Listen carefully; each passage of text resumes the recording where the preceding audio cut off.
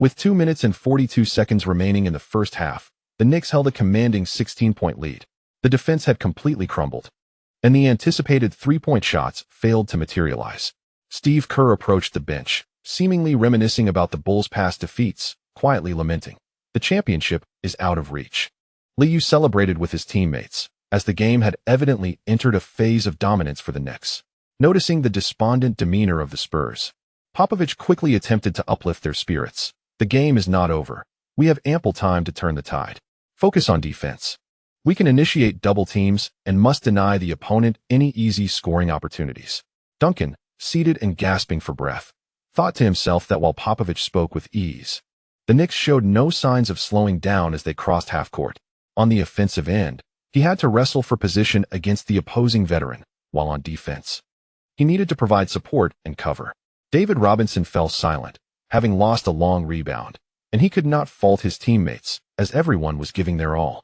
In the final minutes of the half, the Spurs' offense continued to falter, and several possessions allowed the Knicks to capitalize and score effortlessly on fast breaks. Avery Johnson had just entered the game when his pass from the left wing was intercepted by Liu. The sudden turnover drew boos from the crowd, and after collecting the ball with his left hand, Liu raced down the court for an easy gliding dunk. The game seemed over, and the Spurs appeared to have lost their fighting spirit, committing 4 turnovers in the second quarter alone. Bob Costas cheerfully summarized the game, with Doug Collins nodding in agreement. The Knicks have once again displayed efficient offense. Once they gained momentum, the Spurs' defense crumbled. As the two commentators continued their banter, the disheartened Spurs fans ceased their enthusiastic chants, acutely aware of the bleak scoreline. The Knicks led by 17 points, with Sprewell's efficiency rising, Larry Johnson regaining his touch, and Allen Houston consistently scoring. As Liu walked back to the players' tunnel, his spirits were high. The team could prepare for the impending awards ceremony. Upon returning to the locker room, Jeff Van Gundy paced excitedly, repeatedly stressing, "Do not let your guard down. Do not grant the opponent any chance to gain momentum. Maintain our defensive intensity. We are merely 2 quarters away from the championship. Stay patient. The coaching staff has prepared everything for us.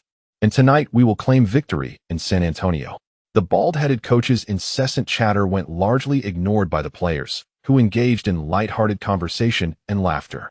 As the second half commenced, the Spurs resorted to frantic double-teaming, with Avery Johnson desperately trailing Liu. However, the unguarded weak side responded with Larry Johnson hitting a three-pointer and forcing a foul with a strong drive to the basket.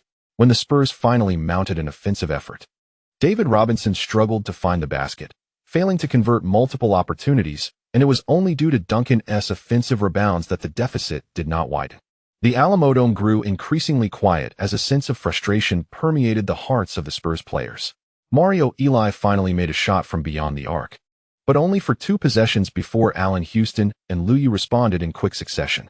Tim Duncan remained the most reliable scoring option for the Spurs, attacking the basket and stepping up to the free throw line. However, on the defensive end, facing high pick and rolls, the waning stamina of Duncan often forced him to resort to fouls to halt Liu's drives. With just 1 minute and 01 seconds left in the third quarter, Duncan's pull resulted in Liu returning to the free throw line. The arena fell silent, as disappointed Spurs fans watched Liu sink both shots without a sound. On the Knicks bench, Ewing and the cheer squad joined in celebration, pumping their fists in joy. As the third quarter ended, the score was 83-60. Coach Popovich stood motionless on the sidelines, seemingly unable to believe that the Spurs were trailing by 23 points. In the final quarter, after struggling for less than 6 minutes, both teams methodically substituted in their bench players. The Knicks bench rose to their feet, celebrating and high-fiving one another, while the ever-smiling Charles in the front row whispered animatedly to David Stern. Gradually, boos began to fill the Alamodome as some extreme fans turned their ire on Popovich, directing jeers at their own coach. Time flew by, and ultimately, the Knicks triumphed over the Spurs with a score of 99-81. As the Knicks bench embraced one another, a throng of reporters rushed onto the court, prompting another round of boos from the Spurs fans. Jeff Van Gundy continuously hugged members of his coaching staff, raising his arms and celebrating with fervor. Ewing noticed that David Robinson on the Spurs bench remained seated, covered by a towel, which elicited a hearty laugh from him. Clearly in high spirits, Tim Duncan, displaying grace, was the first to approach the Knicks, offering hugs and congratulations despite the silence he maintained throughout the game. In the center of the court, Liu Yu raised 2 fingers, smiling for the media, before turning to embrace Duncan as he approached. Congratulations, Liu. You truly are the better team. I hope we have the chance to face each other again in the future. Considering joining the Spurs? Duncan congratulated him and joked, trying to mask his disappointment. What an exciting series. I'm delighted we could meet in the finals. The two, a year apart in age, exchanged fist bumps. With Liu Yu responding playfully, San Antonio isn't quite my fit. Good luck, Tim. The future is yours. As the surrounding sports media clicked their cameras and extended recording equipment towards the two, everyone was eager to hear the exchange between the two stars. Duncan, increasingly despondent, overlooked Liu Yu's pleasantries. After a brief exchange of courteous compliments, he turned and strode swiftly towards the player tunnel. Once inside, his mood lightened slightly, and he realized something was amiss. He seemed to be a year older than Liu Yu, prompting him to mutter under his breath, "Damn it, what a cursed future." Thank you to the readers for your subscription support. This chapter concludes. Chapter 149. A Champion is a Champion, Daily Chapter, June 25, 1999. Became a day of sorrow for the fans of the San Antonio Spurs. Before the game, they held on to a glimmer of hope, yearning for the series to continue. Yet reality proved to be brutally harsh as the Spurs crumbled on their home court. In the first quarter, the Spurs fans witnessed Liu Yu's drive that toppled David Robinson and observed Duncan repeatedly being breached by Liu Yu during pick and rolls, leading everyone to realize that the game was effectively over. Within the Alamo Dome, the conclusion of the match was met with relentless boos, directed partly at the jubilant Knicks players and partly at Coach Popovich. With the onset of garbage time, Tim Duncan played for 41 minutes, shooting 10 for 20, making 7 of 9 free throws, accumulating 27 points, 8 rebounds, 1 assist, 1 block, and 2 turnovers. David Robinson played for 37 minutes, shooting 5 for 14, making 5 of 8 free throws, contributing 15 points, 10 rebounds, 1 steal, and 2 turnovers. Popovich did not adjust his tactical approach, stubbornly sticking with his starters. In this critical match, the veteran players faltered, with Avery Johnson alone committing 4 turnovers. Following the final whistle, the cacophony of nearly 40,000 fans reverberated throughout the arena. Jeff Van Gundy, unfazed by the atmosphere, engaged in conversation with Popovich, sharing insights from his championship coaching experience. After exchanging pleasantries with the visibly dejected David Robinson, Liu Yu was approached by Ewing, dressed in a tailored gray suit, who imparted his championship wisdom. "Trust me, you will win a championship. Just keep persevering. I believe the Spurs will improve." The jovial Ewing consoled the Admiral, leaving Robinson somewhat speechless. "You have let yourself go." Meanwhile, the younger Duncan, whose legs were not as robust, felt the weight of Robinson's skepticism despite acknowledging Ewing's performance from the previous year. NBC reporter Jim Gray observed the embraces among Liu Yu, Ray Allen, and coach Carl Horn before cheerfully inquiring, "At the age of 21 years and 176 days, you have secured your second championship, Lee. You have set yet another record. We are all eager to know your thoughts at this moment." Amidst the raucous environment, Liu had to lean in to hear the question. Upon receiving the microphone, he raised his voice. "I just want to express my gratitude. This season has been grueling, and we have faced injuries. This championship means a great deal to me. After shouldering more responsibility, I am thrilled that we have once again secured the championship. I hope our loyal fans will appreciate this gift." The exuberant Sprewell, with his hair unkempt, rushed to Liu Yu's side, exclaiming, "Champions! I am a champion too." Ewing relished the moment, embracing everyone around him, while Allen Houston shared the joy with his family, and Larry Johnson continuously encouraged Robinson. As the Knicks players began to make their way back to the locker room to don their championship t-shirts, the boos gradually subsided. The fans of the Spurs in the rear bleachers were already disheartened and began to exit, many unwilling to witness the Knicks award ceremony. In the visitors' locker room, the staff had prepared the championship t-shirts, and old Charles, alongside the management, was beaming with joy, as the championship signified profit. The more dollars, the better. Clad in a sleek black suit, James Dolan patted Liu Yu on the shoulder and exclaimed loudly, "Lee, splendid performance. A consecutive championship. And no one can question the Knicks any longer." Each individual harbored distinct aspirations. For Liu Yu, the championship fortified his position within the team. With a lucrative contract and privileges, he was naturally elated, while for his teammates, the championship symbolized stable contracts, The team was unlikely to dismantle the current roster hastily, especially considering the age dynamics. Thus, next season would see minimal changes, ensuring steady earnings. This was the primary desire of the majority of the players. Let us change into our t-shirts. It's time to receive our award. Jeff Van Gundy interrupted the players' celebration with applause. At that moment, Van Gundy was overjoyed. Having secured 2 championships, the balding coach had surpassed most NBA coaches, officially entering the ranks of esteemed mentors. The most evident benefit of being a renowned coach was the substantial contracts. Phil Jackson, currently the most sought-after championship coach in the league, earned approximately $6 million. And Jeff Van Gundy believed that with a bit more effort, he could reach such heights. The podium was erected swiftly as Bob Costas adjusted his attire to assume the role of host, while David Stern greeted the Spurs staff with a smile, expressing gratitude for everyone's support of the league. However, the Spurs fans were not easily appeased and continued to boo vigorously. In the front row, Spike Lee was whispering to Starks, who had come specifically to watch the game, occasionally turning to provocatively wave at the fans in the back. When the Knicks emerged donning gray caps and white t-shirts emblazoned with the team logo and golden trophy, the Alamodome erupted with noise. Although many fans had departed, a significant number remained, and as Lee waved at his friends, the Spurs fans persisted in their loud jeers. In Game 5, the fatigued Duncan was overwhelmed, playing 36 minutes with a stat line of 18 points on 11 of 18 shooting, 4 of 8 from three-point range, and a perfect 8 of 8 from the free throw line, alongside 34 points, 6 rebounds, 8 assists, 2 steals, and 2 turnovers. Given this performance, the Spurs fans were understandably discontented. Bob Costas and Doug Collins approached Liu to exchange embraces, engaging in mutual flattery as the awards ceremony commenced. Old Charles, impeccably dressed, stood at the forefront while the jovial David Stern extended a handshake. The thrilling finals had concluded, and it was a pleasure to share such a momentous occasion with the fans on NBC. Ladies and gentlemen, please welcome NBA Commissioner David Stern. Despite the boos from the audience, Bob Costas maintained an upbeat tone, swiftly handing the microphone to the commissioner.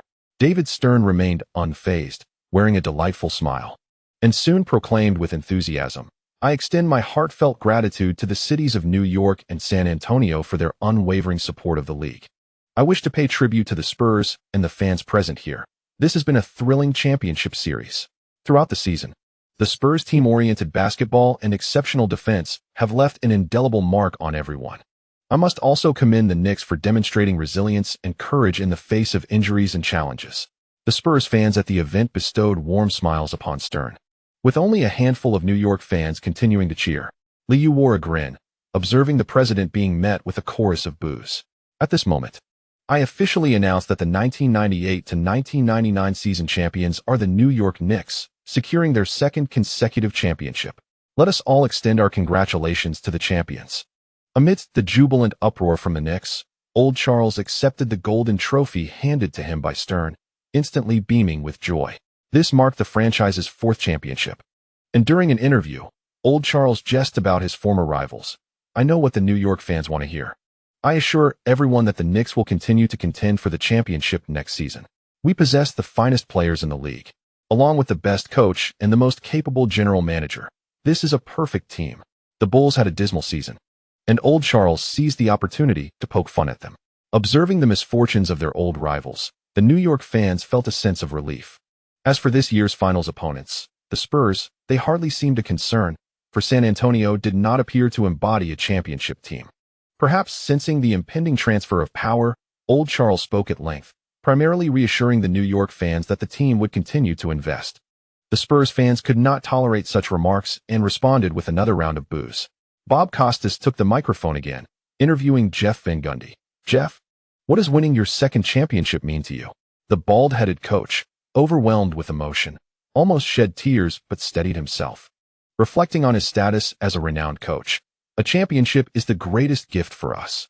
In the realm of basketball, a championship signifies that we have emerged as the ultimate victors." Jeff Van Gundy entered a nostalgic mode, expressing gratitude to everyone. The Knicks were well acquainted with Van Gundy's verbose speeches, and those raising their glasses joined in the cheer. With red-rimmed eyes, the bald coach suddenly grasped the wisdom of Phil Jackson. "Winning a championship is quite simple. The head coach dispenses inspiration, the assistant coaches devised defensive strategies. And with the right talent, one can triumph effortlessly. Ewing, who had laid back to claim a championship, gazed at the trophy in his arms with mixed emotions. He had struggled to win one early in his career, yet now held it for the second time in his later years. Watching David Stern take the microphone to continue his address, Ewing realized that the possibility of winning the Finals MVP was no longer within his reach. The youngest MVP in NBA history, the youngest Finals MVP in the annals of the championship, it is a delight to witness Lee's performance in the Finals once again. Composed, selfless, a true luminary of the league, let us collectively congratulate Lee on securing the Finals MVP title once more. An undisputed accolade. Lee was playfully pushed forward by his teammates with a beaming smile. After handing over the golden spherical trophy, David Stern shared a brief embrace with Liu, standing nearby with a cheerful applause. Throughout the 5-game finals, he averaged an impressive 38.2 minutes on the court, accumulating 36 points, 40 rebounds, 7, 8 assists, 0, 8 steals, and 2.3 turnovers per game. With an average of 24 attempts, he boasted a shooting percentage of 51.9 beyond the three-point arc. He attempted an average of 8.0 shots, achieving a remarkable 44.7 success rate, alongside 7.0 free throws with an 89.0 accuracy. He is tantalizingly close to joining the exclusive 180 club, with the exception of Game 3, where he shot 8 for 20. Liu's performance throughout the series was truly commendable. Raising the trophy aloft, Liu once again radiated joy as the New York fans erupted in chants of MVP.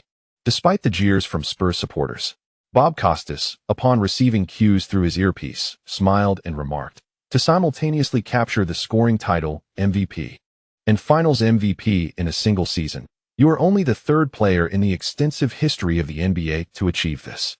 Lee, congratulations. This is an unparalleled accomplishment. Historically, only Kareem Abdul-Jabbar and Magic Johnson had previously reached this feat. Furthermore, Liu also became the 7th player to secure both the MVP and Finals MVP titles in the same season. Liu, now somewhat desensitized to these records, humorously acknowledged their frequent appearance in the headlines, expressing gratitude for the unwavering support that has enabled him to chase the legacy of Willis Reed. Embracing the trophy, he praised the legendary Reed, the first player in Knicks history to achieve both MVP and Finals MVP honors. Following this, Liu extended his gratitude to everyone, noting the roaring enthusiasm of the New York fans, waving and exclaiming, "Last year, I made a promise to the New York fans, and I am thrilled to have fulfilled it. Not just one, not two. We will secure more championships. Thank you once again for your unwavering support of the Knicks." The Knicks players erupted in laughter, with the ever-enthusiastic James Dolan applauding behind Charles. They are on the brink of a three-peat. The Spurs fans appeared thoroughly defeated. Watching the jubilant Knicks conduct interviews, the Golden O'Brien Trophy was raised in succession, while the Finals MVP trophy became a prop for celebratory photos, leading many fans to vacate the arena. Despite struggling throughout the series, Larry Johnson's performance drew little attention at this moment, as he and Sprewell effusively praised Liu during their interviews. Allen Houston, as always, expressed gratitude to his family, remaining grounded. Oakley, in his interview, did not forget to boast, raising 2 fingers in triumph, while Ewing, though experiencing mixed emotions, also managed to smile. The atmosphere was jubilant, as the group reveled in the joy of the moment. Rashad Lewis, upon being questioned about his 4 three-pointers that evening, was nearly moved to tears. After enduring an entire season without much playing time, he managed to score 14 points in the finals, realizing he had seized his opportunity and finally risen to prominence. Meanwhile, Wallace, cradling Liu's FMVP trophy, struck poses while laughing heartily, urging friends to capture the moment. For Lil Ben, a new contract was all but secured, and he had firmly established his place within the team. As the Knicks players and league officials prepared for a group photograph, half of the Spurs fans at the Alamodome had already departed. Liu, beaming with joy while holding 2 trophies, stood alongside Sprewell and Allen Houston. The trio posed in the center, surrounded by the atmosphere group, as they watched the media click away with their cameras, erupting in unison. Champions.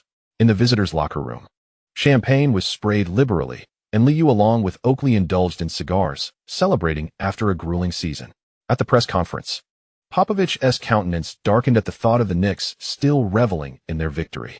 Adding to his frustration were the local media's inquiries. Greg, should we consider reducing Tim's playing time in the finals? Why not deploy Elliott earlier to guard Lee? Will you continue coaching the Spurs next season? The last question, posed by a New York Post reporter seeking a laugh, drew the ire of those present. While the players were free from blame, the coach bore the brunt of it. Popovich spoke graciously, but internally he felt the sting of being the bald young coach under scrutiny. As the draft approached, the Knicks championship parade was scheduled for the morning of the 27th. Though the timing was somewhat rushed, Old Charles had already liaised with City Hall. After all, Sprewell was departing. It was essential to afford the championship hero a dignified farewell. On June 26th, the Knicks returned to New York, trophies in hand, greeted by jubilant fans at the airport. An evening celebration was planned, and Liu, along with his agent, Mark Bartelstein, needed to send out invitations to sponsors and friends. With the free agency period looming, both were keen to maintain their stature in negotiations, which had already commenced following the finals.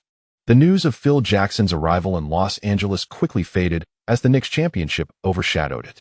ESPN, capitalizing on the finals momentum, released postseason statistics, further showcasing Liu's brilliance.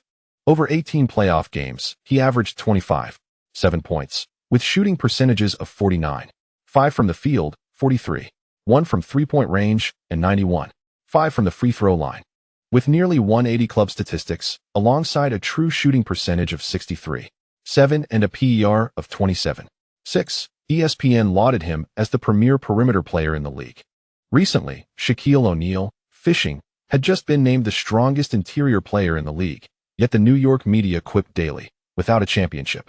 What does that make him as the strongest interior player?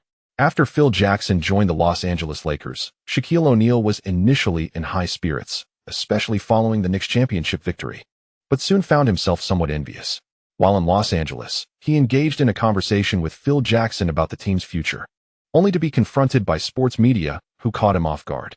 During the interview, he expressed his disdain with sharp remarks, stating, "I have no interest in the championship of a shortened season. Next year, the Lakers will claim victory." Phil's arrival had indeed transformed the team entirely. The NBA league, naturally, welcomed the media frenzy, as the verbal sparring between two major basketball cities was beneficial for the star-making process. On the morning of June 27th, Liu hosted friends at his Manhattan apartment. Although Jimmy Fallon was shy in the presence of female celebrities, he was attentive to his guests, and the atmosphere was lively with chatter. With the championship parade scheduled to commence at 10 a.m., numerous media reporters had already gathered at Liu's place for interviews. Dressed casually in jeans and a white graphic t-shirt, Liu glanced at his watch while engaging in light banter with familiar reporters. "Lee, did you see this morning's newspaper? Shaq is still dreaming that the Lakers will win the championship. Oh, they were eliminated by the Spurs. That guy must be seething with jealousy. I'm not interested in a championship from a shortened season. They were swept out, so they never had a chance to be interested." Though Liu had no time to read the newspaper, he was vividly reminded of the finals insights when he overheard the animated recounting of the interview scene. Tim Duncan's exceptional court awareness. "A champion is a champion, and there are no excuses." His comments elicited laughter from the group, as the frequently swept Shaquille was clearly feeling the sting, prompting everyone to intensify their teasing. As for the Lakers winning the championship, the New York media paid little heed, as the interior players could not overpower the Knicks. Thank you to the readers for your subscription support. Later that evening, the chapter concluded. Chapter 150. Hometown Team is Wonderful, Daily Chapter. At 10 a.m. on June 27, 1999, the Knicks championship parade officially commenced.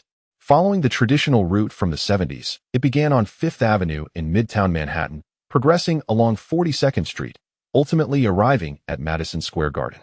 Manhattan, already congested, was now teeming with people. Enthusiastic tourists joined in the festivities to celebrate the team's fourth championship.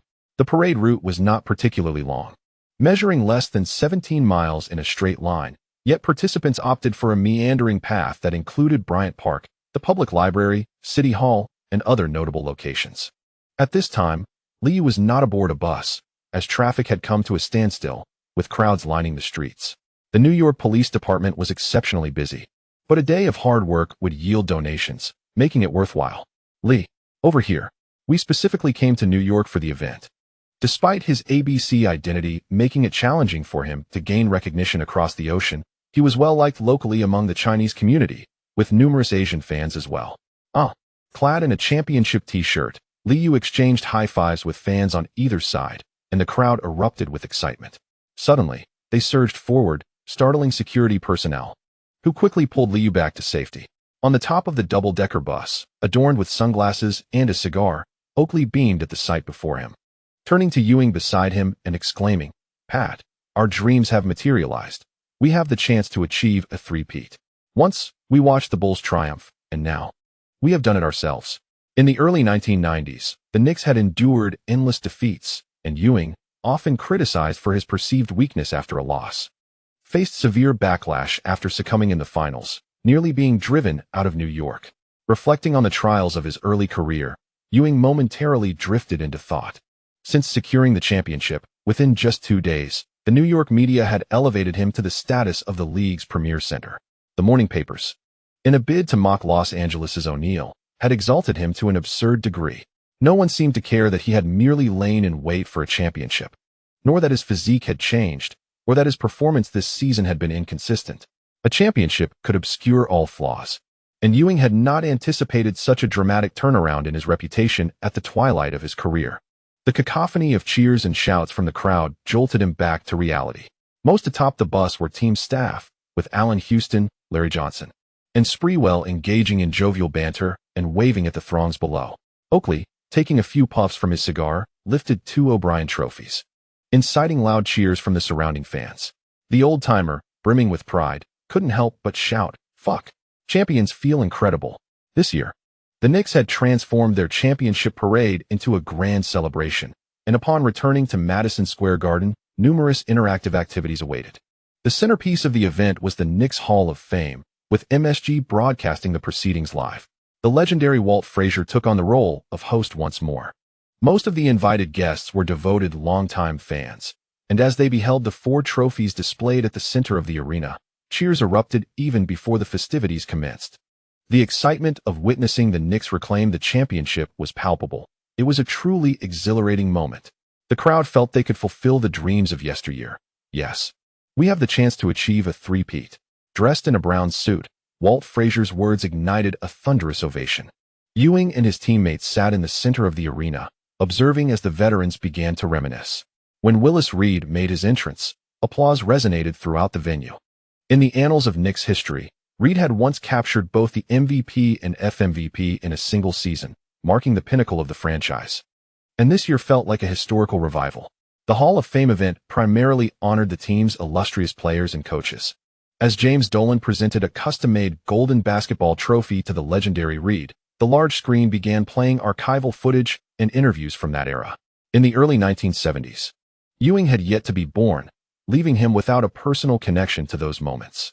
However, many longtime fans were visibly moved, with Stephen A. Smith, who had specially attended the event, clapping enthusiastically, seemingly transported back to the glory days. Despite Liu's belief that these activities drew inspiration from the creativity of the Lakers and the Celtics, most fans remained indifferent to such notions, viewing it instead as a gesture that fostered a sense of belonging. Clutching the trophy and donned in elegant black attire, Willis Reed smiled and waved at Liu. As they approached the trophy, cheers erupted once more. "MVP, MVP, MVP." Maintaining an impressive physique and in high spirits, Willis Reed took the microphone and jested. According to the original plan, this event was supposed to take place during the second game of the finals, but ultimately, LeBron informed me that the team would secure the championship, and the event would be held post-victory. "Lee, I must express my gratitude. Had we not clinched the championship this year, I might have had to wait another year for a chance to hold this trophy." Laughter filled the venue, as consecutive championships had inflated everyone's spirits. Willis Reed, acutely aware of the audience's curiosity, turned to Liu with a grin and inquired, "We are just one step away from achieving a three-peat, Lee. Will the Knicks fulfill the dreams of us all next season?" The event was a celebration of bravado, and without hesitation, Liu seized the microphone and proclaimed, "Absolutely. The Knicks will remain the strongest team in the league next season, and we shall continue to win championships." The New York fans relished such bold declarations, their joy amplified with every boast. As the next season had yet to commence, many were already envisioning the championship. When James Dolan took the microphone again, footage of Red Halsman coaching the team began to play on the large screen. Once again, "We pay tribute to Mr. Halsman." At the end of last year, this legendary coach departed amidst labor disputes, preventing the Knicks from honoring their iconic champion coach. This recent victory served as a means to rectify that past oversight. Jeff Van Gundy, maintaining a smile throughout, gazed on with admiration. He had now equaled the historical achievements of this legend, and should he secure another championship, he would not only be celebrated as the greatest coach in the team's history, but also ascend to the status of a coaching luminary in the league. Reflecting on the invaluable lessons imparted by this legendary figure, Jeff Van Gundy resolved to uphold a defensive philosophy that empowers players to determine the outcome of games. Patrick Ewing continued to be cherished by fans, with some old supporters still wearing the number 33 jersey, yet a greater number don the number 1 jersey, representing the younger generation. Just as players evolve, so too do the fans. The general manager, Glenn Grunwald, observed the gorilla tirelessly serving the fans, feeling a sense of resignation. The rational choice would be to trade Ewing for younger, more talented players, ideally enhancing the interior lineup. However, such a move would not align with the team's culture. Having spent much of his life playing in New York, Ewing had not initiated any trade discussions. No one would dare take that first step. Should the team's performance improve following a trade, all would be well. However, should failure ensue, the general manager is bound to become the scapegoat. Considering the ambitions for the upcoming season, Glenfield discreetly confided in Jeff Van Gundy. "Jeff, you must hold the players to a higher standard. We cannot afford any lapses in fitness. Next season is of paramount importance." Initially amused by the motivational talk, the bald-headed young coach suddenly found little to smile about. Realizing this was beyond his control, not wanting to appear diminished in front of the general manager, Jeff Van Gundy quietly assured, "Rest assured, once the new season commences, I will ensure every player is in peak condition." Although their exchanges had been few, the duo's relationship had strengthened alongside the team's recent triumphs. As Sprewell observed the various activities surrounding the Knicks, puzzle-solving, lucky wheels, interactive shooting games, he couldn't help but lament the situation. The fervor of New York fans was undeniable. Were he to secure a starting position, he would undoubtedly remain with the team, but coming off the bench did not align with his aspirations. He still yearned to be the leader. It was clear to Sprewell that the Knicks legends were rallying behind Liu, while the once prominent gorilla had faded into obscurity. Though the championship parade was splendid, the madman was contemplating his future. Even a position as the head of a struggling team would be a welcome opportunity. On the morning of June 28th, as Liu awoke in his Manhattan apartment, Ivana, clad in an oversized t-shirt, was examining the engraving on the FMVP trophy. Last night, Old Charles's banquet had transformed into a gathering of dignitaries and celebrities. The mayor and a certain real estate mogul were in attendance, and the conversations flowed pleasantly, leaving Liu with sore cheeks from smiling. He playfully embraced the golden-haired beauty, teasing, "If you gain any more weight, you might as well bid farewell to your modeling career." Unconcerned about her physique, Ivana, whose weight had indeed increased, remarked on the financial success of NBA teams. At the banquet, she had gleaned from the charming old man the Knicks' market value and revenue over the past 2 years. Each championship victory yielded immense advertising benefits, leading to soaring demand for tickets and rising prices for advertising slots. For the upcoming season, front-row season tickets would see a price hike, yet they had already sold out, with affluent individuals willing to purchase tickets even without attending the games. Understanding her thoughts, Liu grasped her wandering hand and jested, "NBA teams can also incur losses. This is New York. If you're interested, you might want to look into the Vancouver Grizzlies and some smaller market teams. They're not faring well at all. This year, they're bound to face some losses." Reflecting on the Knicks' activities and the state of New York sports leagues, Ivana quickly leaned closer to Liu and whispered, "If given the opportunity, we should invest in some sports enterprises. It should prove lucrative." With the New York Yankees and New York Mets also enjoying immense popularity, Liu recognized that the future of the sports industry was indeed a promising investment. After hearing Ivana's whisper, memories began to resurface. Concerned about the state of his finances, Liu resolved to encourage his portly companion to shed some pounds. On June 30th, 1999, the NBA draft unfolded at the MCI Center in Washington. During the lottery, the struggling Chicago Bulls secured the coveted first overall pick, a development that sparked discontent among several teams, clearly indicative of the league's preferential treatment. When David Stern jovially announced that the Chicago Bulls had selected Elton Brand, A smattering of boos echoed through the venue. Seated in the audience, Ron Artest was visibly anxious. He yearned for an early selection while harboring hopes of playing for the nearby Knicks. The Memphis Grizzlies chose the highly touted guard Steve Francis with the second pick, followed by the Hornets selecting Baron Davis at third, and the Clippers opting for Lamar Odom at fourth.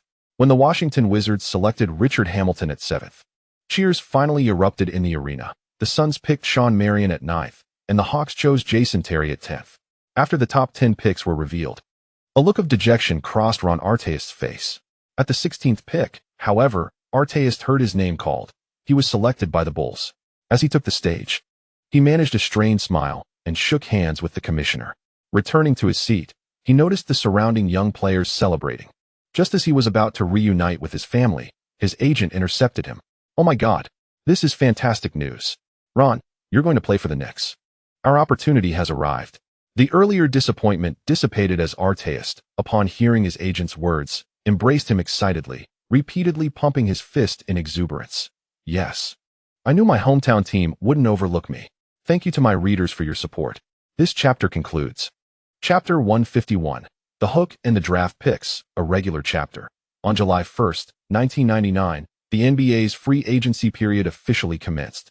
Affected by the shortened season, the timeline for transactions was extended, and throughout July, teams could only sign rookies and release players, with trades prohibited.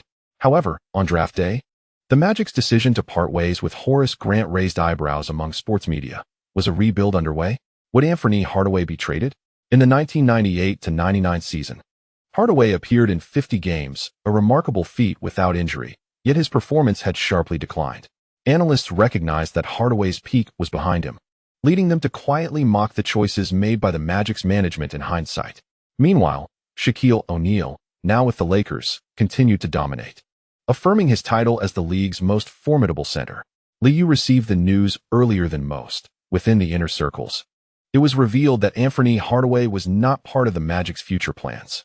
Mark Parker was poised for a promotion, as the Nike executive was set to ascend to the role of global vice president of footwear in due course. At the Sinek Mountain Golf Club, Liu, who became a member last year upon the recommendation of Bloomberg, paid a substantial membership fee but has only visited once. Located in Southampton, New York, the course is a quintessential example of link-style design. As one of the oldest golf clubs in America, it not only hosts open tournaments but also serves as a significant social venue. In addition to Mark Parker, there were also Ann Miller from Sullivan Law Firm, Catherine from Deloitte, and representatives from J.P. Morgan, making this gathering a confluence of executives. A few ladies chatted jovially nearby, while Mark Parker engaged in conversation with Liu after a series of swings, discussing the internal dynamics of the brand. He noted that sports stars and pop singers share a similarity. The former may experience a decline due to an injury, while the latter can quickly fade from relevance if they fail to keep up with contemporary trends. Lee was cautioned about the risks of injury, as Anthony Hardaway failed to meet expectations, leading to a subsequent reduction in promotional resources. Liu's acquisition of Hardaway's resources marked a complete change in ownership for the brand. Despite his lack of golfing prowess, Liu always dressed with professionalism during his outings, donning a white t-shirt and light gray trousers. His swing form was impeccable, even if the ball's trajectory left much to be desired. Will his signature shoes undergo a redesign next year? I believe the new technology is promising. Currently, Liu's signature shoes are the only ones among the brand's athletes utilizing bubble technology. Upon hearing Li's inquiry, Mark Parker nodded, indicating that internal dissatisfaction with Hardaway stemmed from the first generation of signature shoes selling well, yet subsequent iterations faltered. While athletic footwear indeed offers safety, relying solely on a pair of shoes to prevent injuries is nothing short of wishful thinking. The gathering was not primarily focused on business collaborations. Rather, the majority of the time was devoted to discussions about life. Having observed Liu's investments over the past 2 years, it was evident that he had transformed from a nouveau riche into a valued client. Mark Bartelstein winked at Liu, suggesting that the gathering had yielded fruitful outcomes. Under the blue sky, with white clouds above and green grass beneath, Liu ceased discussing work and joined the others in light-hearted gossip. Once a black athlete achieves fame, they often find themselves responsible for supporting numerous associates, and in light of various societal events, they must also navigate issues of racial sensitivity, striving to amplify the voices of the black community. Michael Jordan has not excelled in this regard, remaining relatively low-key post-retirement, with most of his public appearances focused on sharing his personal life. As a new generation of stars emerges, the class of '96 is now officially taking center stage. Allen Iverson has experienced the playoffs this year, while Kobe Bryant has become the Lakers' primary perimeter player. Although their accomplishments pale in comparison to Liu's, the lucrative contracts they secured post-rookie phase are on par. Last season, Charles Barkley faced significant financial losses, with his earnings slashed by more than half. And he did not secure a championship. During this offseason, the rookies with bird rights are poised to secure lucrative contracts. Perhaps reflecting on his tumultuous career, Charles Barkley expressed his bewilderment regarding the current state of the league during a TNT program. He lamented, "I struggle to comprehend this league nowadays.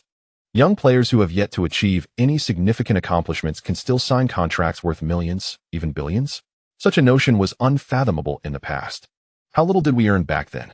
Despite lacking success, sponsors are eager to shower them with money. I do not believe this is a positive development." In the studio, Barkley passionately declared that most young players are unworthy of max salaries. Hosts Ernie Johnson and Kenny Smith stifled their laughter, nodding along before abruptly shifting the conversation. "Charles, would you like to play alongside LeBron? Perhaps then you could finally secure a championship." As Kenny's words hung in the air, Barkley vehemently refuted, "No, I do not like the Knicks. I do not wish to play with LeBron. I will win a championship on my own." Ernie, chuckling, seized the moment, and the director coincidentally aired a recruitment advertisement for the Rockets. "Charles, perhaps the Rockets have a different perspective. You should take a look at this." The advertisement featured various billboards and city murals, showcasing cartoon depictions of LeBron, Barkley, and Hakeem Olajuwon. LeBron took center stage, flanked by the two veterans, with a cartoon rocket soaring behind them, accompanied by the text, "Hey, LeBron, Houston will always welcome you." Barkley was left speechless, nearly infuriated, clearly feeling undervalued by the Rockets, who had not even consulted him regarding this matter. Kenny, a former championship point guard for the Rockets, burst into laughter, remarking, "Charles, while I believe LeBron will remain in New York, if you two teamed up, you might truly win a championship." Barkley, feeling slighted, contemplated calling the Rockets to express his displeasure. He acknowledged that LeBron certainly deserves a max contract, or perhaps the new collective bargaining agreement restricts his salary. However, he firmly opined that other rookie players are unqualified for such lucrative deals. Earning a significant paycheck should come only after demonstrating prowess on the court. Barkley swiftly redirected the conversation, choosing to ignore the Rockets' recruitment, his feelings of nostalgia and resentment evident. The two hosts ceased their jovial teasing of Barkley and returned to the matter at hand. If a player's home team cannot offer a satisfactory contract, there will always be other teams willing to extend max offers. "Charles, times have changed, evolution is inevitable, and players will age. This is an era belonging to the youth." Kenny's lamentations prompted Barkley to shake his head in disapproval, as he steadfastly clung to his traditional views, finding it hard to believe in a promising future. Ernie received a cue, noting that many fans had arranged advertisements, and he could only reflect, having showcased dominance in the playoffs for 2 consecutive years. "I believe numerous teams will pursue LeBron. No one would turn down a young MVP, yet I still hope to see LeBron remain with the Knicks." The recruitment of free agents has stirred excitement in Philadelphia, which has boldly unveiled a poster featuring Liu and Allen Iverson back-to-back, proclaiming them as the league's strongest backcourt. Meanwhile, Milwaukee has disregarded the sentiments of their newly acquired player, Castle, showcasing a cartoonish poster of Liu, Ray Allen, and Glenn Robinson along the roadside, labeling them as the league's most formidable trio.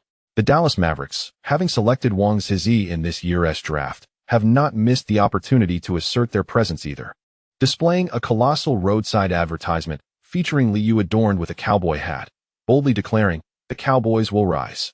This trend quickly spread across various teams, regardless of whether they could secure signings, as they sought to capitalize on the buzz. Notably, the Spurs, Lakers, Bulls, and Pacers chose to abstain from this spectacle. In this era, rivalries are emphasized, and brotherly basketball is not in vogue. Vanquished opponents are eager to seek retribution. The Knicks wasted no time, adorning the exterior of their arena with posters of Liu and Willis Reed, proclaiming, "Heritage, King of New York." Despite the trading freeze in July, the recruitment festivities continued unabated. The newly appointed head coach of the Magic, Doc Rivers, even made a special trip to New York to visit Liu. perhaps hoping to charm him with motivational rhetoric. As a rookie coach, Rivers had little to offer but sincerity, whether performing for the management or not, nonetheless. This aspiring master of inspiration exhibited a genuine eagerness to attract talent. Upon returning to his Manhattan apartment on the evening of July 3rd, Mark Bartelstein shook his head and remarked, "This guy is bound to succeed. Many players appreciate a coach like him." The hearty chicken soup served during dinner left a lasting impression, although it held no allure for Liu, for those yearning to make a mark in the NBA. Such motivation is the ultimate catalyst. Liu suddenly recalled that Rivers seemed poised to receive the Coach of the Year award next season, jokingly stating, "Perhaps Ray would thrive under his guidance. George Karl appears to be a bit difficult to work with." The situation within the Bucks was less than ideal, as Glenn Robinson was not a self-disciplined player, and George Karl was not a quintessential motivator.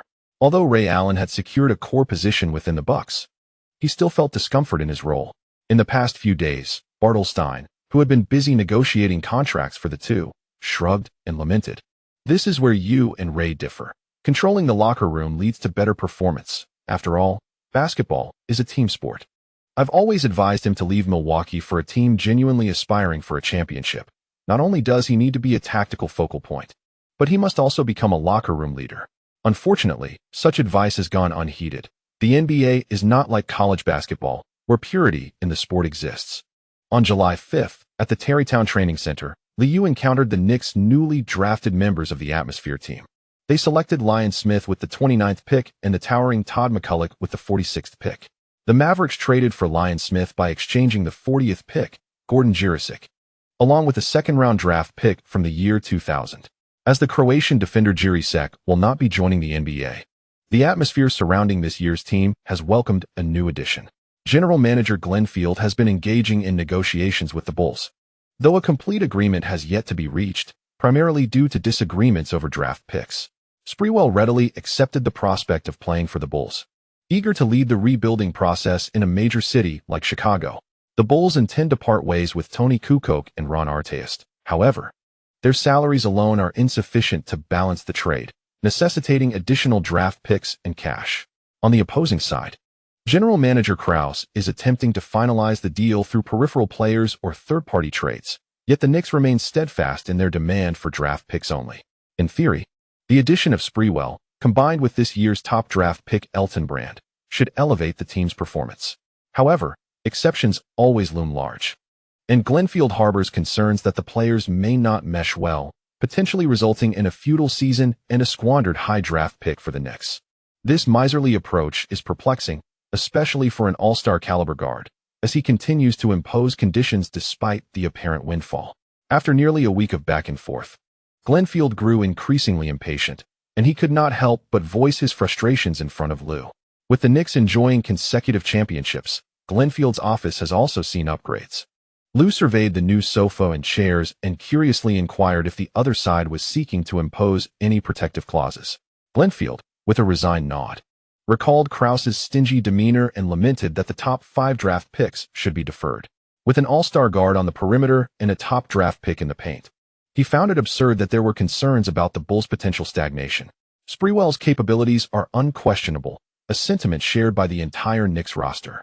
Even though he may face efficiency issues when handling a high volume of possessions, it is a challenge most guards in the league encounter. Lou's efficiency stands unparalleled among guards. Thus, Sprewell's arrival at the Bulls would undoubtedly serve as a formidable asset. Recollecting the 2000 draft, Lou's memories were hazy, only recalling that the Nets selected Kenyon Martin, while the 2001 draft was marked by the infamous Kwame Brown.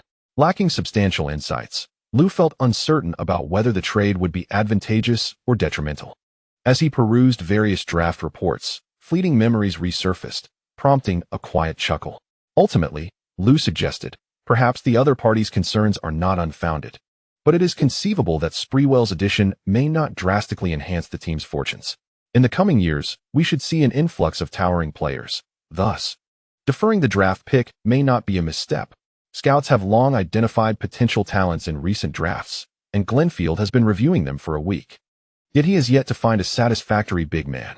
The Knicks are in search of the next Ewing. The team desperately needs size. This consensus among the management is clear, especially as the aging gorilla can no longer bear the load. and Ben Wallace is simply too diminutive. Though he feigns indifference towards the Los Angeles Lakers, it is evident to all that they may very well become the most formidable adversary in the future. Glenfield once again perused the scouting reports, his brow furrowed in discontent as he found no towering players to his liking. However, considering Liu's offensive prowess, Glenfield reluctantly marked a few big men, ultimately jesting, "Let us hope the Bulls continue their downward spiral." And Lee, do remind Pat to maintain his physique. Reflecting on the gorilla who was hastily heading to Atlanta for a celebratory bash, Liu instinctively rubbed his forehead. A three-peat. Pat will find his motivation. Gratitude to the readers for their subscription support. This chapter concludes here. The evening update will be delayed a bit, as I am out and have yet to return home. Thus, the update will shift to the morning. I may need to take some leave in the coming days. I appreciate the reader's understanding. Chapter 152. All in for a beautiful life, a daily chapter. Since the arrival of Phil Jackson in the City of Angels, the one most profoundly affected has been Kobe Bryant. In pursuit of his idol, Kobe sought Phil's counsel on matters concerning Michael Jordan. How did he manage his offensive strategies? What was his daily training regimen like? How did he navigate team dynamics? How did he lead the team to a record of 72 wins? Why did the Bulls falter against the Knicks in '98? His relentless curiosity often left Phil speechless. Just play the game and win. There needn't be so many questions. To manage Kobe's inquisitiveness and expedite his own work, Phil Jackson recruited Ron Harper to the Lakers.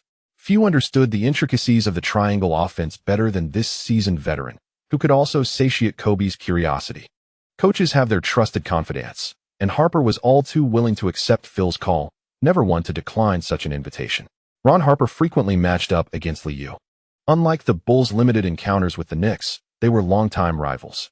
With Kobe Bryant already immersed in training, he embarked on a new round of inquiries upon Harper's arrival. How is it that Lee can sink so many three-pointers against your defense?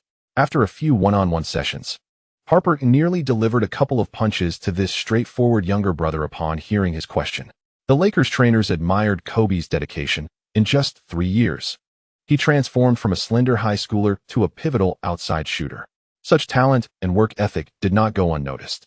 While stretching, Harper caught sight of Kobe's inquisitive gaze and, with a resigned sigh, remarked, "Lee is even more formidable in person than on tape. He can shoot, pass, drive, and maneuver to his sweet spots to complete his scoring. Most importantly, he remains calm and composed, exhibiting a maturity beyond his years. You can only appreciate the pressure he exerts when you face him directly. He is not like Mike. The two players' styles on the court are vastly different, and their offensive techniques are entirely distinct. Perhaps I could suggest training with Tim Grover, where you might even encounter Lee." Upon hearing this suggestion, Kobe's eyes lit up. He could continue to pursue his idol's footsteps while also taking his girlfriend Vanessa for a stroll around Chicago. What a splendid idea. It's said that the training sessions are quite expensive, but I am indifferent to such expenses. Tim Grover has been flourishing in business lately, especially since Lee secured the scoring title, MVP, and championship this season, which has further elevated his status among NBA players. Do you aspire to undergo a transformation like Lee? Do you wish to discover how the MVP trains? Would you like to learn the secret behind Lee's agility post-muscle gain? Better call Tim Grover. Although he did not partake in these advertisements, his staff began capitalizing under Lee's name with permission. On July 8th, as Lee and Mark Bartelstein arrived in Chicago, they were swiftly cornered by sports media. Despite the rivalry between the Bulls and the Knicks, the Chicago fans and media were unconcerned. With Mike retired, fans hoped for another superstar to grace the Bulls. General Manager Krause was well aware that Lee would not be leaving New York, yet he maintained an eager demeanor for talent. Just a few days prior, various teams had created recruitment advertisements, and the Bulls faced criticism for their inactivity. Observing the smiling Krause engaging warmly with Lee, many sports media personnel clicked away with their cameras, ensuring tomorrow's headlines. Clay Lee takes Chicago. Lee toured the Bulls' facilities, accompanied by the management as they reminisced about Mike's illustrious achievements. The United Center still bore the essence of Mike, with 5 Larry O'Brien trophies, honors brought to Chicago by Michael Jordan. Neither party broached the subject of contracts, and ultimately, Lee took photos and enjoyed a pleasant meal with them, marking the conclusion of his Bulls visit. Early the next day, Lee arrived at Tim Grover's training center in the southwest of Chicago. As a VIP client, Grover naturally accompanied him throughout the session. Do you wish to further enhance your explosiveness and speed? Honestly, that is quite a challenge. Such training may not yield significant returns. It primarily tests your innate physical talents. However, I can certainly offer additional advice on core strength, Grover replied with a furrowed brow. Lee, unfazed, responded earnestly. I merely wish to incorporate more training in this area, even if it involves techniques for body power. The shortened season did not contribute significantly to my improvement. The congested schedule, coupled with facing the same opponents repeatedly, meant that most of my daily training focused on recovery and tactical drills. I need to devise a detailed training plan for the upcoming season, and I may also need to adjust my dietary structure. Liu spoke nothing but the truth. He could see the progress of his talents through the panel. Michael Jordan's extraordinary core strength and remarkable coordination had yet to turn purple. Meanwhile, the talent acquired this season from Anthony Hardaway was merely bronze, yet it possessed immense potential for enhancement. Tim Grover pondered for a moment before nodding. He did not wish to dampen Liu's enthusiasm. Athletes are typically brimming with confidence, and his task was to devise a reasonable training plan, subsequently adjusting it based on physical feedback. Come on, Lee. Today, we have a player from the Lakers who seems quite interested in your training regimen. Remember to cooperate with me later. Tim Grover patted him on the shoulder, signaling him to act according to the situation. Naturally, Liu would not decline such a request, responding with a cheerful smile. No problem. This appears to be an important client. At 9 a.m., Kobe Bryant, sporting a small afro, toured the expansive training facility accompanied by staff. Through his interactions with them, Kobe learned that the training center had only been completed last year and had commenced formal operations following a year of enhancements. Cool. 2 basketball courts and a hyperbaric chamber. The training facilities here surpassed those of the team. Engaging enthusiastically with the staff beside him, Kobe felt a growing anticipation for the forthcoming meeting. Upon reaching the yoga room, Tim Grover and Liu had already begun their stretching routine, conversing in hushed tones. Spotting Kobe's figure, Tim gestured for him to join in, maintaining a serious demeanor. Both Tim and Liu exhibited an air of complete immersion. Influenced by their intensity, Kobe quickly lost his smile and joined in the physical activities. As the warm-up progressed, Tim Grover exchanged glances with Liu, adopting an expression as if imparting a secret technique. Excellent, Kobe. Today you will experience a training regimen unlike any you have encountered before. Before we commence the session, I need to recalibrate your mindset. You must become a ruler, not only commanding the court, but also mastering your own body. Only through high-intensity training can you fully activate your innate talents. My co and Lee have excelled in this regard, becoming true dominators. I hope you too can adopt the mindset of a genuine ruler. Liu, still stretching, sensed a familiarity in Tim's words and suddenly recalled that he had heard the same sentiments from Tim the previous year. Kobe Bryant's eyes widened slightly as he nodded vigorously, seemingly convinced by Tim's assertions. Always believe in your shot. Always trust that the next attempt will find its mark. Do not concern yourself with others' opinions. Your task is to keep shooting. Once you enter that hyper-competitive zone, no one can stop you, not your opponents, nor your teammates. Tim Grover, with a subtly persuasive tone, introduced his theory of the hyper-competitive zone, and at that moment, Kobe was utterly captivated, especially when introducing Makao and Liu, who have both experienced this state. Kobe displayed an expression of realization. Beside him, Liu was rendered speechless, while Tim Grover appeared almost like a charlatan, having never encountered the so-called white heat space. To persuade Kobe of his theory, Tim Grover discreetly signaled to Liu and then earnestly inquired, Lee, perhaps you could share your experiences as well. I believe this would greatly benefit Kobe. At this point, Kobe was almost swayed, and considering the discounted training fees this year, Liu immediately acquiesced, stating, indeed. Tim's training assists me in better understanding my body. The white heat space is indeed real. When I am entirely focused on the game, I sometimes enter a unique state where the movements of my opponents seem to slow down. The hoop appears larger, and I can shoot effortlessly. He continued. It resembles the bullet time from the recent Matrix film. It is a truly magnificent sensation.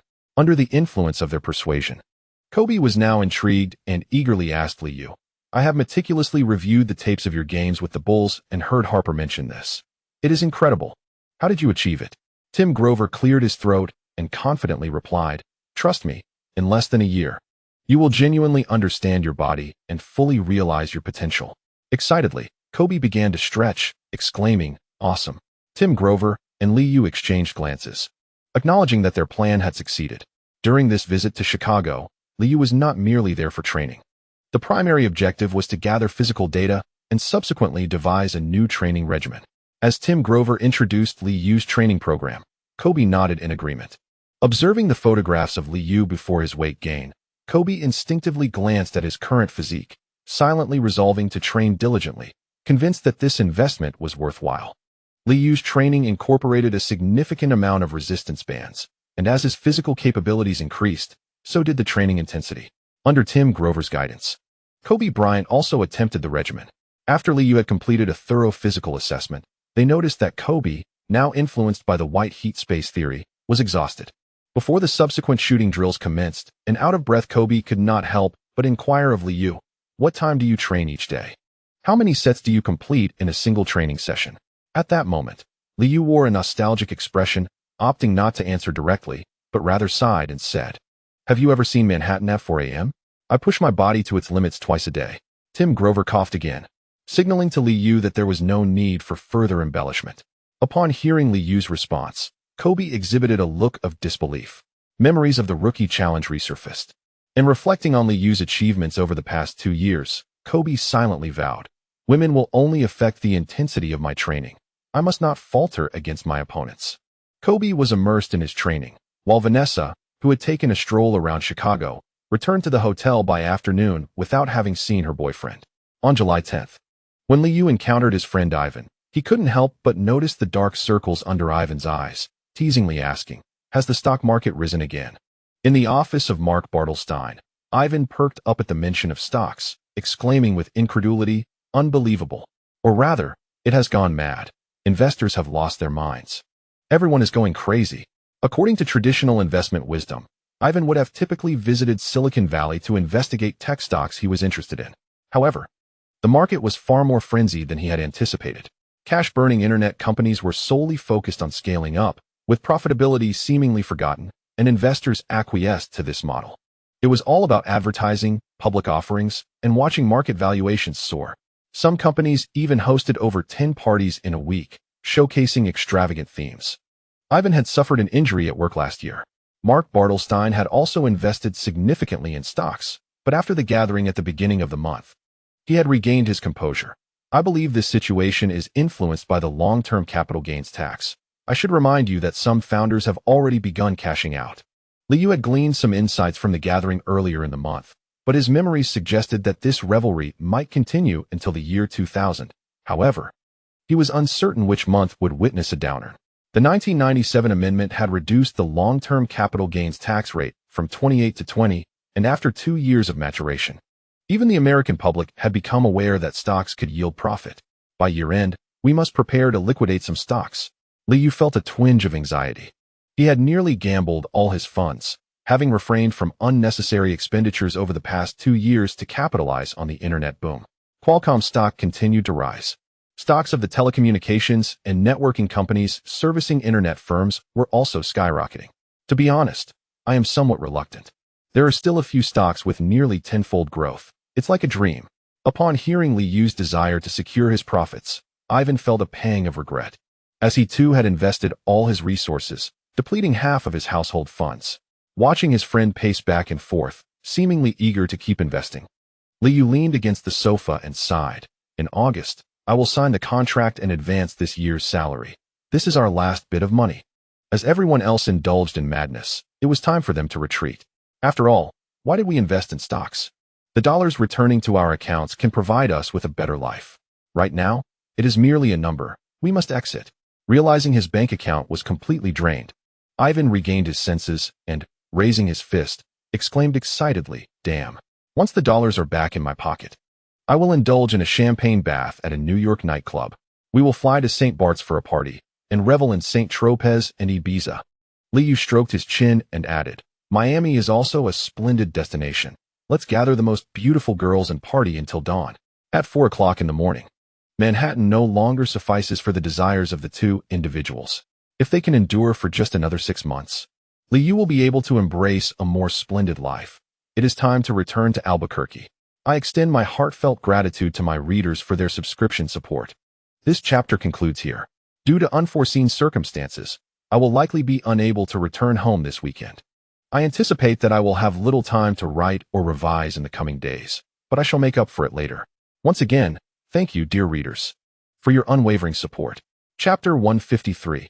Departure to Albuquerque, a daily chapter. Following the loss of his sixth championship title, Michael Jordan chose to retire, defiantly opposing any pay cuts. He stood firm, and the management did not hesitate. The owner of the Bulls did not attempt to retain him as he walked away in solitude. During the offseason, General Manager Krause planned to part ways with Tony Kukoc, a fact that had become widely known, as the core members of the old Bulls team were nearly all purged. Naturally, the fans in Chicago were discontented. This season they were deprived of playoff contention, although they had secured the first overall pick through their lackluster performance. Elton Brand hardly resembled a superstar. We need the next Michael Jordan to lead the Bulls. Even before Elton Brand was officially signed by the Bulls, the Chicago Tribune was relentless in its criticism of General Manager Krause's choices. In July, during the freeze period, the eager newcomer Brand was filled with anticipation about joining the Bulls, only to be infuriated by the local newspapers. For several consecutive days, the sports section's headlines were dominated by news about Liu, including photos taken during his visit to the Bulls. Many tabloids raved about how well he suited the Bulls' #1 jersey. The Inno company was essentially a shell.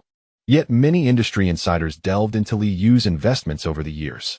Although everyone was aware of the internet boom, excitement surged among the public when reports revealed that all the stocks Liu had purchased had skyrocketed.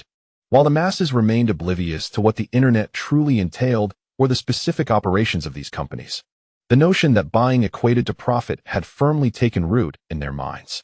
On July 14th, Liu attended a private gathering hosted by Michael Jordan, attended primarily by Nike executives and friends of the basketball icon.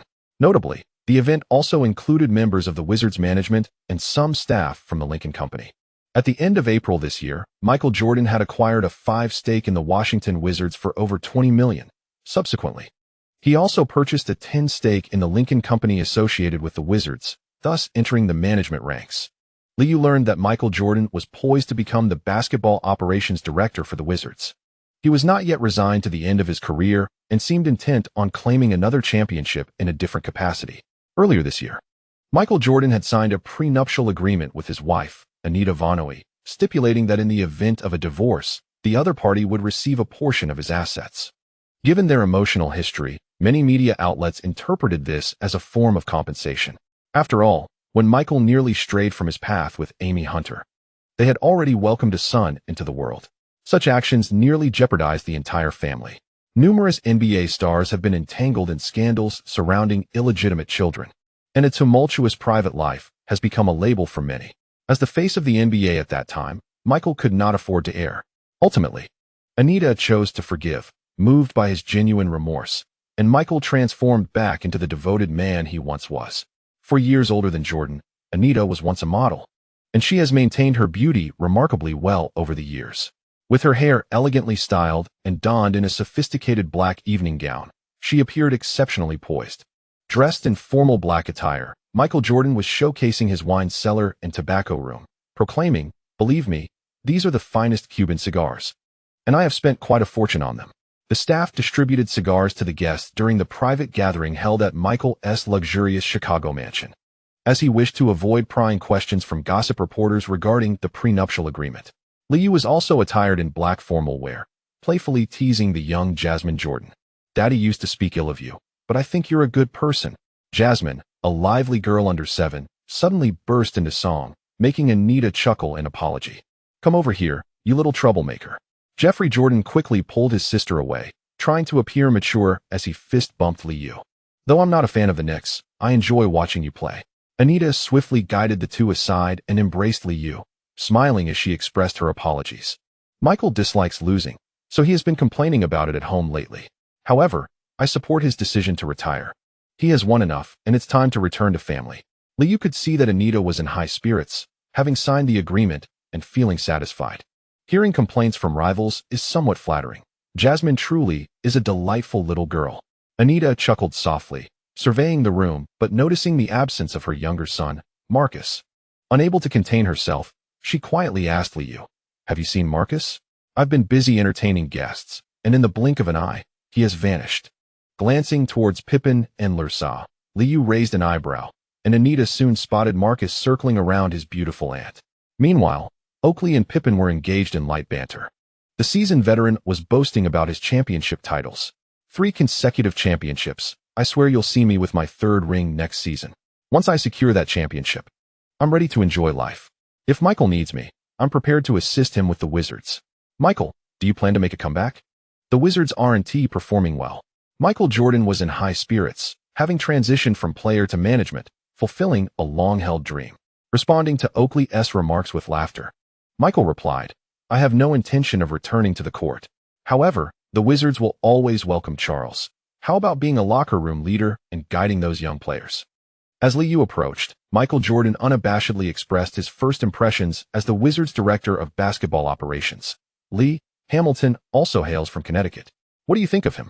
I must admit, I am not particularly fond of his playing style. Liu accepted the cigar and noted that several others were already quite inebriated. He replied succinctly, Hamilton is this year's MOP. If you followed the NCAA, you would recognize his exceptional talent. With a hearty laugh, Michael brushed off the comment and beckoned Liu to join him in enjoying cigars. He brazenly addressed a familiar media reporter nearby, saying, capture a few photos of us. And let it be known that the Wizards plan to poach Charles and Lee. I need to showcase my influence. It's a testament to my efforts. Scottie Pippen, having regained his cheerful demeanor, stood beside Michael, embracing Lursa. Although his performance with the Rockets hadn't met expectations, the lucrative contract he secured sufficed for his contentment. Liu and Oakley, both holding cigars and wearing smiles, positioned themselves to the left. In high spirits, Michael struck a self-satisfied pose as they arranged themselves for the media's cameras. On the morning of the 15th, the Washington Post reported on the Wizards' developments, highlighting Michael's dedication since assuming the role of team operations director. We have the most knowledgeable management in the game. Next season, the Wizards will rise again. The Washington Observer also chimed in, teasing an upcoming issue that would introduce Michael's private gatherings to fans. This publication primarily focused on politics, culture, and entertainment. Earlier in the year, a scandal involving the White House had propelled sales, much to the delight of onlookers. Additionally, reports surfaced that both Liu and Michael Jordan had received invitations to a private birthday party at the White House. Seizing the moment, the Observer announced a special issue for the occasion. Liu awakened from his hotel slumber just before noon, fully aware that such gatherings rarely promised any extraordinary events. The ever-impulsive Michael Jordan had scarcely attended to his wife and children the previous night, opting instead for an all-night gambling spree that cost him over $100,000. With sponsorship activities set to commence only in August, Mark Bartelstein had secured a flight home for Liu. Observing Liu scrutinizing his check, Mark offered some advice. You need security personnel. While you need not employ a battalion of bodyguards like Michael Jordan, having professionals to help oversee your assets would be wise. I would rather not hear news of your being robbed, especially with a significant contract signing next month that is likely to attract attention. After thoroughly examining his check, Liu felt a wave of euphoria wash over him. Responding to his agent, he replied, both Tarrytown and Manhattan boast commendable safety records, but your suggestion is indeed prudent. I shall give it serious consideration. Mark Bartelstein has a general understanding of Liu's current financial situation, although he wishes to advise against taking excessive risks. The recent surge in stock prices has left him feeling envious. All the best, Lee. Remember to stay safe. A direct flight from Chicago to Albuquerque takes 3 hours, and fortunately, there is no need to change planes. Liu, who had purchased a first-class ticket, was well taken care of throughout the journey. Albuquerque International Airport is located 5 kilometers southeast of the city center. After fulfilling some requests for signed photographs, Liu, casually dressed in a black graphic t-shirt, quickly disembarked from the plane. Upon seeing the familiar 1976 black Chevrolet Monte Carlo outside the airport, a smile spread across Liu's face. Ignacio, clad in a black t-shirt and leaning against the car while smoking, had a somewhat gloomy demeanor and did not seem particularly amiable. However, upon spotting Liu, Ignacio grinned, and the two shared a brief embrace. Long time no see, Nacho. How is Uncle Valga? Once inside the car, Liu promptly inquired about his family. Ignacio tilted his head and replied in a low tone, same as always. The leather shop isn't making any money. The funds you sent have all been saved. Noticing the direction the vehicle was heading, which was still towards the 4th district, Liu slapped his forehead in exasperation and remarked, haven't we moved? Even relocating to the old town would be preferable to this. Faced with his father's stubbornness, Ignazio could only murmur a few complaints. Dad says the city center is too expensive. He can't bear to move since all his old clients are here. The two exchanged a glance and could only manage a wry smile. Liu's father, having immigrated from Mexico to Albuquerque, has long since lost his mother. Before the unfortunate incident, the family operated a small restaurant, with both establishments conveniently close to one another, supporting each other's business. As he gazed out at the familiar scenery, a sense of reassurance washed over Liu. Turning to Ignazio with a playful smile, he suggested, "Why not move to New York? It's far more vibrant than Albuquerque." Ignazio merely raised an eyebrow, his foot pressing down on the accelerator.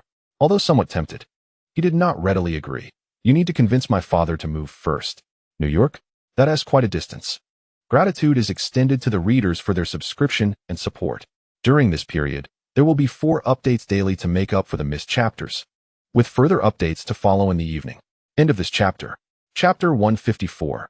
Basketball also involves human relations. Everyday chapter. In the 1998 to 1999 NCAA Championship, the University of New Mexico faced the University of Connecticut in the round of 32. Ultimately, Connecticut triumphed over New Mexico State University with a score of 78 to 56, easily advancing to the Sweet 16.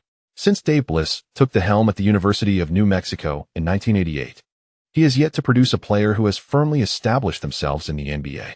In contrast, New Mexico State University has enjoyed greater success. In the 1991 NBA draft, Randy Brown was selected 4th overall by the Sacramento Kings. Prior to that, he had been on the fringes of the NBA until he joined the Chicago Bulls in 1995 and won a championship, which finally brought him some recognition. This champion defender has emerged as a distinguished alumnus of New Mexico State University. Although merely a second-round draft pick, his story has been a source of derision for the media in Albuquerque for several years. Initially, Liu intended to attend the university in his hometown, allowing him the convenience of visiting home frequently. However, Coach Dave Bliss failed to exhibit sincere interest or make a concerted effort to recruit him, allowing Coach Carl Calhoun to lure away the then-promising Liu.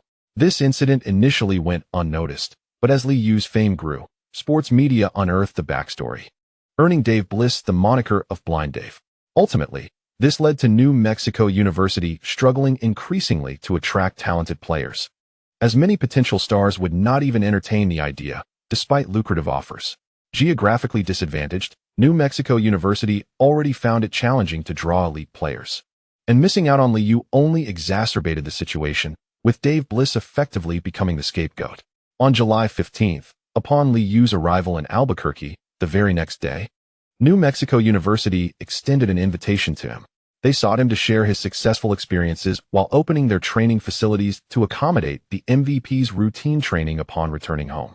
The Albuquerque Journal, recognized as the largest daily newspaper in New Mexico, may lack the prestige of several New York media outlets. Yet it possesses a remarkable ability to fabricate narratives. According to this publication, the nefarious Connecticut stole away a hometown talent, leaving New Mexico University powerless against the onslaught of their financial allure. On Friday, July 16th, Manuel Valga, having just closed his shop, took the opportunity to celebrate Liu's return. An immigrant from Mexico, now of Italian descent, he has completely forgotten his Italian roots, and his English remains halting, with daily life primarily conducted in Spanish.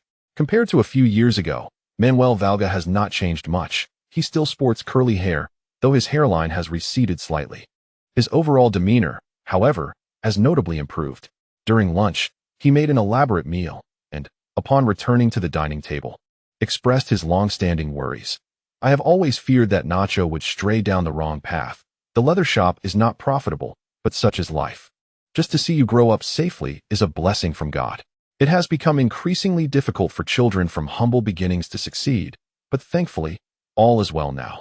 God has blessed us." Liu observed the outdated furnishings in the room, realizing that the money he had sent home had made little impact. Nacho, witnessing his father's incessant chatter, felt a sense of helplessness. These words had been a constant throughout his life, with Liu often compared to him, being the epitome of the ideal child. Much like the lower-class citizens of New York, those in Albuquerque or New Mexico at large have limited avenues to distinguish themselves: diligent study, early immersion in gangs selling drugs, or pursuing artistic or athletic endeavors through music and dance. The Valga family, though earning modestly, manages to sustain themselves while raising 2 children. Many adolescents find themselves imprisoned at an early age, lingering on street corners, ultimately reaping no rewards. Nacho, born in 71, is 6 years senior to Liu. In their impoverished youth, they were no strangers to mischief. Thankfully, they maintained their moral compass and steered clear of drugs. Although Clay did not ascend to the ranks of lawyers or physicians, those days are behind them, and life has improved significantly. Following his father's words, Nacho tilted his head, signaling that it was time to dine, prompting Manuel Valga to finally display a smile. "We are all immensely pleased to witness your success." After a sumptuous lunch, Manuel Valga began to entertain the surrounding neighbors and shop staff, sharing the joy with everyone. At this juncture, one of Nacho's associates quietly approached with news, causing Liu to frown as he sensed something amiss. The community near Albuquerque International Airport is predominantly inhabited by the impoverished, regardless of their skin color. They all share the burden of poverty. This area is not devoid of violence, and the illicit dealings were once an additional income for Nacho and Liu. The leather shop's longevity can be attributed not only to its conscientious service, but also to the fact that the Valga family is not to be trifled with. Before an aging Spanish colonial-style residence, Manuel Valga joyfully entertained neighbors, while Nacho furrowed his brow and spoke to Liu in English. "We must indeed relocate. A formidable presence has emerged in this community, Tuco Salamanca, who is currently peddling his wares here." Nacho appeared particularly cautious of Tuco, who is a year younger than him. Not merely due to his conspicuous surname, but primarily because he is known for his volatile temperament. Upon hearing Nacho's introduction, Liu mirrored his frown, recalling the situation in Las Cruces, and resolved to move everyone to safety. "If we cannot confront it, we shall find another place." The majority of NBA players enjoy brief careers, with many fading into obscurity after their rookie seasons.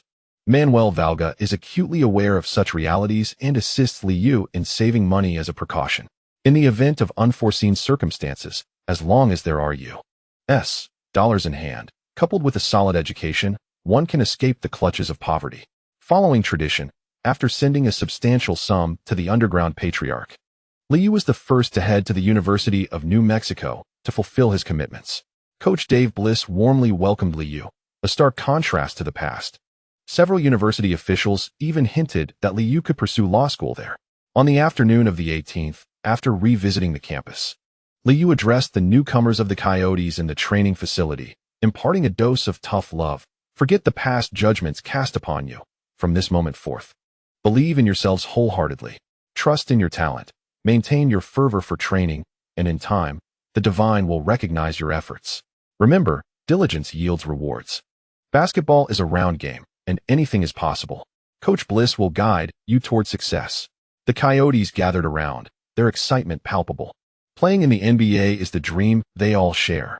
The emblem of the University of New Mexico's basketball team prominently features the head of a wolf, which exudes a more formidable presence compared to the husky of the University of Connecticut. However, Coach Dave Bliss momentarily relinquished his authoritative demeanor as the head coach of the Lobos, transforming into a sycophant, enthusiastically addressing the players while lavishing praise. To compete against an MVP is indeed a tremendous honor. Let us all elevate our spirits and showcase our utmost capabilities. The veteran players observed the nearly balding Caucasian coach circling around Liu, once again experiencing the aura of a superstar. In the realm of college basketball, the head coach wields significant influence, yet in the NBA, it is the superstar who reigns supreme as the true leader of the team. Inspired by this dynamic, the players quickly gathered at midcourt, eager to seek guidance from Liu. Before long, the training ground was abuzz with excitement as Liu effortlessly outperformed everyone present. Coach Bliss felt a pang of regret, lamenting, "How did I miss such a prodigious talent back in the day?" As dinner time approached, the coaching staff invited Liu to join them for a meal. In an Italian restaurant located in the city center, the proprietor enthusiastically introduced his house-made wine. No need for Coach Bliss to foot the bill. After Liu graciously agreed to a photo op, the restaurant owner joyfully declared the meal complimentary, and the signature dishes began to flow forth. Having become accustomed to the perks of his rising fame, Liu enjoyed the feast. After a round of drinks, Coach Bliss finally expressed his thoughts. "Lee, could we discuss the compensation for assistant coaches in the league?" I refer specifically to those in major markets. You see, NCAA head coaches frequently receive invitations, and I may also consider opportunities in the league in the future. The other coaching staff members were not surprised. It is natural for one to aspire for greater heights. A lucrative salary at the NBA is indeed an appealing prospect. Upon hearing the insinuation, Liu merely chuckled lightly before candidly sharing what he had learned. Indeed, teams in larger markets tend to have more extravagant coaching staffs. Each coach's responsibilities are more specialized, yet their authority is limited. Assistant coaches often find it challenging to exert significant influence compared to leading a college team. Dave Bliss had long been aware of these circumstances, feeling envious of the accomplishments achieved by Jeff Van Gundy, the successful young coach. The triumphs of the balding young mentor stirred within him a sense of, if he can do it, so can I. The legendary Coach Calhoun had also made a tremendous name for himself in the college coaching sphere, leading the University of Connecticut to 2 championships and nurturing an MVP. An illustrious future awaited him. Basketball, of course, is also about relationships. Coach Bliss intended to cultivate a rapport with Liu, hoping for an opportunity to serve as an assistant coach for the Knicks. Every team inevitably experiences peaks and valleys. Seizing the right moment could allow for a chance to ascend in rank. The conversation shifted away from work matters, and dinner proceeded in a delightful manner. Upon returning to the hotel, Liu noticed Nacho frowning at the night view, realizing that his companion was still reluctant to part with the city. Have you ever contemplated the future? As you know, contending with the drug lords for territory is hardly a prudent choice, and the notion of aligning with them is utterly preposterous. They would never trust outsiders. Upon hearing Liu's words, Nacho suddenly felt at ease, reminiscent of his childhood, as he understood that his good friend had devised a plan. Are we leaving New Mexico? He inquired earnestly, feeling a twinge of reluctance towards the place. Liu shrugged, tacitly acknowledging his sentiment, and replied calmly, why not try your hand at being an agent? I need someone I can trust on my side. Being tethered to Mark Bartelstein is not advantageous. Superstars do not lack lucrative contracts, and beyond sports, they are merely business partners. In the realm of commerce, Liu preferred to rely on his own. In a stark contrast to his expectations, Nacho chuckled as he pointed to himself, questioning in a low voice. I just graduated high school. Why not let me be a gun instead? Liu patted his friend's shoulder and teased, trust me, you'll have your bachelor's degree before you know it. Just remember to choose a discreet piece. A revolver will suffice. Gratitude is extended to the readers for their subscription and support. The next chapter will be available in half an hour. Allow me to manually verify for typos. There is another chapter ahead, but given the late update, readers need not await further notifications. End of this chapter. Chapter 155. The Knicks Boxer, Routine Chapter. The 4 major sports leagues in North America are inherently commercial enterprises, which ensures that affluent cities boast a more vibrant sports industry. Just as the New York Mets would scoff at individuals hailing from New Mexico, it is undeniable that this region cannot compare to New York.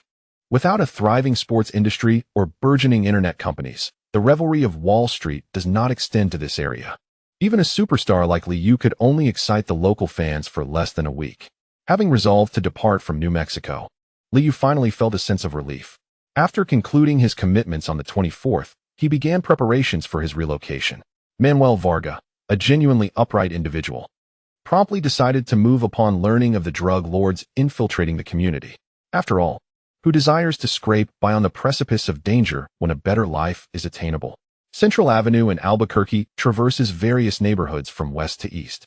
With the HHM law firm situated at its heart, old Varga believed that lawyers, being part of the upper echelon, were influenced by this firm. Established in 1980, the firm was initially known as HM, before the founder's son joined. HM represents the predecessor of this esteemed establishment. Regardless of whether it is HM or HHM, once they firmly established themselves, everyone knew they were making a fortune. Liu had never contested old Varga's perspective in his youth, as lawyers indeed earn substantial incomes. Though the firm also harbors struggling interns. Those working in the mailroom might even owe the firm a debt. To redeem themselves, they must join the firm post-graduation. On the afternoon of the 26th, Liu arrived at the HHM law firm, clad in a light gray suit. As noon approached, the charming young lady at the front desk, feeling rather bored, idly flipped through a magazine. Her attention was piqued by the tall figure of Liu, prompting her to quickly compose herself. Noticing the receptionist lost in thought, Liu smiled and said, Could you help me find Wexler? She should no longer be in the mailroom. Just tell her an old friend has come to visit. Recently, Liu's name had been making headlines in the Albuquerque Journal. So the lovely receptionist confirmed and promptly responded with a smile. Jean should still be working. I'll go fetch her for you, Li. Would you like some coffee? Liu nodded with a smile and was soon ushered aside. While sipping coffee, he discreetly surveyed the renowned law firm in Albuquerque. Kimberly Wexler, who had just escaped the confines of the mailroom, had been exceedingly busy lately.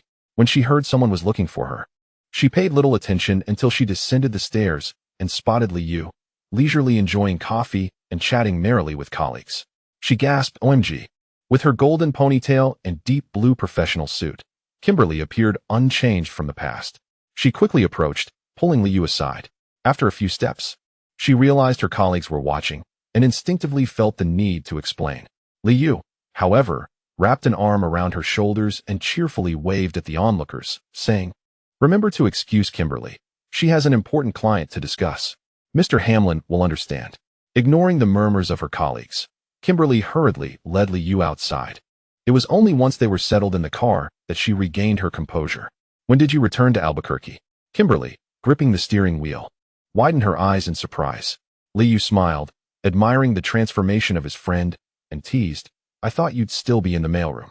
It seems your hard work has paid off. In 1994, Kimberly had just arrived in Albuquerque, preparing to attend the University of New Mexico School of Law. Coming from a modest background in a small town, she encountered some challenges upon her arrival. At that time, Liu had fancied the idea of attending college close to home, and, having not fully departed yet, helped Kimberly resolve some harassment issues, thus establishing their acquaintance. Upon learning that Kimberly was a law student and recognizing her modest circumstances, Liu devised some dubious plans. Perhaps drawn to a life of excitement, Kimberly had offered numerous suggestions to Nacho while in law school. Initially, there were some missteps, but as they engaged in increasingly dubious activities, their mutual trust grew, and the rewards became more substantial, leading to Kimberly's rapid evolution. While her colleagues perceived Kimberly as a diligent worker, Liu knew that she was unlikely to become a reputable lawyer. Her moral boundaries were particularly malleable. The Nob Hill district is one of Albuquerque's fashionable areas, and when Kimberly drove to a quiet cafe there, she felt a sense of relief. The two settled in a corner, recounting events from the past few years. Reflecting on some past reports, Kimberly suddenly murmured, In comparison to your exciting life, I seem to be trapped here. Despite possessing a considerable sum of money, Jean remained exceedingly prudent, opting not to repay his loan immediately. Instead, he methodically joined the HHM law firm. Liu, aware that the other party had yet to obtain their law license, subtly suggested, How about relocating to another city? I recall your specialization in banking law, and you should also be familiar with corporate law. We have a new plan. Noticing a hint of hesitation in Jin's eyes, Liu discerned his concerns and continued. There is nothing illegal at play, but at times, a degree of flexibility is required. Life in Albuquerque can indeed be rather mundane. Consider this my formal invitation. Jean chuckled softly, realizing he had longed to escape this place, and promptly nodded in agreement. Liu rested his chin on his hand, suddenly perceiving that the young woman before him had always yearned for a more exhilarating life. He had not anticipated her swift acceptance. Typically, when NBA stars achieve success, they look after their relatives and friends. Liu intended to extend his support to a good neighbor who had cared for him since childhood, an act that, in the eyes of the New York media, hardly constituted news. As for Albuquerque, many New York fans regarded it as a rural locale unworthy of attention. On August 1st, having just returned to New York, the free agency period officially commenced, and the Knicks promptly announced their first acquisition for the new season. The Knicks traded their best sixth man, Sprewell, to the Bulls in exchange for Ron Artest, Tony Kukoc, a protected first-round draft pick in 2000, and some cash. Upon the announcement of this trade, New York fans applauded general manager Glenn Grunwald. Hailing from Queens, Ron Artest was seen as a true local talent, and playing for his hometown team would undoubtedly provide him with additional motivation. Despite Artest's somewhat problematic personality and a myriad of family issues, New York fans remained unconcerned, concluding simply, the Knicks welcomed the fighter, ecstatic about joining his hometown championship team. Artest nearly grinned from ear to ear during an interview, exuberantly expressing his delight. I grew up in Queens, and the Knicks have always been the team I wanted to play for. Now that my dream has come true, I am truly overjoyed. I love playing alongside Lee. He is a genuine talent. I have watched the 1998 Eastern Conference Finals no fewer than 20 times. That is my favorite series. Conversely, Tony Kukoc found himself in a more complex emotional state. If given a choice, he would have preferred not to join a team after being outperformed. Last season, he had been a core player for the Bulls, starting every game, but joining the Knicks would likely relegate him to a bench role. Kukoc felt a sense of internal conflict. Yet, considering his current circumstances, he could only muster the diplomatic remarks, "The Knicks are a championship team, and I am thrilled to contribute to the organization." For professional sports analysts, Artest and Kukoc did not capture significant attention. Rather, the first-round draft pick acquired by the Knicks incited widespread discussion. In recent years, the New York Knicks have consistently maintained a commendable performance, repeatedly securing the 29th pick, with most selected players merely serving as role players. Considering Ewing's current condition, many have expressed concern regarding the Knicks' frontcourt rejuvenation. Los Angeles sports media has been fervently extolling O'Neal's prowess to dominate all centers in the league, while the New York press remains undeterred, continuing to champion Ewing. Throughout July, the Gorilla spent a significant portion of his time indulging in the comforts of Atlanta, practicing with a close circle of friends, an undoubtedly pleasurable existence. Upon returning to New York at the end of July, Ewing frequently appeared on various television programs. Unlike Liu, who was influenced by events in early May, the Gorilla seemed unencumbered by concerns. Although Ewing had gained some weight, the New York media confidently proclaimed that in order to contend with O'Neal, Pat had taken considerable risks with his health, ultimately opting to bulk up, a testament to a top-tier athlete's thirst for a championship. On the morning of the 2nd, upon reading this report in his Manhattan apartment, Liu nearly spewed his milk in disbelief. The New York media's audacity in fabricating such narratives had reached a new zenith, and their portrayal of Ewing's physique was no exception. Across the dining table, Kristen, his companion, quickly handed him a napkin and softly suggested, "Perhaps you should refrain from reading the newspaper during breakfast." As she approached her 18th birthday, although Kristen hadn't undergone a dramatic transformation, her figure had visibly matured. After graduating high school, she intended to fully devote herself to her modeling career, and Liu felt a twinge of guilt as he observed the growing maturity in his young companion. Influenced by him, Kristen had spent the past 2 years in high school without making friends, often feeling isolated. In a public school predominantly attended by black girls, her complexion and appearance had made her a target for ridicule. Though she never voiced these grievances to him, Scarlett, the popular girl in school, frequently shared campus gossip with him. Naturally, Scarlett, being one of the most admired girls, encountered her fair share of jealousy. However, she cleverly cultivated a circle of friends who reveled in a lavish lifestyle, often hosting parties. Liu cared little about Scarlett's affairs, but felt he could assist his companion in her budding career. In the future, make sure to catch a game at Madison Square Garden. Trust me, it won't be long before those who sidelined you will be silenced. Upon hearing Liu's words, Kristen's face brightened, and she playfully asked, "Can you take me to the party in mid-month?" Liu had returned to New York in advance to prepare for the private birthday celebration at the White House. "Once you turn 18, I'll take you to such gatherings." Kristen felt a hint of melancholy at the reminder of her age. While youth was indeed an asset, it sometimes brought its own burdens. As breakfast drew to a close, Kristen suddenly realized that Liu's words were little more than excuses, and she mumbled under her breath in annoyance, "I hope that blonde cow gets fat as a ball soon." Thank you to my dear readers for your unwavering support. This chapter concludes here. Chapter 156, The Gathering of Stars on August 5, 1999. Following the official commencement of the free market, a highly discussed trade emerged. The Orlando Magic sent Anthony Hardaway to the Phoenix Suns in exchange for Pat Garrity, Danny Manning, and first-round draft picks for 2001 and 2002. In stark contrast to the previous trade where the Atlanta Hawks dispatched Steve Smith to the Portland Trail Blazers. This transaction by the Magic signaled a definitive declaration of the team's intent to enter a rebuilding phase, effectively embracing a season of struggle. Despite frequent criticisms from Orlando's media and fans regarding Hardaway's fragility, the sight of the Jordan successor being traded ignited a wave of discontent towards the management. Nevertheless, the Magic's front office has always been resolute.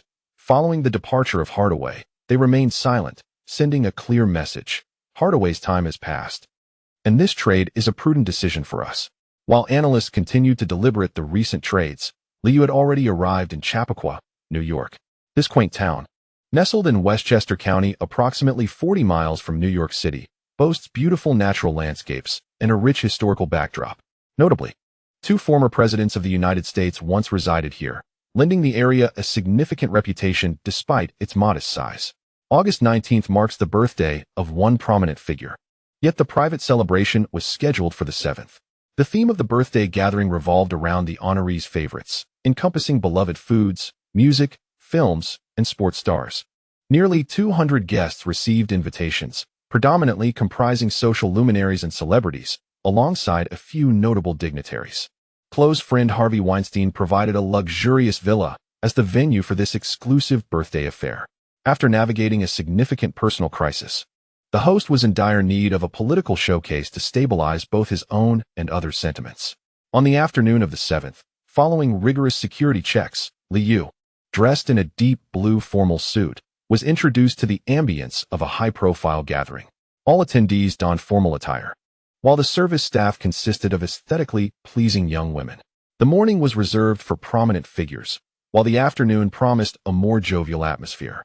Over recent years, Liu had frequently encountered the prominent host at various events, including the celebrations for Connecticut's championship and the Knicks' victory, both of which had extended invitations from the White House. However, this was his first experience at a private gathering. Upon spotting Liu, Enrique, the president of PepsiCo, waved him over, and upon joining a small group, he jested. "Signing Lee last year was the best decision. Had it been this year, we might not have been able to afford the advertising fees." The crowd erupted in laughter. And at that moment, Eisner, the president of Disney, seized the opportunity to speak. "Lee, we should consider a collaboration. The youth today adore you." Regardless of the sincerity behind the words, Liu could only smile in response. Apart from a few prominent figures, Liu also encountered celebrities from the entertainment industry, including the radiant Nicole Kidman, who was elegantly clad in a white gown, engaging in conversation with Tom Cruise and others.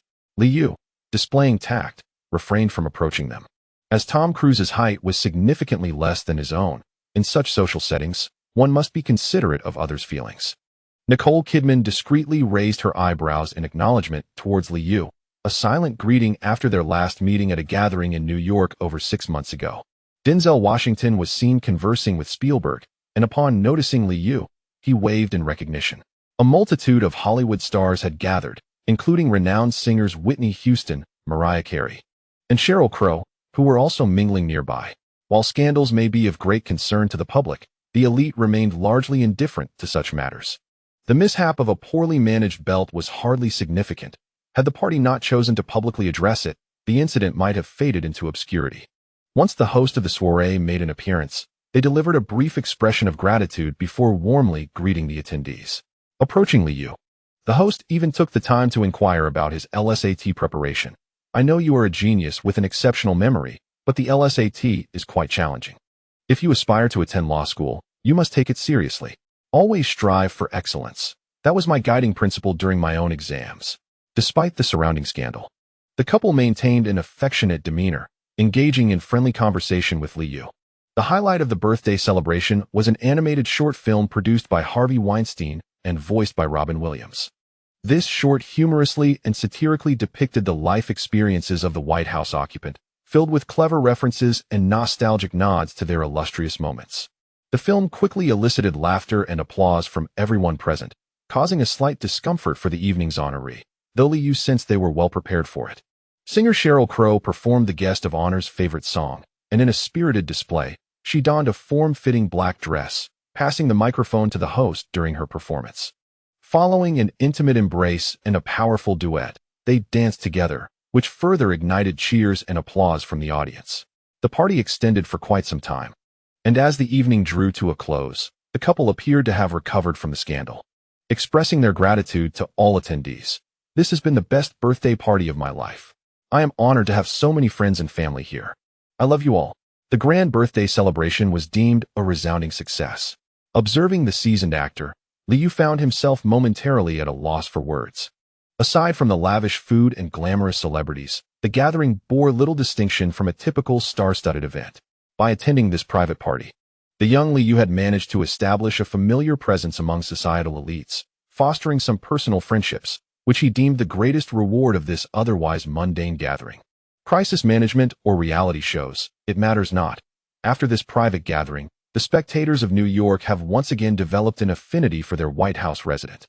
Although Liu played a rather inconspicuous role at this private affair, the New York Times, in subsequent reports, suggested that his inclinations were somewhat misaligned, especially given that the current political landscape in New York is dominated by the Elephant Party. Nevertheless, these tedious tidings were soon overshadowed by other news. The Knicks successfully renewed Liu's contract with a maximum salary of $79 million over 6 years. As soon as this announcement was made, the Lakers, Nets, and 76ers promptly followed suit by announcing maximum contracts for their own promising rookies. The singular advantage for the 1996 draft class is the exemption from fulfilling a full 4-year rookie contract after the 3rd year. The majority of teams are inclined to extend lucrative offers. However, in comparison to Kevin Garnett's Supermax contract, the agreements for the 1996 rookies still fall short. On Monday, August 9th, the Knicks convened a press conference in Tarrytown. General Manager Glenn Feldman and Liu occupied the stage, while the media present bore witness as Liu inscribed his name on the contract. Other rookie players would not typically receive such an honor, especially considering the Knicks' ambition to pursue a three-peat championship. This offseason's paramount objective was to secure Liu's renewal, and having achieved this goal, they were keen to promote it. Signing his first max contract, Liu was in high spirits, for a substantial contract also entails privileges, and next season his treatment would surpass that of Ewing. Achieving a three-peat would elevate the team to dynasty status, and although Los Angeles media has been vociferously questioning the legitimacy of the shortened season championship over the past month, most analysts remain indifferent to such concerns. All teams face the same external conditions, and a championship is a championship. Yahoo Sports dispatched a reporter to the venue today to witness Liu's renewal. After the signing ceremony, the journalist joined the crowd in celebration. The sound of cameras clicked incessantly, ensuring a week's worth of sports headlines was secured. General Manager Glenn Feldman wore a satisfied smile, having accomplished this task. He had firmly secured a powerful ally. Lee, could you share your expectations for the upcoming season? Are you satisfied with the team's off-season maneuvers? Upon hearing the Yahoo Sports journalist's inquiry, Liu confidently responded, "The only goal for the Knicks this season is the championship. A three-peat is our collective dream." Feldman executed his duties exceptionally, bringing back Ron, a beloved figure from Queens, much to the delight of New York fans. Numerous reporters from the city applauded, displaying a remarkable leniency towards their own, regardless of external critiques of our taste. A reporter from the New York Post, aware of Liu's schedule, seized the moment to act as a mouthpiece, asking with a grin, "Lee, have you taken note of Shaq's concert?" The disheartened Shark, at his own concert, unleashed a cacophony of song, venting his frustrations. Sometimes, lyrical compositions need not rhyme. O'Neal seized the opportunity to unleash a tirade against the Spurs and the Knicks, deriding their matchup as the most uninspiring confrontation in NBA Finals history. "Trust me, should the Lakers reach the finals, it is quite possible that Shaquille O'Neal will once again face a sweeping defeat, and matches devoid of suspense are the most tedious of contests. We are all aware that the Spurs have decisively swept the Lakers. As a vanquished team, O'Neal ought to keep his silence and humbly accept reality." In the Western Conference Finals, the Lakers were unceremoniously eliminated by the Spurs, only for the Knicks to gentlemanly sweep the Spurs in the finals. The disparity in strength is abundantly clear, eliciting laughter from the reporters present. Basketball, after all, is a matter of results, even if O'Neal recites mantras daily. It cannot alter the fact that he is frequently swept in the playoffs. The New York media is far from courteous after a month of taunting. It is time for retaliation, while also reflecting on O'Neal's playoff journey throughout his career. General Manager Glenn Grunfeld is repeatedly questioned about whether the Knicks will bolster their front court. With Oakley and Ewing aging another year, shorter interior players typically experience a decline as they grow older, and with the Gorilla's Achilles injury, his athleticism has significantly diminished. The aging front court duo has become the team's Achilles heel, making the search for the next Ewing a pressing priority for the Knicks. Naturally, Grunfeld will not disclose internal matters. Newly appointed James Dolan wishes to avoid inciting the ire of New York fans and certainly will not dismiss Ewing, who has served the team for many years, without cause. Despite the Gorilla's hefty salary, the Knicks can still afford it. Although Grunfeld wishes to part ways with Ewing, he ultimately concedes for the sake of team culture. Basketball relies not solely on physical prowess. Pat and Charles embody a wealth of experience, and during the playoffs, the team requires such veterans.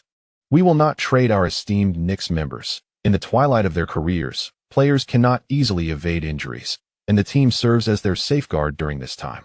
Grunfeld's response was quite appropriate, leaving the New York media thoroughly satisfied. In contrast to the Bulls, who have a culture of discarding declining star players, the Knicks exhibit the dignity befitting a prestigious franchise. Salary is not an issue. New York is affluent. Liu, stroking his chin and estimating the Knicks' precise salary for the upcoming season, couldn't help but express his amazement internally.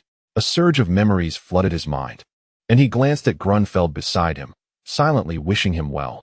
With the formal implementation of the luxury tax, the Knicks may soon find themselves under strain. Thank you to the readers for your subscription support. End of chapter. Chapter 157. Champions compete with the Greenback, daily chapter, in August 1999. As the 1996 draft class began to spend lavishly after signing hefty contracts, Liu prepared to invest in stocks. Anticipating salary advances can be troublesome. Although using it for home purchases or investments can provide tax relief, it ultimately saves little. Qualcomm's closing price in early January 1999 was $406, and it has since soared without apparent limits. Similarly, Cisco's stock has risen, as it is the world's largest networking equipment company, riding the wave of the internet boom. Companies such as Microsoft, Intel, and Yahoo currently present a lucrative investment opportunity, even though their stock price increases may not rival the astronomical rise of Qualcomm. Nevertheless, they remain commendable assets. At this moment, Liu finds himself desiring to liquidate his property, while Ivan, who vigilantly monitors the stock market in Chicago, is experiencing sleepless nights filled with excitement. Such market conditions may never again present themselves. Amidst their joy, a sense of impending crisis looms, as they perceive the stock market to resemble a game of hot potato, fearing that when the music stops, they may be left lamenting in vain. On August 11th, the New York Knicks once again showcased their extravagant tendencies, renewing their contract with Ben Wallace for 6 years at a staggering $33.9 million, a player who had performed commendably in the finals. For the upcoming season, Wallace's salary will reach $4 million, solidifying his position within the NBA. However, aside from the satisfaction of Knicks fans, most analysts view this signing as an extravagant expenditure, indicative of the team's financial excess. Chris Dudley, relegated to the bench, scarcely receives any playing time, yet he is set to earn $7.1 million next season. The team has been unable to rid itself of this high-salaried benchwarmer while simultaneously extending a generous contract to a diminutive undrafted center, leaving many commentators perplexed. Jeff Van Gundy's favored player, Charlie Ward, has yet to secure a contract and, upon witnessing Wallace's compensation, feels a pang of jealousy. With limited playing opportunities, the Knicks do not intend to renew Ward's contract, leaving him disheartened as the bald-headed coach finds himself powerless to intervene. Feeling aggrieved by what he perceives as unfair treatment, Ward expressed his discontent during an interview. "I joined the Knicks in '94 and have contributed to the team." However, New York fans remain indifferent to Ward's grievances. Among the substitutes, Chris Childs has performed adequately, earning $4.16 million in the upcoming season, thereby negating the necessity for additional guards. Meanwhile, media reports speculate on a significant internal overhaul within the Knicks, suggesting that Ward has misaligned himself with the team's direction. In contrast, Rashard Lewis, who shone brightly in the finals, is poised to receive increased playing time next season. Despite Van Gundy's reservations about Lewis's defensive skills, the rarity of a big man capable of shooting three-pointers makes him a valuable asset. His unique tactical role has finally secured him a position in the rotation, and throughout the offseason, he has dedicated himself to rigorous training. New York media, in their interviews with this promising rookie, have lavished praise upon him. A second-round pick? The underestimated Lewis will prove his worth in the upcoming season. Lewis's salary for his second year is a modest $390,000. But should he distinguish himself in the new season, the Knicks would undoubtedly reward him generously. There is no need for encouragement. The numbers speak volumes. And Lewis has emerged as one of the most diligent players during the offseason. Kurt Thomas, who also delivered an impressive performance in the finals, will earn $1.93 million next season. Additionally, this year's second-round draft pick, Todd McLaughlin, has joined the team as a member of the Atmosphere crew with a salary of $300,000. Currently, the total salaries of the 13-man roster have surged to an unprecedented $74.92 million, and with the addition of 2 more members to the Atmosphere crew, the total could exceed $75 million. In consideration of the 9900 season, the league's salary cap is set at $34 million, prompting a heated discussion following the revelations about the Knicks' payroll by sports journalists. The subsequent chain reaction led numerous small-market teams to lodge complaints with the league, expressing discontent over the mid-level exception of $2 million for the new season. Even when factoring out bird rights in this portion of salary, many teams believe the Knicks' expenditures are excessive. Acquiring a championship through such financial means is detrimental to the league's growth and contradicts the spirit of competitive sports. In recent days, several small-market publications have voiced their opinions, asserting that the league should consider early third-party custodianship to impose restrictions on larger markets. The wealth in the league is not limited to the Knicks. Trade rumors have emerged indicating that the Trail Blazers are also willing to invest heavily, aiming to acquire Pippen for the upcoming season. Paul Allen of Microsoft, equally affluent, finds it trivial to part with extra dollars in pursuit of a championship. With the Knicks and Trail Blazers leading the charge, the costs of winning a championship appear to be escalating. From August 9th to 13th, Liu conducted a training camp at Fordham University in the Bronx, New York. The ticket price of $259 was reasonable, and as one of the organizers, Hook would provide a complete set of equipment for the boys and girls attending the camp. Additionally, each participant would receive a Spalding basketball signed by Liu. Upon completing specific training tasks, they would also earn a small certificate, and throughout the camp, the children could take photos with Liu at any time. Children aged 7 to 16 were welcome to participate, but due to an overwhelming number of applicants, attendance was limited to a first-come, first-served basis. Following the events of early May, the Chinese community in New York continued to protest in an orderly manner. During this off-season, Liu declined all interviews unrelated to basketball, showing little interest in conforming to mainstream political correctness. Sports media seeking to interview Liu typically engage in brief conversations at Fordham University, while periodicals like Sports Illustrated merely require a photo, as professional editors would ensure favorable commentary on his behalf. Coaching children in basketball is indeed an enjoyable endeavor. After a challenging year, Chris Paul returned to New York, this time accompanied by his grandfather. Although his height remained relatively unchanged, his skills had visibly improved. Dribbling requires strength. Only through increased force can one quicken the ball's speed, and a proper dribble is achieved when the ball's rebound exceeds one's height. Dressed in training attire, Liu diligently controlled the ball while instructing the children on fundamental techniques. Tim Grover was also present, and starting mid-August, Liu would immerse himself entirely in specialized training. Following the conclusion of the training camp, he would return to Hartford, accompanied by Tim Grover and the training team to gather physical data. As noon approached, Liu once again outperformed the children challenging him. Frustrated by his inability to score even once, Chris Paul felt a tinge of disappointment, nearly bursting into tears as he sought comfort from his grandfather. Oh, a group of children encircled Liu, joyfully shouting, a scene that never fails to amuse. During lunch, Tim Grover observed Liu's physical condition and nodded discreetly, then softly advised, "Lee, it might be time to consider hiring a professional chef. This would not only save you time, but also enable better control over your nutritional intake." With his bank card nearly depleted, Liu carefully contemplated every expenditure. Should he successfully capitalize on the internet's lucrative opportunities, he would not neglect his own well-being. "I will seriously consider this suggestion. To be honest, I do have high standards when it comes to food." Compared to other NBA stars, Liu led a rather modest life. His house was not particularly spacious, and his cars were mere gifts from sponsors. He lacked a retinue of followers and did not employ domestic staff. After offering his suggestion, Tim Grover refrained from further comment, respecting each individual's lifestyle. Over the ensuing 2 months, his sole focus was to help Liu achieve his training goals and then continue to reap rewards. In mid-August, the Magic team was quite active, perhaps taking cues from their new head coach, Doc Rivers. The players involved in trades were predominantly lesser known. The Knicks were also eager to find a way to part with Chris Dudley, ideally exchanging him for a sizable player capable of joining the rotation. However, the high salary proved a barrier to the trade, and after 2 weeks of attempts, Glenn Fillmore had made little headway. By this time, Liu had returned to Hartford, where, alongside his daily training, he was preparing for the LSAT examination. On the evening of the 27th, Melinda hosted Jean, who had come to Hartford. At the dining table, Melinda, gazing at Jean, who was 2 years her senior, blinked her large eyes, scrutinizing him curiously. Adding to the intrigue, their husky, happy, tilted its head and stared, causing Jean to falter under the weight of their inquisitive gazes. Does my outfit look strange today? Jean, still clad in professional attire, couldn't help but check his clothing, while also touching his face, feeling overwhelmed by the assertive attention of the beautiful girl across from him.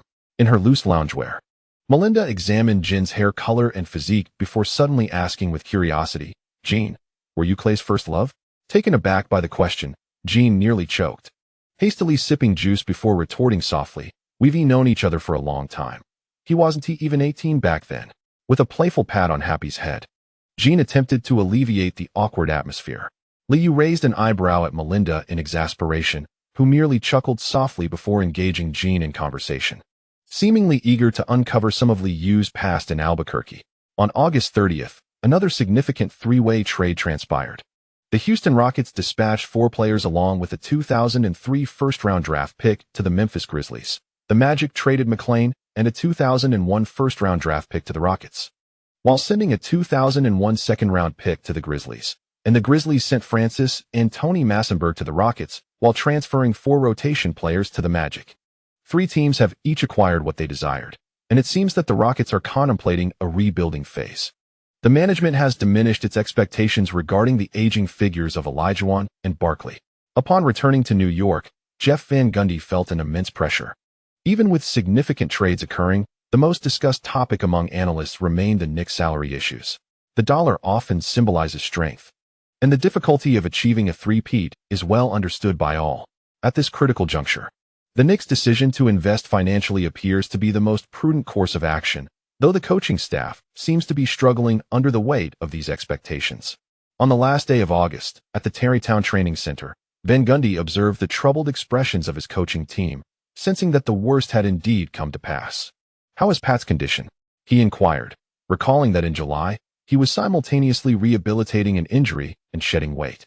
In response to Van Gundy's query, assistant coach Thibodeau handed the balding head coach a newspaper featuring the headline, "The Indulgence Following the Championship, Ewing's Revelry," from the Los Angeles Times. The article chronicled the Gorilla's lavish lifestyle with friends during July and detailed his frequent appearances at nightclubs upon returning to New York. The accompanying photographs were particularly telling, showcasing Ewing's noticeable weight gain. Van Gundy furrowed his brow as he read the article, momentarily at a loss for words. With thoughts of the impending training camp and the new season's adversaries on his mind, he quietly addressed his coaching staff, "Let us prepare for the games as practice. Do remember to check on Pat's Achilles recovery.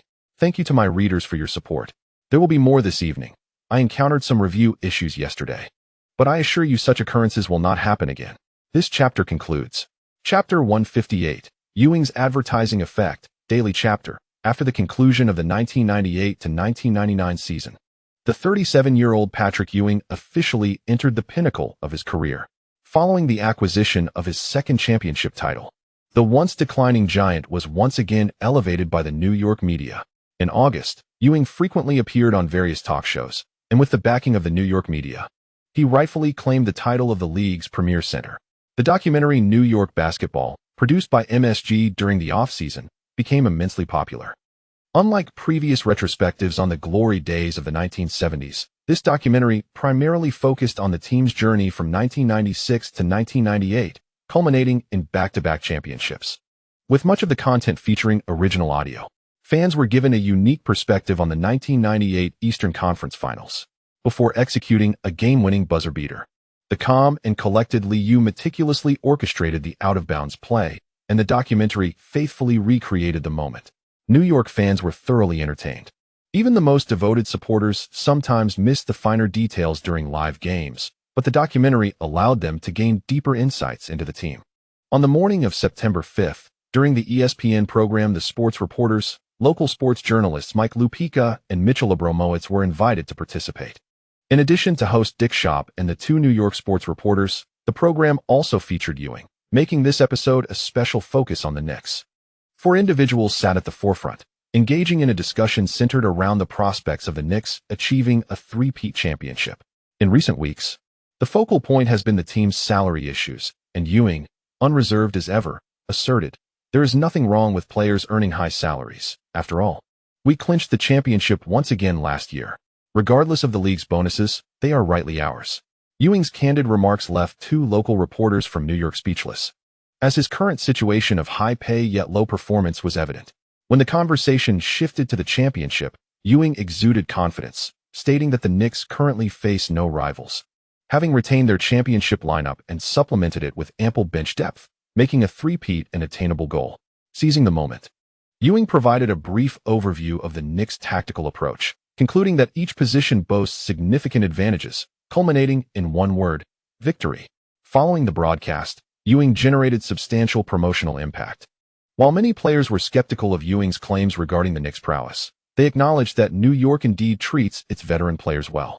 Ewing, having endured significant injuries, yet still commanding the highest salary on the team in the twilight of his career, sparked envy among several seasoned players. As the freeze period extended for a month, September arrived, and many teams remained in a state of trade. The Knicks commenced their training camp in mid-September. With the clear objective of defending their title, early training would assist players in better acclimating to their form.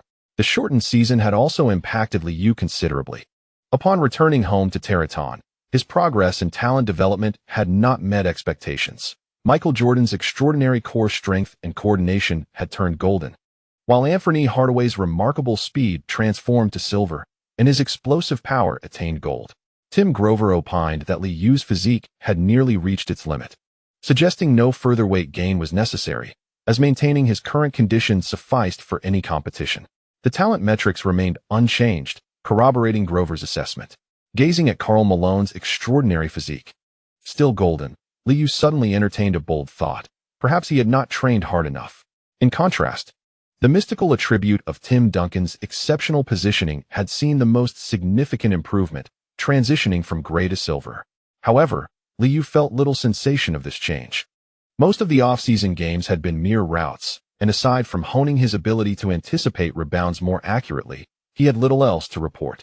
Fully absorbing these exceptional talents remained a formidable challenge. Liu recognized that it required numerous high-quality games. On September 15th, at the Tehran Training Center, the Knicks players commenced basic physical assessments early in the morning. Ron Artest curiously surveyed the training facility, having arrived first and already completed a couple of laps around the premises. Most young players appeared to maintain commendable physical conditions, with both Ben Wallace and Rashard Lewis showing evident signs of rigorous training. Kurt Thomas has notably bulked up, clearly having gained weight during the off-season while also honing his musculature. Jeff Van Gundy, observing the physical condition of the players, felt a sense of relief. Despite the veterans showing signs of weariness, an increased rotation at the season's outset would likely see them through. Although Oakley hasn't T-ballooned like Ewing, it is evident that he too has indulged, with a discernible layer of fat clinging to his midsection. Given that the finals concluded only at the end of June, it's understandable that the veterans have not been training. "Behold my splendid muscles. I vow to reclaim my form in the new season," Larry Johnson exclaimed, having shed a bit of weight, and, after completing his physical tests, was loudly showcasing the results of his off-season boxing training. Allen Houston, on the other hand, showed little change, merely maintaining his physique and mostly opting for relaxation during the break. It appears everyone had a pleasant off-season. Honestly, the time for rest was rather brief, just 2.5 months before training camp commences. Liu, having just completed his physical assessment, could only shrug at Houston's remarks. Jeff Van Gundy, under considerable pressure, decided to initiate training camp early as a means to encourage the veterans to actively regain their form. Considering there are some preseason games in October, gathering now seems quite reasonable. As a core player of the team, Liu naturally expressed his support for Jeff Van Gundy. Throughout an entire shortened season, the Gorilla had failed to shed any weight, and relying on the players to train independently was hardly a reliable strategy. Ewing was in high spirits. Despite the medical staff shaking their heads after his examination, he remained unconcerned, playfully jesting with his energetic teammates. "I knew everyone could maintain decent form. This new season, we shall continue to win." The ever-cheerful Oakley joined in with a broad grin, noting the presence of a rookie who would be carrying bags this season. The towering player drafted at the end of the second round hardly appeared capable of thriving in the league, prompting the veteran to resolve to make the most of this rookie. Ben Wallace and Ron Artest exchanged intense glares upon encountering each other. Meanwhile, Tony Kukoc seemed somewhat out of sorts with the Knicks atmosphere, still uncertain of his role within the team and appearing somewhat subdued. The gym buzzed with chatter and banter. Despite the brief off-season, the yearning for a three-peat left everyone in good spirits. The Knicks were among the first teams to commence training camp, sacrificing their holiday time to swiftly regain their form. Upon reviewing the physical test results, Jeff Van Gundy felt generally satisfied. The players in their prime had not relaxed, which was the Knicks' greatest assurance in their pursuit of a third consecutive championship. 2.5 months of recuperation is indeed scant for us. The finals concluded at the end of June, implying that we had a month less to rest than some other teams. However, to achieve success, one must impose stricter demands upon oneself. I hope everyone can gradually rediscover their rhythm in the preseason. In the new season, we must establish an advantage from the outset. Gaze into the long-term horizon. We aspire to secure another championship. This year, in addition to focusing on our Eastern Conference rivals, the coaching staff will diligently gather intelligence on more Western teams. I urge everyone to approach each video session with utmost seriousness. Remember, we play for one another. Jeff Van Gundy has once again begun to eloquently dispense his motivational wisdom, igniting a fervor in Ron Artest, who, having watched a documentary on the Knicks during the off-season, feels a stronger sense of belonging while playing for his hometown. Assistant coach Tom Thibodeau is quite pleased with Artest's demonstrated enthusiasm. In his rookie season, Thibodeau intends to hone this budding talent, designating Artest as a defensive asset for his inaugural year. Rashard Lewis also appears exceedingly excited, having already discussed with Coach Chaney that he will receive increased playing time in the upcoming season. The Knicks hope he will develop into a reliable finishing option. As long as he can hold his own defensively and create space offensively, it is crucial that he can convert those open three-point shots. Although Lewis remains uncertain about the exact amount of playing time he will receive, he is equally motivated. New York is not short on resources, and he is determined to give his all for a lucrative contract in the new season. Sensing the collective enthusiasm, Jeff Van Gundy has completely relaxed. Even though the veterans are beginning to decline, leveraging the tenacity of the young players will surely yield favorable results for the team. The Knicks have commenced their training camp, soon followed by the Lakers. Phil Jackson, as a championship coach, has taken full command of the Lakers since his arrival. Although Shaquille O'Neal harbors some discontent, his thirst for championships and trust in Phil Jackson leads him to refrain from any complaints, instead demonstrating a proactive attitude during training to support Jackson's strategies. The usually lethargic O'Neal has begun to train earnestly, and despite the early gathering for camp, no one on the Lakers dares to voice dissent. Kobe Bryant, thoroughly influenced by Tim Grover's intense training philosophy, has spent nearly the entire off-season immersed in the gym, refining his physical condition remarkably. He intended to dominate as training camp commenced, yet after the morning session, Phil Jackson unexpectedly instructed the players to engage in monotonous fundamental drills, running, receiving passes, and executing simple ball movement, eschewing any grandiose discussions of the triangle offense. After concluding the tedious training, Jackson whimsically guided everyone through stretching and, ultimately, a relaxation meditation. Kobe felt stifled, and O'Neal was left perplexed, while only the veteran Harper seemed accustomed to Jackson's unconventional methods, maintaining a calm demeanor throughout the day's training. As the evening session wrapped up, instead of allowing everyone to disperse, Phil Jackson insisted that Harper treat the group, ensuring that everyone shared in the festivities. Thus began the Lakers team-building training regimen. New York media commenced coverage of Jeff Van Gundy's invigorating training camp, while Los Angeles media swiftly followed suit, praising Phil Jackson's unique training approach. The two major basketball cities began a silent rivalry, seemingly dismissing all other teams. On the night of September 19th, Liu attended Jimmy Fallon's birthday celebration. Having firmly established himself during the Saturday night show, Jimmy Fallon's popularity soared thanks to his remarkable talents. He arranged for a private villa through a party company, allowing everyone to indulge in carefree revelry. A plethora of NBC staff members attended, and Tina Fey also made a notable appearance, joining in the merrymaking after a few drinks. Typically leaning towards more intimate gatherings, Liu often invited the melancholic Connolly to partake in the festivities. The strikingly beautiful woman exuded an aura of elegance, yet after a few glasses of wine, she managed to forget her troubles for the night. Trust me, you will regain success in Hollywood. After winning an Oscar, Don't forget to express your gratitude. Hearing Lu Yu's words while swaying to the music, Connolly chuckled softly and leaned in to whisper, "Do not harbor too many expectations of women in Hollywood." Lu Yu merely raised an eyebrow, allowing her to lean against him and sway freely. With every acquaintance, Lu Yu routinely expressed his concern.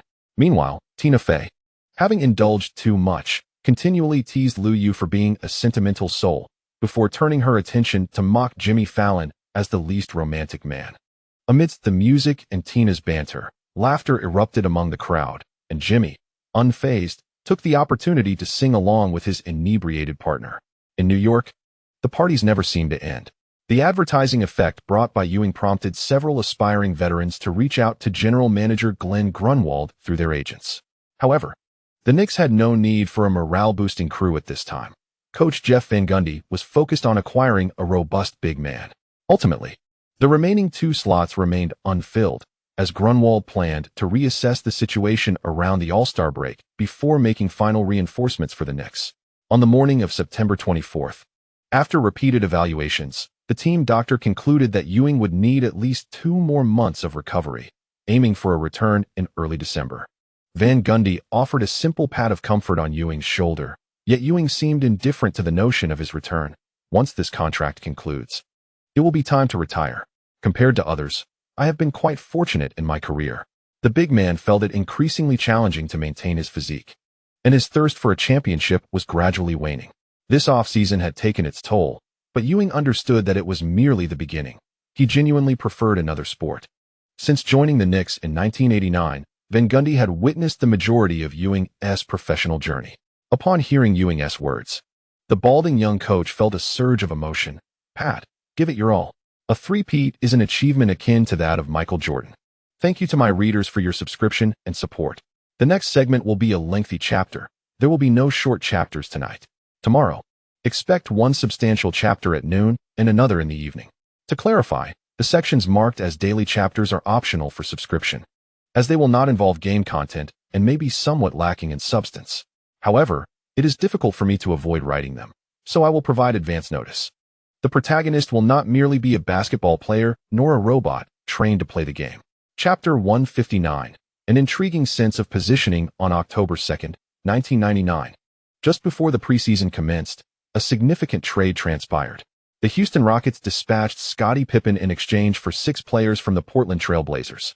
Following this transaction, the Blazers' payroll soared past $70 million, rendering them one of only 2 teams in the league alongside the New York Knicks with such inflated salaries. The financial cloud of the dollars proved pivotal, transforming the Blazers into formidable contenders for the championship title. In the aftermath of this trade, James Dolan, through his MSG program, offered his commentary. Merely possessing financial resources does not guarantee a championship. The Blazers have yet to cultivate a team culture. Compared to the elder Charles, James Dolan is considerably more vocal and relishes expressing his opinions through his network. However, excessive verbosity can sometimes offend, and Paul Allen was none too pleased with being labeled a wealthy fool. In swift retaliation, Paul Allen issued a rebuttal via the Oregonian. What was the team culture of the Knicks from the late 80s to the early 90s? This statement struck a nerve. Many sports analysts opined that the Knicks had merely stumbled upon luck, selecting an MVP-caliber player at the 18th position. The New York media, disinterested in countering such trivial assertions, pointed out that it was the Chicago Bulls who truly experienced fortune. The Bulls' fortunes turned with the arrival of Michael Jordan, which was genuine luck. The Knicks selecting Lee Yao was merely a testament to their scouts' diligence. Many small-market teams expressed their envy. The Blazers were indeed affluent. In October, the Knicks were scheduled for 8 preseason games, with the first 4 taking place at Madison Square Garden. As per tradition, their opponents remained Eastern Conference teams. The Blazers' extravagant spending did not dampen the spirits of New York fans. Preseason tickets sold out swiftly, and the front-row season tickets had long been claimed. The average ticket price across the NBA is relatively modest, hovering around $40 for most teams last season, while the Knicks commanded a staggering $90. This price hike did not stifle the fervor of enthusiastic New York fans. Not only were the tickets expensive, but parking fees at Madison Square Garden were also steep. Once inside the arena, a simple hot dog, a regular beer, or a nondescript soda were all pricier than at other venues. The Knicks championship caps were priced at $20. Yet visitors to New York willingly opened their wallets. A family of 3 attending a game could expect to spend approximately $500, with seating likely not being optimal and the necessity of securing tickets. Despite the Knicks holding the highest payroll in the league, their ticket prices were also the most exorbitant. In this balancing act, James Dolan felt no financial strain. Rather, he perceived a need to escalate expenditures. On October 8th, the Philadelphia 76ers arrived in New York, yet their focus was not on training. Allen Iverson, accompanied by his entourage, ventured into a nightclub that very night. The following day, the New York media uncovered that Iverson had lavished over $20,000, reveling in an evening of indulgence. Larry Brown cannot impose restrictions on Allen Iverson's personal life, fortunately. This is merely a preseason game, and it will soon be behind us. The 10th happens to fall on a Sunday, and by 8 p.m., Madison Square Garden is filled to capacity.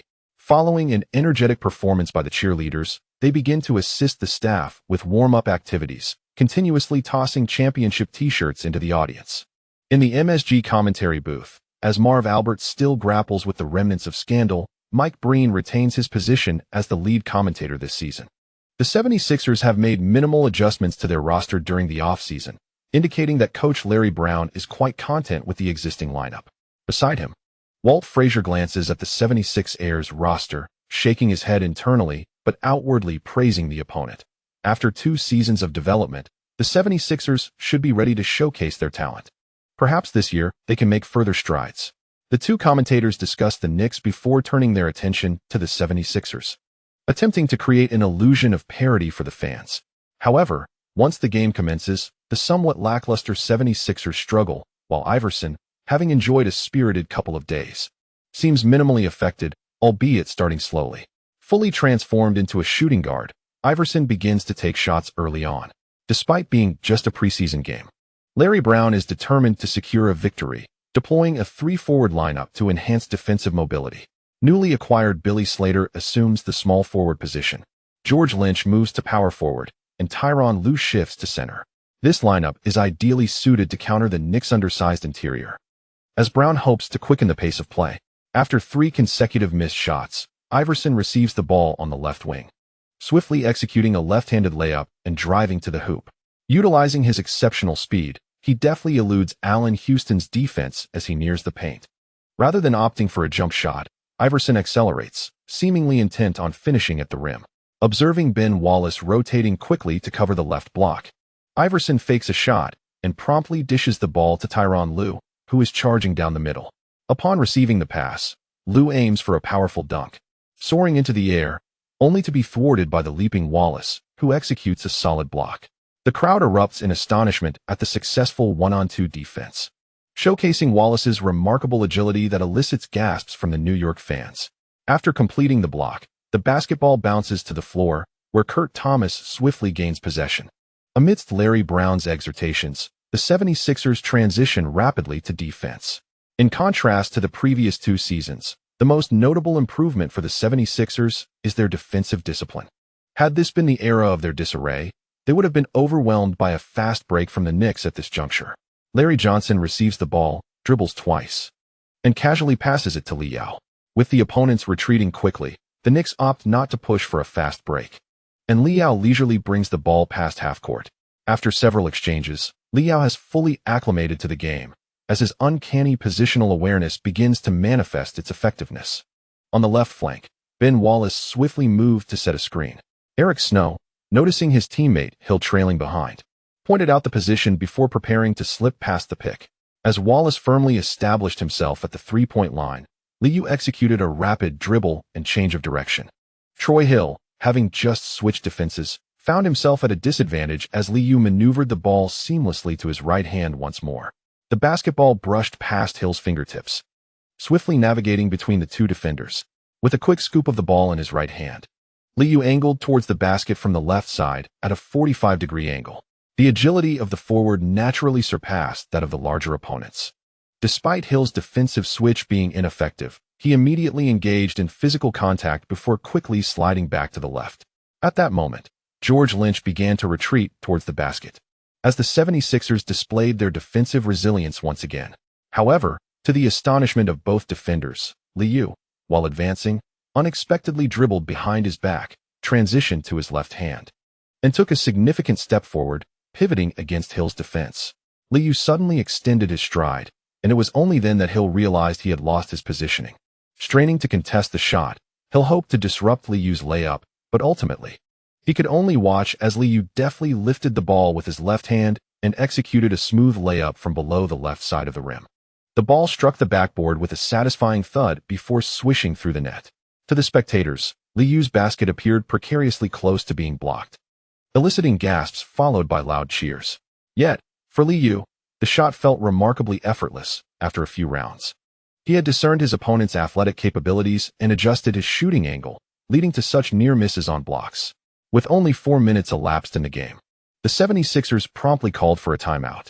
Although preseason matches typically lack intensity, Larry Brown's perfectionism compelled him to address the team's lax scoring. Meanwhile, on the bench, Artest was animatedly waving a towel and shouting, having endured weeks of scrimmages against Liu and his partner, Little Ben, resulting in repeated defeats. Initially questioning his own abilities, witnessing the 76ers defense falter like paper only reignited Artest's confidence.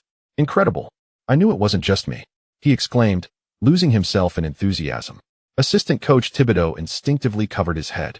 After observing Artest for half a month, he noted the rookie's tendency towards emotional volatility. Moreover, the coaching staff found it challenging to predict whether such emotionality would yield positive or negative consequences. This characteristic rendered Artest unlikely to become a true core of the team. Fortunately, the coaching staff had designated him as a utility player, with no expectations for him to emerge as the team's third scoring option. Reinvigorated, Artest eagerly anticipated his opportunity to take the court, and soon enough, that chance arrived. Jeff Van Gundy, recognizing Liu's exceptional form, began to rotate players continuously. With 5 minutes and 42 seconds remaining in the first quarter, the Knicks lineup transformed into Chris Childs, Ron Artest, Tony Kukoc, Rashard Lewis, and Ben Wallace. Allen Iverson, who had been struggling to find his rhythm, aimed to teach the newly entered Artest a lesson with a swift drive past his defender. However, before he could revel in his success, Iverson was unceremoniously knocked to the floor by an overly enthusiastic Artest attempting to block his shot. The fall was quite hard. Artest's attempt at a block failed to touch the ball and instead struck Iverson's arm. This aggressive defense ignited a roar of approval from the New York fans. And as Iverson scrambled back to his feet, he was filled with anger and immediately pushed Artest. The push had little effect, and Artest, feeling he had been ambushed, turned to confront Iverson with the intent of throwing a couple of punches. Players from the 76ers quickly intervened, pulling their leader back, while Artest, now unusually emotional, exclaimed, "Let me teach that little sneak a lesson."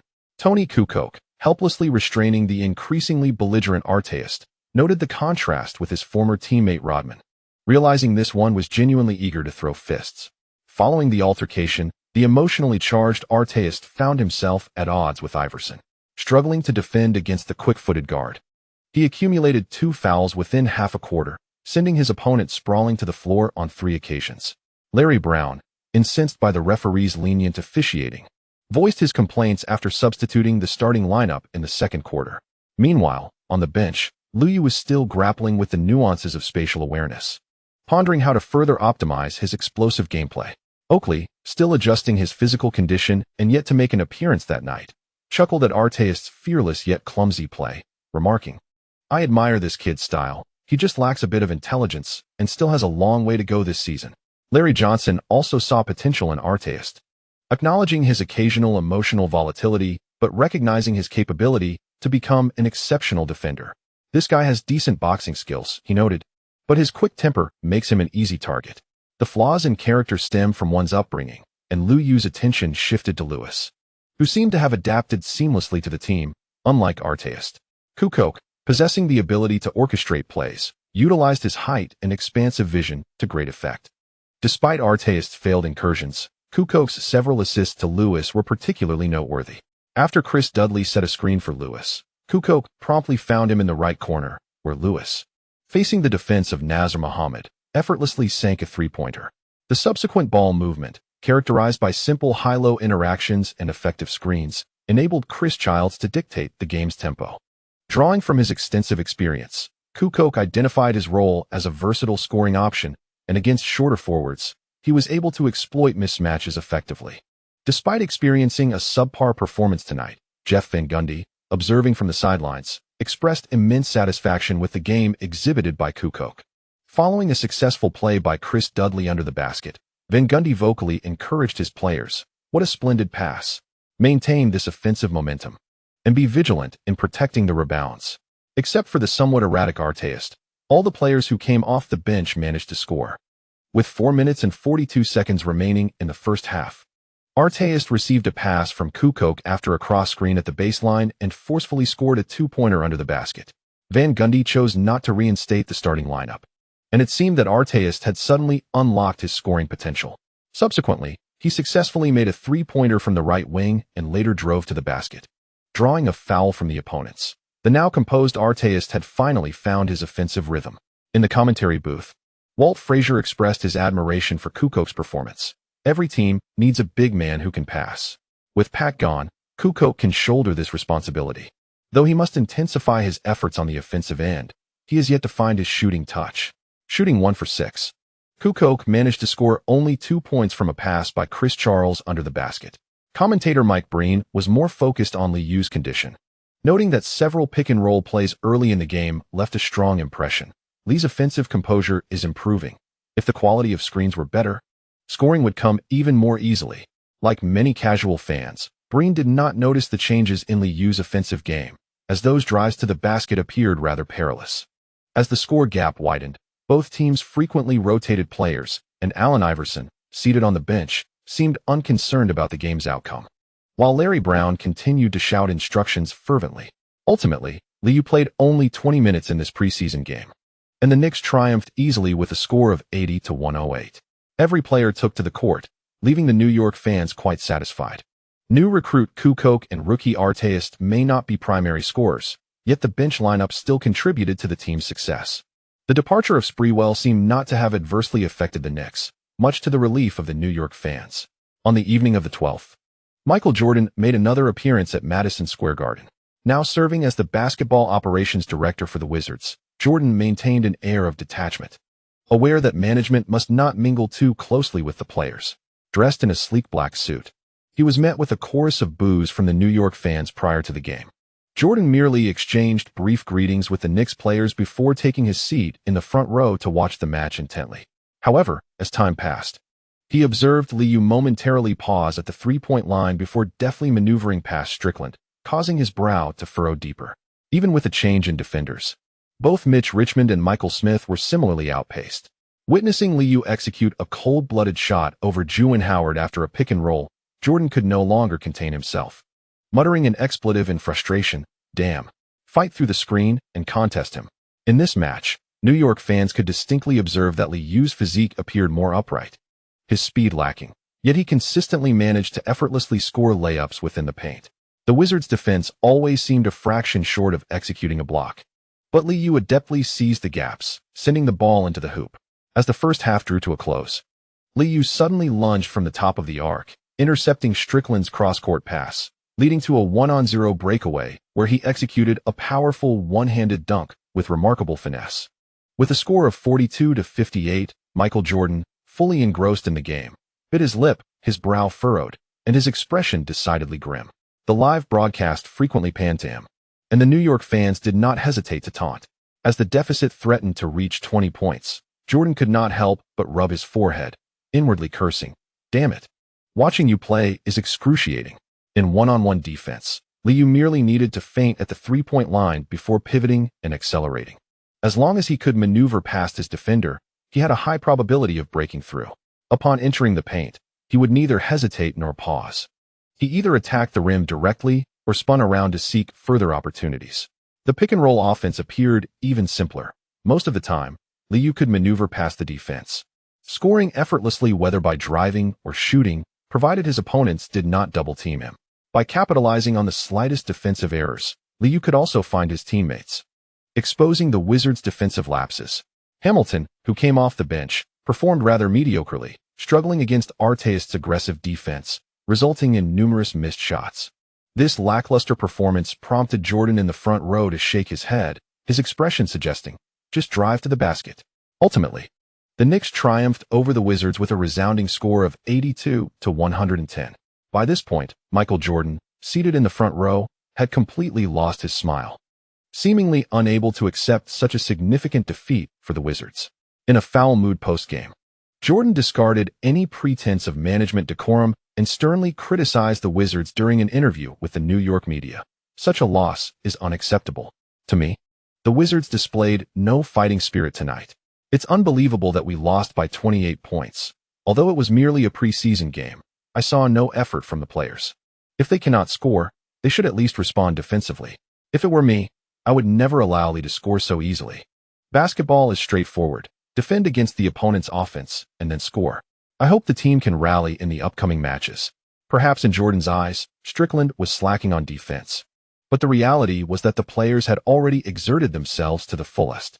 Jordan had yet to shift his perspective, holding the Wizards players to his own standards, resulting in critiques that bore no fruit as the Wizards continued to falter in the preseason. Meanwhile, in subsequent preseason games, Liu began to implement a plethora of pick-and-roll strategies, leading the Knicks to a series of victories. After witnessing a series of exhilarating defensive layups, New York fans have grown accustomed to the spectacle, realizing that Liu has made significant progress. On October 24th, the Knicks effortlessly triumphed over their final preseason opponent, the Hawks, with a score of 107-90. Post-game, Mutombo fixed his gaze on Liu, having been astounded by his performance. Ewing, who traveled with the team, could hardly contain his laughter at the sight of his friend's South struggles on the court, often joining in with playful taunts. Throughout 8 games, the Knicks have consistently outscored their opponents by at least 15 points, and despite the weaker competition, the New York media has been in a frenzy. In an interview with a reporter from the New York Post, the praise poured in. "Absolutely spectacular, Lee. Each offensive play has been mesmerizing. Sports Center must be overwhelmed with highlights. The beautiful plays are simply abundant. Lee, could you share your thoughts on the changes you've made this season?" I'm referring to those dazzling breakthroughs, finding teammates amidst the crowd, and executing surprise layups. Truly astonishing. Even as the remaining fans voiced their discontent, no one wished to witness a loss for the home team, even in preseason. Having already changed into his training attire, Liu merely chuckled at the inquiries and responded with a smile. By observing the defensive players' positioning, disrupting their defensive focus, approaching the basket, and then effortlessly tossing the ball, scoring becomes a simple task. As for discovering teammates amidst the crowd, much credit goes to the tactical arrangements by the coaching staff. Coach Van Gundy prepares thoroughly for each game. We are merely executing the preordained game plan. The journalist from the New York Post was skeptical of Lee's casual dismissal of his prowess, but refrained from probing further, opting instead to continue the admiration. "This season, no one can withstand our pick-and-roll offense. Lee, do you have any words for the fans?" Considering the Knicks Awards ceremony scheduled for early November, Liu took the opportunity to rally support for James Dolan. "I hope everyone can come to Madison Square Garden to witness the raising of our 4th championship banner. For a back-to-back title, Mr. Dolan has invested considerable effort into our championship this year, and I hope everyone will cherish this unique ring. Thank you to the readers for your subscription and support." This chapter concludes here. Chapter 160, The West Strong, the East Weak? The regular season for the 1999-2000 NBA season will officially commence on November 2nd. On that day, 13 games are scheduled, with the NBA having made early announcements. In addition to the regular season, the league is also gearing up for the 2000 Oakland All-Star Game. Following a shortened season, fans are eagerly anticipating the All-Star Weekend, and the league naturally hopes for a more thrilling event this time around. Compared to previous years, the Oakland All-Star Weekend will feature some reforms, with the Rookie Challenge transformed into a matchup between second-year and first-year players. However, fans seem unimpressed by this change and are instead looking forward to the slam dunk contest, eager to see the talents of Vince Carter showcased. After concluding the preseason at the end of October, Jeff Van Gundy expressed his satisfaction with the team's condition. Despite some evident decline, Oakley continues to contribute to the team with his wealth of experience. The Knicks have been fortunate, avoiding injuries during the preseason, while the Lakers have encountered misfortune. Kobe Bryant, eager to showcase his talents, suffered a fracture in his right hand during a preseason game, resulting in a 6-week absence at the onset of the new season. The Lakers have bid farewell to the Great Western Forum, relocating to the brand-new Staples Center. However, This new venue seems to have brought them no luck. With Kobe sidelined due to injury, many superstitious media outlets in Los Angeles lamented the move, speculating that perhaps they should never have left the Great Western Forum. Meanwhile, the New York media paid little attention to Kobe's injury. Since late October, the Knicks have been preparing for an upcoming awards ceremony, celebrating their consecutive championships. The NBA has shown favor towards the Knicks, scheduling their season opener at home against the Bulls. Sprewell will be able to receive his ring at Madison Square Garden before taking to the court, a considerate arrangement that has delighted New York fans. In contrast, Chicago fans grumbled about the NBA's treatment, feeling used as mere backdrops. Before the game even commenced, rookie Elton Brand felt the weight of immense pressure as Chicago fans held lofty expectations for him. Should he falter, he would likely face weeks of criticism. During the offseason, the Bulls made several moves, primarily aimed at financial prudence. General manager Krause traded a protected draft pick to the Knicks, ensuring a top 5 position. Even before the new season commenced, the Bulls had set themselves up for various scenarios. Ivana has graduated high school and is now attending Georgetown University, while Kristen Litter has chosen to remain in New York to pursue her modeling career. The young sidekick has blossomed into a young woman, moving out of her family's home and now residing near Liu, enjoying a newfound independence. With a steady stream of cover shoots, Kristen can sustain herself, and the greatest advantage of moving out is the freedom it affords her, free from parental nagging. Meanwhile, the young starlet Scarlett plans to drop out of high school, aiming to fully immerse herself in Hollywood, finding the allure of education pales in comparison to the prospects of fame. On the morning of November 1st, Scarlett brought her twin brothers to Liu's apartment in Manhattan, joining in the excitement of shopping for clothes. By this time, the air in Manhattan had begun to cool, prompting Liu to don a jacket, while the dashing Hunter wore a thick black sweater. Upon returning to the apartment, the two girls eagerly began to discuss which of their new purchases was the most fashionable. I truly wish my sister would continue her studies, with her around. I always enjoy complimentary lunches. Lounging on the sofa like Liu, Hunter quietly voiced his grievances about his treatment at school. You should consider trying your hand at acting. It can be quite a rewarding career. The siblings share a striking resemblance, and Liu playfully teased the handsome Hunter, who unexpectedly replied with earnestness, "No. I aspire to be president."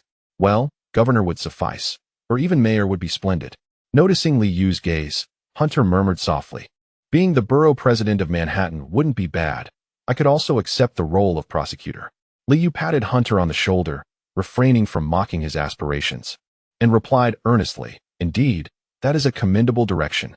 Scarlett, seemingly catching her brother's words, retorted with annoyance, "Future Mr. Mayor, hurry up and help your sister pack her things. Or don't expect me to buy you a game console." Liu gestured towards a nearby cabinet, indicating that the game console was over there, a Nintendo 64. A favorite among children of this era. Hunter quietly cheered, then began assisting his sister in tidying up. Kristen's long black hair was styled into soft waves. Although her bangs remained intact, the high ponytail imbued her with a vibrant energy. A little follower, measuring a black sweater, suddenly leaned towards Liu and cheerfully inquired, "Does it look good, Li?" "I think black suits me best." With the belief that white covers all flaws, Liu casually embraced the little follower and replied, "Regardless, you're all beautiful. Just switch them out when you have time." Players typically receive family tickets, but as a superstar of the Knicks, Liu enjoyed even greater privileges, including excellent front row seats in addition to family tickets. This camera often captured the prime spots that Liu reserved for his friends, and aside from Kristen, a few close friends had also booked for the Saturday night show. Though they were only moderately well known, purchasing such premium tickets could be quite painful financially. Thus, enjoying them for free was indeed delightful. On the evening of the 2nd, New York fans arrived early at Madison Square Garden. The prices for second-hand tickets had risen again, and some fans eager for the festivities, unwilling to miss the award ceremony, had no choice but to purchase overpriced resale tickets. With half an hour remaining before the game officially commenced at 9 p.m., the atmosphere in the arena was already electric, and the cheerleaders seemed to dance with even more vigor. James Dolan felt exceptionally pleased. While he had previously watched his father present rings to others, it was finally his turn. David Stern and the league officials were equally satisfied with the Knicks' hospitality, as New York fans were indeed passionate, their exuberant cheers reverberating throughout the arena with over 22,000 voices. The on-site DJ briefly introduced the visiting team's roster, then the lights dimmed, and a somewhat rudimentary animation began to play on the large screen above. As the Knicks emblem appeared, Madison Square Garden erupted in cheers. The first player introduced was Ewing. Although the big man could not compete, he donned the Knicks training uniform. Sprinting onto the court from the players' tunnel, Ewing happily waved to the fans. And soon the arena was filled with thunderous applause. Finally, the last introduction came. From the University of Connecticut, standing at 6 feet 4 inches tall. The youngest MVP in NBA history, the Knicks #1, Clay Lee. The chant of MVP resonated throughout the arena as the attending New York fans transformed into a vibrant atmosphere, loudly cheering for the entering Liu.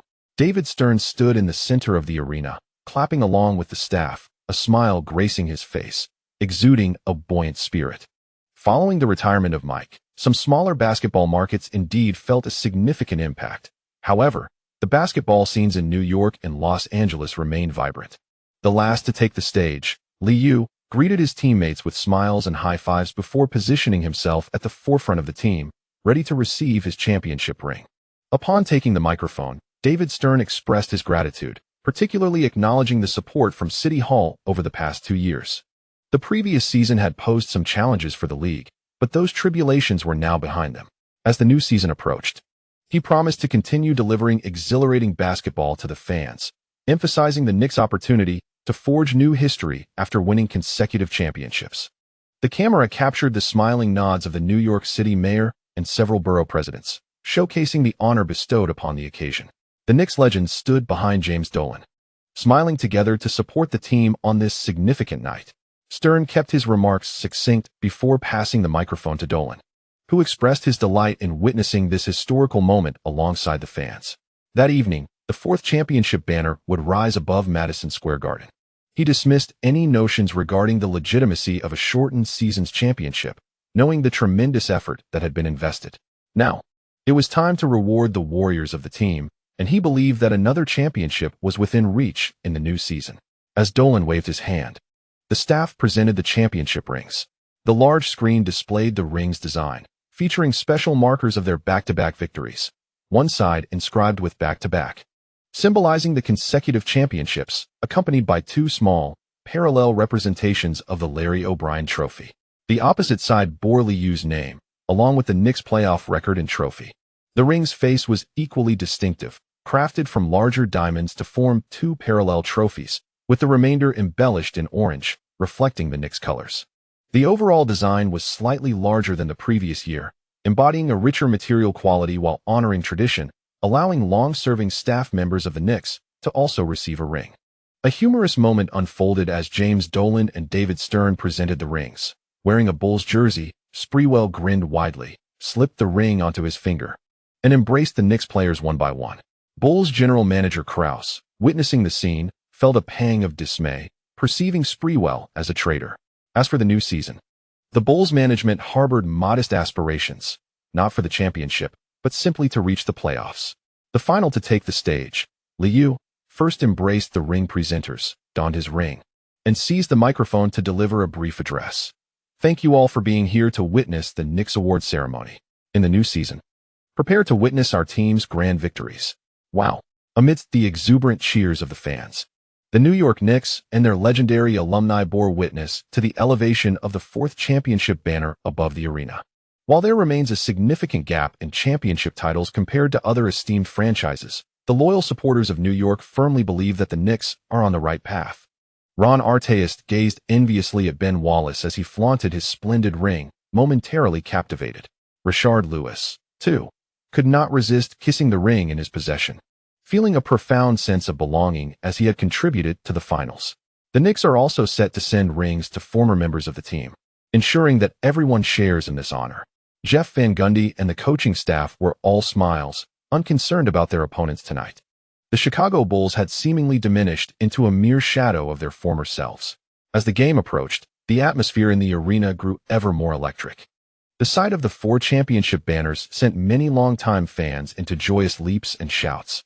On the bench, Patrick Ewing admired the dazzling ring on his finger, overwhelmed by a mix of emotions. Back to back, the Houston Rockets' second ring also mirrored the trophy's grandeur. Once envious of Hakeem Olajuwon's consecutive championships, Ewing now found himself in a somewhat complex emotional state, having easily achieved this milestone. Once rivals, the Bulls had transformed into a mere underdog following Michael Jordan's retirement. Before the game commenced, Walter Frazier, in high spirits, returned to the commentary booth and exuberantly proclaimed that the Bulls would not pose a threat, suggesting that Elton Brand might disappoint Chicago fans, as he was better suited for the Knicks. As a former first overall pick from New York, many local fans were less than pleased to see him playing for the Bulls. Commentator Mike Breen nodded in agreement, succinctly assessing the Bulls' lineup, 3 guards and 2 forwards, indicating that Sprewell might thrive in such a system. Randy Brown and veteran Jose Hawkins formed the backcourt, while Sprewell, as a versatile forward, took on the small forward position. The interior featured Dickie Simpkins and Elton Brand. On the opposing side, Bulls head coach Tim Floyd's mood soured after the awards ceremony. Chicago fans fondly reminisced about Phil Jackson, and following a disappointing previous season, the head coach became the scapegoat. With the off-season acquisition of Sprewell, who possessed an even larger ego, Floyd found himself struggling to command this new addition. Given Sprewell's tumultuous past, the Bulls coaching staff opted for a laissez-faire strategy, relinquishing control to the players. Once the game began, the Bulls played with frenetic energy, and Sprewell, granted unrestricted shooting privileges, seized the moment. After sinking a quick jump shot to start, Sprewell soon transformed into a shadow of his former self, struggling to find his rhythm. The starting lineup's Oakley, having engaged in several fast breaks, nearly faltered in keeping pace with the game. As he watched the basketball ricochet off the rim, Oakley barely had a chance to secure the rebound before Brand swiftly snatched the ball and scored. After 3 minutes into the match, the rookie sensation Brand made his inaugural career point, breaking the scoring drought for the Bulls. However, this achievement failed to capture the attention of the New York crowd, who continued to cheer fervently for the Knicks' offensive efforts. Randy Brown, having faced off against Liu in several seasons past, found himself languishing alongside the faltering Bulls, whose defensive tenacity had waned. With a simple pick and roll on the left wing, Oakley effortlessly delayed the pursuit of Randy Brown. Left with no choice, Brand shifted his feet to switch onto Liu, adhering to the tactical directives of his coach as a rookie player. Confronted by the towering defender, Liu, holding the ball in his left hand, executed a swift in-and-out move, subtly pulling the ball back. Seizing the moment as Brand adjusted his defensive stance, Liu suddenly pivoted, lowering his shoulder and accelerating. In the blink of an eye, Brand realized Liu had slipped past him, prompting a frantic retreat to the right. The two quickly arrived at the left block, where Liu, instead of passing, cradled the ball in his left hand and, with a sudden burst, executed a 2-step move, positioning himself against Brand's left foot before launching the ball toward the backboard with his left hand. Completely unprepared for Liu's abrupt release, Brand instinctively leapt to block, only to react a moment too late, merely grazing Liu's left hand. The whistle blew, and the ball went in, leaving Brand frustrated as he clapped his hands, feeling as if he had been outwitted once again. In the commentary booth, witnessing Liu's effortless score, Walter Frazier erupted with praise. The unpredictable rhythm of his offense, combined with exceptional body coordination, makes Lee's breakthroughs nearly impossible to defend against. Big defenders often find it challenging to anticipate when he will take a shot, and Brand must be wary of accumulating fouls. The Bulls' backcourt appeared to be slacking, fully aware that defending Liu required navigating through screens. Yet the effort was deemed too taxing, leading to a complete abandonment of defense. Liu converted the free throw, igniting frustration in coach Tim Floyd, who could only watch as his pre-game instructions were ignored. The players seemed to let the directives slip by, failing to navigate screens or execute double teams. The game quickly fell into the Knicks' rhythm, and after more than 6 minutes, the pace quickened with the entry of Kurt Thomas, watching Allen Houston sink a transition three-pointer and Liu steal, leading to a fast break assist for Larry Johnson's layup. The Bulls coaching staff could no longer bear it and called a timeout. When a coach loses control over the team, chaos often ensues. Sprewell's intentions were glaringly apparent as he sought to enhance his statistics. The responsibility for orchestrating the offense fell upon Randy Brown. However, once the overly transparent offensive strategies were deciphered, many possessions devolved into isolation plays. The Bulls mirrored the dismal performance of the previous season, and Sprewell, after joining the team, had succumbed to the same fate. Despite the Bulls scoring after the timeout, the point differential continued to widen, with Allen Houston in fine form.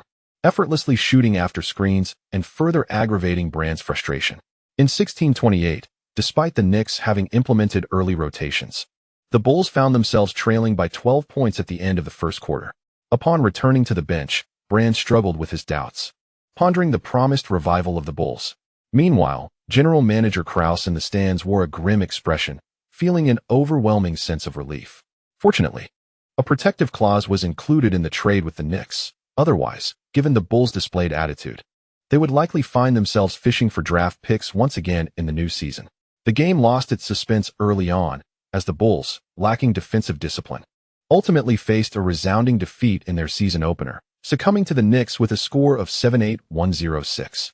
General Manager Glenfield, also present at the game, lamented the missed opportunity. Had it not been for the protective clause, the Knicks might have secured the first overall pick. In the inaugural game of the new season, Liu played merely 26 minutes before clocking out, achieving a remarkable performance with 10 of 15 field goals, including 2 of 4 from beyond the arc, and a perfect 5 for 5 from the free throw line, totaling 27 points, 4 rebounds, 8 assists, 2 steals, and 1 turnover. What left a lasting impression on New York fans was Liu's relentless pursuit of Brand, leading the rookie to accumulate 5 fouls by the end of the third quarter. Throughout the game, Jeff Van Gundy remained seated on the bench, yet he exuded confidence in a post-game interview, stating, "Our rotation possesses formidable strength. Our singular goal this season is the championship." During the first week of the new season, the Knicks faced 2 back-to-back games against the Cavaliers and the Pistons. These 3 matches posed little challenge, mirroring past seasons where most teams begin sluggishly. The Cavaliers' Shawn Kemp was similarly in a state of training through competition, having seemingly relaxed after securing a substantial contract. In contrast, Western teams felt a palpable intensity this season. The Lakers, Spurs, Trail Blazers, Supersonics, and Suns quickly found their rhythm, all eager to vie for the championship. On the evening of the 6th, the Trail Blazers effortlessly triumphed over the Lakers, matching the Knicks' impressive start with 4 consecutive victories. Scottie Pippen exhibited remarkable form throughout these games, while Shaquille O'Neal struggled at the free throw line, making only 3 of 11 attempts, leaving him despondent after the match. As the first week of games drew to a close, many analysts began to discern emerging trends. On the morning of the 7th, eschewing discussions of easy victories, a TNT program quickly posited a perspective. "I believe the dynamics of the league have shifted. Currently, the West is strong while the East appears weaker. In comparison to the Lakers and Spurs, the Knicks seem to possess a distinct advantage.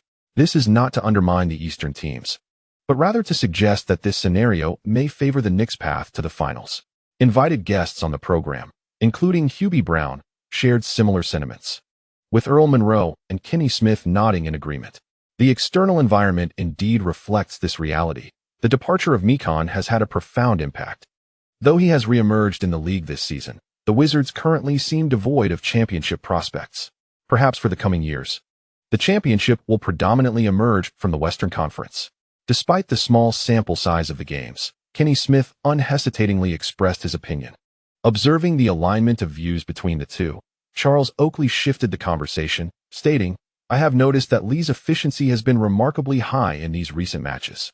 Setting aside the defensive pressure from opponents, do you believe he has reached his peak?" Kenny Smith shrugged and quickly replied, approaching 22 years of age, "I don't think Lee has hit his peak yet.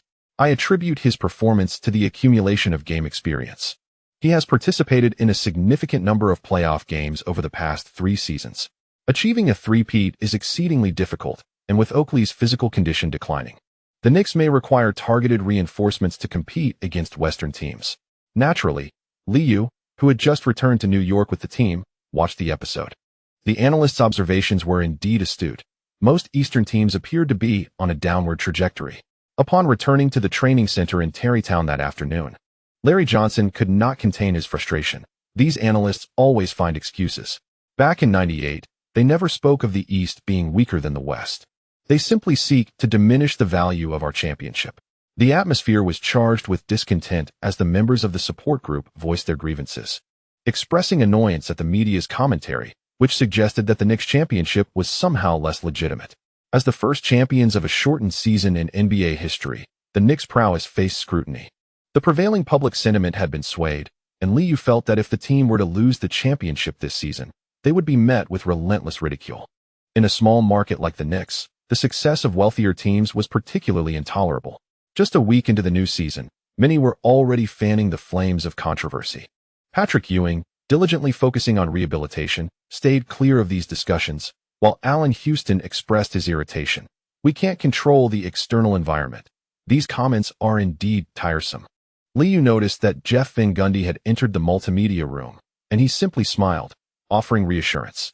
"If we secure the championship, they'll know exactly which team is superior." Thank you to the readers for your continued support. Chapter 161.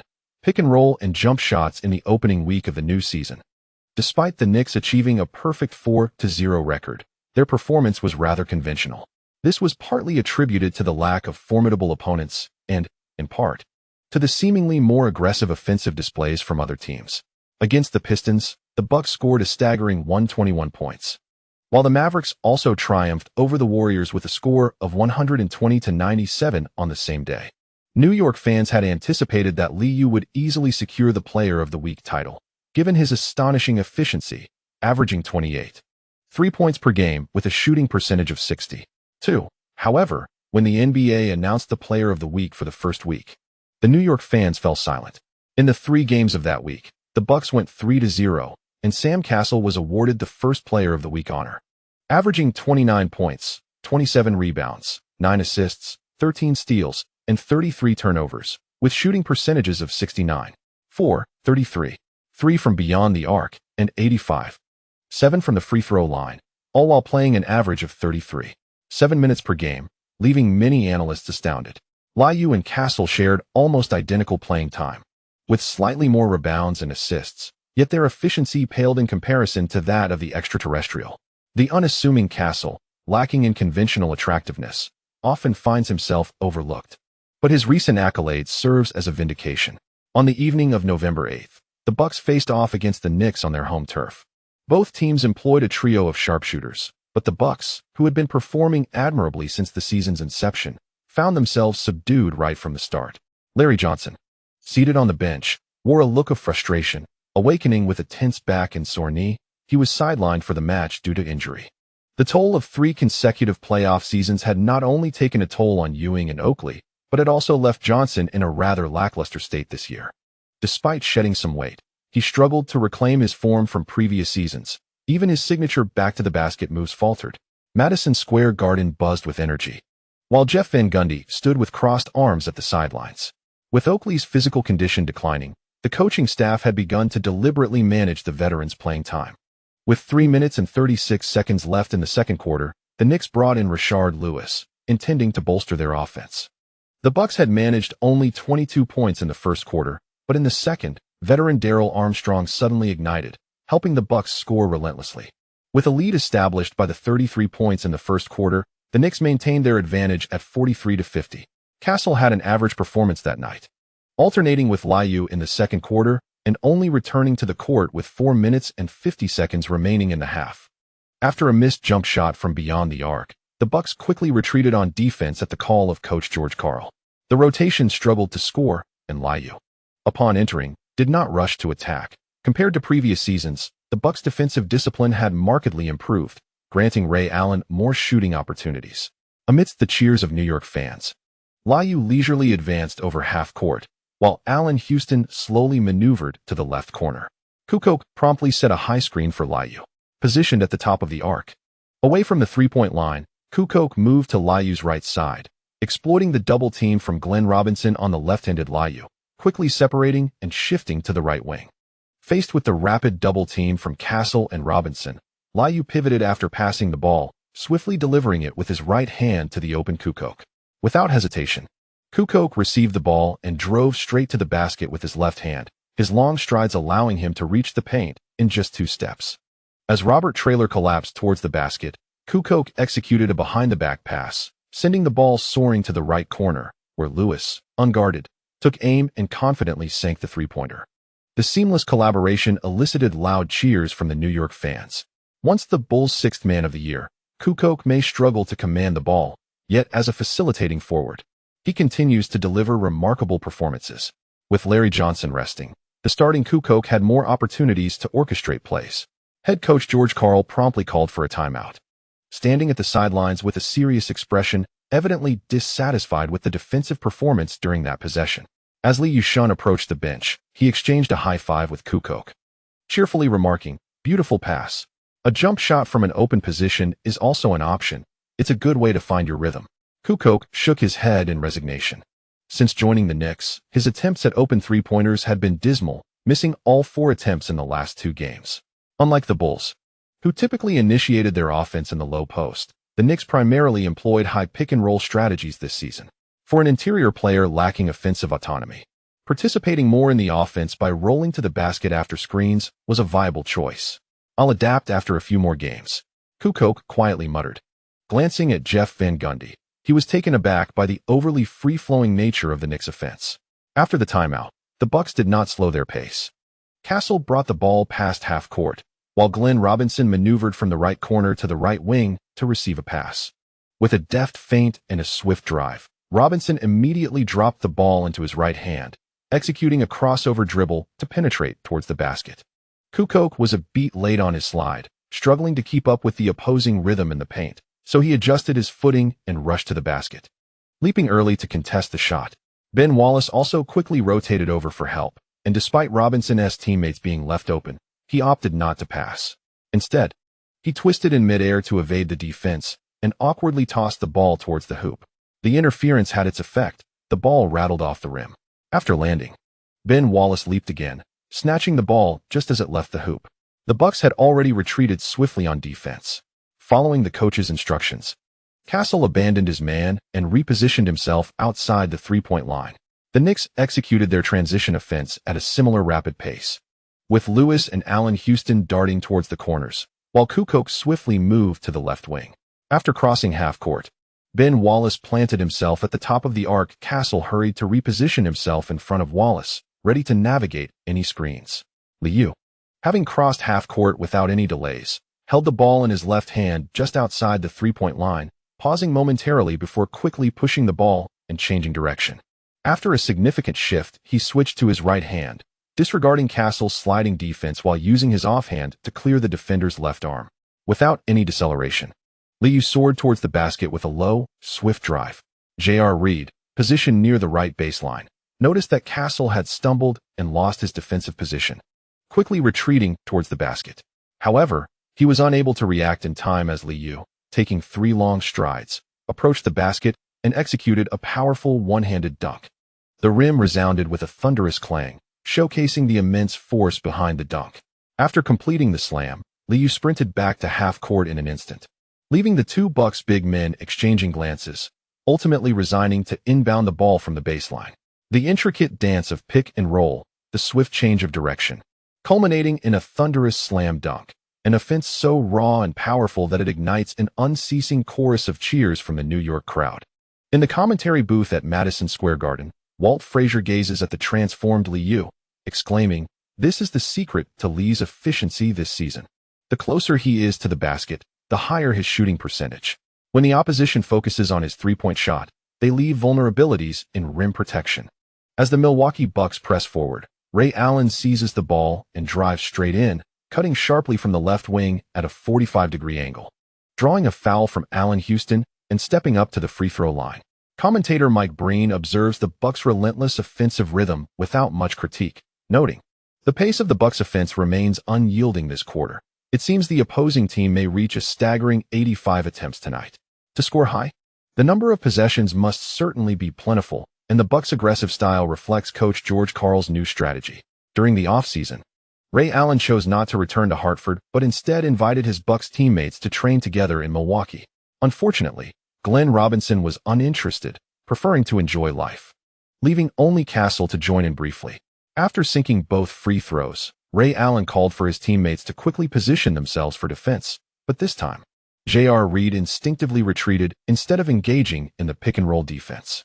At the top of the arc, Castle failed to navigate through Ben Wallace's screen in time, allowing Liu to execute a quick stop-and-pop jump shot from beyond the arc. The score suddenly widened to a 13-point gap at 45-58. After defensive errors, Coach George Karl began to vocally admonish his players, and as the half unfolded, the Bucks resorted to double teaming.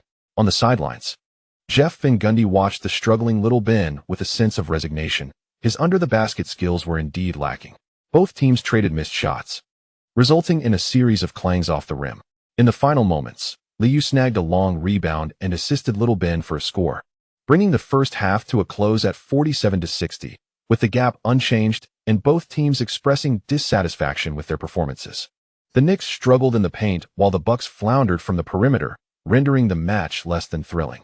In the locker room, the seldom used artist brimmed with energy. "They aren't defending us at all.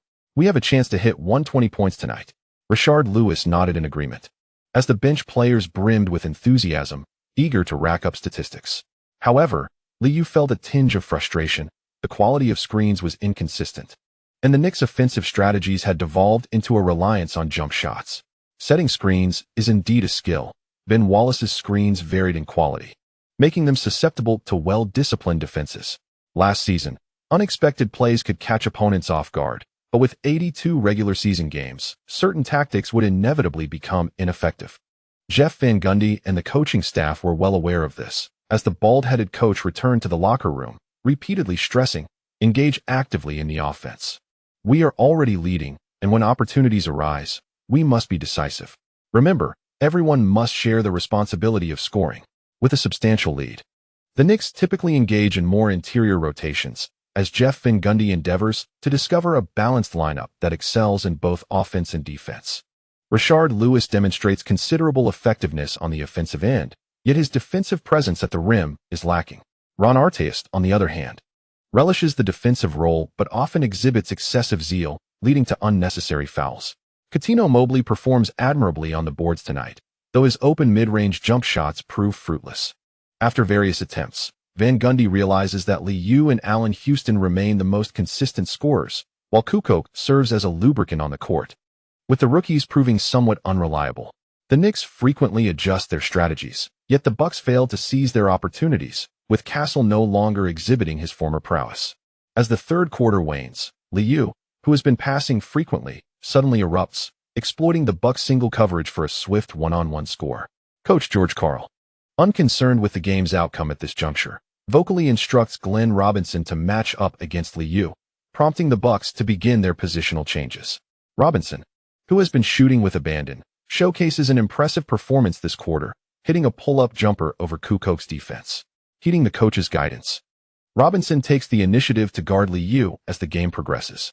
Amidst numerous pick-and-rolls, Ben Wallace begins to find his rhythm, delivering a high-quality screen that allows Liu to elude his pursuer with a behind-the-back dribble. J.R. Smith, having learned from past experiences, rushes forward to impede the play. But as Liu, holding the ball in his left hand, suddenly changes direction with a low center of gravity, he switches to his right hand and maneuvers between two defenders. As he loses his defensive position, a swiftly pivoting J.R. Smith signals for help from his teammates. Upon penetrating the paint, Liu abruptly decelerates, leaning towards the accelerating J.R. Smith, who instinctively grabs him, then swiftly attempts to block. Realizing his error mid-jump, Liu consolidates the ball, leaps off his right foot, and effortlessly extends his right hand to delicately lay it in the basket. The referee immediately blows the whistle, and the ball arcs gracefully through the air, finding its mark in the net. J.R. Smith instinctively glances at Liu's position before noticing the helpless Treller, arms akimbo beneath the basket, leading him to mutter an exasperated "damn." Having accrued his fourth personal foul, J.R. Smith is substituted out. As the front row fans erupt in a chorus of discontent, bewildered by the antics of the Bucks' two big men, Liu, unperturbed by his scoring, quickly gestures towards Kukoc, indicating an opportunity for a mismatch, urging the larger forward to demand the ball in the low post. With the lead extending to 16 points, the game's suspense dissipates, prompting Van Gundy to disengage and engage in discussions with his assistant coaches regarding lineup combinations. In the final quarter, the main lineups for both teams barely last 3 minutes before entering garbage time. A disheartened Ray Allen finds himself frustrated, as the Knicks' superior defensive discipline stifles the team's offensive efforts. Coach George Karl's aspirations for a championship team seem increasingly elusive, as mere offensive prowess is unlikely to suffice. Ultimately, the Knicks triumph with a score of 95-116, handing the Bucks their first defeat of the season. The high-scoring affair elicits raucous cheers from the New York fans, as the exhilarating display of offense proves far more captivating than a mere battle of attrition. Allen Houston exhibited remarkable form tonight, scoring 26 points with an impressive shooting record of 10 for 18, including 2 for 6 from beyond the arc and a perfect 4 for 4 from the free throw line. Liu, on the other hand, tallied 30 points alongside 6 rebounds and 8 assists, having made 10 of his 17 attempts, with 3 out of 6 from three-point range and a flawless 7 for 7 from the charity stripe. Although Kukoc struggled with his three-point shooting, finishing 1 for 5, he still contributed 11 points, 6 rebounds, 6 assists, 2 turnovers, and 1 block to the team's effort. Every player who took the court managed to score, demonstrating commendable resolve in a match characterized by a relatively low defensive intensity. The Knicks' trademark tenacious defense seemed to have diminished significantly, despite securing a victory. Jeff Van Gundy wore a solemn expression. From the MSG commentary booth, Walt Frazier noted that the Knicks attempted 26 three-pointers during the game. Even though Liu faced stringent defensive pressure on his perimeter shots, the team's overall three-point production had markedly increased compared to the previous season. While defensive issues remain, our offensive response has been commendable, given that the regular season has just commenced and both Oakley and Pat are still in recovery. I am confident that we will rediscover our defensive prowess in the forthcoming matches. Commentator Mike Breen glanced at the statistics and joined in the optimism, acknowledging that Coach Van Gundy has instilled a unique style of play in the Knicks, indicating a promising trajectory for the team. Ray Allen appears to be in a competitive rivalry with Glenn Robinson this season, both vying for leadership within the squad. Allen has expressed dissatisfaction with Robinson's lackadaisical approach. Thankfully, their discord remains confined to the court, much to the delight of Coach George Karl, who appreciates the competitive spirit among his players. Friends quickly flew to Charlotte, leaving Liu to send his best wishes via text, feeling powerless regarding the internal dynamics within the Bucks. In the second week of competition, the Knicks faced a relatively lenient schedule. After a 2-day break, they entered into back-to-back games, triumphing over the Celtics and the Magic to secure an impressive 7-game winning streak. Following 2 away games, the Knicks did not take a respite over the weekend, as Jeff Van Gundy opted to rigorously practice the team's defensive strategies, aiming to enhance their resilience.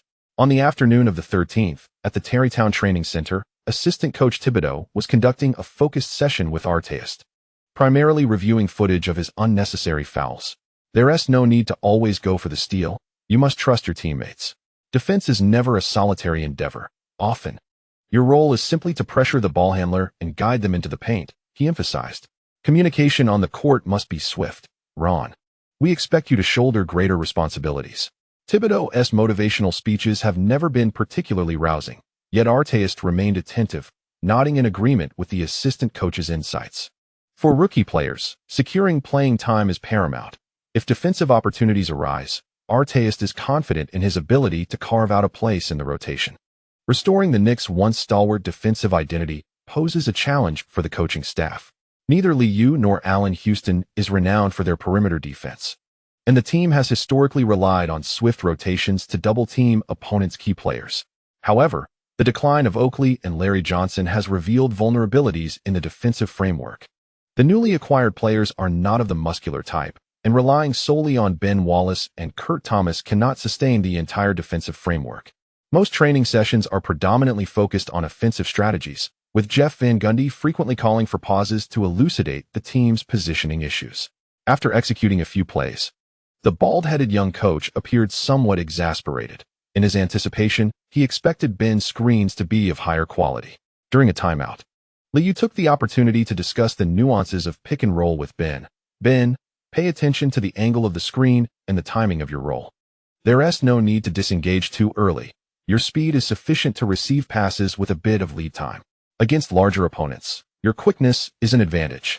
During the finals, Ben Wallace would often disengage early, receive the ball, and swiftly attack the rim. However, such offensive maneuvers might work for a couple of games in a series, but as the new season commenced, most teams were well prepared, and the existing plays seemed to falter. Containing a scoring forward is not overly challenging, and Ben has recognized his shortcomings through these games. Yet, when he hears about the angle of the screen and the timing of the roll, he feels a bit perplexed. He plays instinctively, and Liu's advice lies outside his usual considerations. Perhaps if I simply hold my position during the screen, would that yield better results? You know, sometimes I struggle to finish at the rim. Hearing Ben Wallace's soft suggestion, Liu pondered for a moment, observing the perplexed young player, and ultimately nodded in resignation. One must take things step by step, yet it may be too late to address such fundamentals now. Oakley and Ewing have been on a weight loss regimen for the past month and a half. The increased number of possessions necessitates more running. The veterans need to shed some pounds to keep pace with the rhythm of the game and restore their physical condition. Oakley remains optimistic. Even as critics lament the decline of the Knicks' defense, he still exudes confidence. It's just the regular season. Once we regain our physical form, our defense will return. Pat, how are you feeling? The team doctor mentioned you might be back by the end of the month. After completing his aerobic training, Oakley inquired about his old teammate. But Ewing was not as optimistic. Shedding weight has proven to be a formidable challenge. Perhaps the recovery period is longer than I anticipated. It might take another couple of months to return to my previous physical state. Observing the troubled expression on the big man's face, Oakley realized Ewing's age. Patting him on the shoulder, and the two fell silent. Sometimes, one must come to terms with the inevitable decline. On November 14th, the Knicks faced the Timberwolves on the road. In this match, the Knicks' interior defense was thoroughly dismantled for the first time in 3 seasons. Confronted with Kevin Garnett's relentless onslaught, Oakley and Ben were unable to withstand the assault, watching as their opponents scored effortlessly, despite Liu achieving a game high of 40 points and Allen Houston contributing 24 points. The rest of the team struggled offensively, leading the Knicks to their first defeat of the season. The deep hole dug in the second quarter ultimately cost the Knicks the game. The first defeat of the season came at the hands of a Western Conference team, leaving Jeff Van Gundy looking rather grim. The bald-headed young coach was acutely aware that the post-game media would surely have their snide remarks ready. Despite committing only 11 turnovers and attempting 8 more shots than their opponents, the Knicks' 16-31 free throw ratio starkly indicated a lack of aggression, exposing the shortcomings of their jump shooting strategy. Kevin Garnett, on the other hand, was all smiles after the victory, greeting everyone with a cheerful bro. He played for 46 minutes, hitting 13 of 26 from the field, making 2 of 4 from beyond the arc, and sinking all 7 of his free throws to achieve a remarkable 35 points, the second highest in the game, alongside 14 rebounds. The explosively athletic Garnett seemed to vent his frustrations by overpowering Oakley. After defeating the defending champions, the Timberwolves fans remained in their seats, continuing to cheer for their team long after the final buzzer. Relying solely on jump shots won't defeat me, bro. Please send my regards to Oakley, Garnett exclaimed, holding onto Liu tightly. Oakley, in a foul mood, had no intention of flaunting himself in front of the older players. Liu, bemused, remarked that Garnett's scoring largely came from jump shots, with a few successful drives, and playfully quipped, next time we meet, it will be back in New York. Trust me, jump shots can also win championships. Gratitude to the readers for their support. The chapter concludes. Chapter 162, The Champion's Dilemma Before Thanksgiving. The Knicks embarked on their Western road trip. Jeff Van Gundy found himself troubled over the team's defensive performance, feeling utterly helpless, no matter how he adjusted the lineup. The high-intensity defense characterized by swift rotations and localized pressure from the previous 3 seasons seemed unattainable. On November 16th, the Knicks finally pulled away in the fourth quarter to triumph over the Nuggets with a score of 104-95. Larry Johnson returned from injury, but was thoroughly outmatched by the rookie, Ron Mercer.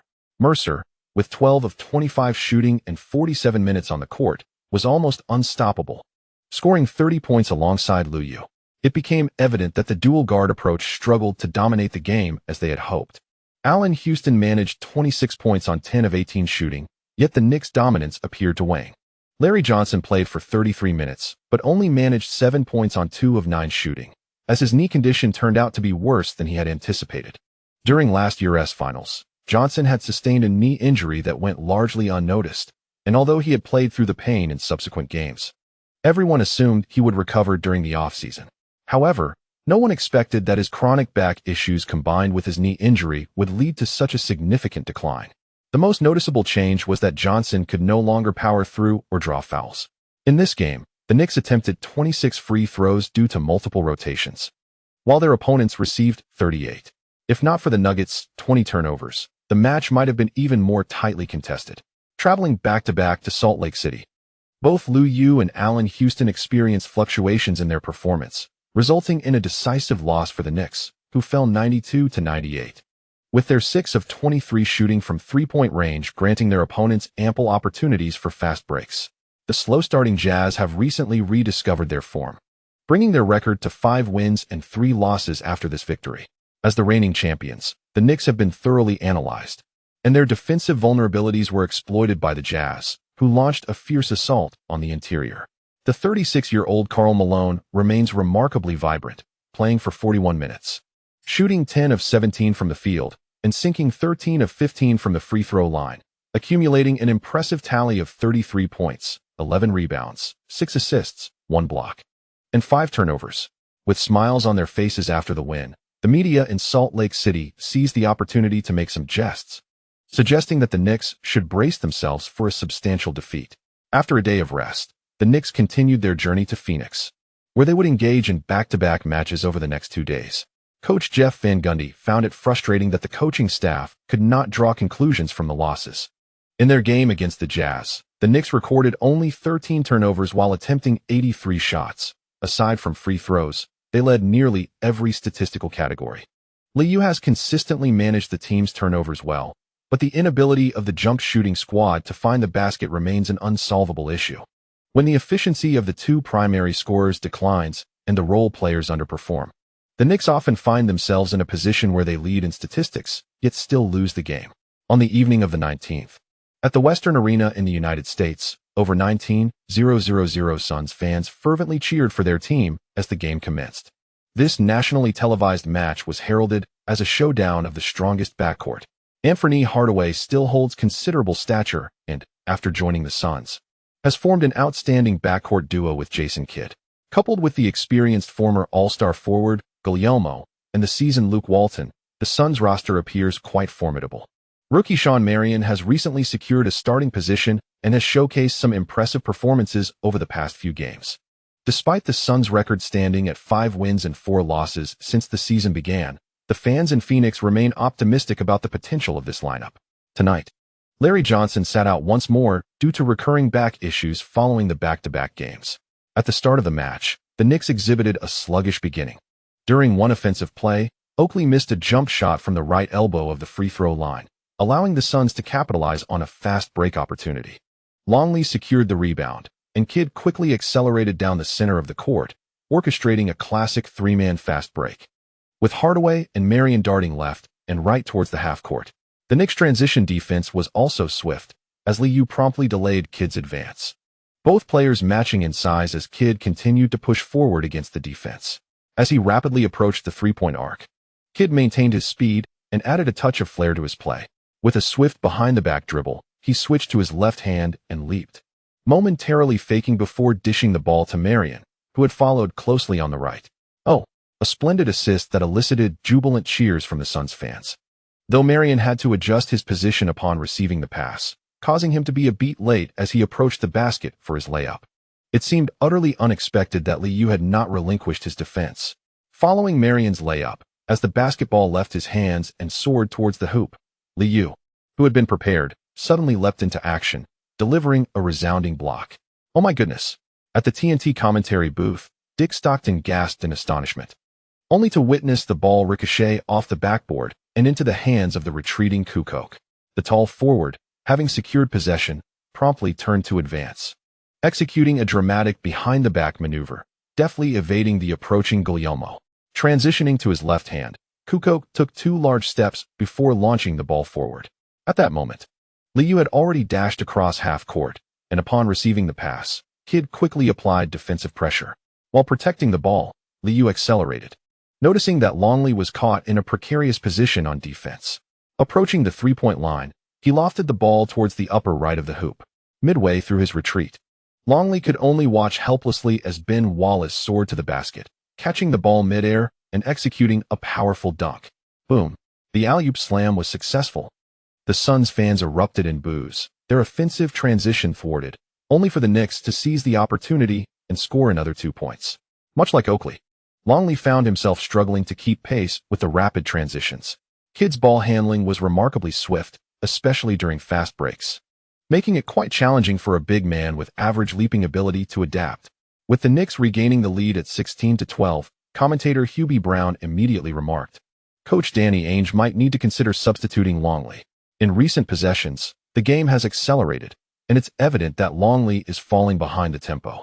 During this Suns offensive play, Anthony Hardaway, adhering to the coach's directives, positioned himself on the left wing and quickly passed the ball to Longley in the paint without excessive dribbling.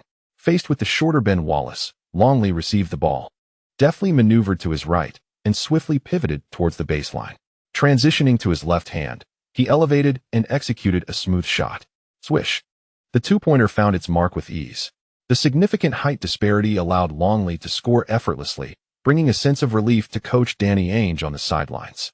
Once again, the Suns quickly executed a baseline play, while the Knicks remained unfazed by the points conceded. Liu pushed forward with impressive speed, crossing half-court and reaching the left wing where he encountered Kidd's tight defense. Noticing Ben Wallace swiftly moving from the paint to the three-point line, Kidd slightly retreated, gesturing with his left arm, signaling Longley to prepare for a different direction. As Kidd backed off, Liu suddenly executed a jump dribble, shifting his body to the right while swiftly changing direction. Instinctively moving to the left, Kidd quickly realized something was amiss and leapt to contest. But in the moment Liu engaged his defender, he found himself at the three-point line, releasing a quick jump shot from the left wing. Swish. The three-pointer swooshed through the net. Frustrated, Kidd shook his fist, watching as Liu raised his left hand, displaying 3 fingers in a triumphant gesture before retreating on defense, inwardly cursing under his breath. Before the commencement of the match, the coaching staff of the Suns presented the players with numerous video clips from the recent games of the Knicks. Liu's explosive breakthroughs instilled greater concern in Kidd for tonight's game. At this juncture, Danny Ainge promptly called for a timeout. Tonight, Liu had regained his shooting touch, seamlessly blending driving and shooting in his offensive play, which was both swift and precise. Oakley hurriedly caught his breath upon returning to the bench, while Ewing stood up to high-five his teammates preparing to substitute in. Recently, the team had adopted a camaraderie reminiscent of a warm broth during their away games. Yet the Knicks' current predicament stemmed not from a psychological issue, but rather from a decline in physical condition. In recent games, Jeff Van Gundy had occasionally mentioned defense, and after a day of rest, witnessing Liu's resurgence in form and Allen Houston's commendable state, he continued to encourage during the timeout. Maintain this pace, Vaughn. Kerr, remember to aggressively pursue the offensive rebounds and strive to slow our opponents down. With Oakley substituted out, Kurt Thomas entered the fray, tasked with diligently chasing after rebounds. As the first quarter progressed, the Suns replaced Longley with the shorter center Oliver Miller, and both teams began to exchange blows. Liu's playing style bore a resemblance to Kidd's, as both could effortlessly locate their teammates during fast breaks. Once the tempo picked up, the game became exceedingly captivating. Liu exhibited remarkable ambidexterity, delivering passes with both hands. Coupled with his formidable personal impact during transition plays, should the Suns falter in their defensive setup, Liu would capitalize, driving straight to the basket. In a transition play, Kidd had just assisted Marion, who scored with a layup. Turning back, Kukoc received the ball at the elbow on the right side of the free throw line, and after passing, Liu made a sudden lateral move before cutting sharply into the lane. With his back to the basket, Kukoc discreetly executed a slight bounce pass while providing a screen, leading to a defensive lapse from Kidd. Upon receiving the ball, Liu charged towards the hoop. The attention of the entire Suns team was captivated by Liu, as they all shifted towards the basket. With the ball in his left hand, Liu deftly maneuvered into the paint, executing a rapid spin to evade Miller's help defense. As he switched to his right hand upon entering the key, he instinctively whipped the ball to the right corner. Liu's exceptionally subtle pass momentarily stunned the Suns players, but Anthony Hardaway reacted swiftly, and upon receiving the ball, Allen Houston released a shot. Swish. The three-pointer found its mark cleanly. Kidd, in exasperation, gestured towards the basket, signaling his teammates not to commit too early to help defense. Neither team showed signs of slowing down. Hardaway's low-post offense also facilitated quick scoring for the Suns. The atmosphere was lively, much to the delight of the Suns fans. As they entered a situation for an additional free throw, Kidd found himself inadvertently fouled by Liu. Observing this scenario, head coach Danny Ainge expressed his dissatisfaction. Kidd was not adhering to the pregame strategy. At the conclusion of the first quarter, the score stood at 30-26. With both teams exhibiting high shooting percentages, the Knicks momentarily leading. The game was exhilarating, yet on the TNT commentary team, Hubie Brown seemed less than impressed with the match's content. The Knicks had still failed to address several defensive issues, struggling to contain opponents' scoring against taller interiors or more robust forwards, unlike in previous seasons. Certainly, basketball contests encompass more than mere defense. After 3 seasons, Lee has exhibited a newfound composure on the offensive front. However, the Knicks ought to lessen their reliance on him. At times, an abundance of points may not be advantageous. Instead of amassing 40 points, it would be preferable to achieve a balanced performance of 28 points and 10 assists. Dick Stockton, having observed several Knicks games, inquired with a smile. Lee's prowess has undoubtedly strengthened, yet the team's forward line appears to be faltering. How should the Knicks address this dilemma? This issue transcends mere determination or mindset. The decline in tangible strength has rendered Hubie Brown unable to offer a conclusive assessment. Perhaps the Knicks require an alternative defensive system, and I hold faith that Coach Van Gundy will resolve this concern. Similarly, Anthony Hardaway's physical state has also diminished. His internal resources were overshadowed by Liu, and upon joining the Suns, he found himself eclipsed by Kidd. He aspired to demonstrate his capabilities in a nationally televised match, yet during the second quarter's rotation phase, confronted by Artest's tenacious defense, Hardaway's signature post-up plays fell flat. No amount of enthusiasm could compensate, as his previously nimble turns vanished, and even his trademark step-back jumpers met the rim with dismay. During a solitary stretch of the game, Hardaway inadvertently led the Suns into disarray.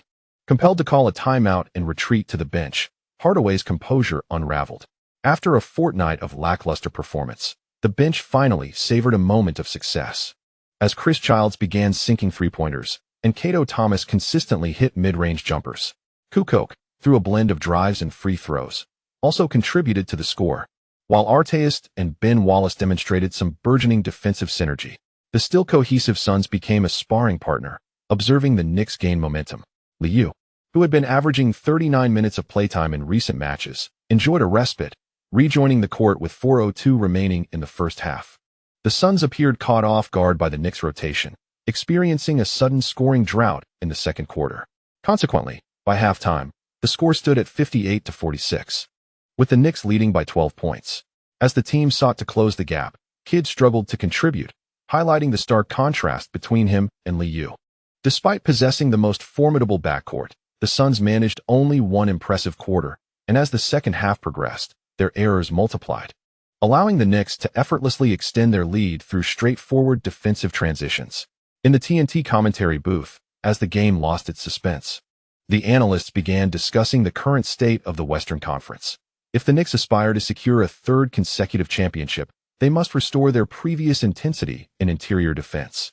The Trail Blazers have thus far lost only one game, with Scottie Pippen compensating for their shortcomings on the front line, rendering the Blazers' capabilities more balanced. The Lakers and Timberwolves also boast impressive big men, and given the current Knicks roster, curtailing their performance appears a formidable challenge. Hubie Brown provided an honest appraisal of the Knicks' present strength. Dick Stockton gazed at Ewing, who was fervently cheering for his teammates from the sidelines, and couldn't help but exclaim, "If Pat makes a good recovery, I believe he can significantly enhance our team's defense." However, Rashard Lewis, who had previously shown commendable performance in the last few away games, appeared somewhat lackluster tonight. Yet, Jeff Van Gundy remained unfazed. He knew that even when the team needed offensive support, he would keep Lewis on the court. In the third quarter, Liu delivered 5 assists, and the Knicks finally showcased their best performance in half a month. The score for the quarter was 29-22, and after 3 quarters, the score stood at 87-68, rendering the outcome of the match entirely predictable. After contributing 2 assists in the fourth quarter, Kidd took a breather. With a shooting record of 4 for 12 and free throws of 4 for 6, he amassed 12 points, 7 rebounds, 10 assists, 1 steal, and 2 turnovers, coming tantalizingly close to a triple-double upon exiting the game. Anthony Hardaway shot 4 for 13, with 2 for 2 from the free throw line, totaling 10 points, 3 rebounds, and 4 assists, but after an initial field goal in the first quarter, he largely faded into obscurity, missing shot after shot. The formidable backcourt combined for 22 points, leaving the Suns fans in disbelief. In 31 minutes, Liu achieved an impressive performance with 9 successful shots out of 16 attempts, including 2 of 4 from beyond the arc and a perfect 5 for 5 from the free throw line, totaling 25 points, 5 rebounds, 12 assists, 1 steal, 1 block, and 1 turnover. Casting a glance at the statistics and then at Liu, who was resting on the sidelines, Hubie Brown immediately praised, "I admire Lee's performance tonight. It's the first time in recent away games that he has delivered a double-double. The Knicks require such contributions from him." Dick Stockton refrained from commenting, aware that it was the Suns' home game, and it would be unwise to voice too many disparaging remarks about the struggling backcourt. Jeff Van Gundy sighed in relief, grateful to avoid a consecutive defeat and to escape further criticism from sports commentators before Thanksgiving. Ultimately, the Knicks triumphed over the Suns with a final score of 109-90, emerging victorious in the contest featuring the strongest backcourt. Anthony Hardaway, feeling despondent, merely nodded at his teammates before turning away to exit towards the player tunnel. At that moment, Kidd and Danny Ainge began to bicker loudly on the sidelines. The Suns fans had grown accustomed to such scenes, as Ainge struggled to rein in Kidd, with many spectators speculating that a coaching change for the team was imminent. Ewing, acting as a mentor, patted his teammates on the shoulder post-game, and upon returning to the locker room, he encouraged them vocally, "Hang in there, guys. We only have 2 more games before Thanksgiving, and our record is looking great." Liu paid little heed to Ewing's motivational platitudes, instead reflecting on the statistical data. The team had 83 offensive possessions, with 14 turnovers, 3 of which occurred during garbage time. The squad made 10 out of 26 three-point attempts, with contributions from Allen Houston, Kukoc, Chris Childs, Artest, and Lewis all adding to the tally. Having relinquished their staunch defense, the Knicks had but one path left, to shoot their way to victory. On November 20th, in a back-to-back matchup, the Knicks would face the Warriors on the road. Starks hosted the Knicks before the game, and that evening, both teams played in a rather disjointed manner. The Warriors' lackluster offense ultimately allowed the unremarkable Knicks to secure an effortless victory. Prior to Thanksgiving, the Knicks have one more game to play. On the evening of the 23rd, Liu made his debut at the Staples Center. Due to the matchup against the Clippers, many Lakers and Knicks fans took advantage of the affordable ticket prices to attend. Since the commencement of the new season, the Clippers, having moved into their new arena, have recorded a disappointing 3 wins and 7 losses, a performance that has disenchanted many Los Angeles fans, perhaps influenced by the impending Thanksgiving. The Clippers exerted exceptional effort in this game, with Odom performing notably well, contributing to the score while orchestrating the offense. Contrary to the coaching staff's expectations, it was not until there were 2 minutes and 12 seconds left in the game that the Knicks finally established a decisive lead against a subpar team. On November 25th, Thanksgiving Day, the Knicks held a Thanksgiving event at the Tarrytown Training Center. Liu and his teammates donned aprons and hats to serve lunch to the attending fans. Many had driven from Manhattan specifically for the occasion, and with the local fans from Tarrytown, the training center buzzed with excitement, aiming for a three-peat. Jeff Van Gundy has been rigorously enforcing training since the season began. The Knicks showed no complaints, yet after enduring a tense half-month, the team was eager to relish the Thanksgiving holiday. The recent routine of training, flying to games, and reviewing game footage had begun to wear on the coaching staff. After the training camp gathered, everyone brimmed with confidence and a fervent desire for a 3rd consecutive championship. However, as November drew to a close, Larry Johnson mused about taking it easy. After distributing food to the fans, he removed his hat and quietly reflected, "Perhaps after fulfilling the remainder of my contract, I should consider retirement. Enjoying life early could be a fine choice." Liu, overhearing this, was puzzled. Larry was only 30 and would be 31 by the year 2000. Most players aspire to play until they are 34, and previously, Larry had intended to sign a lucrative final contract similar to Ewing's, yet now he seemed ready to relax. Allen Houston, surprised by Larry's comments, noted that the new season had only just begun, raising questions about contemplating retirement so soon. Observing the expressions of Liu and Allen Houston, Larry took a donut and bit into it, casually shrugging and saying, "I know my body. Honestly, it's just too exhausting to try to return to my former state.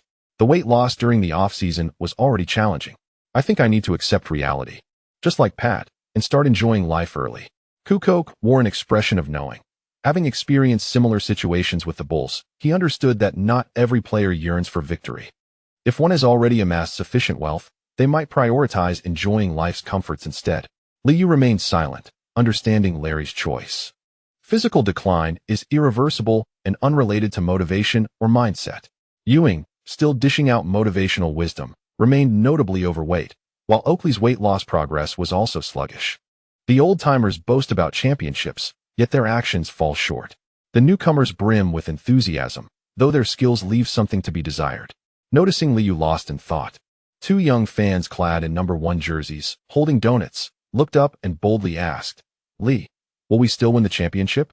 Snapping back to reality, Liu observed the distant figures of Artest and Ben Wallace, who were loudly hurling insults at each other, while Allen Houston beside them continued to engage joyfully with the fans.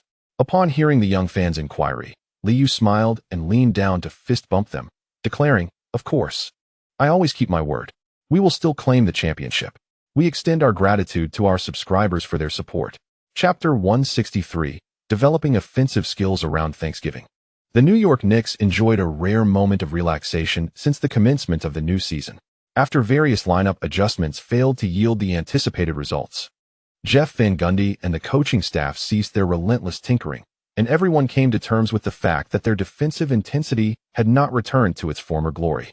Although the Knicks could still dominate weaker teams, their stability had waned.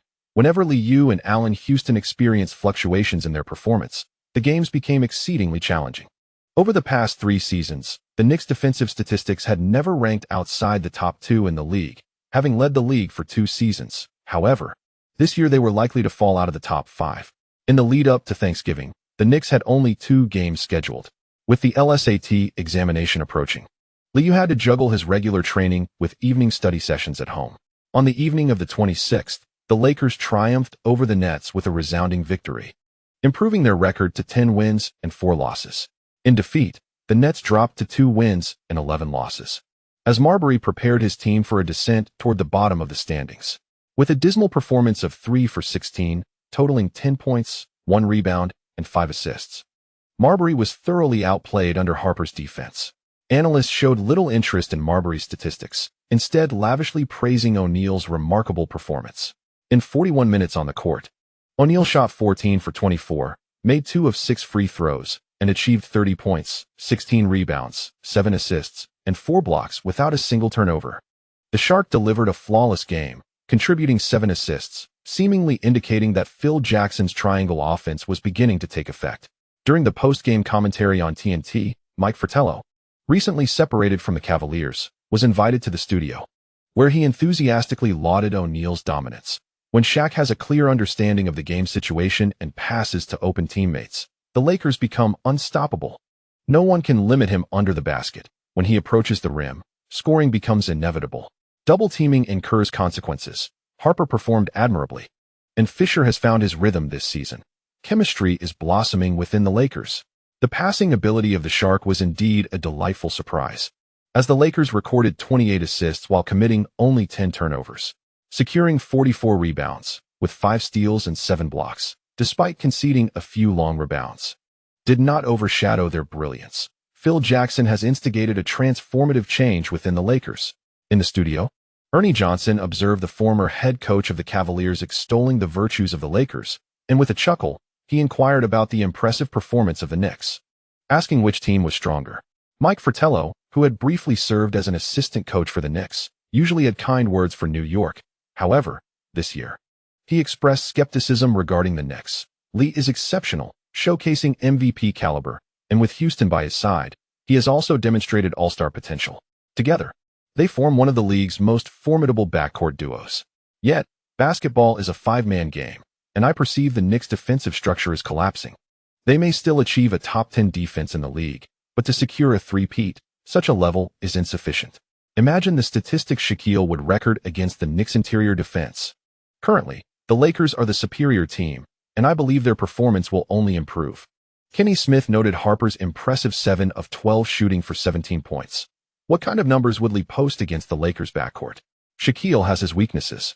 He has consistently struggled with pick-and-roll defense and relies heavily on guards to navigate screens. Harper might find success against Marbury, but defending Lee? We all know the story of the Bulls. Have you not noticed how effortlessly Lee has been scoring 40 points this season? Mike Fratello shook his head and quickly provided a counterexample. Allen Iverson consistently scored high in his first 3 seasons. 40 points was not a challenge for him.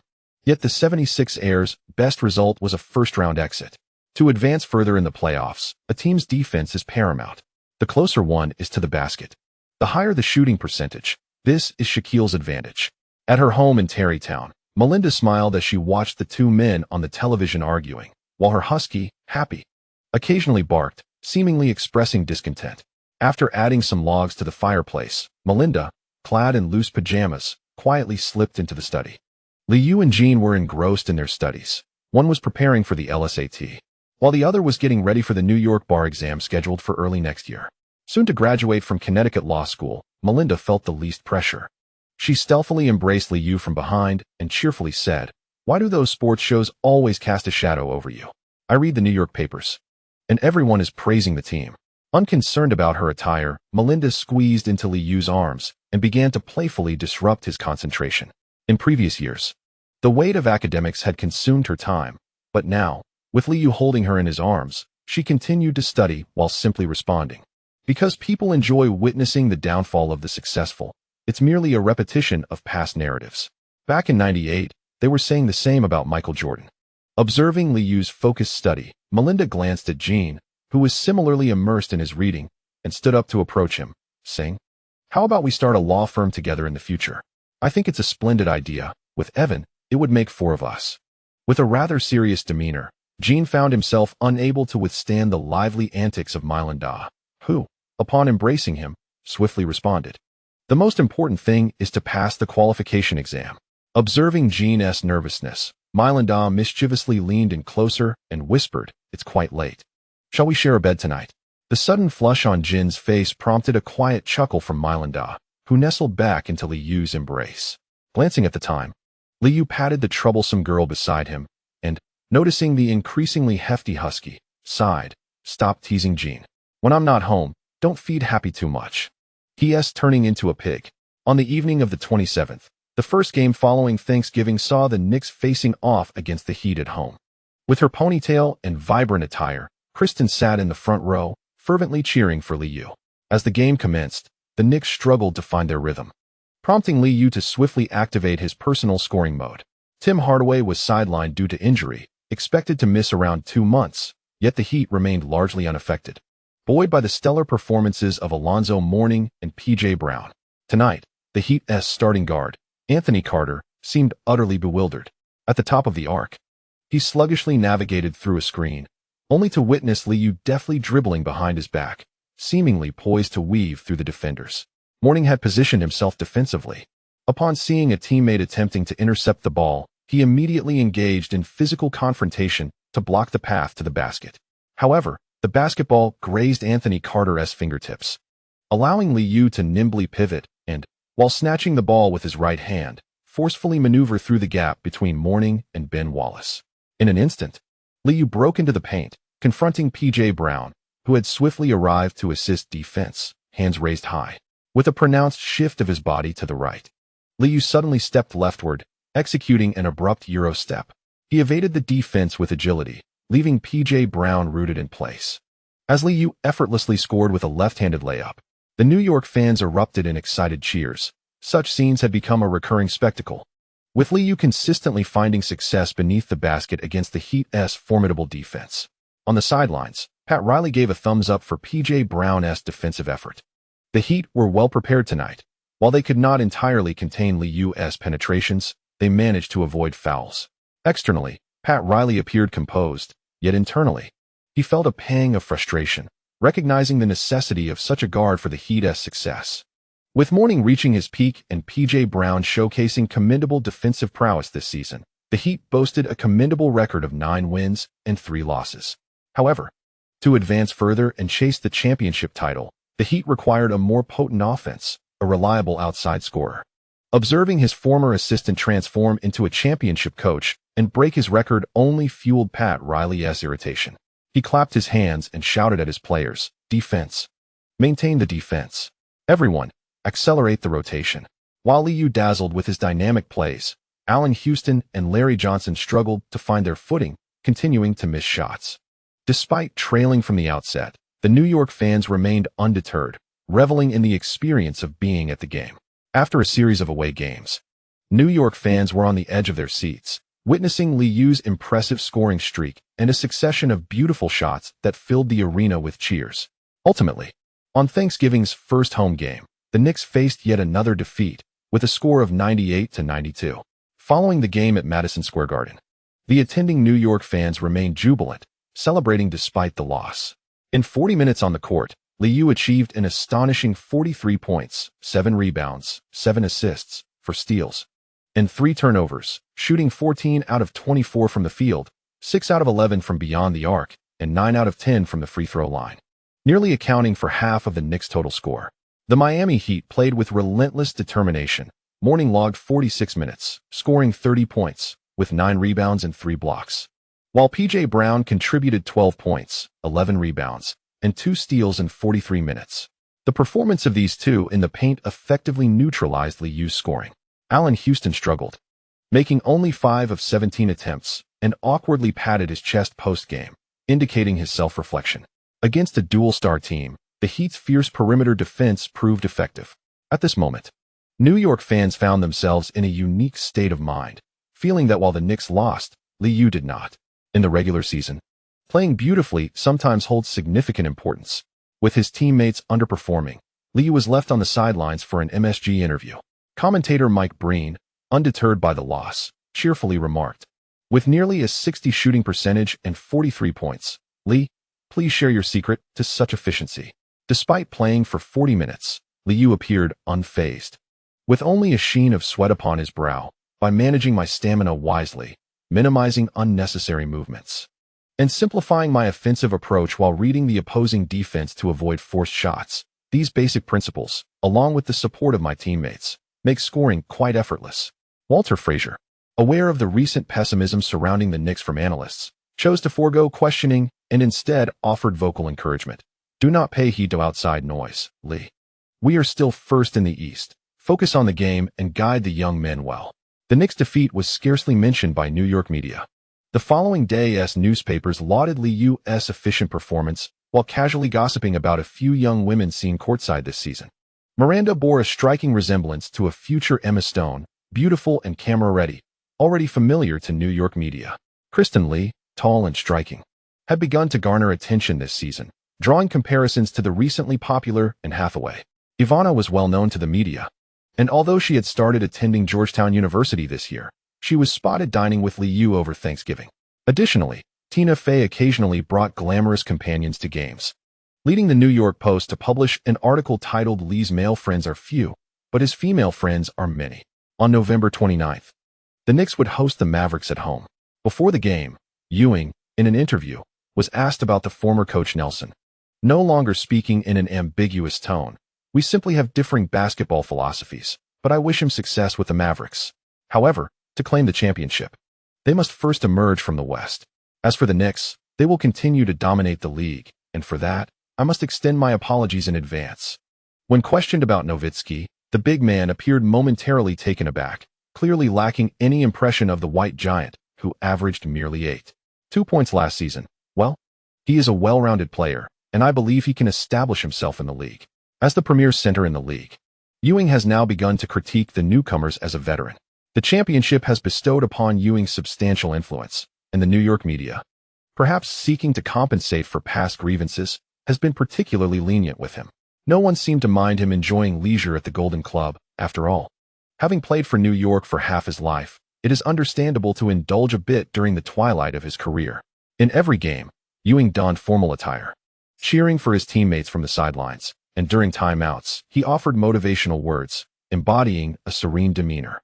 Although Ewing was actively engaged in rehabilitation training, the arduous process gradually diminished his thirst for victory.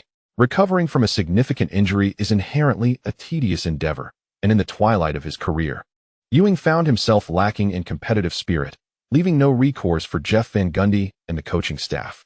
At 18:29 in the first quarter, the Mavericks trailed by 11 points. Despite the double-digit deficit, the Mavericks did not relent, continuing to run and shoot. In the second quarter, they scored 13-27, and by halftime, the game had entered garbage time. At this juncture, Nowitzki and Nash were still assisting Michael Finley, yet Nash was clearly off his game, ending with a score of 0. With 21 attempts yielding only 7 successful shots for 20 points. Finley's inefficiency drew a frown from the veteran Nelson on the sidelines. In limited shooting opportunities, Nowitzki performed decently, scoring 10 points from 4 of 9 attempts. Ultimately, the Knicks struck hard against the struggling Mavericks, triumphing with a score of 82-110. The New York fans, still craving more excitement, were eager for the Knicks' next away game. On November 30th, the Knicks faced a back-to-back challenge against the 76ers. Early in the season, Allen Iverson was hampered by injuries, nursing a right knee contusion, and tonight, he sat on the bench in casual attire adorned with a gold chain. In his first 3 seasons, Liu rarely attacked the basket aggressively. In this era, penetrating the paint often led to being brought down by larger players. Resilience is crucial, as is muscle. Currently, the muscular Liu often cannot be restrained. And with some discreet maneuvers, even the big players must yield. Philadelphia fans were aware that their team was likely to face defeat tonight. Yet none anticipated such a lopsided loss. With a score of 108-74, the 76ers failed to surpass 80 points, struggling even in garbage time. In a night brimming with significance, Artest, the man who seemed to be as pliable as a soft persimmon, made his presence felt. In the third quarter, he unceremoniously elbowed the prolific scorer Larry Hughes to the ground, and in the fourth quarter, he executed a wrestling maneuver on the trash-talking Bruce Bowen. With a dismal shooting performance of 3 for 8, he managed to accumulate 6 points, 9 rebounds, 3 assists, 1 steal, 1 turnover, and an astounding 6 fouls, marking the first time in his career that he fouled out of a game. Such antics prompted Oakley to return to the locker room with a broad grin, jesting. They needed a good smack. Ron played well, but he ought to be a tad more astute, engaging in such behaviors where the referees cannot see. In his impulsive fervor, Artest had evidently disregarded these considerations.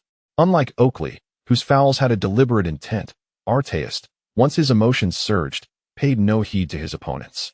Ben Wallace chimed in, playfully remarking, 22 minutes, 6 fouls. When we return, we ought to check if this is the fastest foul record in team history. Once Artest regained his composure and heard the collective laughter, he could only scratch his head in embarrassment. Assistant coach Thibodeau indeed encouraged him to bolster his defensive efforts. Yet it was evident that Artest had gone overboard in his enthusiasm. On December 1, 1999, the NBA announced the Player of the Month for the new season, and Knicks Liu was honored with the accolade. Over 16 games, Lee averaged 35 for minutes on the court, scoring an impressive 29. 6 points, grabbing 5, 7 rebounds, and dishing out 8 assists, along with 1 steals and 8 turnovers. He attempted an average of 8 shots per game, boasting a shooting percentage of 52.4. From beyond the arc, he launched an average of 7 three-point attempts, hitting 46.4 of them, and at the free throw line, he averaged 6 attempts with a remarkable success rate of 92.4. The release of such statistics ignited fervent discussions among sports commentators, heralding the 180 club and showcasing an astonishing level of efficiency. ESPN subsequently elaborated on Liu's true shooting percentage of 67.3, leaving the onlookers in awe. Although the sample size was small, such a performance was undeniably extraordinary. Following a resounding victory against the Supersonics at the end of November, the Lakers improved their record to 11 wins and 4 losses.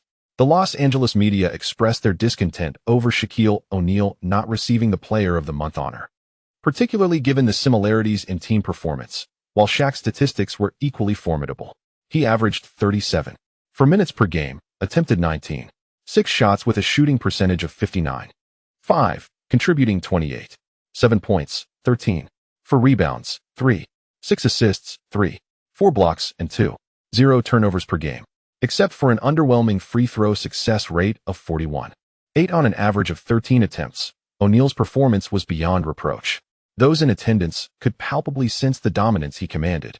His violent dunks had become routine, and upon reaching the reasonable zone for contact, Shaq would unleash his powerful arm to slam the ball through the hoop, igniting the fervor of Lakers fans. With a physique that was both robust and agile, complemented by his hook shots and floaters, O'Neal appeared to be in the prime of his career this season. Throughout November, Liu did not receive the weekly Player of the Week honor, and he found little motivation to lament such minor accolades. O'Neal, with his overly sensitive nature, appeared to feel a lack of respect. That evening, after a resounding victory over the Warriors, he strode back to the players' tunnel, repeatedly proclaiming, "I am the best player." The Lakers limited the Warriors to merely 10 points in the second quarter, and the game swiftly descended into garbage time. The Warriors' interior defense was utterly dismantled by the Shark, who recorded an impressive 12 of 21 shooting, amassing 28 points, 23 rebounds, 1 assist, 4 blocks, and 1 turnover, thereby dominating the contest. In the post-game commentary on TNT, the director even aired the scene of O'Neal exuberantly shouting as he approached the locker room. Kenny Smith couldn't help but chuckle, playfully teasing. Lee indeed delivered a superior performance in November. Let us not forget he is an outside shooter, and those statistics are quite terrifying. It is worth noting that Mike lacks the three-point prowess that Lee possesses. As I've mentioned before, scoring 40 points is no challenge for him. As a superlative star of the league, Lee is meticulously scrutinized each season. The live director promptly presented a shooting distribution chart, highlighting the extensive red in the paint area. Mike Fratello expressed his astonishment, remarking, "Incredible. Lee's style of play has undergone significant transformation this season. Tim Grover seems to have unearthed Lee's physical potential, rendering his technical style both efficient and streamlined. Most importantly, Lee's physicality has improved remarkably. Even against the interior defenses of Mourning and P.J. Brown, he can score with ease." In previous seasons, when the Knicks faced the Cavaliers, our defensive strategy focused solely on his three-point shooting, but now it is evident that such tactics have become utterly ineffective. The insights from Mike Fratello, who previously coached the Cavaliers, carry substantial weight. Earl Johnson nodded in agreement and remarked, "It is a pity that this year's Christmas showdown does not feature a Knicks versus Lakers matchup. That is the contest fans are eagerly anticipating." As December approached, the NBA commenced its build-up for the upcoming Christmas extravaganza. This year, the league has prepared 2 matchups for fans: the Pacers versus the Knicks and the Spurs versus the Lakers, echoing last year's Eastern and Western Conference Finals. On the evening of the 2nd, the Knicks would challenge the Bucks on their home turf. Prior to the game, the locker room buzzed with a throng of sports media surrounding Lee, all invigorated by his impressive November statistics. In today's era, while many stars can handle the ball, few outside shooters can efficiently manage ball possession. The last player to exhibit such efficiency was Michael Jordan, whose early career was marked by astonishing effectiveness. A Yahoo Sports reporter, squeezed towards the back, could not restrain himself and shouted, "Lee, could you discuss your statistics? What an extraordinary performance." Sitting in his seat, Lee regarded the multitude of microphones thrust before him, stroked his chin, and responded with a light chuckle. "To me, this is merely commonplace data. I also experience my share of lows. As for the Knicks, my individual statistics are not of utmost importance, for our ranking reflects the team's performance. Data and accolades are merely supplementary byproducts of victory. In truth, I hold little regard for such awards. Naturally, if high scores can secure a win, I shall exert every effort to accumulate points. I am grateful for the support of my readers." This chapter concludes with Chapter 164, The First Meet Shield. On December 4th, 1999, the Knicks faced their 4th game of the week, challenging the struggling Nets on their home court. The Nets had started the new season with a dismal record of 2 wins and 14 losses. Their poor performance resulted in low ticket sales, often leaving their arena less than full. New Jersey fans remained unenthusiastic, only showing up in greater numbers when the visiting team arrived, confronting a lackluster opponent. Jeff Van Gundy anticipated an easy match. However, after a grueling 4 quarters, the Knicks suffered an unexpected defeat, losing 92-95. With Marbury's late-game free throws securing the Nets' 3rd victory of the season. The Knicks coaching staff was left in disbelief as starter Chris Childs made a series of blunders in the final moments, leading Van Gundy to wonder if an undercover agent from the opposing team had infiltrated his ranks. Back in New York, Liu, who was attending the LSAT at Fordham University, took a day off to rest, opting not to return to New Jersey for an evening game despite its proximity. Following the loss, Van Gundy bore the brunt of the criticism, with New York media lambasting his poor in-game adjustments during the critical moments. Losing a game is one thing, but falling to such an underperforming team was simply unacceptable to the fans, as it felt like a gift wrapped in failure. Having completed his exam, Liu felt a sense of relief as he practiced with his husky, Happy, who, despite being on the verge of plumpness, was taken for a walk until he was panting and ready to rest at home. Each time TNT aired their post-game analysis, if the Knicks played that day, they would invariably discuss the game. This latest loss to the Nets was no exception, as the absence of Lee was a hot topic. Without him, the Knicks committed 19 turnovers against the Nets. Allen Houston and Larry Johnson struggled to manage the ball effectively, leading to a disappointing offensive efficiency. However, a silver lining emerged as we witnessed Oakley's resurgence over these last 2 games, as he secured 4 offensive rebounds tonight. Although December's schedule appears relatively forgiving, the Knicks must remain vigilant. Mike Fratello continued to express skepticism about the Knicks, yet as a seasoned commentator, he refrained from blaming Van Gundy, acknowledging that it is ultimately the players who dictate the outcome. Kenny Smith glanced at the statistics and noted that both teams exhibited rather mediocre shooting percentages, jesting that it seemed the Knicks were in dire need of Lee. It became evident that only Lee could efficiently manage ball distribution, as most perimeter players tend to diminish in effectiveness when granted additional shooting opportunities. Allen Houston scored 25 points tonight, with a shooting percentage of 9 out of 24, mirroring Marbury's performance, both failing to reach the 40 mark. Teams centered around perimeter players often encounter such predicaments.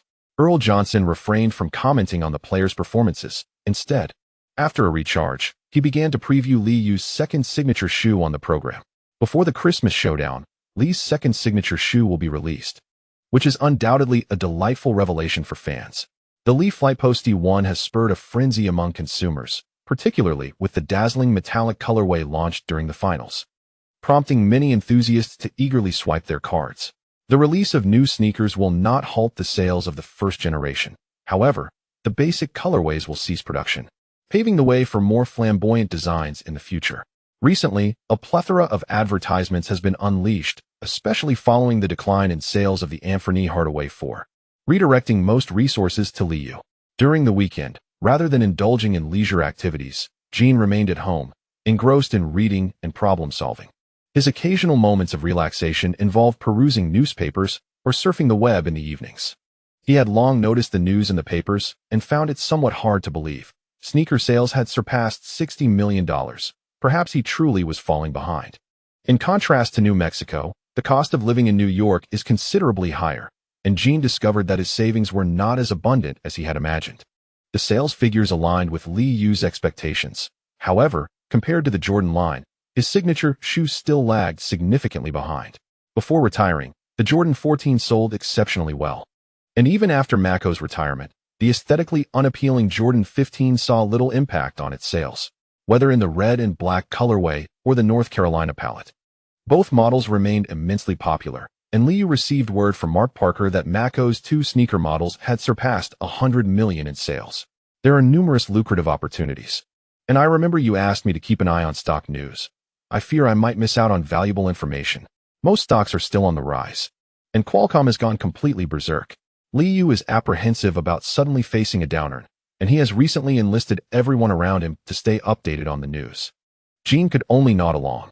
As he learned about Lee Yu's investments, he felt a twinge of concern. After all, stocks cannot perpetually ascend. I saw that Pet Supply Company participated in the Macy's event on Thanksgiving Day, he remarked. To be honest, the more information I gather, the more I believe these companies' stocks will inevitably decline. Perhaps by the end of the month, it would be prudent to prepare for an exit. Lee Yu nodded in agreement. This was also his sentiment. It's best to conclude the game of passing the parcel early and secure profits. As the year draws to a close, the internet feast continues unabated. And within the Knicks, there are quite a few players dabbling in stocks. However, most merely by whatever stockbrokers recommend. Lee Yu has never promoted his own stock purchases within the team. While making money is one thing, being caught in a downturn and suffering significant losses would undoubtedly lead to controversy.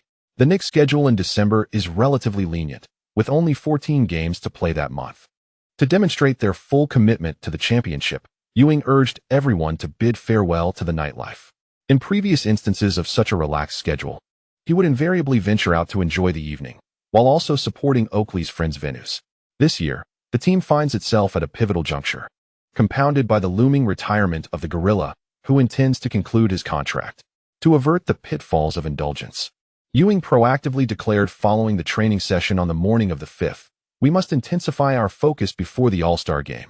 Now is not the time to relax. Regardless of the schedule and our opponents, we must hold ourselves to high standards." However, the gorilla's words lacked conviction, as he epitomizes a lack of self-discipline. Most players turned their attention to Lee Yu, eager to glean insights from the true core of the team. Pat's perspective held merit. Often, when the game becomes challenging, we recognize the reasons behind it. To achieve commendable results in the regular season, it is indeed crucial to adopt a serious demeanor. Liu did not undermine the sentiment. Players wishing to indulge in leisure activities would find mere verbal assurances inadequate. Genuine seriousness would hinge on the performance of several key players. Oakley quickly voiced his agreement. In the twilight of his career, apart from mentoring the newcomers, his sole pursuit remained the coveted three-peat championship. Allen Houston and Larry Johnson also expressed their concurrence, acknowledging that while the intentions were commendable, the execution may falter. The team's competitive spirit remained intact, yet expectations for standout performances needed tempering. Following a brief players' meeting, the Knicks resolved to abstain from distractions and wholeheartedly commit to excelling in the month-end games. On the evening of the 5th, a rejuvenated Oakley helped restore a semblance of defensive prowess to the Knicks. In their home game, the Knicks triumphed decisively over the Nuggets, 8-0-1-0-8. This resounding victory was aided by the undercover performances of Van Exel and Billups. The former managed a lackluster 18 points on 7 of 23 shooting, including a dismal 1 of 9 from beyond the arc, alongside 4 turnovers. Billups was virtually invisible, scoring merely 6 points on 1 of 5 shooting, solidifying his reputation as a liability. In the second week, the Warriors continued to offer warmth, with the Knicks securing another commanding victory, 8-3-1-0-9. The 76ers, deprived of Iverson, showed no improvement in their offense upon arriving in New York, falling short of even 80 points, 7-8-1-0-7. It was not until the evening of the 12th, when the Knicks faced the Celtics at home, that they encountered a modicum of difficulty. Paul Pierce's injury led to fluctuations in the performance of the Celtics, who had hitherto been impressive. The contest extended into the fourth quarter, where Antoine Walker's sudden spate of misses allowed the Knicks to capitalize with fast break opportunities, ultimately sealing their victory at 9-7-1-0-6 and marking a 4-game winning streak. Despite the win, Jeff Van Gundy's expression remained somber post-game, reflecting the discontent of the New York media. After days of anticipation for a comeback, Ewing only played 28 minutes, scoring 8 points, 7 rebounds, 2 assists, 1 block, and 3 turnovers. Under Coach Pitino, the Celtics are known for their rapid play, yet it was evident that the Gorilla could no longer keep pace with the game's tempo. At the post-match press conference, perhaps feeling a tinge of disappointment regarding his performance, the Gorilla was notably absent. As Liu settled into his seat, the sports media in attendance eagerly began to pose their inquiries. Lee, after a lengthy half-year hiatus, how do you assess Pat's recovery? His performance tonight seems to have fallen short of expectations. As the individual most attuned to Ewing's condition, Liu had never harbored any illusions. The Achilles injury had robbed the Gorilla of his explosive prowess. Unless he ventured to deeper positions, the once familiar jump shot, characterized by a graceful leap and a deft layup, had become a rarity. The decline in athleticism had precipitated a cascade of consequences, including diminished free throw efficacy, much like the seasoned veteran. Ewing's ability to draw fouls had notably waned. We must afford Pat additional time. Recovering from a significant injury is never a simple endeavor. We will utilize the next fortnight of games to assist Pat in regaining his rhythm. Liu succinctly outlined the team's strategy. The New York media, upon hearing this, began to brim with renewed anticipation. On December 14th, the Knicks flew to Houston to face the Rockets. Since the onset of the new season, the Rockets had languished with a dismal record of 7 wins and 15 losses. The primary culprit behind their underwhelming performance was injury. Barkley had previously suffered an Achilles strain, and just days prior, he had sustained a pelvic injury during a match against the Magic. As for Olajuwon, he had been sidelined for the entire season, thus thrusting Francis and Mobley into the spotlight as the team's core. Encountering an opponent in disarray, coupled with the Rockets' languid offensive tempo, Liu deliberately slowed the pace, collectively aiding Ewing in rediscovering his game sense. In 32 minutes of play, Ewing achieved an impressive 6 out of 10 shooting, converting all 8 of his free throw attempts, thereby amassing 20 points, 5 rebounds, 1 block, and 2 turnovers. Displaying remarkable efficiency, Ewing dominated the interior against the Rockets' Rodgers and Hamilton. With victory in hand, smiles adorned the faces of the Knicks as news of Ewing's 20-point performance graced the front pages of New York's sports sections the following day, heralding the triumphant return of the league's premier center.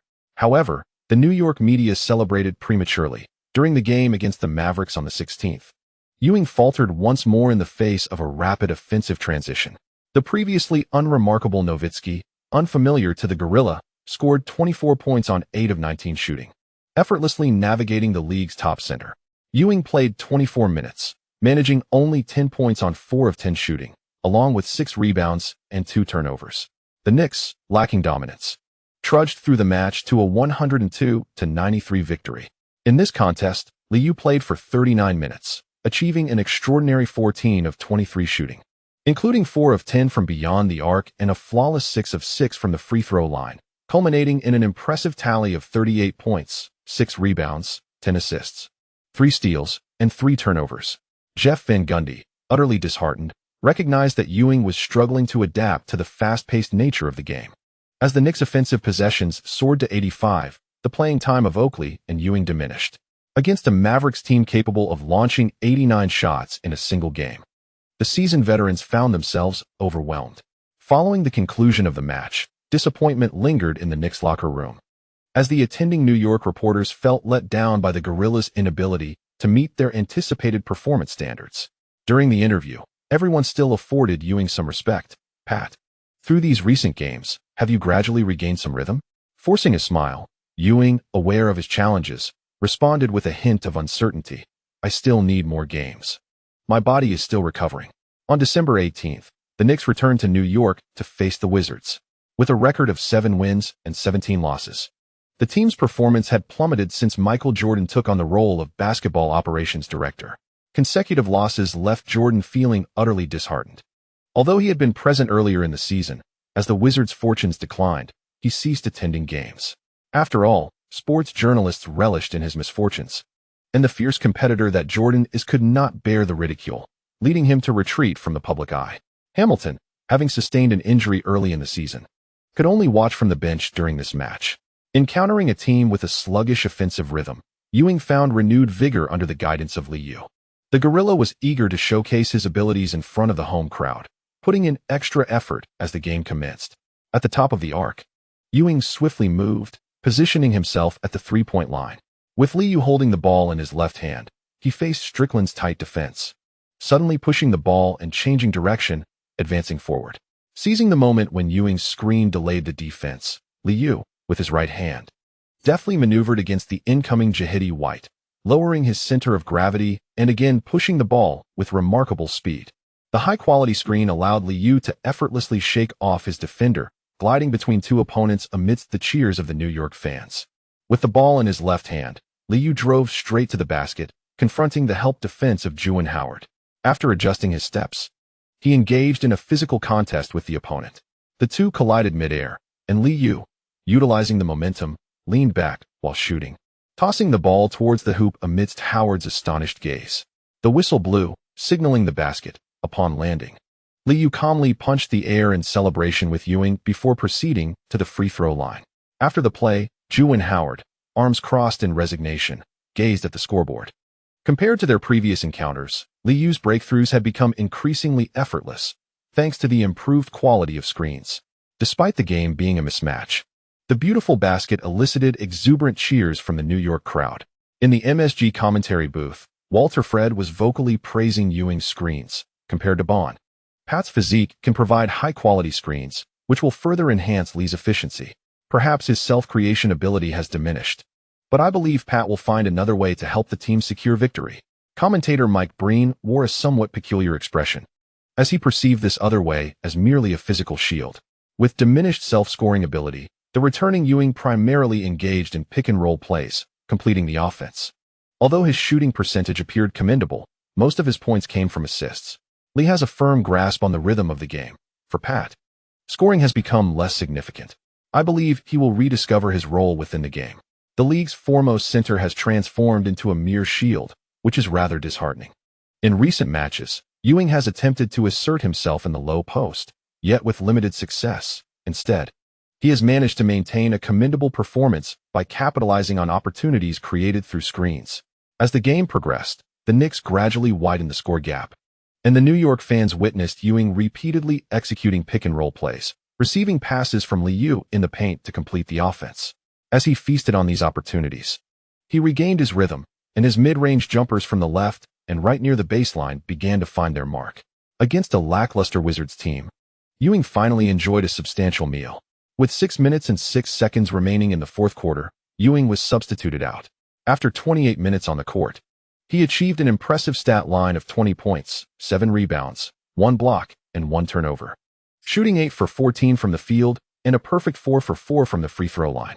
His efficient performance allowed Jeff Van Gundy to breathe a sigh of relief. Ewing remained a reliable presence around the basket. Ultimately, with a score of 92-102, the Knicks triumphed at home, continuing their winning streak. Following his return from injury, Ewing attended his first post-game press conference. The transformation of the league's top center into its leading shield was well understood by the New York media, yet in the arena, everyone lauded Ewing's performance. The mutual praise was enjoyable until a reporter from Los Angeles provocatively inquired, "Pat, I've noticed that since your return, you rarely attack from the low post. Could you explain why?" Ewing, well aware of his physical condition, brushed off the jest. Content with his 20-point performance. Low post offense does not align with the Knicks' current tactical arrangements. I simply wish to help the team win. On the 19th at the Tarrytown Training Center, Ben Wallace immersed himself in strength training following the morning's film session. With Ewing back in action, Little Ben's playing time had diminished somewhat. Most players prefer to remain within their comfort zones, and Wallace was no exception. The coaching staff anticipated improvements in his finishing around the basket, yet certain technical aspects were indeed ill-suited for him. During this period of favorable competition, the Knicks enjoyed a series of victories, uplifting everyone's spirits. Assistant coach Thibodeau, after the players departed the multimedia room, couldn't he help but express to his fellow coaches, if it were the Lee of previous seasons, managing the big man would have been quite challenging. This is certainly a boon for us, as Pat is gradually rediscovering his game. The morning's film session primarily focused on the tactical approaches of the Trail Blazers and the Lakers, with additional information regarding the upcoming Christmas Day matchup against the Pacers. Jeff Van Gundy, however, was not as optimistic as his assistants. Upon reviewing the collected data, he noted that most teams in the league played at a brisk pace, and it was not uncommon for a game to feature 83 shot attempts. We must keep a close eye on Pat's physical condition. I do not wish to see him suffer another injury so soon after his return.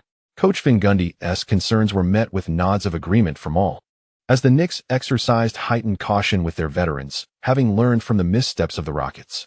As Christmas approaches, it signifies that the results of the All-Star Game voting are imminent, prompting aspiring All-Stars to showcase their talents.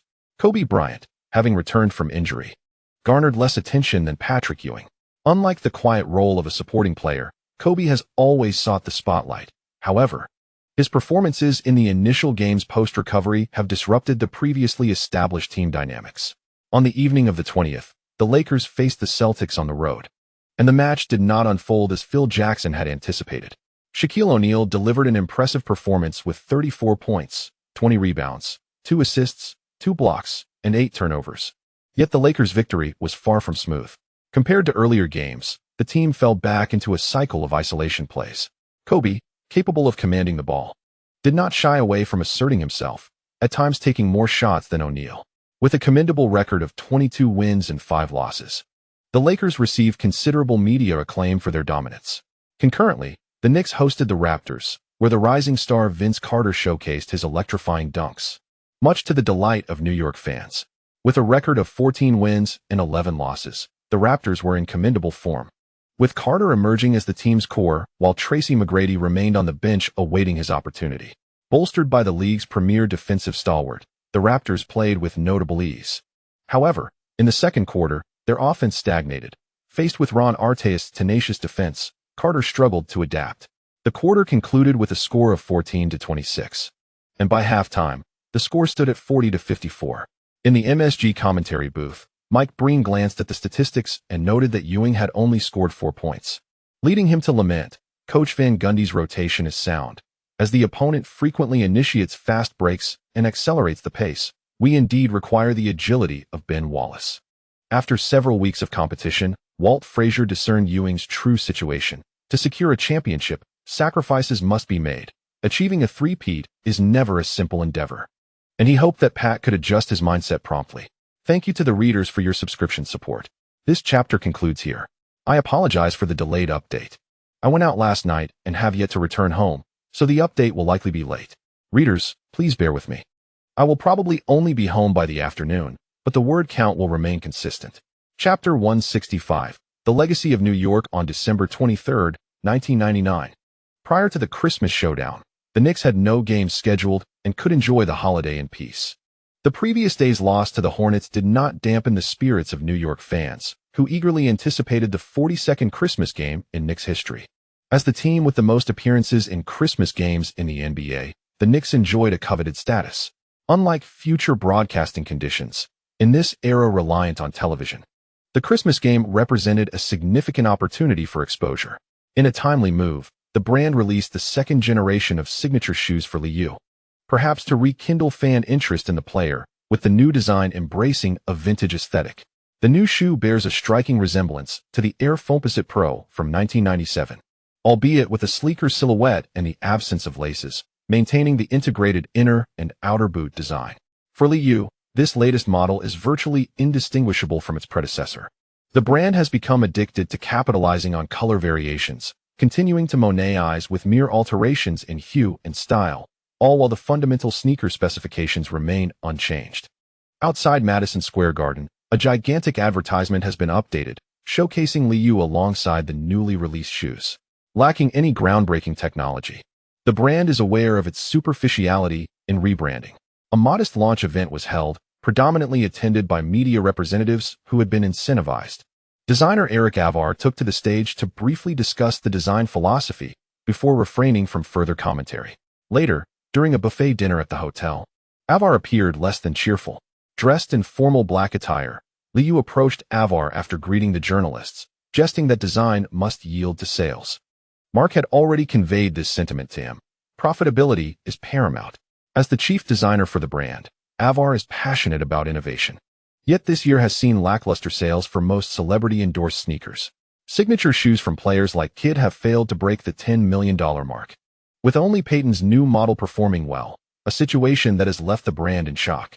I recognize the market challenges, but amidst the competition, I firmly believe innovation is essential, he lamented, expressing frustration over many of his designs being rejected. Avar downed his champagne, uninterested in frivolities. During the finals, Liu's initial model, featuring a lustrous copper sheen, achieved remarkable sales, allowing the brand to navigate through the market's challenges. After market testing, it seems that mere color changes may indeed be viable. Priced at $190, the durability is average, and aside from an enhanced forefoot air cushioning, the retail sneakers hardly justify their steep price. Observing the now completely bald Avar, Liu offered a comforting pat on his shoulder. He remains unconcerned about innovation. As long as the sneakers sell well and he can earn additional incentives, the rebranding strategy is quite advantageous. As the holiday season approached, the streets of Manhattan teemed with people on Christmas Eve. By nightfall, brightly lit shops, restaurants, theaters, and bars were staffed with employees in festive attire, welcoming visitors. Every year, Macy's holds events during Thanksgiving and Christmas, and perhaps in anticipation of the new century, this year's influx of tourists was particularly high. The previous concerns surrounding the Y2K bug have significantly diminished, and the lines for cash withdrawals have also lessened. Stock prices continue to soar, and the frenzy among internet companies rages on. In past years, Liu would accompany young women to Rockefeller Center to enjoy the festive atmosphere, but this season, the crowds were overwhelming, rendering a quiet celebration at home the only feasible option. Meanwhile, media outlets in Los Angeles were stirring excitement for the upcoming Christmas showdown, generating buzz with a sensational headline. Want to see Wilt Chamberlain and Michael Jordan play together? Then keep an eye on the Lakers. With Kobe Bryant's impressive return from injury, the Los Angeles media erupted in excitement, promptly bestowing upon him the title of Jordan's successor. Previous contenders for this prestigious label had faded into obscurity, but Kobe has once again shouldered this mantle, garnering substantial attention with the support of the Los Angeles press. The New York media, upon witnessing this news, found it rather distasteful. How could one ascend to such heights without a championship to their name? On Christmas Day, the New York Times editor playfully dubbed Liu as Point God, a clever play on words that resonated with fans. This catchy title delighted New Yorkers, who eagerly purchased newspapers to read about it. That evening, before the Christmas clash commenced, spirited New York fans braved the frigid temperatures, gathering outside the arena. Youngsters, facing NBC cameras, exuberantly shouted in unison. While chanting the new moniker, they did not forget to poke fun at the self-aggrandizing Lakers. Jim Gray, Intending to interview some typical fans, found instead that those willing to speak were rather exuberant, frequently mentioning Wilt Chamberlain and Jordan. The camera crew, shivering in the cold, struggled through several failed interviews, ultimately lamenting, "New York fans are truly passionate." Observing the time, Jim Gray had no choice but to join the crew inside, reminding them to mute the audio, as the league would not appreciate such scenes. In this new season, David Stern not only champions newcomers, but also firmly addresses unsportsmanlike conduct and unruly behavior in arenas. The cacophony of insults within the stadium can indeed be unfriendly for families attending with children, and many parents have voiced their concerns to the league. The Knicks' 42-ND Christmas game saw ticket prices rise once more. However, with tourists in Manhattan, cost was never an issue. Even before the 9 p.m. game commenced, the arena buzzed with excitement. In anticipation of their old rival Reggie Miller, Spike Lee donned a specially designed t-shirt. The shirt depicted a moment from last year's Eastern Conference Finals, showing a disheartened Miller heading towards the tunnel. "Unless you join the Knicks, you shall never win a championship." Spike Lee paraded around the sidelines, flaunting the message on both the front and back of his shirt, eagerly awaiting Miller's entrance. At the NBC commentary booth, Bob Costas reveled in the lively atmosphere, humorously gossiping about Knicks general manager Glenn Grunwald's recent flurry of activity, though none of the prospective players had secured contracts, clearly not meeting the coaching staff's criteria. Doug Collins, well-versed in the coaching circles, couldn't resist a smirk as he remarked, "No one wants to trade with the Knicks. Their draft picks lack allure, and the exorbitant salaries of certain players hinder any potential deals. The championship dilemma cannot be resolved through trades. No one relishes the thought of New York's success." Bob Costas has always sensed that his colleague seems more inclined towards entertainment, and currently, within the coaching circles, there is no one who wishes to see the young Jeff Van Gundy ascend to the top.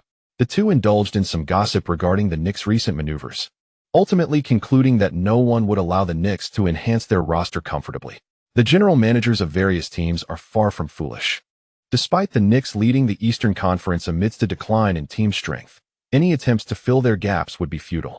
Glenn Grunwald has refused to relinquish the Bulls draft pick, and the team itself is likely just a collection of role players, coupled with overpaid underperformers.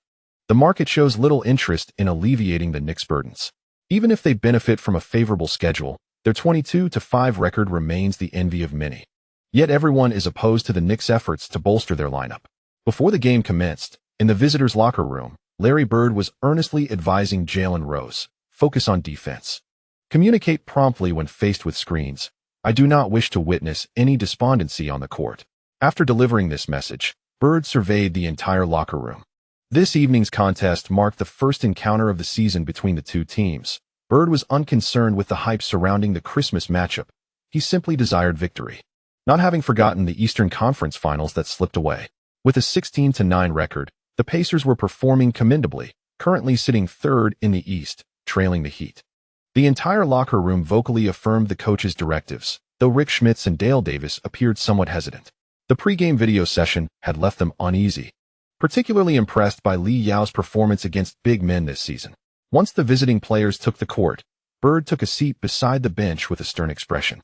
As the game commenced, Madison Square Garden erupted. Every touch by Reggie Miller prompted a chorus of boos from the crowd. Patrick Ewing made his presence felt early on, as the Pacers continued to initiate their offense from the paint. The first 3 offensive possessions resulted in misses, but then Reggie Miller swiftly maneuvered from right to left along the baseline, utilizing Rick Schmidt's screen to drift to the left wing. Mark Jackson, with a low protective stance, cautiously delivered a cross-court pass under Lee Yao's defense. Upon receiving the ball, Miller, without hesitation, passed it immediately to Schmitz, who was positioned in the low post. The entire sequence was remarkably fluid. Schmitz, upon receiving the pass, executed his offense promptly, releasing the ball with his right hand, pivoting towards the basket, and leveraging his height advantage for a one-handed floater. Swish! The two-pointer found the net effortlessly. Compared to the previous season, the Pacers had evidently heightened the tempo of their interior passing. Once they committed to the paint, the perimeter players decisively moved the ball. With a score of 24, the Pacers finally registered points, and Schmitz, while quickly retreating on defense, took a moment to applaud himself. As the baseline play commenced, Allen Houston discreetly gestured to Lee Yao, indicating that his shooting touch was not quite there after several early misses. The Knicks' scoring stemmed from Ewing's opportunistic finishes and Larry Johnson's follow-up rebounds. But the initial set plays yielded disappointing results. Let's go Knicks. In the face of Mark Jackson's mismatched defense, Allen Houston was unable to score. Receiving the ball from the baseline, Lou swiftly signaled a tactical play. Under Jalen Rose's tight defense, Lou quickly advanced past half-court, while Ewing promptly repositioned from the left elbow to the left wing. As Lou initiated a pick and roll, Larry Johnson cut swiftly from the left corner. But finding no opportunity, he accelerated towards the right corner instead. At this moment, Allen Houston had moved to the right wing, while Oakley remained stationary at the right elbow. As the Knicks cleared one side, setting the stage for a localized 2-on-2 confrontation. Noticing Ewing's screen, Rick Smits immediately rolled down, compelled to retreat defensively. Jalen Rose, recognizing the situation, hastily slid over, applying physical pressure to prevent Lou from easily executing his offense. The left wing suddenly transformed into a one-on-one scenario. Holding the ball in his left hand, Lou initially retreated a step in response to the defense's contact, then suddenly lowered his center of gravity, propelling himself forward with speed. Reacting instinctively, Jalen Rose lunged towards Lou's left hand, only to be caught off guard by Lou's sudden stop and swift change of direction. In the blink of an eye, Lou switched to his right hand, feigning another drive. Having lost a step, Jalen Rose struggled to adjust his balance, sliding back instinctively to the right. Lou seized the moment to stop abruptly, executing a step-back move and returning to the three-point line, leaving his defender completely out of position. Observing the disheveled Jalen Rose remaining stationary as Lou launched a jump shot, the crowd erupted in cheers. Wow! The three-pointer swished through the net, and the cheers left Jalen Rose visibly displeased. The defender's usual tactic is to disrupt the ball handler's rhythm. Physical contact is the most effective means. Yet it proved ineffective against Lou in this instance. Larry Bird rose to his feet, signaling for another shot, as Rick Smits was no longer the focal point of the offense, prompting the Pacers to quicken their pace. Following a simple tactical play, Mark Jackson advanced past half-court to the top of the arc, where Dale Davis immediately set a screen for Jalen Rose near the left baseline. Utilizing the screen, Rose swiftly popped out to the left elbow, shaking off Larry Johnson's defense, and upon receiving the ball, he launched a jump shot. Swish! The mid-range shot hit its mark with confidence. Jeff Van Gundy remained at the bench, while Lou, undeterred by the opponent's increased tempo, continued with a V-shaped offensive approach. Ewing and Oakley remained stationed in the elbow area, while Jalen Rose continued his aggressive defense. Once Lou crossed half-court, he tossed the ball to Ewing. Initially feigning a forward pass, Lou took advantage of the defender's backward shift, swiftly moving laterally with the aid of Oakley's screen at the right elbow. Charging towards the basket. Realizing the misstep, Dale Davis instinctively retreated towards the basket, while Rick Smits remained oblivious. Watching as Ewing passed the ball towards the upper right corner of the hoop, the quality of the pass was subpar, causing Lou to encounter Dale Davis's help defense upon catching the ball in midair.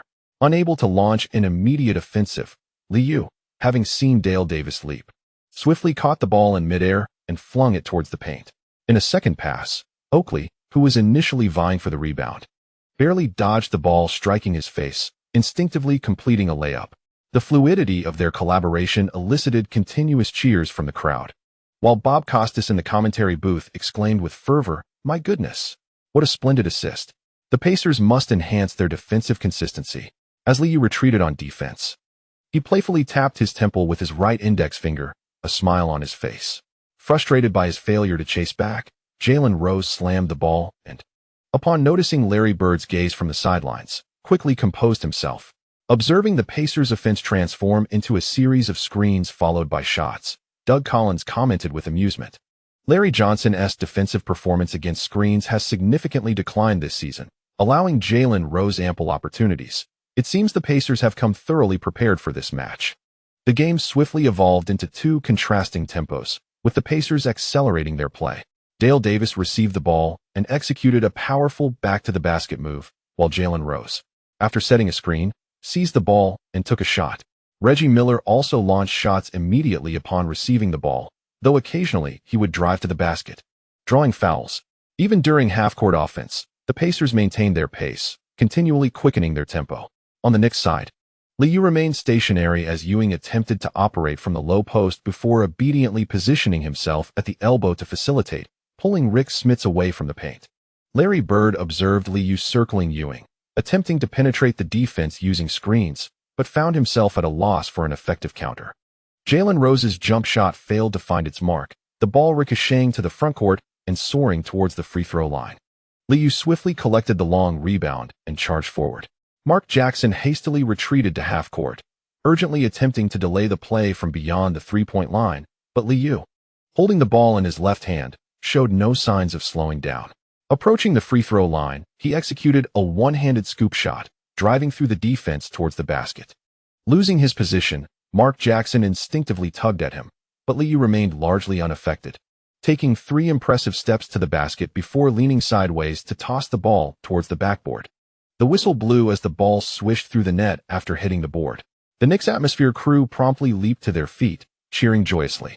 Following Liu's successful free throw, Coach Larry Bird immediately called for a timeout with 6 minutes and 16 seconds remaining in the first quarter. During this period, the Pacers aggressively targeted Larry Johnson and Oakley, achieving notable success, while the Knicks responded simply, with Liu continuing to exploit the pick and roll against Rick Smits.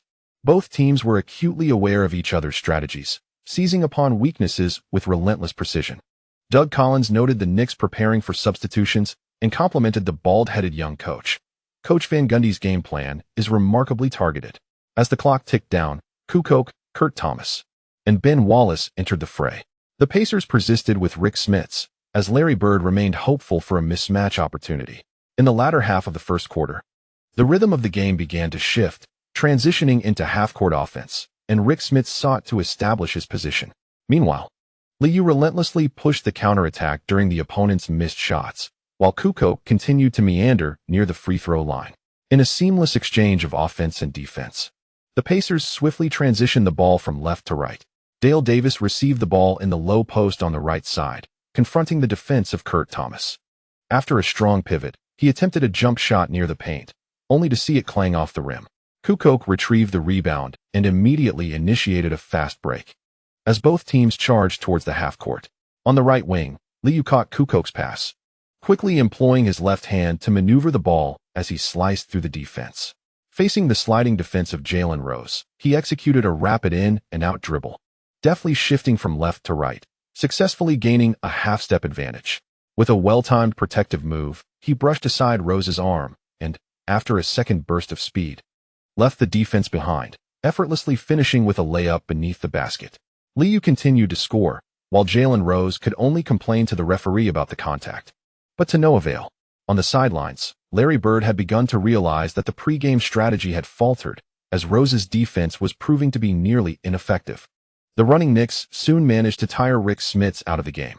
As the first quarter drew to a close, Reggie Miller capitalized on a catch-and-go move, executing a stop-and-pop jump shot that sent him to the free throw line multiple times. Allen Houston smiled and shook his head, refraining from protesting the calls. Amidst Miller's free throws, Spike Lee shouted from the sidelines, proudly displaying his graphic t-shirt. As he watched Miller miss his second free throw, Spike Lee triumphantly raised his arms in celebration. Ben Wallace sprinted down the court to grab a defensive rebound, quickly pushing the ball up the floor as Liu accelerated along the left sideline. The Pacers' defenders were drawn to Lee, who cut in from the left flank, causing them to collapse inward. When Allen Houston received a pass on the right wing, Mark Jackson finally reacted, but it was too late. He could only watch as Houston's transition three-pointer swished through the net. Larry Bird, arms crossed, could not contain his frustration, muttering curses before unleashing a tirade about the defense. As the game entered a back-and-forth exchange, the Pacers struggled to keep pace. At the end of the first quarter, the score stood at 22-30, and Reggie Miller, having played the entire period, was too preoccupied to acknowledge the bouncing Spike Lee on the sidelines. Reviewing the game statistics, Bob Costas could not help but exclaim once more. Aside from a last-second long-range three-pointer that missed, Lee had made all 7 of his other shots, showcasing an exceptional performance. With 7 of 8 shooting, including 1 of 2 from beyond the arc and a perfect 3 of 3 from the free throw line, he had amassed 18 points in the quarter, igniting Madison Square Garden once again. Doug Collins noted Allen Houston's meager 1 of 5 shooting, yielding only 3 points. Signaling that the Knicks were not at their best, the Pacers still had a chance, and he believed in their resilience. Within the Pacers rotation, Travis Best and Jalen Rose partnered in the backcourt, while the front line featured Crosshair and Harrington, with Sam Perkins at center. During the intermission, Jeff Van Gundy kept his comments minimal, adhering to a meticulous rotation schedule. However, as the second quarter commenced, the Knicks found themselves unable to score, while the veteran Sam Perkins, coming off the bench, sank 2 consecutive three-pointers.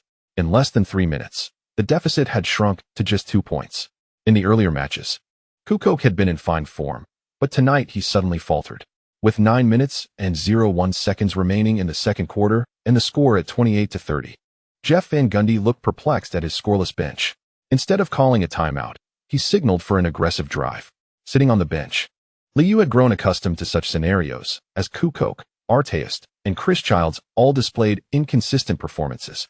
Upon witnessing Jalen Rose's drive to the basket that evened the score, Liu rose to loudly urge Artest, Ron, defend, crash the boards. Having lost his man during the transition, Artest quickly refocused upon hearing Liu's call. Oakley, seated on the bench, paid little heed to the tied score, muttering softly, "Rookies are still unreliable." According to the pregame strategy, should Kukoc struggle, Artest was to receive additional opportunities. Perhaps due to the novelty of playing in a Christmas game, Artest appeared somewhat tense, failing to capitalize on simple plays. After another 2 minutes, the Pacers took the lead, prompting Van Gundy to request a timeout. At the NBC commentary booth, Doug Collins couldn't help but chuckle at the unfolding situation. As I mentioned, when Kukoc loses his touch, the Knicks' rotation begins to exhibit issues. This had also been the case during his time with the Bulls. Previously, Larry Johnson had effectively managed the second unit, but this season proved different.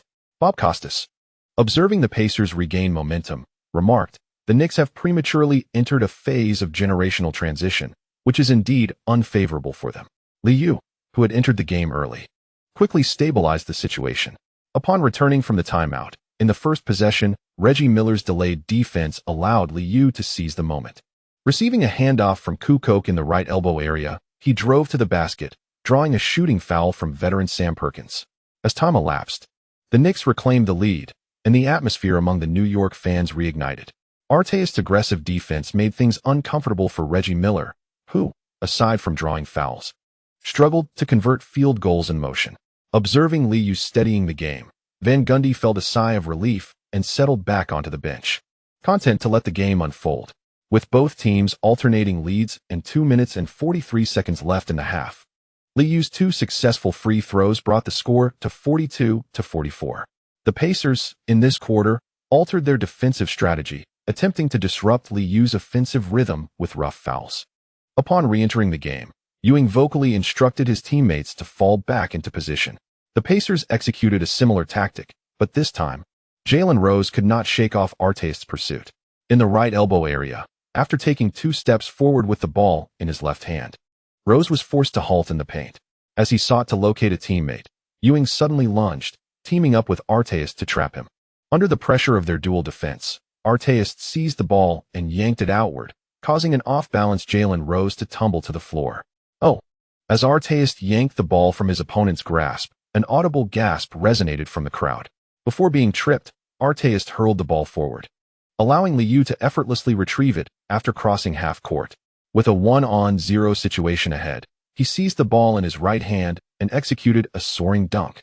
The arena erupted in cheers, a rare successful defensive play, prompting Jeff Van Gundy to rise and applaud enthusiastically. In the latter stages of the first half, as the Pacers' ball handler faltered repeatedly, the Knicks seized the opportunity to widen the score gap. The teams each showcased their prowess, with a score of 46-52. Bob Costas provided a succinct halftime analysis, noting the need for rookie players to develop over time. While the unexpected decline of the veterans had evidently left the Knicks somewhat unprepared, in certain games, Lee indeed required a greater scoring output to secure victory, presenting a golden opportunity for their rivals. With a shooting record of 10-4-13 in the first half, including a 1-4-3 from beyond the arc and a perfect 7-4-7 at the free throw line, Liu had already amassed 28 points. Observing the 3 assists in the technical stats, Doug Collins jested that Lee had transformed into a shooting guard, which was somewhat at odds with his new title. As the second half commenced, both teams mirrored the first half's dynamics. In the third quarter, the Knicks starting lineup expanded the lead to 10 points, ending the quarter at 24-28. With the rotation players entering in the fourth quarter, the margin was reduced to 4 points. Despite the ongoing excitement, the audience, who had purchased tickets to witness the game, remained jubilant, fervently cheering for their home team. The Pacers, opting for a shorter rotation in the second half, began to falter offensively. Although Allen Houston struggled to find his rhythm, Reggie Miller also failed to regain his shooting touch. Larry Bird vocally urged the Pacers to fortify their defense. But Miller's missed three-pointer allowed Liu to capitalize on the long rebound. On the right wing, Mark Jackson, while receiving the pass, discreetly tugged and maneuvered. His right hand engaged in subtle movements. Liu noticed several teammates had positioned themselves near the three-point line and quickly executed a behind-the-back dribble. Transitioning to his left hand for a brief pause, he then performed 2 rapid in-place between the legs dribbles, his body swaying in sync with his swift movements before he abruptly stepped back. Mark Jackson, momentarily caught off guard, leapt to defend, their rhythms misaligned. Ignoring the defense, Liu effortlessly released a jump shot from beyond the arc. Swish. The three-pointer found the net cleanly, bringing the score to 88-95, narrowing the deficit to 7 points. As Liu maintained a stoic expression and quickly retreated on defense. With 4 minutes and 46 seconds remaining in the game, the crowd, emotionally invested, erupted in cheers once more. The Knicks bench, sensing the atmosphere, began waving towels in excitement, accelerating their offensive tempo. Reggie Miller's high lob pass from the left wing was unmistakably intended for Ewing, who was suddenly challenged by Rick Smits. In the moment Ewing bent to gather the ball, he deftly stole it from Smits, who could only clap in frustration before hastily retreating with his teammates. Ewing, nearing exhaustion, followed suit as the Knicks surged past half court. Ewing positioned himself at the top of the arc, and in an instant, Liu, clutching the ball in his right hand, executed a swift push and change of direction, lowering his center of gravity to break through on the left side. Rick Smits, caught off guard, was unable to mount a defense as Lee, switching to his left hand, adjusted his footwork. After evading the defender, he suddenly halted at the arc and launched another jump shot from beyond the three-point line. Swish. The three-pointer found its mark once more. The score was now 88-98, restoring the 10-point lead. The Pacers promptly called for a timeout, and Larry Bird, observing Rick Smits gasping for breath, refrained from reprimanding his players. Goodness. Lee was beginning to take control of the game. Such scenes had been rare in the previous seasons. Bob Costas, reveling in the excitement, shouted exuberantly, while Doug Collins, with a grin, added fuel to the fire. If Coach Phil Jackson were watching this game, he would surely be troubled. As the fourth quarter approached, the big men faltered in their timing, and Lee was poised to punish them thoroughly. Back on the bench, Ewing was fervently gulping from a water bottle. Although it had only been 3 possessions, the lengthy third quarter had left him fatigued. I need to rest for 2 possessions. Damn my stamina. The gorilla, sensing victory within reach, opted not to overexert himself, feeling heavy on his feet and unable to contribute defensively. The 10-point deficit allowed Jeff Van Gundy to relax, gesturing to veterans Ben Wallace and Kukoc to prepare for a substitution. Larry, keep an eye on Dale Davis. Do not allow him easy catches in the low post. The veteran, who had essentially coasted through the night, assured him with a pat on his chest that he understood. Just before stepping onto the court, Van Gundy gave Liu a reassuring pat on the shoulder, and everything was communicated without words. In the final minutes of the fourth quarter, the quality of the Knicks screens waned, yet the Pacers' defense was unable to respond. As Liu executed a series of high screens, alternating between drives and shots, he relentlessly tore through the opposing defense, igniting the excitement of the New York fans. Reggie Miller continued to struggle from beyond the arc, while Rick Smits was rendered ineffective in the closing moments. The defense against the screens became merely symbolic as they watched Liu slip past them, driving straight to the basket. As Dale Davis moved to assist, Lee, in motion, flicked his right wrist for a pocket pass, sending the basketball soaring into Kukoc's hands. After cutting in from the left, he executed a two-handed slam. Witnessing Kukoc roaring beneath the basket, the Pacers bench fell silent. With the defense crumbling, Liu continued to assist his teammates in the final stage, effectively sealing the victory. With just 1 minute and 01 seconds remaining in the game, Larry Bird called for a timeout, substituting the starters and conceding defeat. Wow. Madison Square Garden erupted in jubilant cheers as New York fans commenced their celebration of the Christmas Day victory. As the clock ran out, the final score settled at 9-2-1-0-7, with the Knicks triumphing over the Pacers. Ben Wallace beamed widely, cradling the game ball in his arms, intending to present it to Liu as a keepsake. Without an overwhelming win, Lee wore a smile, embracing the members of the Pacers after the game as a gesture of respect. Spike Lee greeted Reggie Miller and Liu before turning towards the player tunnel, momentarily raising his hands in unison with the fans, who erupted in raucous cheers and jeers. For many longtime fans, witnessing Reggie Miller struggle during the Christmas showdown made the ticket worthwhile. In his 40 minutes on the court, Miller scored 22 points with 6 of 17 shooting, hitting only 2 of 9 from beyond the arc, and converting 8 of 9 free throws, accompanied by 3 rebounds. For assists and 2 turnovers. Despite his subpar performance, his vast experience allowed him to draw several fouls. The Pacers faced yet another defeat, and Doug Collins offered little commentary, noting that the lack of a reliable scorer was a pressing challenge for the team. If Miller's form falters, who will assume the scoring mantle? Coach Larry Bird still needs to unearth a secondary offensive weapon. Bob Costas refrained from commenting on the losing side. Instead, cheerfully remarked that Liu matched Rick Barry's 50-point record from 1966 during this year's Christmas clash, believing that fans would undoubtedly cherish this festive gift.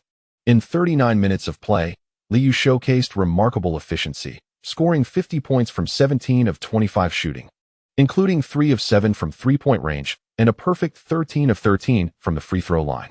Although it wasn't a lopsided game, the exuberant New York fans lingered post-game, chanting MVP, MVP, MVP, as they watched Liu waving with the ball in his hands. In an era where high scores are rare, the allure of the Christmas clash propelled Liu's 50 points to dominate sports media headlines shortly after the game concluded. Within the Knicks locker room, Artest appeared even more exhilarated than Liu, entering a self-congratulatory state. 50 points. I sensed something extraordinary after the first quarter. Could Shaquille O'Neal net 50 points during a Christmas game? He is no Wilt Chamberlain.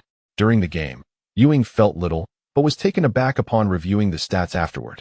The Knicks attempted 80 shots, maintaining a standard pace. Liu refrained from excessive three-point attempts, knowing that with increased transition plays, the older players would need to conserve energy. The atmosphere was filled with lively chatter, though Kukoc remained relatively indifferent, recalling that scoring in Miami came just as effortlessly. Larry Johnson, resembling a gorilla tonight, scored 12 points on 4 of 10 shooting, teasing Artest, who was in a euphoric state. Ron, you need to step it up. Your and Lee's combined score is only 54, 6 points shy of Bernard King's record. Artest was also digging himself a hole, while Oakley remarked, stroking his chin with morbid humor, next month, you'll help Todd carry the bags. No excuses, it's an away game, and distributing jerseys is also your responsibility. At the post-game press conference, as Liu made his entrance, the New York media erupted in applause. In another Christmas showdown, the Lakers triumphed over the Spurs with a score of 93-99. Shaquille O'Neal played for 38 minutes, scoring 32 points on 13 of 22 shooting and 6 of 12 from the free throw line. Kobe Bryant, in 35 minutes, recorded 18 points on 7 of 19 shooting. The combined scores of Chamberlain and Jordan equaled Liu's 50 points from tonight. Lee, having achieved a career high of 50 points, how does it feel? Upon hearing the question from a New York Post reporter, Liu merely smiled and replied with an air of nonchalance. 40-10 is just 50 points. It doesn't feel particularly challenging. The audience erupted in laughter, but Liu soon grew earnest, stating, I have never defined myself as a scorer. As the leader of the team, I would much prefer to deliver 20 assists. The Pacers beat reporter was left speechless, feeling that Liu was posturing, yet found himself unable to refute it. Observing the two groups engaging in mutual flattery, several reporters soon left in frustration, exclaiming, I can't stay in New York any longer. The impact of the Christmas showdown was substantial, as the following day, the majority of newspapers featured headlines highlighting Liu's 50 points. In the annals of the Knicks' history, Bernard King had once scored 60 points in a Christmas game. As New York media hailed the legacy, the New York Times published an article titled The King.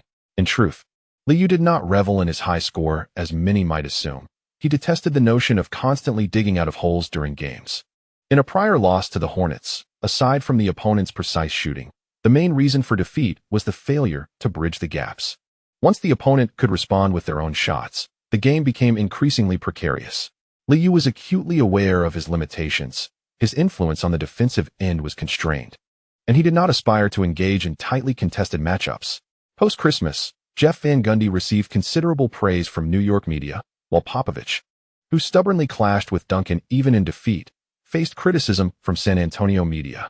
Since the start of the regular season, in any closely contested game, Duncan's playing time was assuredly 40 minutes. In the Christmas clash, Duncan played for 45 minutes, shooting 8 of 23, making 12 of 15 free throws, and accumulating 28 points, 9 rebounds, 1 block, and 4 turnovers. The loss to the Lakers intensified the calls for Popovich's dismissal. As the All-Star voting approached, Liu's 50 points served as a self-promotional campaign. In the subsequent days, New York media fervently rallied, striving to ensure that Liu would be crowned as the leading vote-getter. With a score of 104-89, the Knicks triumphed over their opponents. After the match, a jubilant Allen Houston, during a locker room interview, jest, "Seeing Lee's performance relieved me. It proves he is still human." In the last game of 1999, the Knicks faced an unexpected defeat against the Wizards, with the entire team struggling, culminating in a score of 89-96, granting the lackluster Wizards a victory. Liu's consecutive three-point record once again halted at 56 games. It was a rare sight to see Michael Jordan in attendance, who stood up to applaud from the front row, the first smile gracing his face at home in 2 months. The applause was directed towards Richmond and Casimir, the former scoring 24 points on 8 of 13 shooting, and the latter emerging from the bench with 15 points, having made 4 of 5 from beyond the arc. The returning Hamilton played for 17 minutes, scoring 7 points on 2 of 7 shooting, and though the team celebrated victory, he felt a twinge of disappointment. On December 31, 1999, Liu returned to New York to host a birthday party, marking his official entry into the age of 22. This year's celebration brought him immense joy, as Qualcomm stock closed at an impressive 8.06 at the year's end. During the off-season of 1998, Liu had purchased shares at 288, and the staggering increase over the course of 1999 nearly robbed him of sleep from sheer excitement. Regardless of whether others still held their stocks, Liu had already begun to reap his rewards. On January 1, 2000, the first day of the new millennium, the anticipated apocalypse did not unfold. Upon waking in his hotel room, Liu shifted aside a Latina girl and extricated his right arm from beneath a blonde woman. A few long-legged ladies, still in the throes of slumber after a night of revelry, lay on the floor. The prolonged overtime had nearly exhausted him. To celebrate his stock market triumph, the previous night's birthday gathering had evolved into a familiar affair. On New Year's Day, the Knicks granted everyone a day off. After reluctantly bidding farewell to the girls, Liu, somewhat battered by the night's indulgences, observed his friend, who was bleary-eyed and scrolling through news on his computer. He offered a soft, resigned reassurance. "Do not fret. Earning a little less is not necessarily detrimental. As of now, I have not encountered any news regarding policy changes." The absence of interest rate hikes provided Evan with a sense of relief. The substantial profits felt surreal, and with a significant portion of his stocks still unsold, Evan remained uneasy. "I must return home to inquire further. These internet companies have gone mad. That pet supply site actually purchased a Super Bowl ad. They are not turning a profit. All their funds are directed towards advertising. I swear, if someone uncovers this information, the stock will plummet instantly. I know how those Silicon Valley startups operate. Without investors' funds, they could collapse within 6 months." After considerable discussion, the two resolved to secure their gains by the end of January at the latest. On January 2nd, the first game of the new year saw the Magic and the Heat engage in an exhilarating overtime battle, thrilling the fans. The final score of 103-111 highlighted the Magic's tenacity under coach Doc Rivers. Although the Heat emerged victorious, Alonzo Mourning, who had been named Player of the Month for December, delivered a lackluster performance, shooting 4 for 18, while managing to score 21 points through 13 successful free throws. The Heat's record stood at 20 wins and 9 losses, maintaining their position in 3rd place.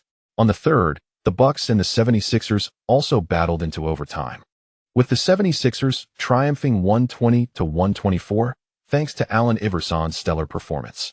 He scored 45 points on 16 of 38 shooting and 11 of 18 from the free throw line, showcasing his offensive prowess. While commentators marveled at his skill, on the 4th, the Lakers decisively defeated the Clippers at Staples Center. Shaquille O'Neal scored 38 points and grabbed 15 rebounds, shooting 17 for 26, while Kobe Bryant added 29 points and 9 rebounds on 12 for 26 shooting. Both Wilt Chamberlain and Michael Jordan displayed their scoring abilities, prompting the Los Angeles media to continue their fervent praise, the strongest duo in the league. During the post-game interview, Kobe refrained from discussing the victory of the match, considering the local Clippers to be a rather mediocre team, rendering the win unremarkable. When questioned about his scoring prowess, he enthusiastically referenced the concept of the hot zone, stating, "I am still in search of that state," akin to when Lee scored 50 points in the Christmas showdown.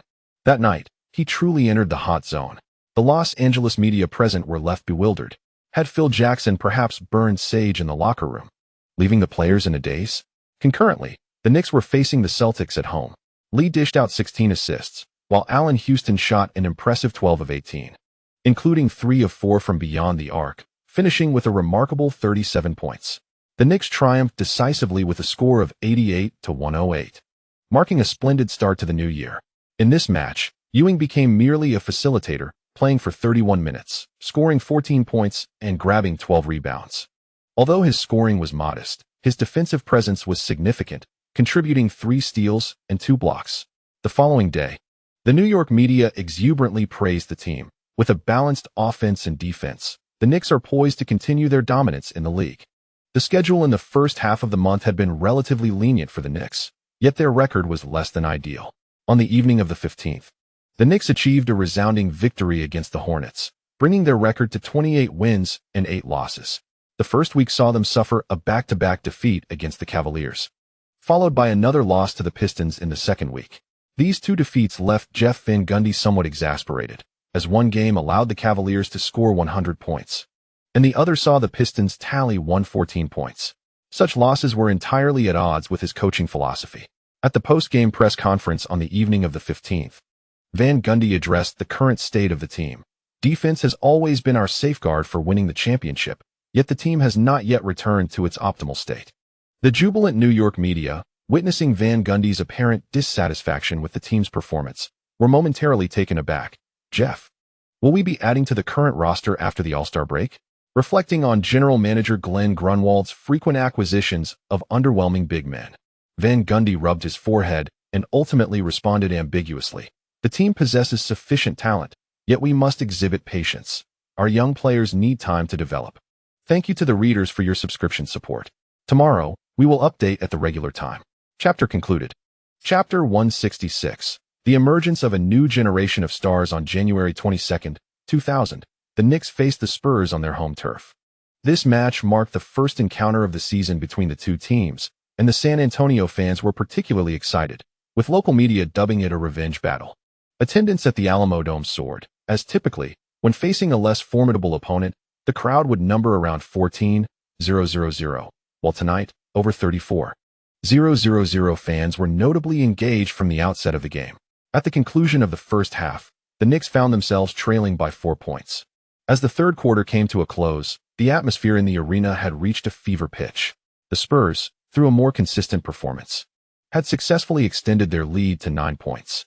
This game, broadcast live nationwide by TNT, garnered significant attention, given that both teams would only face each other twice in the season. The regular season records serve as a reflection of each team's prowess, and many analysts were eager to observe how the Knicks, with their defensive struggles, would fare against a Twin Tower lineup. The 9-point advantage brought a smile to Coach Popovich's face, who had prepared meticulously for over a week for this contest. Throughout the third quarter, Tim Duncan rested for a mere 2 minutes and 15 seconds. After playing the entirety of the third quarter, Duncan returned to the bench, panting heavily, clutching his clipboard. Popovich noticed Duncan's condition and quickly called over the diminutive forward Malik Rose. "Once you step on the court, focus on securing rebounds and hold your ground. Victory is within our grasp." After offering this brief encouragement, Popovich returned to sketching strategies on his clipboard, continuously advising the players preparing to enter the game. On the opposite bench, Knicks coach Jeff Van Gundy watched with a sense of resignation as Charles Oakley, burdened with 5 fouls, and Kurt Thomas, with 4, sat helplessly. The Spurs' strategy was not overly complex. They predominantly focused on feeding the ball to Duncan. By the end of the third quarter, Duncan had converted 13 of 16 free throws, single-handedly putting immense pressure on the Knicks' power forwards, who nearly faced disqualification due to fouls. The foul strategy had utterly failed. and the coaching staff had not anticipated Duncan's exceptional free throw accuracy tonight. However, established game plans rarely change mid-course, and the Knicks had no choice but to continue committing fouls. Rashard Lewis, serving as a role player, found himself with increased playing time compared to usual. In earlier matches, Van Gundy had shown greater trust in the hard-nosed Kurt Thomas, often sidelining Lewis in crucial games due to defensive shortcomings. Rashard, remember to assist in defense. We cannot allow Oakley to pick up his fifth foul too soon. And when you receive the ball on offense, shoot decisively. Do not dwell on the score. We have plenty of time. Van Gundy clapped his hands without delving into tactical discussions, instead offering motivational words and reminders. Ewing, once again, appeared lackluster. Despite the Spurs' relatively slow offensive pace, Duncan and David Robinson frequently exploited his vulnerabilities. Battling for position tested his stamina, and coupled with the need to protect the boards against the onslaught of two towering opponents. Ewing was nearing exhaustion by the end of the third quarter. On the bench, Larry Johnson stared blankly, having shot a mere 3 for 10. This was becoming his norm. Just before entering the game, Van Gundy once more patted the shoulder of Liu, a scene often captured by the broadcasting crew recently. Frustrated, Oakley berated from the sidelines about Duncan's excessive free throw attempts, lamenting that his tenacious defense always seemed to draw the ire of the referees. Whenever they faced the Spurs, the veteran's mood soured considerably. On the TNT commentary desk, Dick Stockton humorously remarked about the two head coaches. After Coach Popovich entrusted the ball to Tim, Coach Van Gundy was ready to deploy the Knicks' final strategy. Lee was in good form tonight. However, the Knicks' response was rather lackluster. I look forward to the confrontation between both teams in the fourth quarter. At this moment, Hubie Brown began to analyze the Knicks' tactical approach, the big man stationed in the elbow area, with Lee's vision and passing ability, indeed allowed the Knicks to easily secure shooting opportunities. Yet, should the shots fail to find the mark, the Spurs would protect the rebounds and gain opportunities for fast breaks. In this regard, Coach Popovich was overly conservative. Many times they could have opted for a fast break, and had they seized those opportunities, perhaps the Spurs would have already led by double digits. As the final quarter commenced, the Spurs were compelled to rotate their lineup. Avery Johnson and Antonio Daniels paired in the backcourt, while Jaren Jackson and Malik Rose occupied the forward positions, with David Robinson as the center. Defense, shouted the exuberant Spurs fans in the stands. Upon entering the game, Avery Johnson first clapped his hands together, then continuously encouraged his teammates, further electrifying the crowd with his enthusiasm. The Knicks initiated the offense, receiving the inbounds pass. Lee, observing the theatrics of the young general, felt a sense of exasperation. There was no need for flashy maneuvers. With the ball secured and his teammates' cooperation, Lee effortlessly advanced, quickly crossing half court with the ball in his left hand. Beyond the three-point line, Avery Johnson noted the positioning of the Knicks players behind him and chose to apply tight defense, signaling David Robinson to prepare for a double team. Maintaining the V formation, Ben Wallace and Kukoc stood in the left and right elbow areas, while Allen Houston and Lewis shuffled in the corners.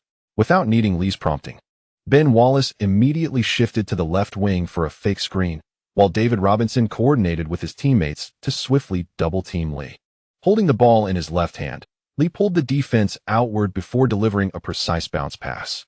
The basketball sailed through the gap between the two defenders, rebounding off the floor before soaring high into the air. After completing the fake screen, Ben Wallace sprinted towards the basket, receiving a well-timed pass in the paint. He took a significant step, ignoring the help defense from Malik Rose, and leaped high to slam the ball down with both hands. Boom! The rim echoed with a resounding thud, and Malik Rose, who attempted to assist, was knocked off balance, nearly tumbling to the ground. The undersized forward was nearly posterized, eliciting a gasp from the crowd, followed by a chorus of boos. "Damn!" exclaimed Ben Wallace, exhilarated after completing the dunk. He playfully taunted the defender in front of him and celebrated with Lee by bumping chests as they retreated on defense. The score now stood at 70-77, momentarily narrowing the gap. Without Duncan's help defense, the quality of the Spurs' interior defense had also begun to wane. On the sidelines, Popovich cast another glance at Duncan, his mind already preparing for the early entry of his star player. Avery Johnson swiftly advanced past the half-court under Liu's tight defense as the Spurs players spread out, with David Robinson demanding the ball in the low post on the left side. Ben Wallace exerted relentless pressure, constantly maneuvering around, while Liu also interfered from above, resulting in a subpar pass from the young general. Robinson's receiving position was somewhat distant from the basket. The moment he caught the ball, Robinson turned sharply towards the baseline, dribbled once, and then powered his way to the rim, utilizing his height advantage to complete a forceful layup. The atmosphere among the Spurs support crew surged as they celebrated alongside the fans. The Knicks quickly executed a baseline play, with Liu once again charging past Avery Johnson across half-court. Employing a similar tactic, Liu navigated through a left-side pick-and-roll, with Wallace swiftly descending. This time, Johnson followed to assist inside, cutting off the passing lane, while Robinson raised his right hand to switch onto Liu. The agile Robinson served as a bulwark for the Spurs' defense. Faced with the sudden shift in defensive strategy, Liu maintained his composure, gently stepping forward while holding the ball in his left hand. As Robinson approached, Liu abruptly changed direction with a low dribble, his body swaying to the right as he swiftly switched to his right hand for a cross-step retreat. Robinson adjusted his defensive focus, yet he did not lose his position. Liu momentarily halted with the ball in his left hand, feigning a shot while glancing at the basket, causing Robinson to instinctively advance. Suddenly, Liu lowered his center of gravity, accelerating with the ball in his left hand, prompting Robinson to overreact and slide backward to the right.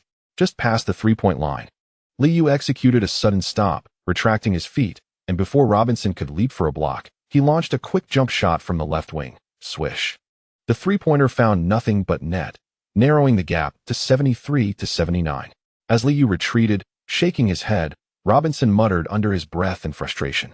The fans, unable to discern the finer details, only perceived Robinson as having been made to dance, and the previous boos faded significantly in response to the assertive shot.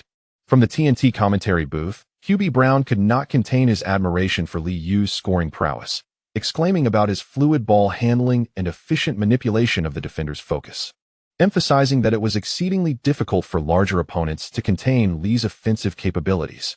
With Robinson's pride wounded, he aggressively attacked the basket on the next offensive possession. But Lewis's sudden help defense, alongside Robinson's off-balance jump shot, resulted in a miss that rattled off the rim. In a second effort, Ben Wallace seized the rebound, prompting the Spurs to retreat swiftly, with Robinson sprinting back at full speed. Liu advanced with the ball, trailing behind the defenders as both teams erupted into a flurry of movement, eliciting gasps from the crowd. Just as Robinson returned to the elbow area, intending to direct his teammates on defensive positioning, he turned to see Wallace's established high screen had caused Avery Johnson to lose his defensive stance. At this moment, Liu, holding the ball in his left hand, had completely evaded his defenders. He noticed that David Robinson, quickly closing in for help, showed no signs of slowing down as he pressed forward. Behind him, Avery Johnson pursued, while in front, David Robinson leaped upward. Just as Lee approached the three-point line, he suddenly executed a significant lateral step. Before either defender could establish their position, Lee subtly drifted to the left and, with remarkable swiftness, unleashed a three-point jump shot. Swish. The ball sailed through the net without touching the rim. The impeccable timing allowed Lee to complete his offensive maneuver, but immediately afterward, all three players tumbled to the ground at the three-point line. The excessive defensive action prompted the sideline referee to hesitate momentarily before blowing the whistle.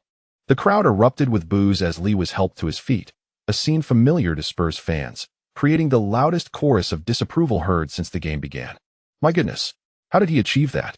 The Spurs' defense was already set. His shooting ability was nothing short of astonishing. Dick Stockton instinctively raised his voice, while Hubie Brown provided a serious commentary. David Robinson should have kept an eye on the area in front of him. Although it might allow the Knicks to score 2 points in response, it is preferable to conceding 4. This exemplifies the prowess of an MVP. Lee's impact on the offensive end is unparalleled in the league. Observing Lee's successful free throw, the Knicks bench erupted in elation. In a matter of moments, the deficit shrank to 2 points, prompting Popovich to call for a timeout. On the bench, Artest shouted in excitement, celebrating with teammates. Ewing stood up to applaud. And without the need for Jeff Van Gundy's motivational speech, the gorilla was the first to exclaim, "Let us keep pushing. Foul him, send him to the line, and we'll soon reclaim the lead." The group gathered in a lively discussion, and Jeff Van Gundy quickly squeezed in, raising his voice to remind, "Richard, be mindful of your defensive position. If the opponent approaches the basket, commit a foul early." Lewis nodded in understanding, while Allen Houston joined in with encouragement. The Knicks were just a breath away from a comeback. Before stepping back onto the court, Lee pointed towards the right corner, and Lewis promptly patted his chest, indicating his readiness. After resting for less than 2 minutes, Duncan returned to the game. Following the timeout, the Spurs resorted to a straightforward strategy centered around Duncan, who was unyielding against Lewis, committing a clean foul. Kukoc intended to provide early help, but upon seeing Duncan miss his first free throw, he hurriedly positioned himself to protect the rebound. Duncan aimed carefully, yet his second shot also clanged off the front rim. Ben Wallace focused solely on positioning himself without going for the rebound, and as Kukoc secured the ball, he swiftly passed it to Liu. Avery Johnson's futile attempts to delay Lee merely caused him to decelerate slightly. The Spurs swiftly retreated, directing all their attention towards Lee. On the left wing, David Robinson observed Lee's change of direction and, staying close, moved into the paint. Duncan followed suit, and as Lee approached the basket directly, the two towering figures of the Spurs closed in. Rather than forcing a shot, Lee seamlessly passed the ball to the right corner, where no one stood before him. After a slight adjustment, Lewis caught the ball and shot. Swish! Another three-pointer. The Spurs fans fell silent, while the Knicks bench raised their right hands, displaying 3 fingers. With fervor, Lewis celebrated his critical shot that turned the tide, pumping his fists in excitement. As he observed Liu retreating with a smile, the Spurs supporters could no longer contain their frustration, and boos echoed throughout the arena. In the next possession, David Robinson missed 2 free throws, and Liu assisted a cutting Allen Houston, who scored another 2 points. Witnessing the Knicks surge from a 9-point deficit to a 3-point lead left coach Popovich bewildered. Time and again, Liu breached their defense, compelling Popovich to shout incessantly for his team to tighten their defense. If coaches were allowed to enter the fray, Popovich would have been tempted to confront Liu directly. Robinson's relentless attempts at the basket resulted in missed shots, and as the gap widened, the arena fell into a hushed silence. Although veteran Terry Porter contributed with inside and outside scoring, the Twin Towers struggled to find their rhythm, while the Knicks continued to respond with scores, leaving Popovich helpless as time slipped away. With just 18 seconds remaining, Liu stepped to the free throw line, sinking both shots. As the Spurs missed a three-pointer, Liu secured the long rebound, sealing the game's conclusion. He handed the ball to the referee, stood at center court, and celebrated with a joyful fist pump. Allen Houston and others rushed over to embrace Liu, exulting in their comeback victory. The atmosphere was jubilant. Jeff Van Gundy, equally exhilarated, pumped his fist, unable to suppress his smile as he approached the scorer's table and, after a handshake, embraced the visibly frustrated Popovich, declaring, "Greg, tonight the Spurs were the better team." This remark infuriated the balding coach, questioning how a superior team could lose. In the TNT commentary box, Hubie Brown observed the statistics and shook his head, noting the Spurs' over-reliance on Tim Duncan. By the fourth quarter, fatigue had set in, making it difficult for Duncan to finish at the rim. Popovich should consider reducing Duncan's minutes, and Robinson must enhance his efficiency. In the fourth quarter, Duncan shot just 1 for 7, tallying only 2 points and 3 rebounds, contributing to the collapse. Over 44 minutes, he shot 9 for 19, made 14 of 18 free throws, and recorded 32 points, 15 rebounds, 4 assists, 2 blocks, and 4 turnovers. Aside from his disappointing fourth-quarter performance, Duncan had dominated the Knicks' interior. Dick Stockton noted Duncan's swift departure after the game and the ensuing boos, quipping that while Duncan might be disappointed with his performance, the coaching staff bore some responsibility for the 9-point lead that evaporated. Lee's performance was nothing short of extraordinary, leading the team to a remarkable comeback in the fourth quarter, truly embodying the essence of an MVP. He played for 40 minutes, scoring 37 points on 12 of 22 shooting, including 5 of 9 from beyond the arc, along with 6 rebounds, 8 assists, 2 steals, and 3 turnovers. Following a lackluster game against the Nets, Liu once again showcased his efficiency. Each time the Spurs succumbed to the Knicks, the media in San Antonio relentlessly criticizes Coach Popovich for his unwavering adherence to Duncan. Meanwhile, the New York press, while fervently lauding Liu, does not neglect to commend Ewing's performance. In 30 minutes on the court, he recorded 5 out of 11 from the field, 4 out of 6 from the free throw line, accumulating 14 points, 10 rebounds, 2 blocks, and 2 turnovers. As Liu deliberately slows the pace of the game, the veteran continues to secure double-double statistics in each match. Had it been the Liu from the previous 3 seasons, he would have struggled to uphold a slow-paced ground battle. However, the declining Ewing seems to benefit from Lou's resurgence, with his statistics gradually improving post-comeback. On January 23rd, the NBA announced the Player of the Week award, and Lou finally claimed the honor. Perhaps sensing that further delay would incite the New York media's fury, the league recognized Lou over the impressive performance of Francis, who had shown that week. The Knicks achieved an impeccable 3-0 record, with Lou logging 373 minutes of playtime. He averaged 29, 7 points, 5, 7 rebounds, 9, 0 assists, 2, 3 steals, and 2, 3 turnovers per game. Lou took an average of 20, 7 shots per game, boasting a shooting percentage of 49, 8. And from beyond the arc, he averaged 7, 3 attempts with a commendable 44. For conversion rate, he also averaged 6, 7 free throw attempts, hitting 90, 7 of them. Although Francis' scoring fell short of Lou's, his efficiency was remarkable, and upon failing to secure the Player of the Week award, he lamented to the Houston media that the league favors players from larger markets. On January 24th, the NBA officially announced the results of the All-Star voting in Oakland. Lou emerged victorious as the leading vote-getter with 1.92 million votes. His stellar performance during the Christmas showdown garnered him a plethora of votes. Vince Carter trailed closely with 1.91 million votes, narrowly missing out on surpassing Lou. They were the only two players to exceed 1.9 million votes. Alonzo Mourning secured 1.87 million votes, placing third, while Iverson and Shaquille O'Neal followed with 1.84 million and 1.80 million votes, respectively. Upon the revelation of the voting results, the irritable O'Neal was nearly beside himself with rage, despite the Lakers leading the league. He found himself ranked 5th, feeling as though he was being overshadowed. The Los Angeles media failed to capture the distressed Shark's immediate reactions, leaving O'Neal to harbor his grievances. With the voting results finalized, the starting lineups for the Eastern and Western All-Stars were officially unveiled. The Eastern Conference starters included Lou, Allen Iverson, Vince Carter, Grant Hill, and Alonzo Mourning, while the Western Conference featured Jason Kidd, Kobe Bryant, Kevin Garnett, Tim Duncan, and Shaquille O'Neal. The emergence of the new generation of stars has unmistakably eclipsed the old guard, marking their grand entrance onto the stage. In the Western backcourt, Kidd and Kobe amassed 1.06 million and 1.02 million votes, respectively, surpassing Gary Payton's 890,000 votes, signaling a potential exit for the veteran players from the All-Star spotlight.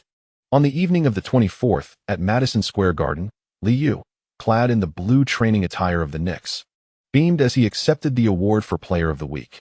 Despite its modest stature, the accolade sent the New York fans into a frenzy, fervently chanting, MVP, MVP, MVP. Meanwhile, Gary Payton found himself in a less than jovial mood. Despite the Supersonics boasting a commendable record of 27 wins and 15 losses, he had lost his spot as an All-Star starter. As the game commenced, Payton, known as the Glove, attempted to make an impact, but after merely 3 plays, he landed awkwardly following a drive to the basket, twisting his ankle.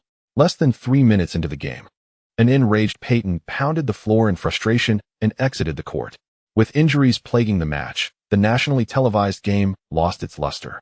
Much like the Knicks' declining defense, the Supersonics' defensive efforts this season had also faltered. The once potent Vin Baker, despite contributing 20 points and 10 rebounds, proved limited on the defensive end. Meanwhile, the newly acquired Horace Grant seemed a shadow of his former self, barely making his presence felt throughout the game. The final score read 102-112, as the Knicks flourished with a diversified scoring attack, triumphing over their opponents. Liu once again delivered an impressive performance, dishing out 15 assists, while Allen Houston shone with 27 points, 7 rebounds, and 2 assists on an efficient shooting display of 11 for 17, including 2 for 3 from beyond the arc and a perfect 3 for 3 from the free throw line. Larry Johnson also joined the celebration, netting 24 points on 7 for 15 shooting, including a flawless 8 for 8 from the charity stripe. At the post-game press conference, the atmosphere was jubilant among the New York media, with Liu claiming the title of leading vote-getter for the All-Star game, while Shaquille O'Neal landed in 5th place, providing ample opportunity for lighthearted mockery. Upon taking their seats, Liu and Allen Houston were greeted with enthusiastic cheers from reporters. "Lee, how does it feel to be the leading vote-getter for the All-Star game for the first time in your career?" Lee adjusted the microphone and, with a smile, entered into a gracious exchange. This victory belongs to New York. Thank you all for your support of the Knicks. Applause erupted, and the efforts of many were acknowledged, as months of advocacy for the voting had finally borne fruit. In high spirits, Liu engaged in a spirited exchange with Allen Houston and the audience, celebrating the transformation that had occurred after months of relentless effort and shared responsibility. His once extraordinary physique akin to Karl Malone had now evolved into something even more remarkable.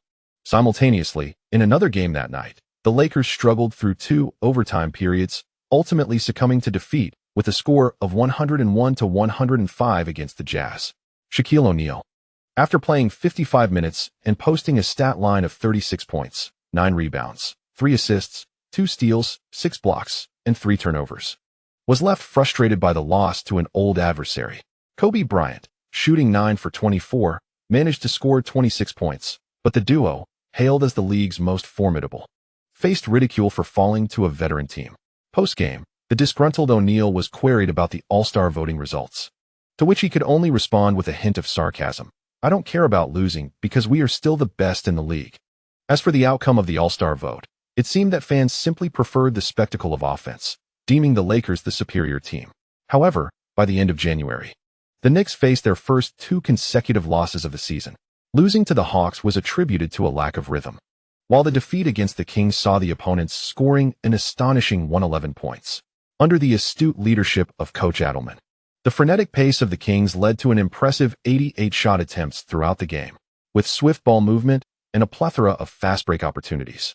The seasoned veterans of the Knicks faltered, resulting in yet another defensive breakdown. As the January schedule concluded, the team's record stood at an admirable 32 wins and 10 losses, firmly placing the Knicks at the helm of the Eastern Conference. At this juncture, the media in New York began to discern the team's underlying issues. Jeff Van Gundy, having adjusted his mindset, expressed confidence post-game, stating, "The team's form is improving. With a bit more time for the young players, I am convinced they will realize their potential." The chapter concludes here. Chapter 167. They are all competing for second place. The shortened season in 1999 forced the cancellation of the Philadelphia All-Star Game. Thus, in the aftermath of the labor agreement, the 2000 All-Star Game was of paramount importance to the league. Prior to the selection of the All-Star Game coaches, the Eastern Conference saw both the Pacers and the Heat boast identical records. It was only after the Heat's initial loss that Larry Bird was ultimately chosen as the head coach for the Eastern All-Star team. In the Western Conference, the outcome was predictable, with the Lakers leading the league and Phil Jackson stepping into the role of head coach for the Western All-Stars. Jeff Van Gundy, having previously held the position during the 1998 New York All-Star Game, was ineligible for selection this year. Anthony Hardaway's popularity had plummeted, and Grant Hill garnered a mere 1.3 million votes this year. Despite Hill's 5 consecutive All-Star selections, the successors to Jordan's legacy were evidently fading. By the end of January, as the All-Star reserves were revealed, the host team, the Warriors, faced an awkward situation as no player was selected for the All-Star Game. The Eastern All-Star reserves included Allen Houston, Ray Allen, Glenn Robinson, Eddie Jones, Jerry Stackhouse, Reggie Miller, and Dikembe Mutombo, while the Western reserves comprised Gary Payton, John Stockton, Karl Malone, Michael Finley, Rasheed Wallace, Chris Webber, and David Robinson. The Warriors concluded January with a disheartening record of 9 wins and 32 losses. Rookie Anton Jamison posted impressive statistics, yet the team's poor performance resulted in a lack of recognition for the coach. The Warriors roster also featured Mookie Blaylock, Donyell Marshall, and John Starks, the elder brother of Lee Yao. The dismal record reflected the atmosphere of despair surrounding the team, leaving Oakland fans disappointed that the host had no representatives in the All-Star Game, which felt somewhat lackluster. On February 1st, the NBA announced the Player of the Month for January, with Kevin Garnett of the Timberwolves receiving the honor. In January, the Timberwolves achieved a commendable record of 12 wins and 3 losses. Garnett averaged 47 minutes per game, accumulating 25, 8 points, 10, 5 rebounds, 4, 9 assists, 1, 3 steals, and 1, 7 blocks, alongside 3, 7 turnovers. He attempted an average of 19, 9 shots per game, boasting an impressive shooting percentage of 55, 9, with 39 free throw attempts per game and a free throw percentage of 77, 6. It is evident from the data that Garnett primarily relies on jump shots, on the offensive end. He essentially plays as a larger version of a small forward. When Garnett receives accolades, the New York media often responds with a sardonic tone, remarking that Lee's free throws surpass Garnett's. Although not explicitly stated, certain columns critiquing the Timberwolves have labeled Garnett as soft. Similarly, the Los Angeles media expressed their dissatisfaction. As the Lakers lead the league, yet O'Neal has lost the Player of the Month award, despite having previously secured the honor twice. The petty O'Neal is not in high spirits and keeps Garnett in mind. However, during interviews, the Shark displays an indifferent demeanor, stating, "I do not concern myself with such minor accolades. My goal this year is the MVP and the championship." O'Neal consistently ranks first in the MVP standings, having nearly delivered the finest performance of his career this season. His physique appears to be in peak condition, with shoulders broader than his waist, so robust that his neck seems nearly non-existent. No one in the league can single-handedly contain O'Neal in the paint. He has dominated all of the Western Conference's big men. Before the All-Star game, the Knicks faced a demanding schedule with 5 games to play. Following 2 consecutive losses, the Knicks easily triumphed over the Magic on the first day of the month.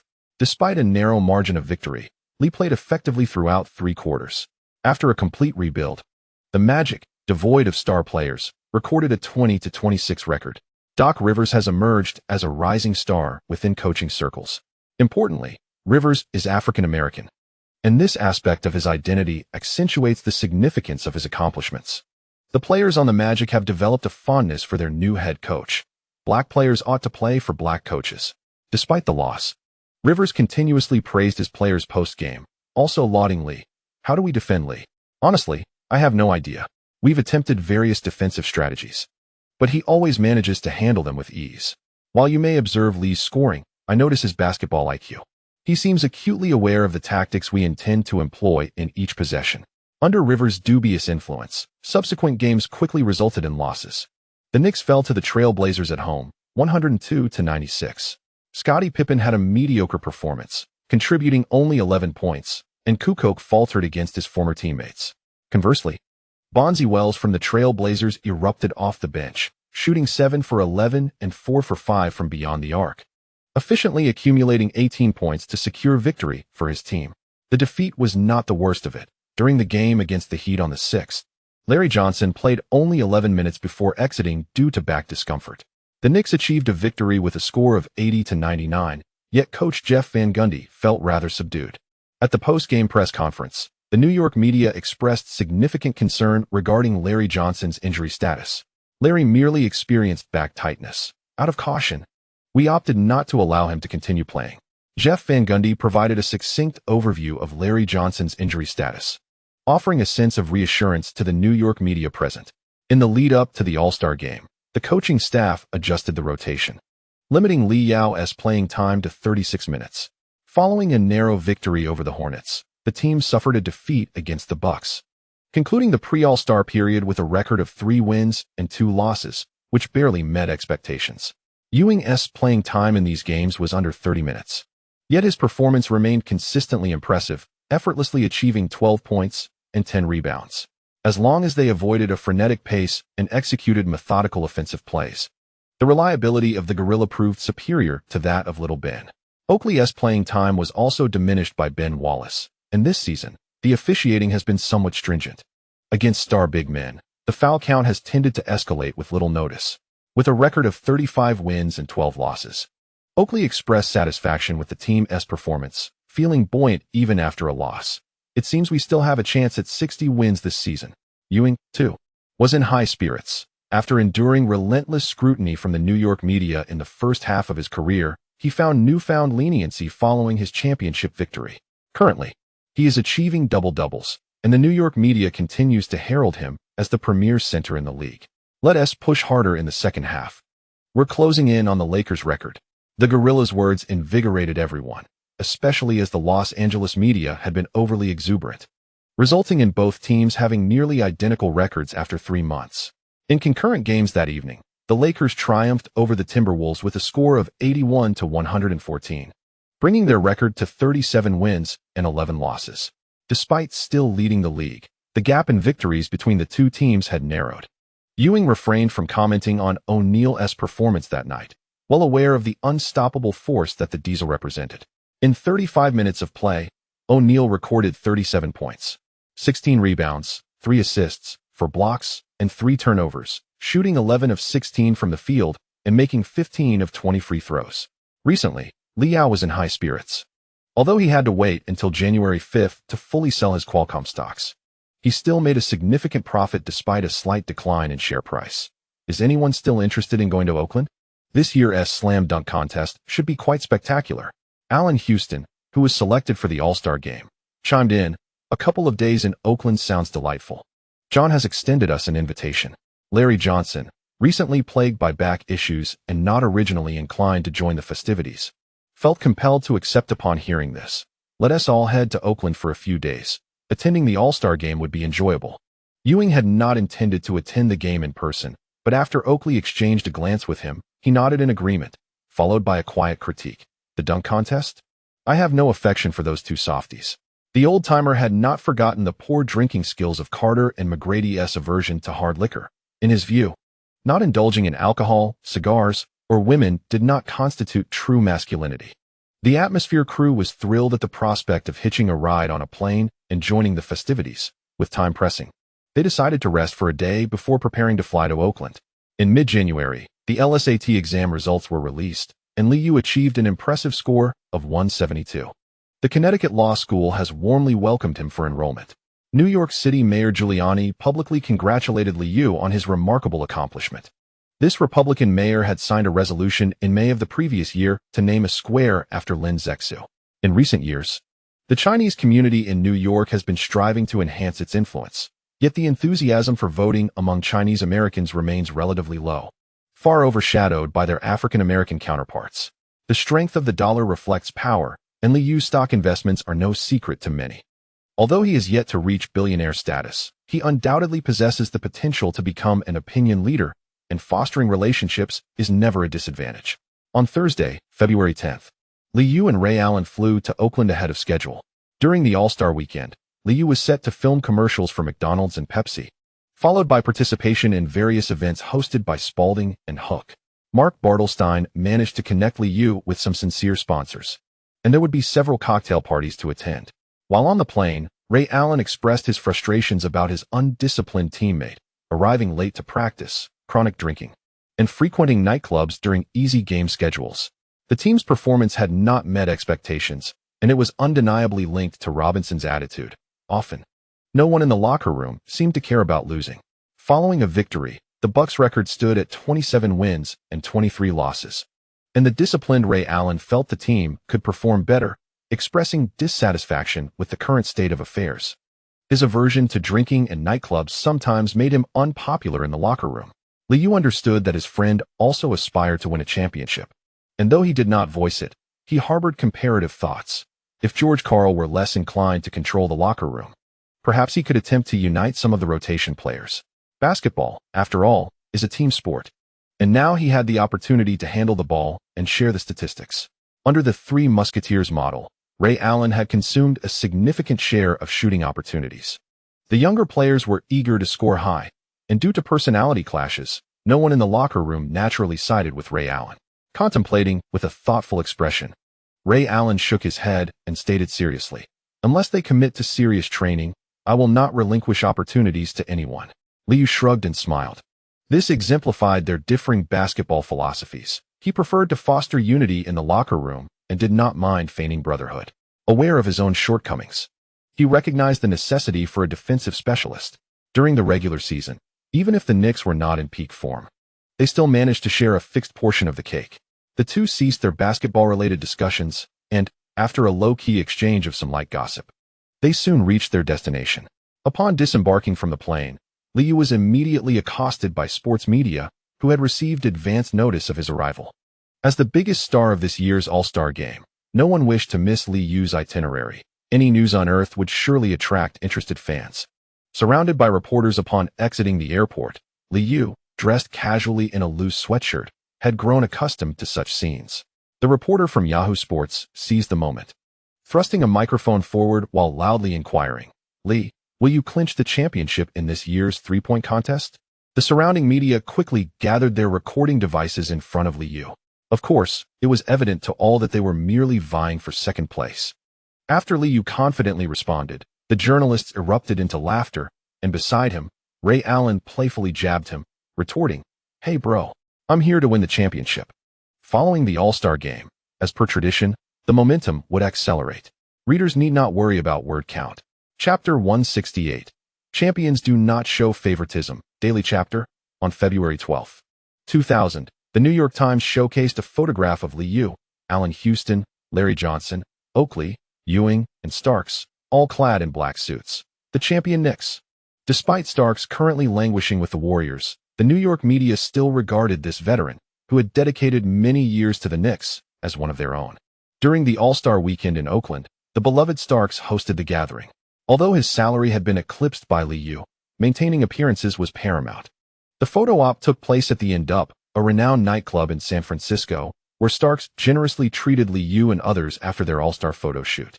New York fans relished such coverage, as everyone loves a good story.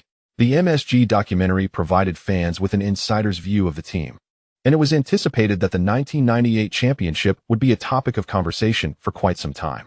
In recent days, most media had gravitated towards Oakland, allowing Liu and his companions to enjoy some respite in San Francisco. As the All-Star game approached, the team's trades piqued the interest of numerous sports commentators. After indulging in the lavish lifestyle of Los Angeles, Rodman was ultimately released, leading many to believe he would bid farewell to the NBA. However, in early February, the Mavericks signed him again. The Nuggets traded Billups and two others to the Magic, while the Knicks relinquished another member of their interior atmosphere group. With Ewing's resurgence, coach Jeff Van Gundy had fully accepted the current strength of the team.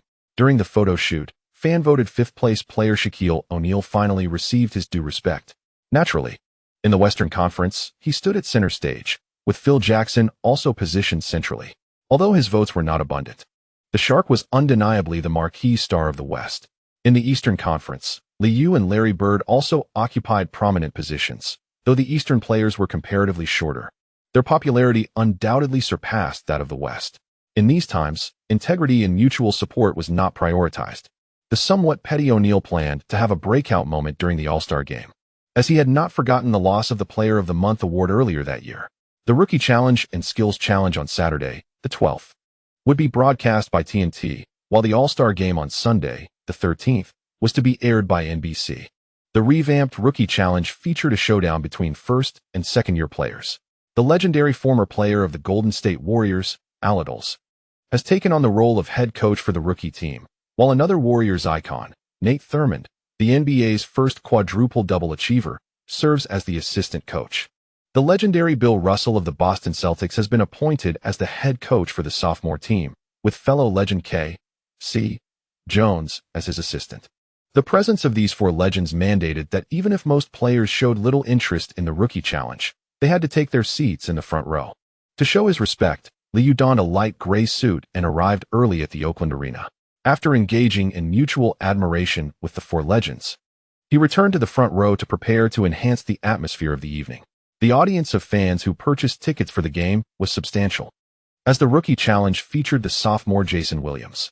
This sophomore sensation from the Kings has garnered significant popularity, and although he falls short of the top point guards, his flashy style of play is beloved by fans. Additionally, the home team's Antoine Jamison was present, leading many Warriors fans to come out in support of their team. The majority of the attendees were eager to witness Vince Carter's dunks. This season, Carter's popularity has skyrocketed, and he frequently delivers spectacular slams during regular games. Shaquille O'Neal, wearing a beanie and dressed casually, was busy taking selfies with a small camcorder.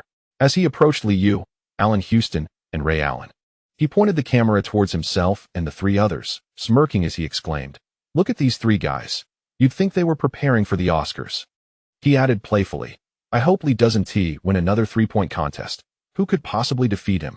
If he does, I'll treat him to a night at the finest nightclub in Oakland." Observing O'Neal's antics, Liu couldn't resist leaning in to tease the camera, quipping, "That essay promised that's destined to remain unfulfilled. No one can beat me." O'Neal turned to fist bump Liu before facing the camera again with a smirk, declaring, "This guy stole my MVP. But this year, I will exact my revenge."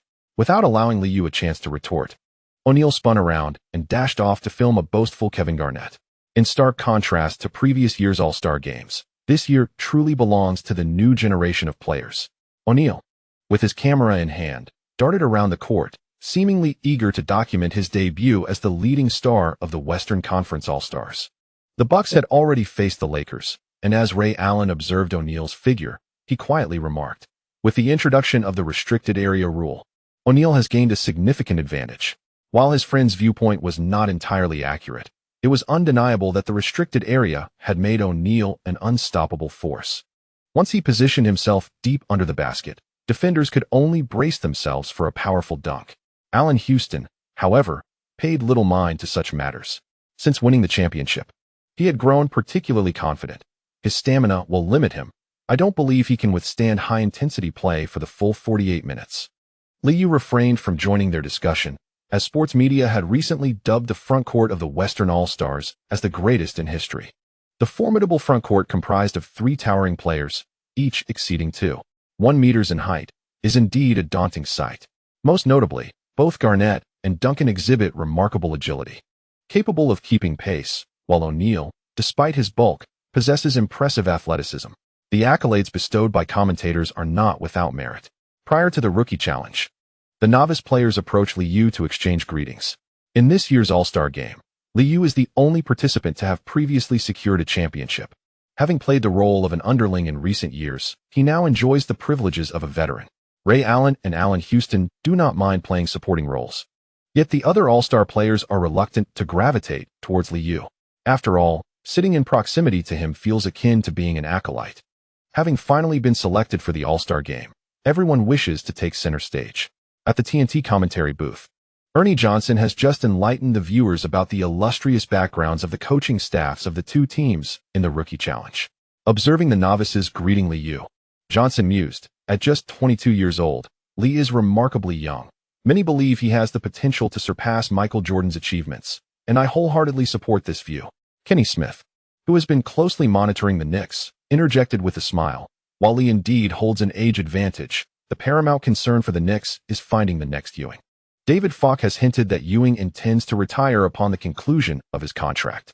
Given the current state of the Knicks frontcourt, it is conceivable that next season may witness the final performance of these seasoned players. Johnson, ever the optimist, jest about the Bulls. If the Bulls continue to falter over the next 2 years, the Knicks may find themselves in possession of a top 5 pick in the upcoming draft.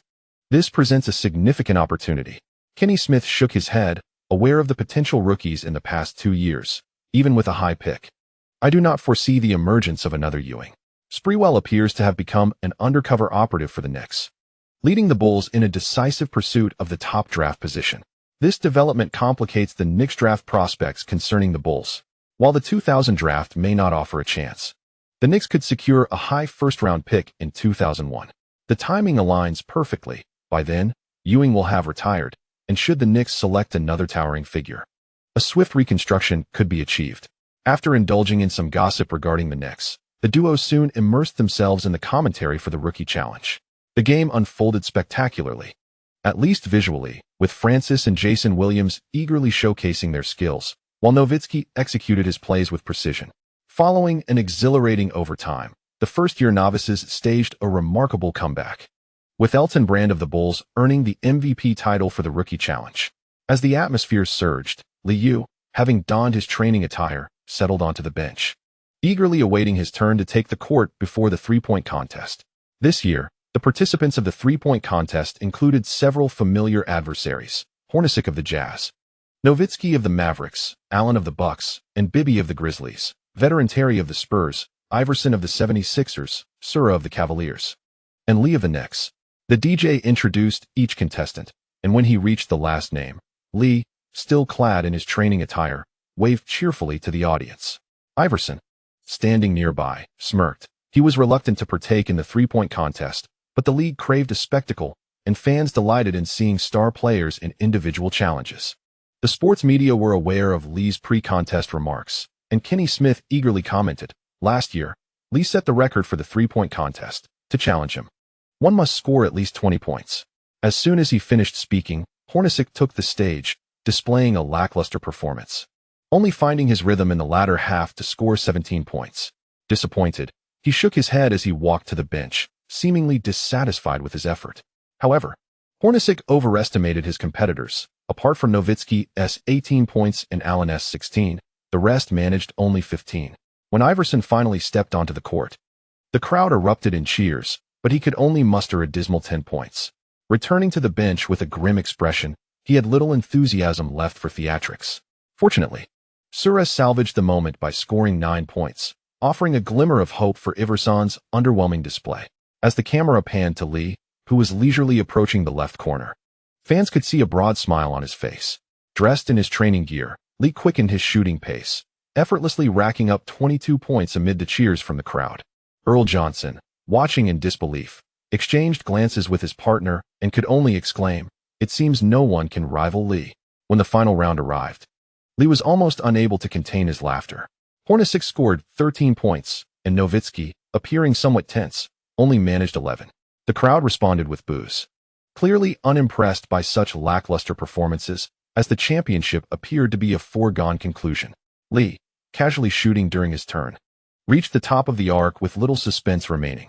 As the last money ball swished through the net from the right corner, Lee shook his head in amusement, ignoring the trio from the bench who had come to bolster the atmosphere, and strolled leisurely to the center of the court. As Lee raised the golden trophy aloft, Allen Houston in the front row clapped and cheered. Feeling that this victory had come too easily, Kenny Smith joined in the applause, chuckling as he remarked, "It seems Lee was right. The others are indeed here to vie for second place." Following this highly anticipated event, the slam dunk contest did not disappoint the fans, as Vince Carter's first dunk, a 360-degree windmill, sent the crowd into a frenzy. "Wow, 10 points." Lee, on the sidelines, joined in the exuberant shout, signaling that such a dunk deserved a perfect score. Francis, McGrady, Stackhouse, and Ricky Davis executed their dunks with equal elegance, yet ultimately they became mere backdrop. When Carter, with McGrady's assistance, completed a spectacular under-the-leg windmill dunk on his third attempt, he pointed heavenward with both hands and exuberantly exclaimed, "It's over." The crowd erupted in jubilant cheers. As Vince Carter hoisted the slam dunk contest trophy, he became an overnight sensation across America. Even those indifferent to the NBA could not help but marvel at such athleticism. Upon returning to the hotel, Lee was still sorting through fan gifts and reviewing footage of the dunk contest when the phone rang. Expecting a call from his good friend Starks urging him to join in the festivities, he instead heard the voice of General Manager Glenn Grunfeld. "I hope I'm not interrupting. Lee, we would like to hear your thoughts soon." The Warriors were eager to send John back to their team, willing to offer this year's first-round draft pick. It was a three-way trade, with the 76ers seeking to acquire Kukoc. Lee was taken aback, reflecting on Starks' hospitality in recent days. He quickly surmised that Starks wished to return to New York. Given the injuries this season and Starks' inconsistent performance, his physical abilities were evidently waning. The Warriors' first-round pick was likely to fall within the top 10, signaling that someone within the Knicks organization had begun contemplating a rebuild. "We will secure the championship." The draft pick holds no value for the Knicks. Without much hesitation, Liu provided his response. After a brief exchange, General Manager Grunfeld concluded the call. His immediate outreach demonstrated respect towards Liu. Had the New York media leaked this trade prematurely, longtime fans would have likely welcomed Starks' return with open arms. Coincidentally, Starks' call came through at that moment. Reflecting on his friend's hospitality, Liu inwardly lamented, "The Knicks will not become a retirement team. All I desire is a championship." Thank you to the readers for your unwavering support. End of chapter. Chapter 169. The Impact of Trade Rumors. Daily chapter. The All-Star Weekend in Oakland left Starks feeling rather despondent. The journey home proved to be more arduous than he had anticipated. He did not favor the Bay Area and yearned for the vibrancy of life in New York, appreciating the atmosphere surrounding the Knicks. In New York, he enjoyed the support of loyal fans, and his teammates afforded him due respect. However, with the Warriors, Starks felt as though he was drowning in defeat, and the younger players showed little willingness to heed his counsel. Antoine Jamison was destined to be the future of the Warriors, while Starks, nearing the twilight of his career, was not part of the team's plans. On February 13th, the final day of All-Star Weekend, as noon approached, Liu was engaged in a sponsor event while Ewing and Oakley gathered at Starks' apartment, not far from the Oakland Arena. Starks had rented a place, yet with his family in New York, he did not consider it home. As I had predicted, Grunfeld would not engage in a trade with the Warriors. Even the prospect of draft picks cannot persuade the team to relinquish their current roster. Unless the Golden State Warriors consider trading for Dudley, otherwise, such a transaction seems unlikely. Oakley, relying on his coffee while seated, finds himself invigorated merely by this beverage after days of intense practice. Dudley's playing time has dwindled, and with a salary of $7.1 million, no team is eager to take him on. Even if the Knicks are willing to part with their draft pick, the deal remains improbable. Ewing, however, appears spirited. Despite his age, having dozed off last night due to exhaustion, the Gorilla hopes to see his old friend return to the Knicks. As the current roster is predominantly composed of new faces, John's return is a positive development, and Kukok's inconsistency suggests that familiar teammates will exert themselves for the team. Kukok, hailing from the Bulls, has not garnered much appreciation within the Knicks. Moreover, even the championship-winning Kukok shows little interest in befriending the veterans.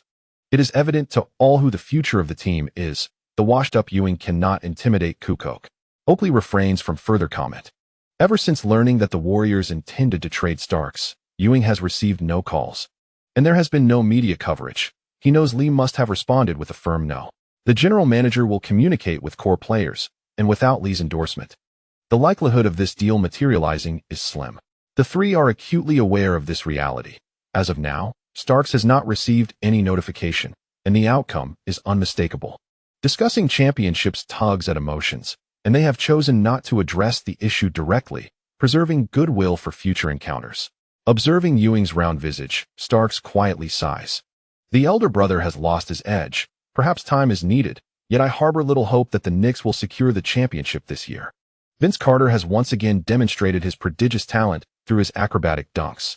Before the All-Star game commenced, Carter had already captured all the spotlight. The 1998 New York All-Star event saw the dunk contest abolished due to its utter lack of excitement, following fan suggestions. However, this year's dunk contest has rekindled the long-lost thrill. It is not that the individual contests were lacking. Rather, recent players have fallen short. On the night of the 13th, as the All-Star game approached, the fan activities of the afternoon had familiarized several newcomers participating for the first time. Grant Hill remained courteous, casually chatting and joking in the locker room. Mutombo, already clad in Hawks gear and with his shoes laced, praised Carter's performance in the dunk contest. "I swear to God, your dunks are on par with those of the greats. It was magnificent, undoubtedly the most exhilarating dunk contest in recent years." Mourning also supported his elder brother, jokingly adding, "It's hard to imagine future players surpassing this dunk contest. I will cherish the footage and revisit it from time to time." The unassuming Carter simply accepted the accolades with a smile, while Reggie Miller continued to boast, making sarcastic remarks. This year's three-point contest was utterly lackluster. Perhaps I should heed the league's request. Anyone can play the game of hindsight, and while the crowd erupted in laughter, only Allen Iverson wore a grim expression, biting his lip in silence, visibly perturbed by Reggie Miller. After Liu and Larry Bird completed their interview with NBC reporter Jim Gray and returned to the locker room, they were met with the sound of laughter. With a smile, Liu exchanged fist bumps with the others before adding, "The strongest frontcourt in history. To be honest, we are in trouble." Before Bird could respond, Reggie Miller quickly took the floor, stating, "We need to enhance our shooting. If we fail to score, we lose. The odds of us securing rebounds against them are slim." The rookies remained silent, lacking a voice in the discussion. As the Eastern Conference starting lineup lacked a true power forward, they faced a significant height disadvantage. With Mourning being a shorter center and the opposing team boasting three towering players, making it difficult for the starting lineup to withstand their low-post assaults. Larry Bird, however, would not utter words of despair. He clapped his hands and offered simple encouragement. "Let us exploit our strengths. Their giants cannot stop us." At the Oakland Arena, the venue was filled to capacity, and this year's All-Star Game halftime show was notably down-to-earth, featuring renowned singers. Country music star Martina McBride, rapper LL Cool J, Montel Jordan, and Mary J. Blige were all in attendance. Although Def Jam Records is based in New York, Liu found little appreciation for their style of hip-hop, as he merely acknowledged these artists in passing. Many attendees purchased tickets not only to watch the game, but also to enjoy the halftime show. As both teams took to the court, apart from the DJ's enthusiastic shouts, cheerleaders from both sides animatedly contributed to the atmosphere. When introducing the Eastern Conference All-Stars final player, Liu, a stark contrast was evident. the youngest MVP in NBA history, a two-time Finals MVP, standing at 6 feet 4 inches, from the New York Knicks, Clay Lee. The Western Conference All-Star starters lost their smiles upon hearing these accolades and cheers. Dressed in the Knicks' blue training attire, Liu entered the arena, smiling as he exchanged high-fives with his Eastern Conference teammates, positioning himself at the back of the line. As the singing segment concluded, the atmosphere in the arena intensified. During the players' warm-up, the broadcast frequently shifted focus to the core players, as the historically formidable frontcourt drew considerable attention. Magic Johnson, often seen chatting and laughing with friends, also attracted the spotlight. In the NBC commentary booth, Doug Collins praised the Western Conference's frontcourt combination. If a team possesses such a frontcourt, I believe they could achieve the same level of success as the Celtics of yore. Kevin Garnett and Tim Duncan would make the paint impenetrable. And even if you manage to get past them, Shaquille O'Neal lurks beneath the basket. With Jason Kidd and Kobe Bryant on the perimeter, the defensive prowess of this backcourt is remarkable. This lineup is simply flawless. Bob Costas, observing the clearly shorter Eastern Conference All-Stars, could only offer words of encouragement. Lee and Iverson can undoubtedly respond offensively, but their impact on the defensive end is considerably limited. As for Carter and Grant, it is unfortunate that they are unable to contend with the towering giants. The disparity in stature is simply too great. Nevertheless, I believe the Eastern All-Star team will deliver a splendid offensive display.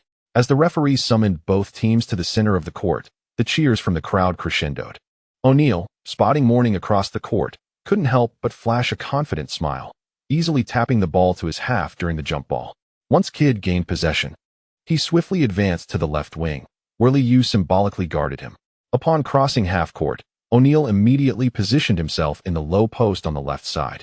Receiving a pass from Kidd, with a deft move, he took a step toward the basket, overpowering Mourning and effortlessly scoring with a soft shot. Phil Jackson watched with amusement as O'Neal retreated on defense, his mission tonight being to present the MVP trophy to the Shark.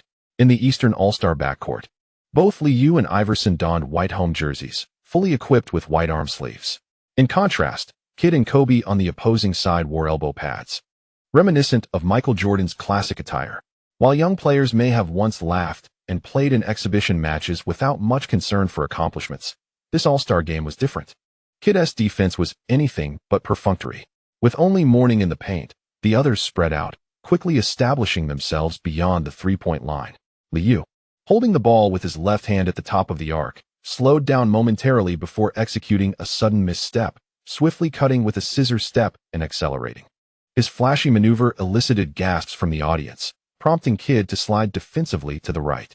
As their bodies collided, Liu came to an abrupt stop, explosively launching the ball before quickly changing direction. Near the free throw line, Kidd found himself momentarily disadvantaged by Liu's powerful dribble.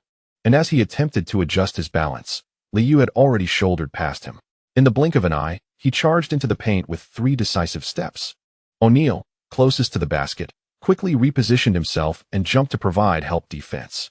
However, Liu's speed was overwhelming, and with his takeoff point too close to the basket, O'Neal, unable to leap fully, found himself outmatched as Liu clutched the ball with his right hand, deftly evading his block.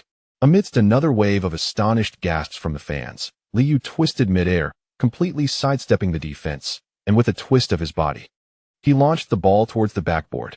The whistle blew as the ball went in, skillfully bouncing off the board and falling through the net. This exquisite basket sent the Oakland arena into a frenzy. On the bench, Mutombo immediately sprang to his feet, joining the others in enthusiastic applause and loud cheers. Having already committed a foul early in the game, O'Neal refrained from complaining to the referee, instead watching Liu with a smile as he closed his eyes and made the free throw, only to be left fuming under his breath. Seated in the front row, Oakley and Ewing grinned broadly, as this had nearly become a customary jest for the Knicks at the expense of the Shark. The fans echoed the excitement, reveling in the spectacle rather than witnessing a lackluster display. Doug Collins in the commentary booth chuckled as he observed O'Neal demanding the ball, exclaiming, "It seems Shaq is gearing up for an early surge. If they don't double-team him, it could spell trouble for Mourning." Despite Liu's relentless attempts to disrupt Kidd's movement along the right flank, Mourning adeptly supported the defensive effort. However, O'Neal suddenly maneuvered skillfully beneath the basket, receiving a high lob pass from Kidd, positioned too deep to respond effectively. Mourning could only watch as O'Neal seized the ball with his left hand and executed a powerful windmill dunk. The rim reverberated violently, a testament to the sheer force of the slam. Liu felt utterly thwarted, while Mourning, nearly subjected to an embarrassing dunk, exhaled in frustration. Before long, the two teams displayed starkly contrasting styles of play. Liu and Iverson showcased their abilities to both penetrate and pass, while Carter and Hill exhibited remarkable athleticism, leading the Eastern All-Stars to a series of exhilarating alley-oops. The Western All-Stars, now fully engaged, frequently directed the ball into the paint, where the shorter forwards struggled to withstand Duncan's relentless aggression. Garnett relentlessly pursued offensive rebounds, stifling the Eastern All-Stars transition game. The intensity on the court escalated, with a visibly frustrated Mourning opting to foul whenever O'Neal established position. As Liu cut in from the left at a 45-degree angle, he deftly tossed the ball toward the upper right of the basket before even reaching the restricted area.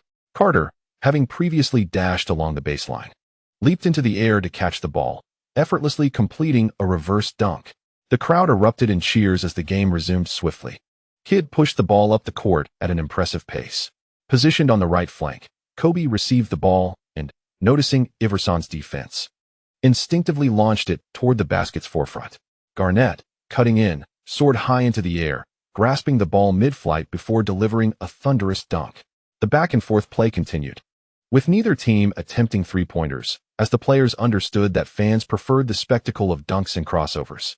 The defensive intensity slightly waned, allowing for a showcase of athleticism. The pace of the game was frenetic. Despite the Western All-Stars featuring three towering players, they were all capable of keeping up with the pace.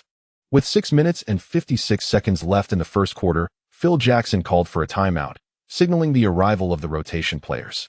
The turning point of the game began to materialize at this juncture. Upon entering the game, the Eastern Conference's rotation players, including Reggie Miller and Glenn Robinson, struggled to find their rhythm. Meanwhile, the Western All-Stars maintained their imposing lineup with David Robinson, Karl Malone, and Rasheed Wallace, complemented by Stockton and Gary Payton in the backcourt. Liu, now seated on the bench, watched helplessly as the opposing big men launched ferocious fast breaks. Grant Hill, unperturbed by the shifting score, chuckled from the sidelines, noting the reversal. Even the big guys can run fast breaks. Their lineup perfectly counters ours. In terms of athleticism, they're not far behind us. Lee, just enjoy the game. Liu shook his head in resignation, while Iverson, equally unwilling to accept defeat, boldly suggested, "Let's speed up our game even more and incorporate more three-pointers as the game progresses." As Miller said, "If we can make the shots, we can still overcome our opponents." Miller's suggestion was sound, yet he himself had struggled to find the basket since entering the game. As the first quarter concluded, the score settled at 28-34, with the Western All-Stars leading by 6 points. Karl Malone and John Stockton were merely present to observe, yet David Robinson, Chris Webber, and Rasheed Wallace had no intention of easing their competitive spirit. Michael Finley exhibited boundless energy, while Gary Payton was eager to challenge Liu. Mutombo's formidable presence proved insufficient against multiple opponents, and the Eastern Conference All-Stars, lacking in towering figures, were swiftly overwhelmed by their rivals. At times, the beauty of basketball does not guarantee triumph. Even the soaring dunks of Liu and Allen Iverson could not always translate to points. As the game unfolded with exuberance, Liu sensed that the tide was turning against them when the rebounds began to slip away. A failure to score often results in the adversary capitalizing, and ultimately, it was the Western Conference Giants who emerged victorious, prevailing with a score of 131-137, leaving the Eastern Conference All-Stars to lament their unsuccessful efforts. Tim Duncan achieved an impressive 12 of 15 shooting, accumulating 24 points, 14 rebounds, 4 assists, 1 steal, 1 block, and 2 turnovers. Shaquille O'Neal recorded 22 points, 9 rebounds, 3 assists, 3 blocks, and 4 turnovers on 11 of 20 shooting. When Commissioner David Stern announced that the MVP would be shared between the two, smiles broke out on Duncan's and O'Neal's faces.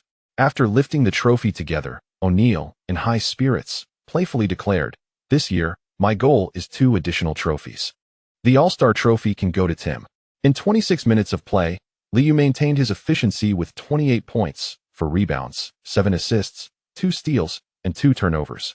Shooting 10 of 16 from the field, 3 of 6 from beyond the arc, and a perfect 5 of 5 from the free throw line.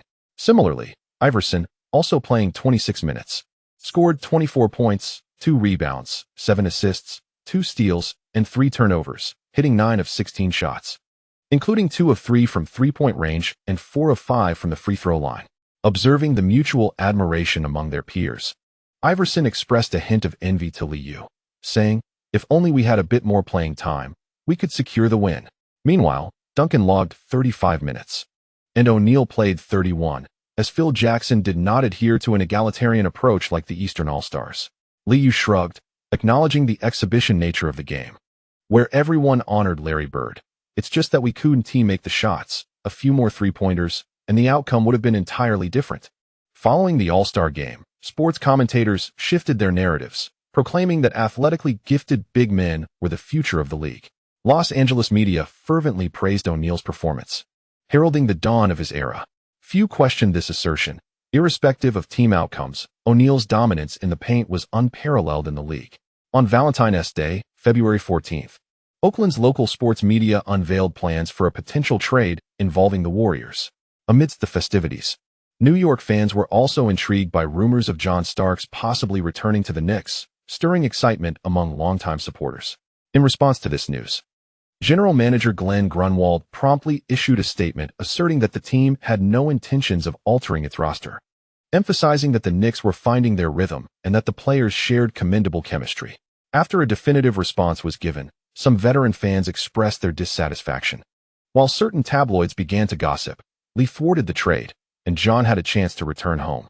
Nostalgic fans voiced their grievances, primarily due to Kukok's inconsistent performance during the first half of the season. The players who did not join the team are always deemed the best, according to the fans' perspective.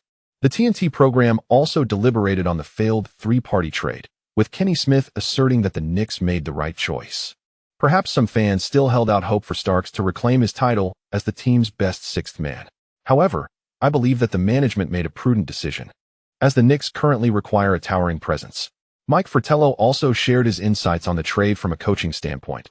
Kukok could enrich the Knicks' tactical repertoire, and Coach Van Gundy has already devised several strategies for him, which appear to be quite effective so far. As a playmaker, Kukok is the most suitable player for the Knicks under the present circumstances. Earl Johnson perused his notes and then inquired with a smile, "How about the draft picks?" Scouts had given high praise during the 2000 draft. Kenny Smith immediately shook his head, drawing from his own championship experience with the Rockets to empathize with the Knicks' recent plight. "I do not believe Stark's current physical condition can sustain the offensive demands of the Knicks bench. There are no complex reasons. Considering it from a basketball perspective, this is the most judicious decision." By afternoon, as news spread, additional rumors arose claiming that Liu said no. The sudden emergence of this information tarnished Liu's reputation slightly, with some smaller media outlets hastily affixing unflattering labels to him. The trade not only impacted the Warriors and the Knicks, but also affected the 76ers. Larry Hughes, upon learning that he was on the trading block, naturally felt unsettled. Business is business, and players must face such situations. During the All-Star game, Kobe performed adequately. Yet the Los Angeles media exuberantly proclaimed, "Kobe has matured into a top-tier guard in the league."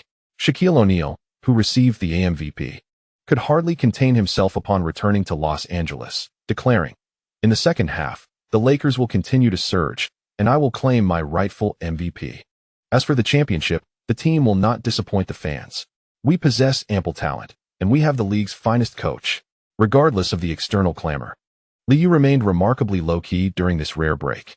Quietly amassing wealth, he began to sell off his remaining stocks at the end of January. The media struggled to reach Liu, while Ewing and Oakley continued to engage in pleasantries. On the evening of February 16th, the New York media finally encountered a smiling Liu in the locker room. Larry Johnson observed the crowd encircling Liu and couldn't help but mutter, "Why are there such trade rumors? John has been merely average in attendance this season, and his efficiency has been equally unremarkable." Setting sentimentality aside, he no longer fits the current Knicks. The veteran has no intention of indulging in nostalgia, with his physical condition declining. All he desires is to secure a third consecutive championship. Allen Houston had a lackluster performance in the All-Star game, yet he remained unconcerned about statistics, solemnly remarking, "It's understandable to wish to return to New York in the twilight of one's career. However, I believe the team has made the right choice, and I support Lee. On the other side of the locker room, Kukoc maintained a calm demeanor, listening to the whispers of the atmosphere group, unnoticed and unbothered by anyone's inquiries regarding his feelings. As they approached the players' tunnel, ready to make their official entrance, Liu cheerfully patted Kukoc on the back, offering words of comfort. "Tony, don't pay attention to those rumors. Everyone believes in your abilities." Kukoc smiled faintly, feeling a bit reassured, and vowed, "In the second half of the season, I will give my utmost effort." Thank you to the readers for your subscription support. The chapter concludes here. Chapter 170, The Era of O'Neal. On March 6, 2000, O'Neal shattered the 50-point record set by Liu earlier in the season during a game against the Clippers. Fans erupted in disbelief, and commentators were left in awe, witnessing statistics reminiscent of Wilt Chamberlain. In 45 minutes of play, he shot 24 of 35, made 13 of 22 free throws, and amassed an astounding 61 points, 23 rebounds, 3 assists, and 4 turnovers, as a furious O'Neal dominated the Clippers. The Clippers had successfully provoked the Shaq by refusing to provide tickets for his birthday, resulting in a decisive defeat. In the previous game against the Heat, O'Neal's performance was mediocre, scoring only 17 points on 5 of 17 shooting. Despite forcing P.J. Brown to foul out in 19 minutes, there were still murmurs of discontent. However, after back-to-back games scoring over 60 points, commentators revived their previous mantra: "This is the era of O'Neal." The robust and agile giant displayed his dominance, aligning more closely with the public's perception of basketball. The shockingly impressive statistics, coupled with the Lakers' winning streak, significantly diminished the Knicks' visibility. Throughout February, the Lakers achieved a remarkable record of 12 wins and 1 loss. O'Neal, with an average of 28, 1 points, 12, 8 rebounds, 4, 6 assists, 3, 4 blocks, and 2, 6 turnovers, earned the title of Player of the Month, averaging 39.9 minutes per game with a shooting percentage of 57.4. All doubts regarding O'Neal's stamina vanished by March. In the MVP rankings, O'Neal firmly held the top position, with both team performance and personal statistics beyond reproach, as Phil Jackson completely revitalized the Shark. In contrast, the Knicks continued to struggle, frequently allowing excessive points in certain games. Following an increase in rotation, Jeff Van Gundy found that the rookie players, who were expected to deliver consistent contributions, often displayed erratic performances. One game shooting 6 of 10, only to follow up with an abysmal 1 of 9, leaving both Artest and Lewis unable to satisfy the coaching staff. Unfortunately, Cook's injury has compounded the Knicks' troubles. While the team remains at the forefront of the Eastern Conference, their record has begun to diverge from that of the Lakers. Regardless of his teammates' performances, Liu has displayed a remarkable consistency. The steady play of the core guard has been a significant factor in the Knicks' dominance in the East. Had it been a more erratic player, they likely would have been overtaken by now. On March 12th, the Knicks triumphed over the Spurs at home with a resounding victory. Coach Popovich, in his haste to accelerate the pace, overestimated the organizational capabilities of his backcourt. Not every player possesses the vision required. The league has a scarcity of point guards like Liu and Kidd. Calls for his dismissal have intensified, as Duncan logged 40 minutes in this game, shooting 7 for 19 and accumulating a double-double with 15 points and 13 rebounds. The Spurs suffered another defeat at the hands of the Knicks. And during the post-game press conference, Popovich, rarely one to complain, acknowledged, "The Knicks were undoubtedly the superior team tonight, executing their game plan flawlessly.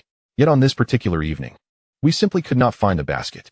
The Spurs attempted 83 shots, but only managed to convert 32.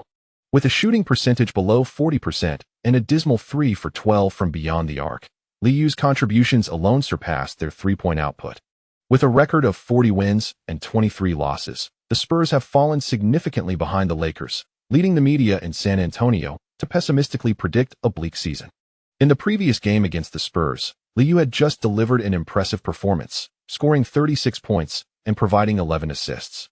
The following day, O'Neal faced the Nuggets, shooting 14 for 20 and amassing 40 points, 9 rebounds, and 7 assists. Interestingly, not long ago, O'Neal had sarcastically suggested that the Knicks would lose to the Wizards. On the night of the 16th, the Lakers' winning streak was indeed halted by the Wizards. Although Strickland struggled, shooting 3 for 14, he contributed with 16 assists. While Richmond continued his efficient play, scoring 32 points with a shooting line of 15 for 30, and converting 15 of 16 free throws. Against this aging former All-Star, the inexperienced Kobe ultimately fouled out, finishing with a disappointing 7 points, 3 rebounds, 7 assists, 1 steal, and 6 turnovers on 2 for 10 shooting. O'Neal remained unstoppable, again achieving a double-double with 40 points and 12 rebounds on 15 for 25 shooting. On the 19th, the Lakers continued their road trip to New York, where eager fans, after waiting 4 months, finally anticipated this matchup. O'Neal was in prime form, while Liu quietly recorded his 5th consecutive game, scoring 30 points. As analysts began to review the Knicks' recent performances, they were astonished to discover that Liu's statistics had seen a slight uptick since the All-Star weekend. However, compared to O'Neal, Liu's scoring seemed relatively effortless. With 17 games scheduled for the Knicks in March, Liu had abandoned any elaborate plays. During his 39 minutes on the court, most of his scoring came from three-point shots, drives to the basket, fast breaks, and free throws. Even without the 3-second defensive rule, Liu maintained an impressively high shooting percentage in the paint. On the evening of the 19th at Madison Square Garden, fans, eager to witness the game in person, were willing to purchase overpriced second-hand tickets. The nationally televised match garnered significant attention, and the first half did not disappoint the fans. In just 21 minutes on the court, Liu achieved an impressive performance with 7 of 13 field goals, 3 of 6 from beyond the arc, and 4 of 5 from the free throw line, totaling 21 points, 3 rebounds, 3 assists, and 1 steal. Meanwhile, O'Neal, in 24 minutes, scored 24 points with 11 of 17 shooting, along with 5 rebounds, 1 assist, and 1 turnover. At halftime, the Lakers held a narrow 2-point lead, with the score standing at 49-47. The frequent lead changes stirred the New York fans into a fervor, leading to loud jeers during the intermission. In the NBC commentary booth, Bob Costas noted the statistical struggle of Kobe, who managed only 7 points from 3 of 11 shooting, remarking that it was evident Kobe was eager to assist his team, yet he needed to operate closer to the basket for greater effectiveness. Doug Collins observed that the Lakers lacked aggression in their play. Glenn Rice, with a mere 1 of 5 shooting in the half, saw little support from his fellow role players. Aside from Robert Horry's 2 three-pointers contributing 7 points, the rest faltered. This exemplified the Knicks' style of play. Should the Lakers choose to slow the pace, they would face increasingly aggressive defensive pressure. Veterans AC Green and Harper failed to make a significant impact, while he navigated their defense with ease. In the second half, the Knicks needed only to convert their open three-point attempts to seize the lead. Collins shook his head at the Lakers' reliance on their guards to chase through screens during the half. In the visitors' locker room at halftime, Phil Jackson, well acquainted with the Knicks' style as a longtime adversary, understood the essence of their game. Despite many contemporary games seeing fierce defenses curtailed by officiating, under the circumstances of tonight's officiating, maintaining a lead necessitated even greater aggression. We need to get to the free throw line rather than settling for outside jumpers. The same goes for defense. Fight through those screens. Green, you need to disrupt, not just watch as Lee maneuvers past you. Remember, I refuse to accept a loss in New York.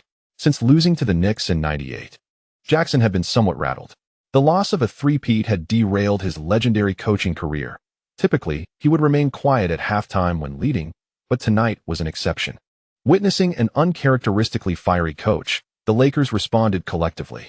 Kobe, tasked with guarding Lee, felt a twinge of frustration, acutely aware that Jackson's comments were directed at him. As Shaquille O'Neal's supporting player, Kobe sought to penetrate the paint, yet the space was limited, territory claimed by the Shark. Having played the entire first half without rest, O'Neal was fervently determined to secure victory. Just before taking the court again, he reminded his teammates, "We need to secure more offensive rebounds. We cannot allow our opponents to easily snatch them." Ben Wallace and Kurt Thomas had disrupted the Lakers during the rotation phase, resulting in several long rebounds lost. As the second half commenced, the Knicks took the court with a measured demeanor. Having experienced numerous halftime deficits this season, they had grown accustomed to the challenge. "Let's go Knicks." The fervor of the New York fans at the venue surpassed that of the players. As Liu received the ball at the baseline, a resounding cheer reverberated throughout the arena. Harper was tasked with defending Allen Houston, while the young Kobe took on the responsibility of guarding Liu. As the Lakers' most adept perimeter defender, Kobe exhibited an aggressive approach in his defense. With swift lateral movements, he engaged in physical challenges and occasionally attempted to strip the ball. However, these defensive maneuvers often proved ineffective against Liu. In a moment of distraction, Kobe found himself outmaneuvered as Liu deftly swiped his arm away with his ball-handling hand, and with a subtle pull, accelerated past Kobe with ease. As Kobe lost his defensive position, he turned to see Ewing stationed beyond the arc, prompting him to hasten and catch up to Liu, prepared to navigate through the screen. Shaquille O'Neal, meanwhile, had also stepped out, positioning himself at the three-point line, observing Liu's movements. Just as Kobe squeezed past the screen, intent on pursuing Liu from Ewing's left side, Liu unexpectedly halted. With a sudden explosion of speed, he pivoted, lowered his center of gravity, and skillfully maneuvered around Ewing's right side to break through. Kobe, unable to adjust his position in time, found himself caught in a precarious spot against Ewing. His attempts to grab hold of Liu thwarted. In an instant, he was out of position. The rapidity of their movements left the spectators bewildered. To them, it appeared as though Liu simply spun, leaving Kobe behind, eliciting a chorus of cheers from the crowd. O'Neal, striving to maintain his balance, slid in front of Liu, attempting to delay him and allow Kobe to continue the pursuit. However, witnessing Liu suddenly execute a pronounced in-and-out move, O'Neal instinctively slid to his left rear. Creating space for his shot, Liu unleashed the ball with a swift motion, utilizing the rebound's momentum to perform a wide lateral step. Positioned at the right wing beyond the three-point line, he executed a quick jump shot. Swish! The three-pointer found its mark with precision, once again tipping the score in their favor, igniting a fervor in Madison Square Garden. It was a breathtaking display of offense. The relinquishment of defensive positioning led to a swift punishment from Liu. Bob Costas marveled at the spectacle, while Doug Collins praised Ewing's screen, the high pick and roll. Pat's screen was of exceptional quality, though it certainly tested his stamina. As O'Neal seethed with fury after being scored upon so directly, he became more aggressive in his positioning during the Lakers' offensive plays. Initially, he grappled with Ewing in the low post on the left side, then deftly maneuvered to cut straight to the basket. Harper, hindered by Liu, failed to deliver the pass in time. O'Neal promptly transitioned to the low post on the right side, effectively boxing Ewing out. The Lakers executed a swift ball movement, with Kobe receiving the ball on the right wing. Faced with Houston's aggressive defense, he quickly delivered a well-placed lob pass.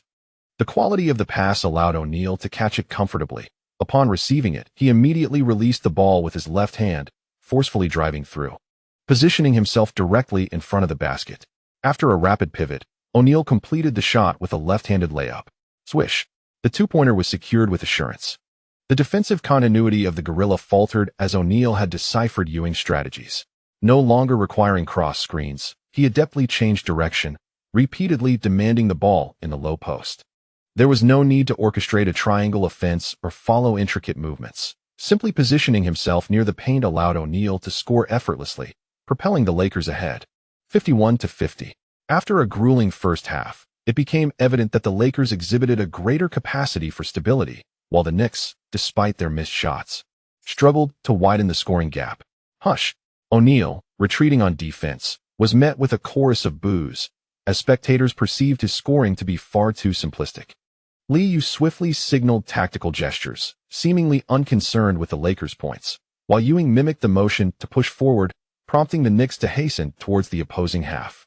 Kobe continued to guard, as Liu, holding the ball in his left hand, advanced rapidly. Oakley swiftly maneuvered to the arc, and AC Green followed suit to assist defensively. Seizing the moment as Oakley established his position, Liu lowered his center of gravity, swiftly changing direction with the dribble. Transitioning to his right hand, he burst through on the right side. Kobe managed to slip past the screen, but as Liu faced the delayed AC Green, the latter was unable to slide in time and was swiftly passed. Nearly colliding with his teammate, Kobe's defense faltered, allowing Liu the opportunity to scoop the ball with his left hand and penetrate the paint once again. Within the paint, Liu's speed was astonishing, and in the blink of an eye, he approached the basket. On the left side near the baseline, O'Neal instinctively shifted to provide help defense. The moment he moved his feet, O'Neal witnessed Liu, in motion, suddenly wrap the ball behind him, switching to his right hand before leaping for a layup. O'Neal reached out to block, yet the basketball glided past him, as Liu faked and delivered an assist to Ewing, who finished with a layup. Ewing, having successfully seized the opportunity, pounded his chest in exhilaration, a somewhat belated response to the score. The Knicks reclaimed the lead at 51-52. Jeff Van Gundy clapped joyously, while AC Green struggled to contain Liu.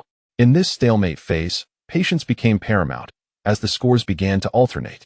Kobe seized his long-range two-point attempts, striving to penetrate and reach the free throw line. Allen Houston and Larry Johnson also increased their back-to-basket plays, utilizing their individual prowess to secure points. It wasn't until 4 minutes and 52 seconds remained in the third quarter that a pass from the Lakers was intercepted by Ben Wallace, resulting in the first turnover of the match. The Gorilla had lost his vigor, having accrued 4 fouls and subsequently being substituted out.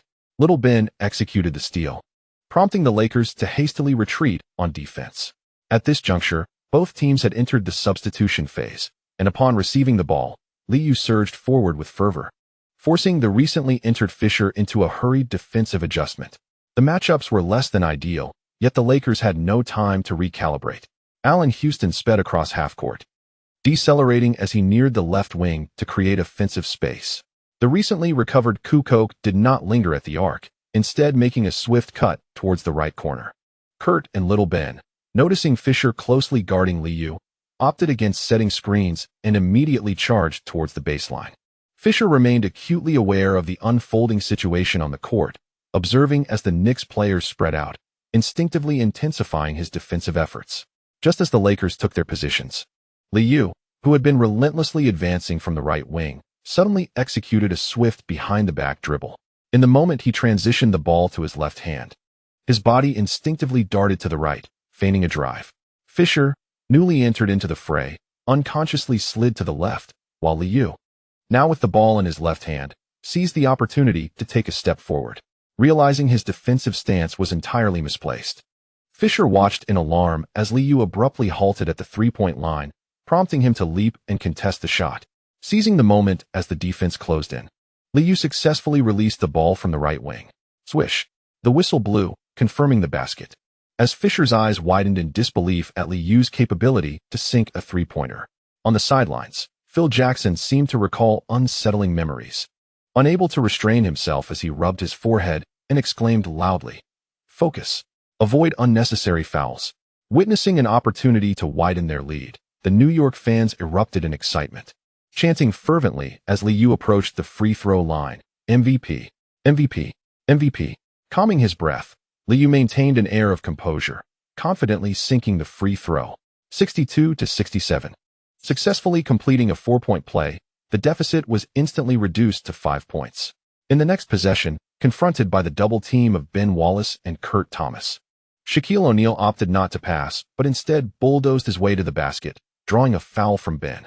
After a prolonged gaze, O'Neal made his first free throw, prompting Liu to voice his grievance to the referee. "Sir, that free throw was undoubtedly delayed."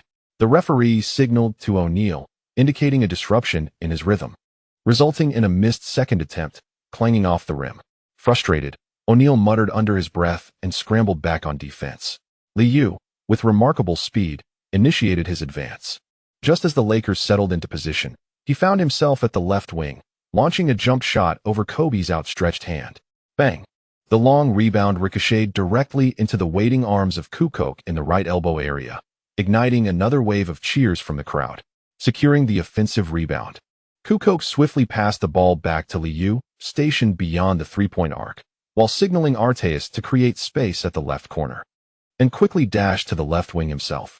With the ball cradled in his right hand, Liu deftly swatted away Kobe's defensive reach.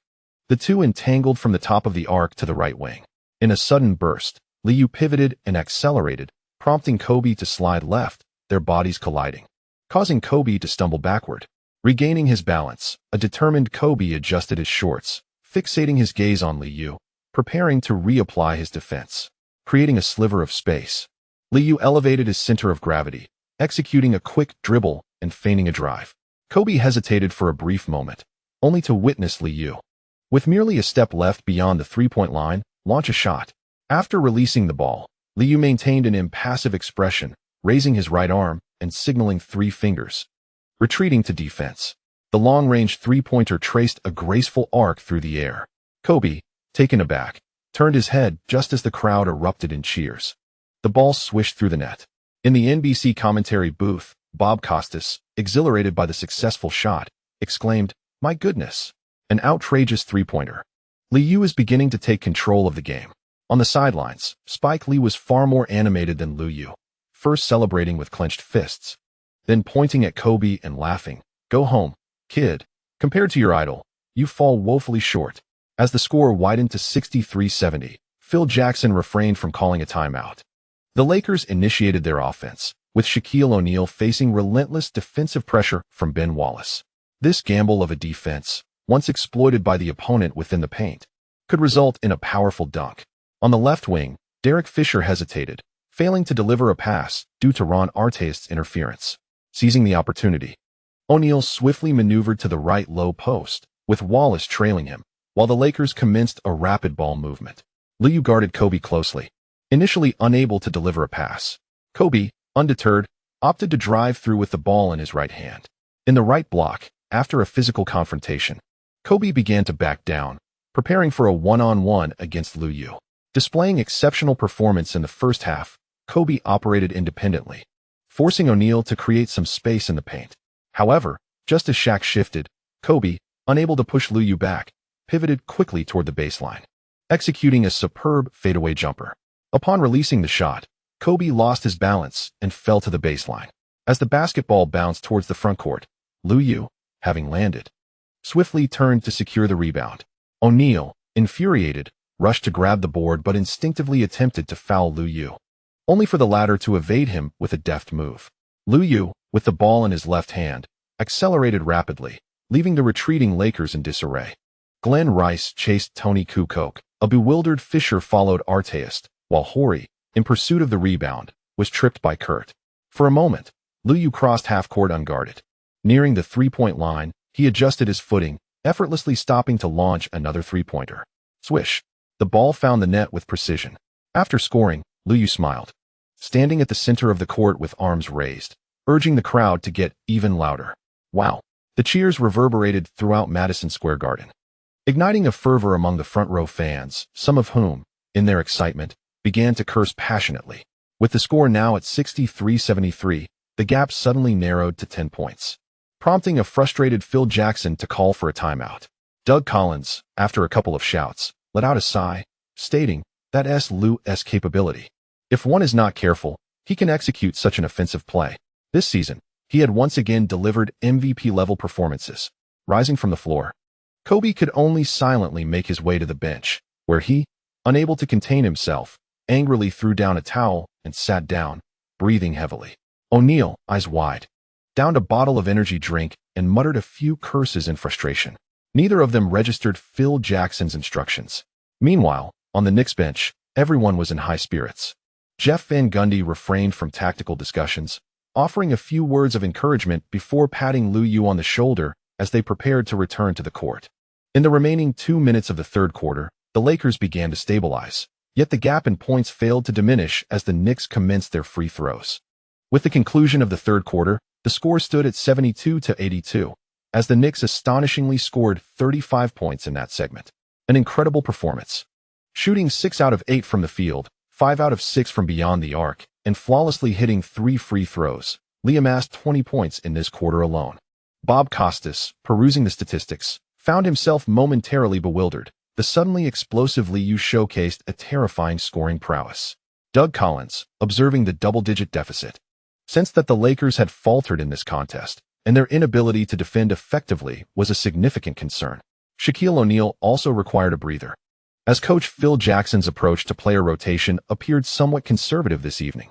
As the fourth quarter commenced, O'Neal sat on the bench, while the Lakers lineup shifted to include Fisher, Brian Scott, Rick Fox, Robert Horry, and AC Green.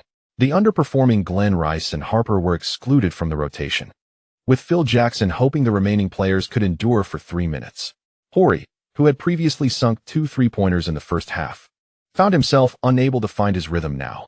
Meanwhile, on the Knicks side, the re-entering Lewis was on fire, hitting 2 consecutive three-pointers at the start of the fourth quarter. Following a 6-2 run, Phil Jackson promptly called for a timeout. Reflecting on his pre-game bravado and the anticipated ridicule from the New York media should they lose, O'Neal tossed aside his towel, ready to re-enter the fray after barely 2 minutes of rest. Observing the furious demeanor of the Shaq, silence fell over the Lakers bench. With 6 minutes and 32 seconds left on the clock, Liu returned to the court. Although the 9-point deficit was not insurmountable, the Lakers, struggling from long range, ultimately failed to catch up. Noting that Liu, despite his declining shooting touch, could still penetrate the Lakers' defense, Doug Collins exclaimed in admiration. This exemplifies Li's impact on the offensive end. He consistently maintains his composure, reads the game astutely. It's hard to believe he is only 22 years old, with only 1 minute and 1 second remaining and hopes of a comeback dwindling. A visibly displeased Phil Jackson called for a timeout to substitute out his starters. The cheers echoed throughout Madison Square Garden, having triumphed over the Lakers. The Knicks supporters relished the opportunity to taunt their rivals for the next fortnight. As the final buzzer sounded, the score read 96-105. Thanks to Liu's explosive performance in the third quarter, the Knicks secured the victory. Post-game, O'Neal and Kobe exchanged brief greetings before heading towards the player tunnel.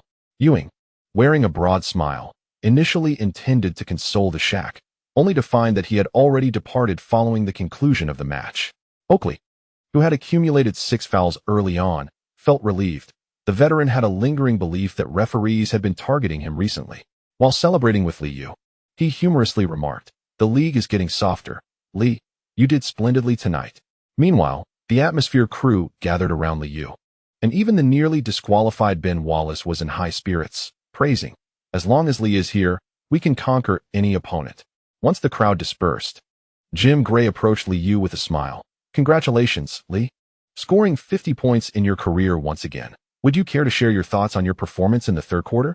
Draped in a towel, Liu wiped his brow and responded to the question with a light chuckle. "At that moment, my focus was solely on the game. Whenever an opportunity arose, I took the shot. To be honest, I did not concern myself with the scoring. I trust everyone is well aware of my scoring capabilities. The paramount objective is aiding the team in securing victory, and I am delighted that we triumphed tonight." Jim Gray perceived Liu's demeanor as somewhat pretentious, yet he could only smile and offer compliments, recalling that during the playoffs, Liu had once scored 24 points in a single quarter, tying a record set by Michael Jordan.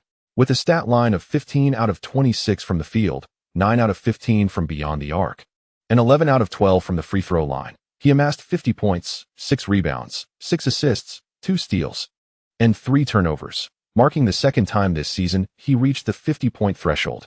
Post-game, the New York media was in a frenzy. At the press conference, Shaquille O'Neal listened to a barrage of questions, only able to respond with feigned cheerfulness. "Shaq, did the loss stem from your excessive shooting?" they queried. "It seems we did not witness the triangle offense during this match." With 45 minutes on the court, O'Neal shot 18 out of 31, with 7 out of 13 from the free throw line, contributing 43 points, 10 rebounds, 2 assists, and 2 turnovers, almost half of the Lakers' total score. Noticing the inquiries from the Los Angeles reporters, O'Neal replied earnestly, "The Lakers have consistently employed the triangle offense. I am in excellent form. The ultimate goal of our strategy is to give me the ball. We will reclaim our victories. Tonight was merely an off night for everyone, a situation every team encounters." In 44 minutes of play, Kobe Bryant tallied 24 points on 8 out of 23 shooting, along with 7 rebounds, 6 assists, 2 steals, and 2 turnovers. Setting aside some erratic moments, Kobe performed admirably in the second half, while O'Neal's comment about poor shooting referred to Glenn Rice's dismal 3 out of 10, earning only 6 points. On the morning of the 20th, New York's print media lauded the Knicks' performance, with Liu once again gracing the front page, having tied the record for most three-pointers in a regular season game with 9. At the Tarrytown Training Center, the Knicks' morale surged, and their enthusiasm for practice intensified. The Lakers had received media acclaim for 4 consecutive months, yet after their encounter, it became evident that the game was less challenging than anticipated. The Knicks struggled to contain O'Neal in the paint, while the Lakers could not restrain Liu from the perimeter. However, as long as they contained the other players, the match devolved into a contest between the core stars. Allen Houston, in the previous night's game, scored 21 points on 7 out of 17 shooting, including 2 out of 6 from three-point range and 5 out of 7 from the free throw line. Though his scoring was modest, it sufficed. After the morning film session, Houston confidently asserted, "As long as we do not lose the rebounding battle, the Lakers cannot limit us." Having won this game, it was hoped that these tiresome media reporters would cease their incessant comparisons for the next month. Larry Johnson shook his head. Having shot 3 out of 11 the previous night, he remained skeptical about Glenn Rice's ongoing slump. Coach Van Gundy is right. We must remain vigilant in our defense. The two exchanged hushed words, as Jeff Van Gundy summarized. As I have stated, when opportunities arise, each individual must shoulder the responsibility of scoring. We can certainly improve, rather than merely waiting for our opponents to falter. Coach Liu believes that his motivational prowess has significantly enhanced, and when it was his turn to speak, he simply reminded the team, the most crucial aspect of the game is to maintain patience. I trust that this season, everyone has experienced this firsthand. Regardless of how many points we may be trailing by, there is always an opportunity for a comeback. It is paramount to remain patient while having faith in one's shooting abilities. Lewis promptly nodded, fully embracing this motivational insight. Jeff Van Gundy is also quite pleased with the current state of the team. Although the defense has waned, the team's resilience remains steadfast. Ewing's performance against O'Neal was rather mediocre, tallying 10 points and 12 rebounds on 4 of 10 shooting. After the film session concluded, the bald-headed coach did not forget to reassure the big gorilla, "Pat, do not concern yourself with the statistics. You are the defensive cornerstone of this team, and we all recognize your prowess." Amidst the accolades from the New York media, Ewing had nearly overlooked his subpar offensive display, but upon hearing Van Gundy's reminder, he reluctantly set aside his smile and nodded in frustration. As March draws to a close, the Knicks have 7 games remaining, with a demanding schedule that includes several back-to-back matches, prompting the coaching staff to adjust the rotation. Over those 2 back-to-back games, the Knicks lost to both the Pacers and the Supersonics. However, on March 31st, in a game marked by numerous rotations, the Knicks triumphed over the Grizzlies, improving their record to 53 wins and 19 losses, continuing to lead the Eastern Conference. Although the Knicks have established a notable lead over the trailing teams in the East, they find themselves at a considerable distance from the Lakers. In a concurrently held match, the Lakers decisively defeated the 76ers, bringing their record to 61 wins and 12 losses. Given the remaining schedule, the Knicks appear to have little hope of contending for the top position in the league. As the regular season nears its conclusion, the New York media has begun to focus on the implications for home court advantage in the playoffs. The current situation of the Knicks has drawn comparisons to the 1998 Bulls, with both Liu and Maiko ensuring a solid baseline for the team. A 60-win season seems achievable. In that year, the Bulls lost their home advantage, leading to the end of their three-peat. The Knicks now face a similar predicament, leaving many with a sense of uncertainty. No one seems to be concerned about the Grizzlies. Post-game inquiries revolve around playoff-related issues. Jeff, could you elucidate the team's plans for April? It appears we may have relinquished our home court advantage. Although Van Gundy harbors some concern regarding this issue, he outwardly responds with unwavering confidence. Everything is proceeding according to our plan. In April, we will make adjustments in advance and continue to expand our rotation. The current objective for the team is to conclude the regular season in good health. I extend my heartfelt gratitude to my esteemed readers for their unwavering support and subscriptions. The meeting has become quite tedious, and my phone has been confiscated, leaving me unable to request a leave of absence. This evening, I shall present a brief chapter, and soon we shall reach the time of double monthly votes, which will automatically lead to additional content and greater word count. Once again, I express my sincere thanks for the monthly votes from my readers. Chapter 171. The Imbalance of Power Between the West and the East, Routine Chapter. As the season draws to a close, players intensify their efforts for various accolades. For the fans of New York and Los Angeles, it is once again the time for annual excitement. This season, Liu has demonstrated exceptional attendance. Despite an increase in breakthroughs, he has endured numerous injuries. While bearing a significant share of the ball, Liu has not relaxed his own standards. Whenever there are 3 games in a week, he engages in extra training. Within the Knicks, many may shy away from shooting practice. Yet the weightlifting sessions are immensely popular among numerous players. Having been relegated from the starting lineup by Ewing, Little Ben's playing time has diminished considerably. The finesse required for finishing under the basket is quite challenging, and in comparison, weightlifting offers a more gratifying experience. With the advantage of physical talent, Ben Wallace has shown remarkable improvements in strength training, with positive feedback motivating him to train harder. The same holds true for Artest.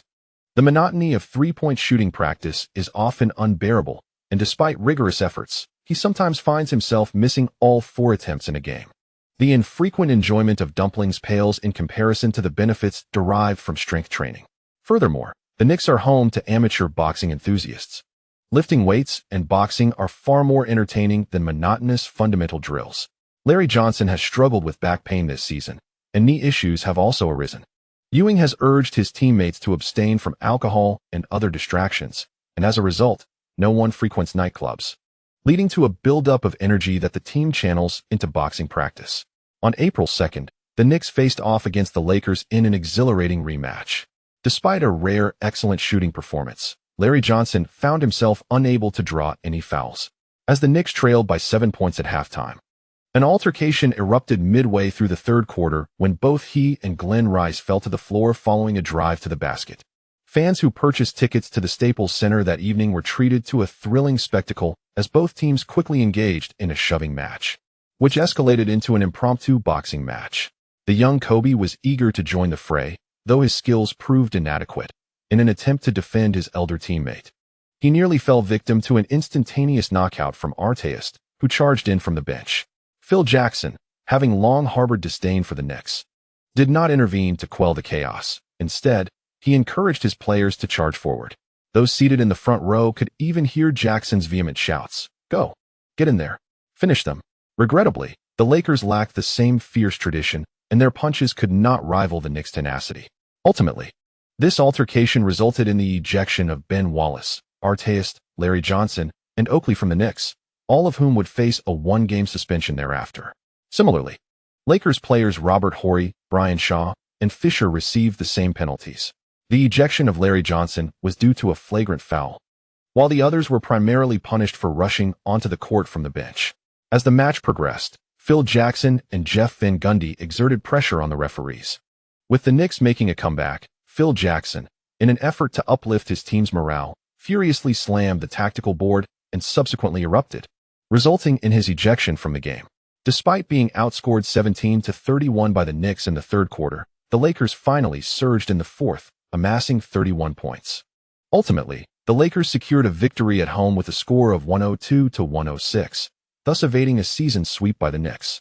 The Knicks nearly completed a remarkable turnaround through their tenacious basketball, and even in defeat, the Los Angeles media expressed their frustration, coining a new nickname for Liu, Li Shang Tui. Learning from the previous game, Shaquille O'Neal, AC Green, and Robert Horry displayed significantly improved defensive intensity. Robert Horry faced considerable challenges. Any misstep in his support defense could lead to repercussions, which was the reason for his explosive reaction after being subbed in during the third quarter. Kobe, sporting panda eyes, refrained from his previous cold shooting and dutifully passed to O'Neal. In 43 minutes on the court, Shaquille O'Neal scored 34 points, grabbed 12 rebounds, dished out 4 assists, blocked 3 shots, and committed 3 turnovers, shooting 14 of 28 from the field and 6 of 12 from the free throw line. Liu played for 41 minutes, scoring 28 points with 10 of 23 shooting, including 3 of 9 from beyond the arc and 5 of 6 from the free throw line, alongside 6 rebounds, 7 assists, 2 steals, and 2 turnovers. On this night, O'Neal had just lifted the trophy for March's Player of the Month at his home arena. Yet he was nearly on the brink of a reversal in this game. At the post-game press conference, the Shark wore a stern expression, stating, "I do not appreciate leading at halftime only to lose in the third quarter. We should have won this game more comfortably, rather than struggling until the fourth quarter." Despite the defeat, Liu maintained a smile during the press conference. The eager sports media, acting as a megaphone, reiterated O'Neal's sentiments. Liu, unfazed by O'Neal's confident demeanor, humorously remarked, "If Shaq could make 6 more free throws, perhaps the Lakers could indeed secure a more effortless victory." For most of tonight, they were certainly the superior team. In March, the Lakers achieved a remarkable record of 14 wins and 2 losses, with O'Neal averaging 33, 8 points, 12, 3 rebounds, 4, 0 assists, 2, 1 blocks, and 2, 6 turnovers, boasting an impressive shooting percentage of 59. The Knicks, last month, recorded 13 wins and 4 losses, with Liu averaging 31, 2 points, though his shooting efficiency dipped slightly to 47.8, resulting in him missing out on the Player of the Month accolade, leaving the New York media with little to say. This nationally televised game reignited a fresh round of banter between fans from New York and Los Angeles. The clash of these two major basketball markets brought delight to the NBA, as controversy breeds discussion, which from an operational standpoint is undoubtedly beneficial. As the regular season nears its conclusion, being suspended holds little significance, and Jeff Van Gundy continues to expand his rotation, ensuring Liu's playing time remains unaffected. In pursuit of the scoring title, both players continued to strive for excellence. Shaquille O'Neal, too, was in a similar predicament, as they engaged in a silent competition during the final matches. On April 10th, the New York Knicks faced their third consecutive loss of the season, succumbing to the Miami Heat and the Indiana Pacers in back-to-back games. That evening, during TNT's post-game analysis, discussions arose comparing the Lakers and the Knicks. Concurrently, the Lakers narrowly triumphed over the Seattle Supersonics, having already secured the top position in the league. The trio in the studio did not delve into the specifics of the games. Rather, they pondered over the MVP race for the season. Regrettably, despite the Knicks still having a chance to achieve 60 wins, it appeared increasingly unlikely for Allen to claim the MVP, especially in light of Shaq's unparalleled dominance. Kenny Smith sighed in disappointment, seemingly lamenting Allen's performance. Mike Fratello concurred that the MVP outcome was becoming clear. The Lakers boasted a superior record, and Shaquille's lack of prior accolades could work to his advantage. I firmly believe that the majority of the media will cast their votes for Shaquille, given his team's performance and personal statistics are exceptionally impressive. In the studio, Earl Johnson noticed the consensus between the two and smiled as he added, "With the Lakers securing the top position, this year undoubtedly belongs to them from a performance standpoint. The prospect of their dominance in the playoffs is also a significant point of interest." On April 19th, the 1999-2000 regular season officially concluded. 14 games took place that day, and after back-to-back victories over the Boston Celtics, the Knicks finalized their record at 60 wins and 22 losses. The Lakers, not resting on their laurels, saw both Shaquille and Allen relentlessly competing for the scoring title, finishing with an impressive 67 wins and 15 losses under Phil Jackson's leadership. The playoff matchups were formally announced that evening. In the Eastern Conference, the 8 teams making the playoffs included the 48-win Hornets, the 44-win Raptors, the 41-win Pistons, and the 41-win Bucks. Although the Knicks did not secure the top position, the Chicago Bulls finished the season with a dismal record of 17 wins and 65 losses. The Bulls' first-round draft pick was increasing in value, and Sprewell received unanimous acclaim from New York fans. In the Western Conference, the playoff-bound teams comprised the 51-win Suns, the 49-win Timberwolves, the 45-win Supersonics, and the 44-win Kings. The Rockets concluded their season with a 34-win and 48-loss record, shattering Charles Barkley's championship dreams, as his final professional season ended plagued by injuries. As the regular season drew to a close, major sports media noted the disparity between the two conferences. That evening, commentators surprisingly echoed a unified sentiment.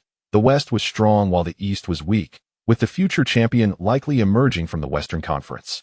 The Knicks, having concluded the season in good health, returned to their hotel, where Jeff Van Gundy led a celebration of their achievement as the Eastern Conference's top team. After 3 days of rest, the Knicks would return to New York to face the Bucks in the first round of the playoffs at home. Upon returning to his room, Liu noticed a text message from Ray Allen. After a brief reply, he hurriedly took a shower. Meanwhile, ESPN was still predicting the outcomes of the first round, with commentators extolling the dominance of the Lakers, who had once again secured the Atlantic Division Championship. Liu gazed with eager anticipation at the modest talent panel. The exceptional explosive ability of Anthony Hardaway had vanished, having been completely absorbed after just one season. With a thought, Liu soon received a notification: the extraordinary explosiveness of Grant Hill. Observing the initially golden progress, he stroked his chin in contemplation. Was he nearing his limits? Thanks to the support of his readers, this chapter concludes here. Apologies for the delayed update. I have a meeting to attend, likely pushing the update to the afternoon. As the holiday approaches, I wish all my readers a joyful Mid-Autumn Festival. Chapter 172, Data and Victory. On April 20th, 2000, with the regular season officially concluded, players not advancing to the playoffs began to unwind, while teams preparing for the playoffs busied themselves with preparations. The Lakers, boasting an impressive record of 67 wins, became the center of attention as championship coach Phil Jackson and superstar center Shaquille O'Neal instilled hope for a title among Los Angeles fans. Regular season performance serves as a significant indicator of a team's strength. Over the past 2 seasons, the Knicks had dominated the league, clinching back-to-back championships. This season, the Lakers had outpaced them by a full 7 wins, leading to inflated expectations from the Los Angeles media. In the morning newspapers, after a season of anticipation, the Los Angeles Times finally adopted a celebratory tone, unparalleled dominance. This is the era of the Lakers. Following the conclusion of the Lakers' Showtime era, local print media often indulged in nostalgia, with fans reminiscing about the legendary rivalry between Magic Johnson and Larry Bird. The pre-All-Star hype surrounding Wilt Chamberlain and Michael Jordan had fallen flat. While Kobe was commendable, he still lagged significantly behind the latter. Most importantly, this season, Liu had delivered a historically exceptional performance. Though specific statistics remained unknown to the Los Angeles media, it was undoubtedly far superior to Kobe's output. Local newspapers functioned as echo chambers. Lakers fans were unlikely to seek out the New York Times for information, just as New Yorkers would disregard the praise heaped by Los Angeles media. However, young internet users could find commentary from sports columnists in Yahoo Sports. Though most articles lacked objectivity, aiming solely to attract attention, scouting teams and coaching staffs paid little heed to such frivolities. Data accurately reflected team capabilities. Combined with ESPN statistics and their own assessments, they found sufficient information. The Knicks coaching staff, though small in number, benefited greatly from the passionate efforts of assistant coach Tom Thibodeau, whose enthusiasm was unmatched. On the morning of the 20th, at the Tarrytown Training Center, in the multimedia room, Thibodeau provided a concise analysis of game footage from the Bucks. Under the leadership of head coach George Karl, the Bucks had fully unleashed their offensive potential this season. The arrival of Sam Cassell seemed to have invigorated both Ray Allen and Glenn Robinson. At the heart of the team lies the trio of outside shooters, with forwards Darwin Ham and center Elvin Johnson relegated to mere supporting roles. The pressure from the opening round is manageable for us, as the Bucks exhibit a lack of defensive continuity. Their rim protection is average at best, while on the bench, Tim Thomas is performing commendably, though the towering Williams lacks offensive initiative. However, Larry's current form is subpar, necessitating an increase in our rotation. Assistant coach Thibodeau expresses considerable confidence regarding the first round. Even a frail camel surpasses a horse in stature, and despite the Knicks' defensive decline, they remain superior to the Bucks. Jeff Van Gundy and the coaching staff, poring over the technical statistics, nod in agreement. By accelerating the pace of our offense, the Knicks can deploy smaller interior players, matching the opponent's agility. This season, the Bucks average 8.33 shots per game, yielding 1.012 points, positioning them sixth in the league. Their offensive prowess is impressive, yet defensively, they allow opponents to score an average of 1.010 points, placing them 23rd in the league, a stark contrast. Their inability to defend mirrors that of the Pistons, who rank third offensively, yet find themselves fourth from the bottom defensively. This resemblance fuels predictions from many analysts that both teams may falter in the first round. In the playoffs, defense is paramount. Assistant coach Don Chaney, reviewing the team's statistics, cannot help but sigh. Lee is unlikely to secure the MVP. His performance this season has been extraordinary, 60 wins, a result that surpasses my expectations. The statistics in the coaching staff's possession highlight Liu's significant contribution to the team. During the regular season, the Knicks averaged 8.03 shots, scoring 1.038 points, ranking second in the league. With an average of 138 turnovers, this figure is remarkably low, especially given the substantial ball-handling responsibilities, serving as a safeguard for the Knicks' defense.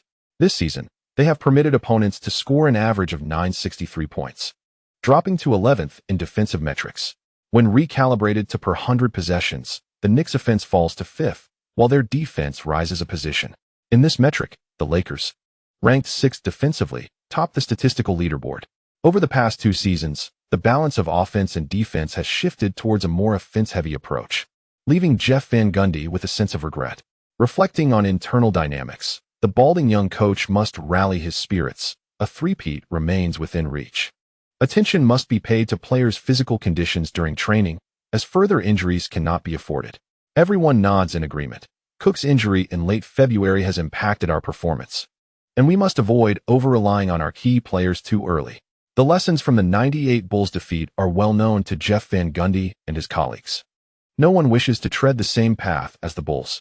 On April 21st, the NBA officially announced the leaders in various statistical categories for the current season, averaging 14.1 rebounds per game. Dikembe Mutombo of the Hawks was crowned the rebounding king, with an average of 10. 1 assists. Jason Kidd of the Suns secured the title of assist leader for the second consecutive season. Alonzo Mourning of the Heat led in blocks, averaging 3.7 per game. Eddie Jones of the Hornets claimed the steals title with an average of 2.7 steals. The scoring title saw a fierce competition between Liu and Shaquille O'Neal, culminating in Liu finishing with an astounding average of 32 points, thereby earning the scoring crown once more.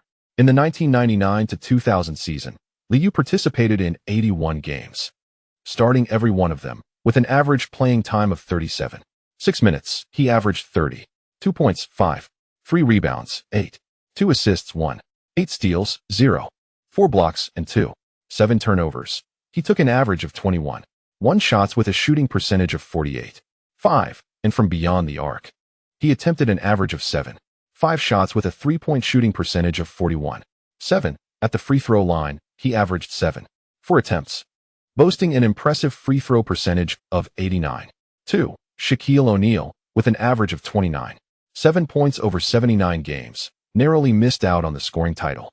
In total, Liu scored 2 for 44 points this season, marking the first time in his career that he surpassed 2,000 points in a single season. With ESPN revealing the season's statistical rankings, the concept of the dual-threat guard gained further traction. Liu ranked 8th in assists with a total of 663 for the season. His 147 steals, seemingly ordinary, positioned him 5th in that category. He also set a new personal record with 254 three-pointers made this season. In the three-point leaderboard, Gary Payton ranked 2nd with 177 made, while Ray Allen was 3rd with 172. Liu's production in three-pointers was unparalleled. Alongside his prolific scoring, his three-point shooting percentage of 41.7 ranked 7th. On the free throw leaderboard, he averaged 6 successful attempts, placing him 3rd, with a free throw percentage also securing the 3rd position. Although O'Neal averaged 10.4 free throw attempts, his shooting percentage was a mere 52.4. Analysts were astonished by the data, as Liu's effective field goal percentage stood at 61.9, also placing him 3rd. The top two on the list, Joakim Noah and Mutombo, did not enjoy as much offensive freedom as Liu. Regarding the MVP race, Liu topped the efficiency rating chart with a remarkable score of 31.6. This astonishing PR sent shockwaves through the sports media. Since ESPN introduced this metric, throughout the extensive history of the NBA, as of 2000, only 5 players had achieved a PER exceeding 30. Only Wilt Chamberlain and Michael Jordan surpassed the value of 31, with a PER of 31.6. Liu matched the records set by Chamberlain in 1964 and Jordan in 1991, becoming the 3rd player in NBA history to reach this extraordinary milestone. As the regular season came to a close, Shaquille O'Neal, who had boldly proclaimed to the media that he would become the first player in NBA history to receive a unanimous MVP vote, unexpectedly refrained from giving interviews on that day. This season, the Sharks' efficiency rating soared to an impressive 306, far ahead of all other players. With Karl Malone trailing in 3rd at 271 and Alonzo Mourning in 4th at 258, the likes of Duncan and Robinson languished below 250. Prior to this, O'Neal had not even contemplated the possibility of Liu surpassing his efficiency. Upon learning of the news from ESPN, the Sharks swiftly recognized that the prospect of a unanimous MVP had slipped away. The influence of Excel was monumental for analysts. Statistics serve as a barometer of a player's prowess. On the 21st, articles extolling O'Neal suddenly vanished, and Liu emerged as the focal point of discussion among analysts. With the playoffs set to commence on the 22nd, TNT's original programming, intended to preview the 4 playoff games, pivoted to a discussion of how Liu had achieved such extraordinary efficiency. In the studio, Mike Fratello animatedly analyzed Liu's performance this season, rebounding. Everyone has overlooked Liu's rebounding prowess. Mind you, he has averaged 17 offensive rebounds per game this season. While it may seem modest, it is exceptionally impressive among backcourt players. Frankly, Liu's offensive rebounding is superior to that of some interior players.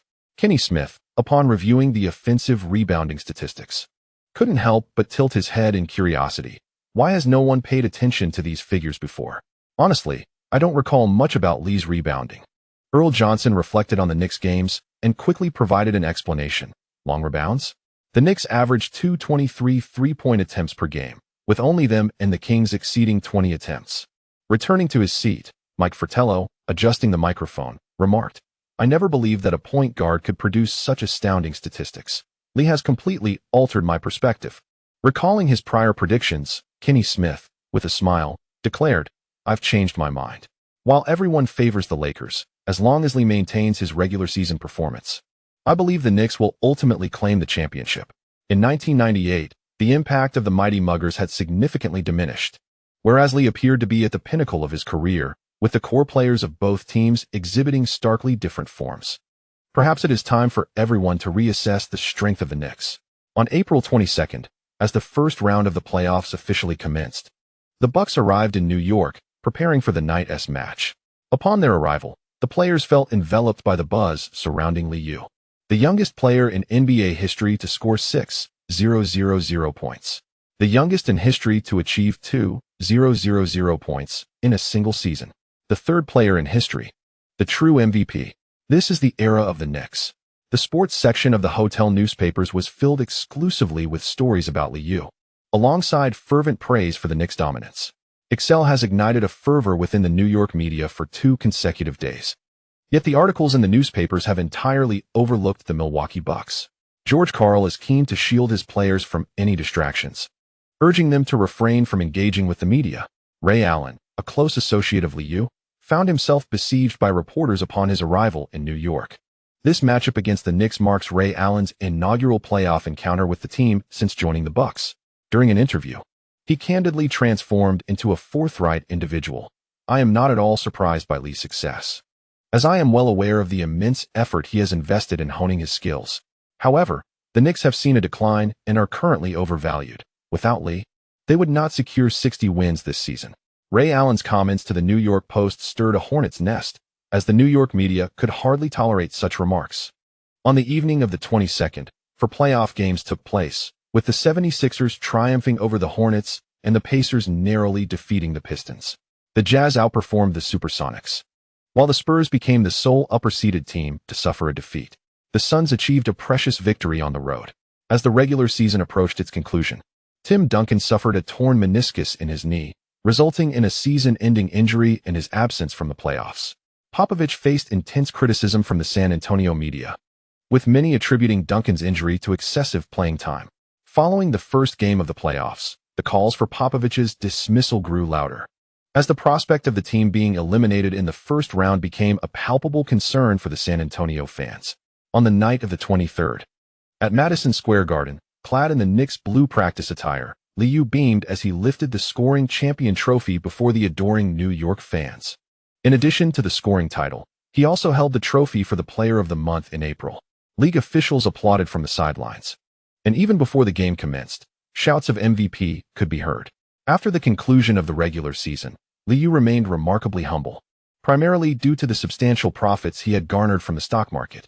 In February, Federal Reserve Chairman Alan Greenspan expressed concerns over the Internet's seemingly boundless growth, deeming a price-to-earnings ratio of 200 unsustainable. To temper investment enthusiasm, the Federal Reserve announced a significant interest rate hike, reverting to levels not seen since before 1995. Liu was taken aback by this news and began to expedite his stock sales.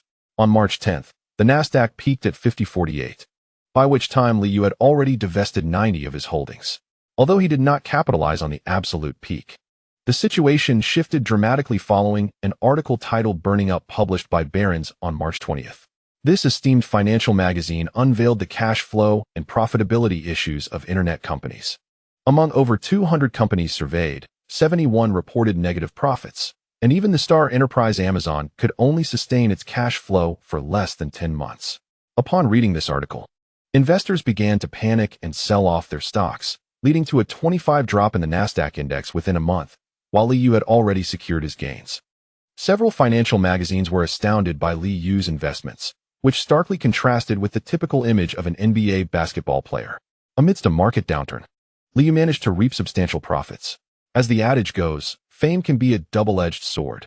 During this period, he seldom accepted interviews outside the realm of basketball. The cheers resonating from Madison Square Garden left the Milwaukee Bucks feeling somewhat disheartened. For most players, achieving the title of scoring champion or being named Player of the Month is no small feat. Observing Liu receiving his accolades, the Knicks appeared relaxed. much to the chagrin of coach George Karl, who sensed a lack of respect from the opposing team. As the arena lights flickered back to life, both teams commenced their final warm-ups. At the NBC commentary booth, Bob Costas noted coach Jim Calhoun seated in the front row, introducing the backcourt duo from the University of Connecticut who had begun to shine in the NBA. Coach Calhoun had cultivated a remarkable group of players.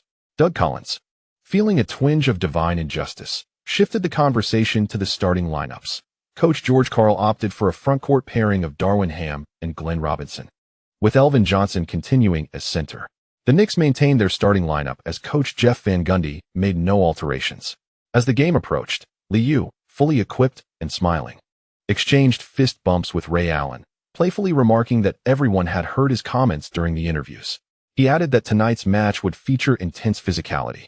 Ray Allen, unfazed by the banter, seemed eager, asserting that facts are undeniable, performance and statistics do not lie. The camera focused on the two conversing, with the broadcast honing in on Liu, whose historically significant PR garnered considerable attention once more. Ewing and Oakley shared lighthearted exchanges while stretching, as the Knicks had prioritized warm-up recovery over extensive training during their 3-day break.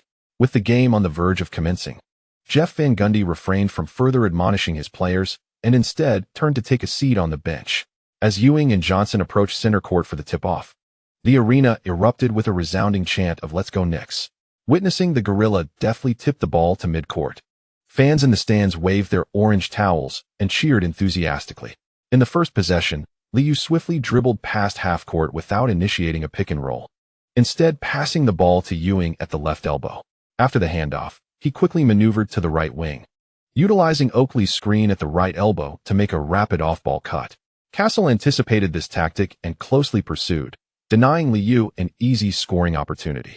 Unable to deliver the pass, Ewing signaled for Allen Houston to move up from the left corner for the reception. Seizing the moment as his teammate advanced, Liu darted towards the left corner, where Allen Houston received the ball, dribbled laterally, and quickly passed it to Oakley, who then sent it to Larry Johnson at the right corner. As Ray Allen trailed Allen Houston to the right corner, Ewing swiftly positioned himself to set a screen for Liu once more. Meanwhile, Larry Johnson, holding the ball in his left hand, made minimal dribbles, seizing the opportunity as Liu momentarily evaded his defender and approached the left wing. Johnson executed a swift cross-court pass. Although it was merely a few uncomplicated off-the-ball movements and screens, the Bucks' defense began to falter. The towering Johnson instinctively followed Liu, having noticed Castle's misalignment, which resulted in Liu receiving the ball amidst two defenders.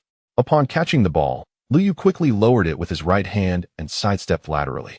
Before the defenders could complete their double team, he approached the arc's apex, maneuvered to evade his opponent, and unleashed a powerful one-handed slam dunk. The crowd erupted with excitement as the New York fans waved their towels in jubilation. One well-timed screen had rendered the defense ineffective, prompting George Karl to shout reminders. Though the cacophony of the arena drowned out his voice, clad in the visitor's blue jersey, Castle appeared tense, hesitating to advance past half-court under Liu's defensive pressure. The Bucks' offensive setup was straightforward, with Ray Allen and Glenn Robinson poised on the wings, while the only big man, Johnson, occupied the paint. Ham was a pseudo-starter, lurking near the left baseline, ready to cut in for an easy basket. Lacking complex strategies, Robinson received the ball on the left wing and immediately drove left with a step. Johnson quickly slid into position, but before he could establish himself in the left block, Robinson abruptly halted and executed a jump shot. The ball struck the rim, ricocheted high, and Ewing effortlessly collected the defensive rebound. Noticing the Bucks had quickly retreated on defense, Ewing took his time, handing the ball off to Liu as he leisurely advanced to the front court. The strategy grew even simpler, as Liu crossed half-court with just 8 seconds to spare and arrived at the left wing. Allen Houston dashed from left to right along the baseline before receiving a pass at the top of the key. Ewing set a solid screen in the paint, allowing Houston to catch the ball at the free-throw line, where he immediately faked a shot. Allen, chasing from behind, lost his defensive balance. With the ball in his right hand, Houston dribbled laterally for a step and slightly drifted right, sinking a mid-range jumper. After 2 effortless scoring possessions, Doug Collins in the commentary booth remarked on the Bucks' apparent lack of preparedness, asserting that such defense would not suffice to contain their opponents. The cheers from the crowd grew louder as Castle received instructions from the coach, signaling for a more patient approach. Liu persistently disrupted the play, and after Castle passed the ball, the Bucks began to circulate it around the perimeter. After just 2 passes, Allen utilized Johnson's screen in the paint to break through at the top of the arc, executing a sudden stop for a long 2-point jump shot. The long rebound fell directly into Oakley's arms, prompting many fans in the front row to erupt in cheers. The Bucks swiftly retreated on defense, yet upon receiving the ball, Liu accelerated with remarkable speed. At that moment, Castle could only attempt to delay his advance. Noticing that the opponent's defense had just settled, Liu, positioned on the right wing with the ball in his right hand, suddenly halted. Taking advantage of Oakley being stationed to his left, he deftly executed a behind-the-back dribble. The instant Liu switched the ball to his left hand, Castle stepped out of bounds, eager to apply pressure. Suddenly, an excellent opportunity to shoot emerged, and without hesitation, Liu executed a pick and roll, swiftly took the ball, and launched a jump shot. Swish! The three-pointer found nothing but net.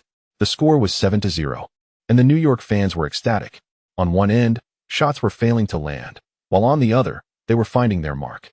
Coach George Karl refrained from calling a timeout, instead signaling his players to maintain composure. With patience and ball movement, the Bucks offense nearly ran out the 24-second shot clock. Ultimately, Ray Allen, positioned on the right wing, dribbled with his right hand and penetrated the paint, executing a close-range jump shot for 2 points. Allen Houston provided strong physical resistance. Liu was particularly attuned to Ray Allen's playing habits. Although his floaters seemed somewhat exaggerated, it was clear that his friend preferred to avoid physical confrontations. Liu once again signaled a tactical gesture, this time directing Oakley to set a screen at the right elbow of the free-throw line. Hem diligently executed the coach's strategy, immediately teaming up with Castle to double-team Liu. Instead of rolling to the basket, Oakley remained at the right elbow, receiving a bounce pass from Liu the next moment. With a simple pick and roll, he seized the opportunity and immediately elevated for a mid-range shot. Swish! Another 2 points found the net. In the commentary booth, Bob Costas could only express his astonishment. It is indeed too easy. The Bucks seem overly anxious, and they shouldn't focus solely on Lee. After Glenn Robinson successfully executed a jump shot from the right elbow, the Bucks suddenly struggled to find their rhythm. Seizing the moment when Castle missed a long 2-pointer from the left corner, Liu quickly initiated a fast break. Larry Johnson caught Liu's long pass as he crossed half-court and effortlessly completed a layup. All 5 starters had scored, and Jeff Van Gundy, seated on the bench, immediately clapped his hands, exuding an air of confidence. However, after a series of missed shots, Coach George Karl's expression darkened. This was not the start he had envisioned. He rapidly called for a timeout. As the starters returned to the bench, silence enveloped the Bucks sideline, leaving only George Karl vocally reminding everyone, defense. What we need is to focus on our defense. Do not let their offense affect us. During his tenure with the Seattle Supersonics, George Karl had established a defensive system that caused considerable concern for all teams in the league. Yet, upon arriving in Milwaukee, despite emphasizing defense, the improvements remained minimal. Ray Allen and Glenn Robinson remained silent. While the coach's demands were not excessive, neither seemed inclined to exert themselves defensively, believing that such efforts were the responsibility of the defenders. After the pause, the Bucks' offense showed no signs of improvement, remaining stagnant at just 4 points with 6 minutes and 48 seconds left in the first quarter. The expectations of commentator Bob Costas evaporated as he observed Liu, using Ewing's screen, deftly evade the defense of 2 Bucks players at the arc, exclaiming once more, Lee has breached the Bucks double team. What a spectacular layup. On the left side near the baseline, Tim Thomas, who had just entered the game, appeared frozen, completely deceived by Liu's passing feint. Ray Allen, who had been substituted out, slammed his hand in frustration against the bench, lamenting the collapse of the first quarter he had instigated, perhaps eager to showcase his skills. Allen had started aggressively, but, after a dismal 1-for-5 shooting, Liu seized the opportunity to score multiple easy transition points, widening the gap. By this point, George Karl was infuriated, abandoning the decorum of a head coach, loudly shouting, "Foul. Don't let him score so easily. Everyone, commit a foul." The Bucks' incessant jump shots had failed to match the Knicks' intensity from the start. After a series of missed shots, Castle finally managed to score with his signature back-to-the-basket play against Liu's block, providing a much-needed response. However, with the transition game halted, the Bucks collectively sighed in relief. only for Allen Houston to receive a pass from Liu at the right elbow, swiftly sinking a mid-range jumper over Ham. The Madison Square Garden erupted in cheers as the backcourt continued to score effortlessly. In utter desperation, George Karl called for another timeout. His anger palpable as he tugged at his tie, watching his players approach the bench while incessantly ranting. Jeff Van Gundy seized the moment to rally Kurt Thomas, Ben Wallace, and Kukoc, urging, "Focus on the rebounds. Foul if necessary. We have a significant lead, but we must remain vigilant." Lewis, hoping for an early entry into the game, felt a twinge of disappointment when the head coach did not summon him. Liu reassured him with a smile, "Don't worry about your playing time. Based on the current flow of the game, everyone will get a chance tonight." Ewing, already donned in his warm-up attire, could hardly have anticipated such an easy contest, missing the opportunity to provide words of wisdom and instead reclining in his seat. As the first quarter progressed, the Bucks opted to deploy three towering figures. Tim Thomas, Scott Williams, and Irvin Johnson formed the frontcourt, while Castle and Glenn Robinson remained in the backcourt, relying on their size for scoring. Coupled with a slight dip in the Knicks' shooting percentage, the Bucks finally regained a semblance of normalcy in their offensive rhythm. However, as the quarter drew to a close and the Bucks entered the penalty phase, Liu's relentless drives provoked mindless fouls, further aggravating George Karl. Witnessing Liu step to the free throw line for consecutive easy points, the New York fans began to celebrate what they perceived as a victory. Ultimately, Liu's long-range three-pointer fell short, and the first quarter concluded. At 17:30, the two commentators at the NBC booth exchanged glances, and ultimately, Bob Costas redirected the conversation by stating, "It is indeed a pity that the Knicks secured only 60 wins in the regular season. Li's performance has been exceptional." As everyone began to focus on his three-point shooting, Li responded this season with his prowess in finishing at the rim. Glenn Robinson went 0 for 5. Castle managed only 1 out of 5, and Doug Collins found it difficult to comment on the game, merely agreeing. The significant threat from beyond the arc allows Li to effortlessly penetrate defenses. Once he breaks into the paint, defenders struggle to anticipate his offensive choices. We have indeed underestimated Li's rebounding abilities. His precise anticipation of the ball's trajectory greatly aids the Knicks' defense. Having played through the first quarter, Liu recorded 2 of 4 from the field, 1 of 2 from beyond the arc, and 4 of 4 from the free throw line, totaling 9 points, 2 rebounds, and 5 assists. During the rotation phase, Chris Childs and Artest entered the game for the Knicks, while Jeff Van Gundy stood on the sidelines, intermittently shouting instructions. Ray Allen and Glenn Robinson made their entrance for the second quarter, with the point guard position now occupied by the streetball ace, Rafer Alston. The interior remained manned by Tim Thomas and Williams. As the game commenced, Williams attempted a strong drive, but lost the ball, allowing Chris Childs to assist Kukoc for a dunk on a fast break. The atmosphere in the arena reignited, as ecstatic New York fans continued to cheer for their team.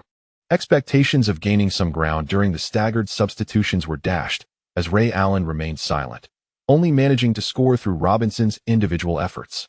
Despite the Knicks' low shooting percentage, George Karl grew disheartened as he noticed issues with the backcourt rebounds. Watching Ben Wallace secure an offensive rebound and convert, Karl chose not to call a timeout, but instead slumped back onto the bench. Out of caution, Jeff Van Gundy called for Liu to enter as Castle took the court. With 7 minutes and 39 seconds remaining in the half, the Bucks had essentially restored their starting lineup, while Liu made his early entry for the Knicks. Upon returning to the floor during the Knicks' first offensive possession, they executed a series of passes, leading Kukoc to receive the ball on the right wing. Gliding along the baseline to the right corner, Liu did not halt his momentum. Instead, he swiftly approached the three-point line, feigning a handoff. As Castle pursued him desperately, Li circled around Kukoc, then suddenly pivoted and sprinted away, causing Kukoc to momentarily delay as he delivered the pass. Near the right sideline, Liu received the ball with no adjustments, ignoring the defender Castle closing in, and launched a quick jump shot from beyond the arc. Swish! The three-pointer found nothing but net, struggling to maintain his balance. Castle stood beside Liu, casting a resigned glance at Glenn Robinson, who showed no inclination to switch defensive assignments. While the defensive performance was indeed lacking, Robinson began to find his rhythm on the offensive end, knocking down some response shots. With just 4 minutes and 33 seconds left in the half, Ben Wallace nearly intercepted Williams, resulting in a jump ball call by the referee. Defensive prowess can equally stir the emotions of the spectators. and Liu joined in the applause. During the jump ball, the exuberant Ben Wallace thrust the ball forward toward the front court from the free throw line. Liu's reflexes were lightning fast as he dashed across half court, swiftly retrieving the ball with his right hand and accelerating toward the basket. The pursuing Ray Allen was unable to commit a tactical foul in time as Liu, with great strides, surged to the basket, leaping after 3 powerful steps, grasping the ball with one hand, and executed a soaring dunk. Observing Ben Wallace thumping his chest and roaring with intensity, Doug Collins could only marvel at the splendid offense. The Knicks had completely seized control of the game's rhythm, with Ben Wallace exhibiting exceptional performance during those few minutes. With a significant lead of 26-46, Bob Costas began to gossip during the game, no longer detailing every possession. Ben Wallace's outstanding display meant that Ewing did not return in the second quarter, and Oakley's playing time was also consumed by Lewis. At 36-57, the halftime concluded, and the game had utterly lost its suspense.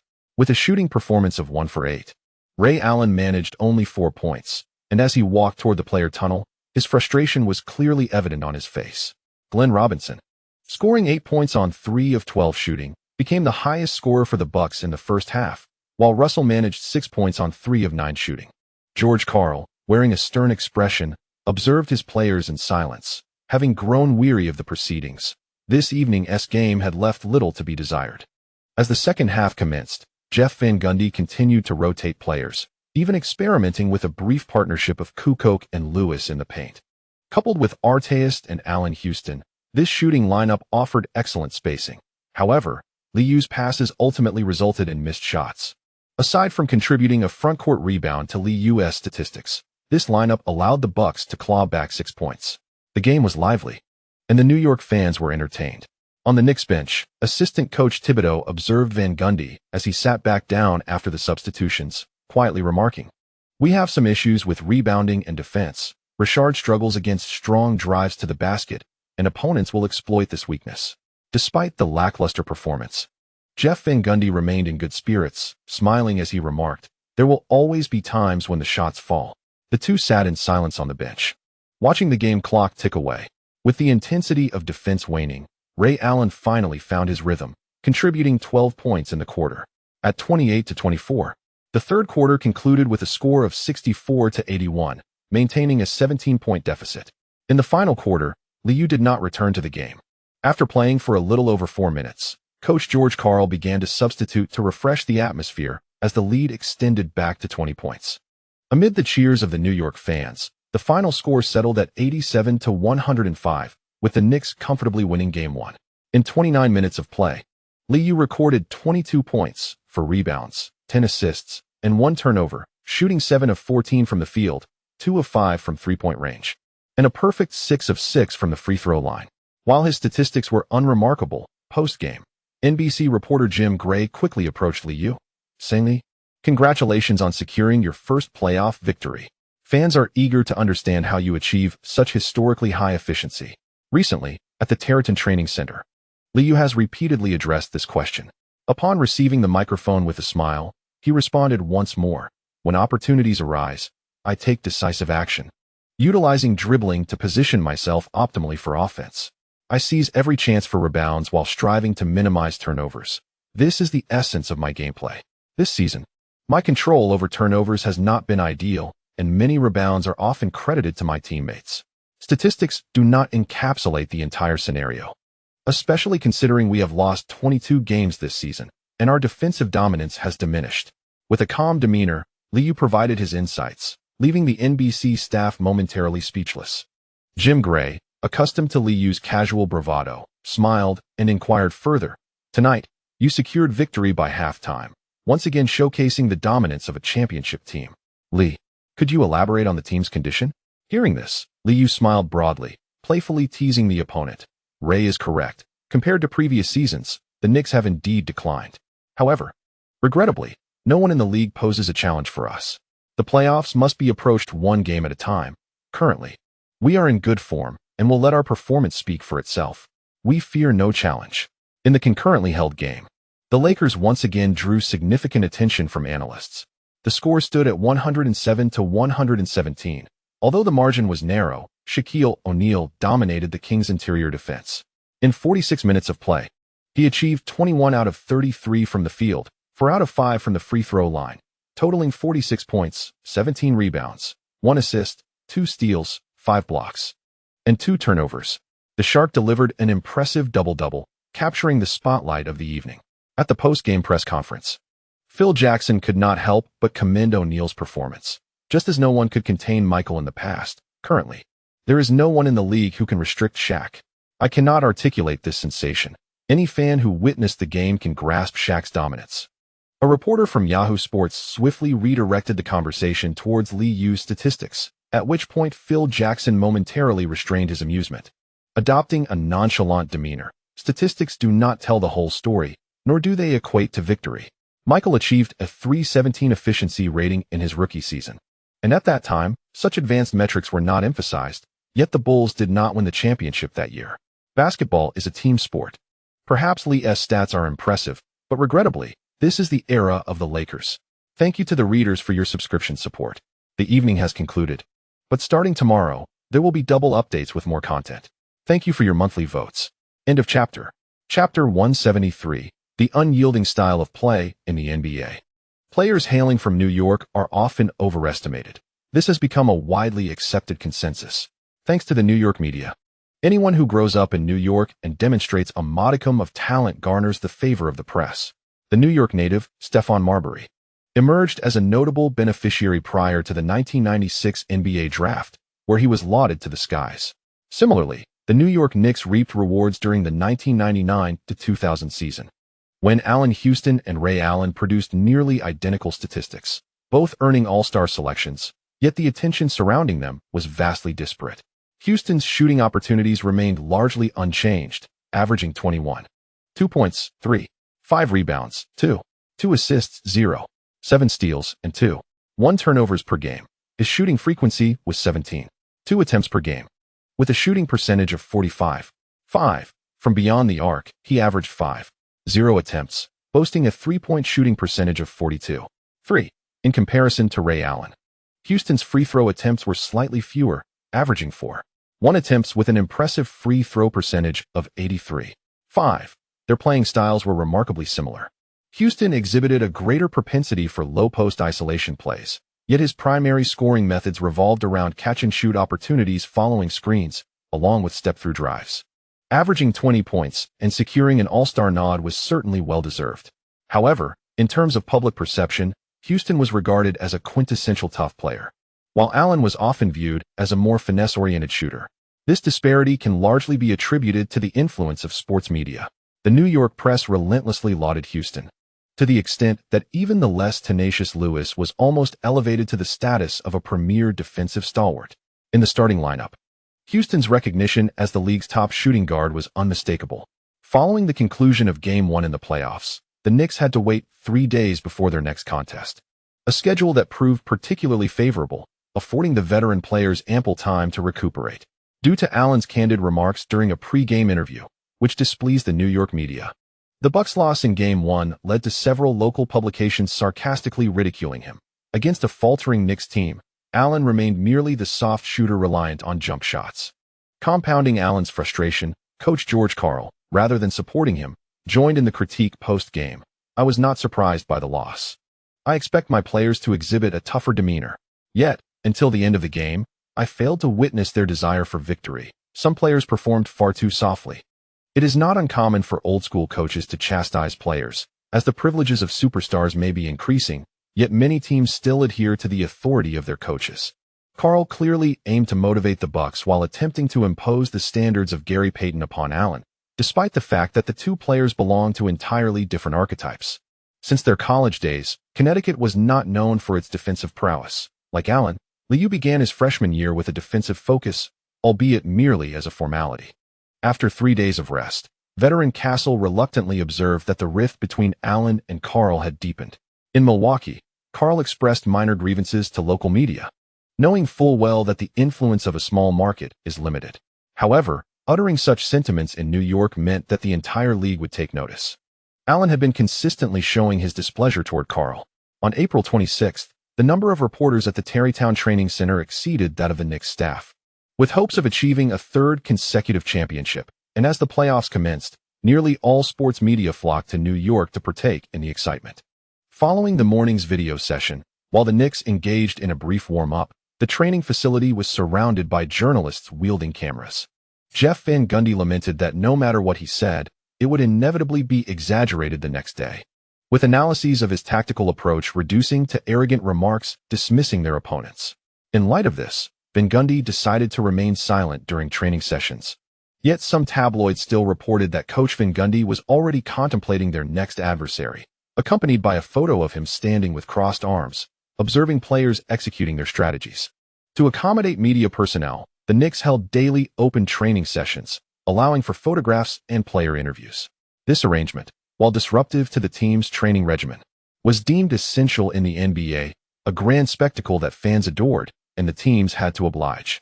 As the afternoon practice concluded, a throng of reporters suddenly converged around Liu, with female reporters unable to manage the crowd as microphones were passed hand to hand. Joe Nocera from the Wall Street Journal, a columnist focusing on business events and the triumphs and failures of financial luminaries, had been persistently seeking Liu since discovering his investments. Finally seizing the moment, he boldly asked, "Li, what are your thoughts on the current decline in stock indices? Do you believe technology stocks will return to their March status? Can you offer investors some reassurance? We are eager to hear your perspective." Nocera's question was quickly recognized by surrounding reporters, leading to a chorus of jeers. "Fuck. Are you trying to con us into buying more stocks? We all subscribe to the Wall Street Journal. Your articles are worthless." As a premier American publication, most subscribers to the Wall Street Journal were from the middle class and above, and prior to the internet bubble, it had not offered much in the way of valuable information. With everyday individuals investing in stocks, the attending journalists had also followed suit, and now, faced with a market downturn, their spirits were understandably low. Hearing that they sought confidence from him nearly amused Liu. The situation had devolved into an absurdity. "I am merely a basketball player. I believe you should interview Mr. Greenspan, the chairman of the Federal Reserve. He might provide investors with some assurance." Nocera, realizing that Liu had deflected the blame onto the Fed chairman responsible for raising interest rates, found himself both bewildered and entertained, as Greenspan had become the scapegoat. Amidst the cacophony of insults, several reporters from the New York Times quickly pulled Nocera aside, redirecting the conversation with a new query. "Li, after winning Game 1, O'Neal believes the Lakers will achieve a perfect 15-0 record in the playoffs." Liu, aware of the underlying question, chuckled and replied swiftly, "With their lackluster triangle offense? I've faced the Bulls in the playoffs. They stand no chance." Phil Jackson, the head coach, aptly remarked that statistics do not equate to victory. Shaquille O'Neal ought to devote time to perfecting his free throws, as accruing points is far more advantageous than mere boasting. The surrounding sports media erupted in laughter, while O'Neal, having lost the scoring title, became the target of sarcastic jibes from various New York tabloids. Meanwhile, in the locker room, Patrick Ewing was greeted by numerous admirers, the jovial giant humorously engaging with the crowd. However, some questions from reporters soon soured the atmosphere. "Pat, have you considered retiring early after this season?" On the evening of April 26th, the Knicks faced the Bucks in Game 2. At the TNT commentary booth, the beleaguered Marv Albert made his first appearance at Madison Square Garden this season, free from scandal. As the game progressed into the latter half of the second quarter, both teams had reassembled much of their starting lineups. The Bucks had amassed 35 points in the first quarter, relying solely on mid-range shots and successful pick-and-roll plays, showcasing the offensive prowess of their three sharpshooters. During a Bucks offensive play, Ray Allen drove to the basket, but his layup was thwarted by Ben Wallace's interference, causing the ball to ricochet off the rim. Securing the rebound, Wallace swiftly passed to the awaiting Lou E., prompting the Knicks to initiate a fast break. Albert noted Lou's increasing speed and raised his voice, declaring, "This is a showdown between the star guards of Connecticut." "Oh." Lou has broken through Ray's defense. Rapidly advancing to the left wing, Lou, with the ball in his left hand, executed a deft change of direction, switching to his right hand in a fluid motion while simultaneously shifting his body to the right and performing a quick crossover. Lowering his center of gravity, Lou maintained his momentum, brushing past the sliding defense of Ray Allen. As he turned his hips and extended his stride, he effortlessly maneuvered around the defense. With Allen unable to recover in time, Lou surged into the paint. The towering Williams, retreating to the basket, attempted to provide help defense, but was cleanly spun around by Lou's impressive pirouette. Positioned beneath the basket, Lou, now with the ball in his right hand, easily laid it in. The score was tied at 49-49 with 4 minutes and 11 seconds remaining in the half. The crowd erupted in cheers once more. Observing Lou's swift return to defense, Hubie Brown praised from the commentary booth, efficient and concise scoring. Lou's transition offense is both rapid and reliable. The Knicks' counterattack was gaining momentum. On the sidelines, George Karl expressed his dissatisfaction with Allen's defense, signaling for a quicker offensive pace. Alston had been supplanted by DiNagro. The streetball king had been notably absent in the previous game and was not even granted playing time tonight. As the opposing team crossed half-court, Lou immediately applied tight defense, persistently disrupting plays. With the struggling Glenn Robinson off the court, Ray Allen was positioned in the right block, awaiting the ball, while Castle lingered on the left wing. Tim Thomas and Johnson occupied the paint, one at the free throw line and the other near the left baseline. As everyone else spaced the floor, DiNagro had just delivered a pass when Ray Allen pivoted towards the baseline, seeking to exploit the opportunity to drive past his defender. Allen Houston promptly blocked the baseline. Upon encountering resistance, Allen switched the ball to his left hand, preparing to break through towards the top of the arc. However, after merely a step, he noticed Liu's sudden support, causing him to realize that he was perilously close to the baseline. Surrounded by the two defenders, Allen's pass was of dismal quality, barely managing to flick the ball towards DiNagro on the perimeter, only to be intercepted by the waiting Cot Thomas. Coach George Karl smacked his thigh in frustration upon seeing Liu catch the ball, as the Bucks players momentarily forgot to apply pressure, prompting him to shout vehemently, "Press! Defend! Don't allow him to make easy moves." The coach appeared more invested than the players themselves, inciting the New York fans to join in with jeers and cheers. Castle, receiving instructions, hurriedly signaled for DiNagro to switch positions. As Liu crossed half-court, Castle began to apply pressure, using his forearm to engage Liu physically. Holding the ball in his left hand, Liu maintained a side stance while approaching the three-point line. Suddenly, he twisted and accelerated. Castle swiftly adjusted his position, and their bodies collided. Liu, halting abruptly, executed a behind-the-back dribble, transitioning to his right hand and denying Castle ample time to adjust. Liu twisted again to surge past. Castle, still tightly on his tail, began to tug at him, and in the blink of an eye, they reached the free-throw line. Liu skillfully concealed his movements, pulling away Castle's arm as he came to a sudden stop, discreetly gathering strength. Another collision ensued. Castle, momentarily off balance from the abrupt stop, leapt to contest, but it was too late. Liu, now at the free-throw line, executed a smooth jump shot, scoring. The moment marked a pivotal shift in the game. As Madison Square Garden erupted in cheers, George Karl called for another timeout, visibly displeased with his team's defensive performance, glaring at every player exiting the court. Meanwhile, Jeff Van Gundy, trailing behind, remained cheerful, clapping his hands. They had already witnessed the Bucks' scoring prowess during the regular season. The coach had not devised a complex game plan, but merely instructed his team to maintain defensive intensity and patiently wait for the opponent to falter. Returning to the bench, Liu celebrated with his teammates, reminding them, after the screen, delay your advance. Don't allow them to shoot easily from below the free-throw line. The Bucks' shooting touch had waned in the second quarter, yet they could not afford to stubbornly adopt the passive defensive stance. Ben Wallace and Cot Thomas nodded in agreement, their lateral speed surpassing that of the veterans, enabling them to shoulder such defensive responsibilities. With a clap, Liu reiterated his advice to Artest, who had been granted ample time. "Ron, stick with Robinson's movements. Just let him shoot jumpers, and remember to communicate with Ben." Following the timeout, Glenn Robinson was likely to return to the court, prompting the previously lethargic Artest to perk up, patting his chest to signal his readiness. Allen Houston, without needing to remind him, was in sync with Artest. They would reference their defensive strategy from the McGrady matchup for perimeter containment. Jeff Van Gundy, merely an observer, watched as the crowd formed a circle. Choosing not to join the fray, just before taking the court, he patted Liu on the shoulder. Following the timeout, Ray Allen found himself subjected to a defensive treatment akin to that of Michael Jordan. When receiving the ball in the post, he was met with double-team pressure. Unlike Jordan, Allen struggled to maintain the pace. Any delay in handling the ball placed the Bucks' offense perilously close to a turnover. As the game progressed, Castle began to create more opportunities for Glenn Robinson. After a stellar first quarter, Robinson faced a resolute defense from Artest and was unable to find the basket. Following consecutive fast break points by the Knicks, the lead dwindled to 6. On the left wing, Robinson received the ball again, resolutely driving through the defense toward the paint. Approaching the key, he swiftly pivoted while holding the ball in his left hand, positioning himself directly in front of the basket for a right-handed layup, only to be met with a resounding block from Ben Wallace.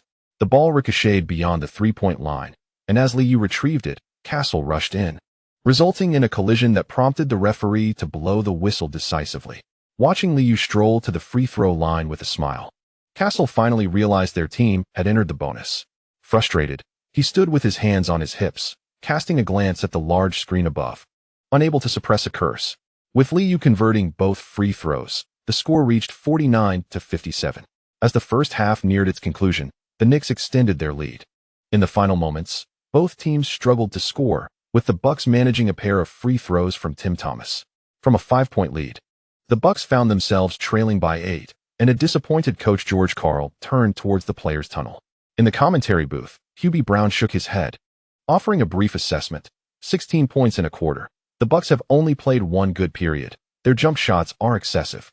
Meanwhile, Dick Stockton remained unfazed by the score, soaking in the jubilant atmosphere, cheerfully proclaiming, "The Bucks still have a chance. Their shooting touch tonight is quite commendable. An 8-point deficit is not insurmountable." As the second half commenced, Stockton observed the suddenly faltering Bucks with silent disbelief. The offense fell silent once more, with Ray Allen missing consecutive shots, leading to a collective struggle for the team. At this juncture, the Knicks had yet to reintroduce Ewing and Oakley, while Liu, accompanied by two more agile big men, accelerated the pace of the game. In a fast break sequence, Liu discreetly distributed the ball with his right hand, allowing Artest to complete a two-handed dunk as he cut in from the left wing, prompting New York fans to celebrate an impending victory. Coach George Karl watched his team descend into a scoring drought, feeling utterly at a loss. Even a timeout failed to remedy the situation, as he sensed the players were bewildered by the Knicks' onslaught. Concluding the third quarter with a 16-26 deficit, the Bucks bench fell into a heavy silence. With a score of 67-85, the game had lost all suspense. In the NBA, a 20-point deficit is a rare occurrence, and Ewing, who entered the game in the latter half of the third quarter, was now tasked with consuming the clock. As the New York Knicks reintroduced their starting lineup, George Karl gestured for his key players to remain on the court. 4 minutes elapsed, and immediately, the atmosphere team was brought in. On the sidelines, Liu remained vigilant, continuously standing to encourage the players entering the game to bolster their defense. Albert, the longtime home commentator for the Knicks, who had witnessed the team's rise, remarked with a sense of nostalgia, "Liu is not a player who fixates on statistics. He understands what is needed in the game." When the opponents intensified their physicality, he responded in kind, treating the three-point shot merely as one of his scoring methods. At this moment, Hubie Brown chimed in with a smile, commenting, "Statistics can sometimes be misleading. As we all know, Liu simply plays more intelligently, amplifying his advantages on the court. I am thoroughly impressed with his performance this season." The label of stat patter, assigned to Liu by the Los Angeles media, had become a hot topic of discussion in recent days. In the fourth quarter, the Bucks atmosphere team made a strong resurgence, yet time was insufficient. With a score of 93-110, the Knicks secured a pivotal victory at home. The cheers in Madison Square Garden grew particularly deafening, while Ray Allen, with his head bowed, hastily made his way to the player tunnel. For New York fans, the first round of the playoffs was merely a prelude. They paid little heed to the 8th-seeded Bucks. After the match, Liu graciously relinquished his interview opportunity to the standout performer of the night, Artest, with a stat line of 5-4-10 shooting, 2-4-5 from the three-point line, 2-4-4 on free throws, totaling 14 points, 5 rebounds, 2 assists, and 1 steal. The rookie Artest certainly savored his moment. In contrast to the somewhat shy Artest, Ray Allen, at the post-game press conference, transformed into the candid boy he is known to be. "I may never become a DPOY-level defender, but I will not alter my style of play. Although the team is facing challenges, upon returning home, we will secure the victory."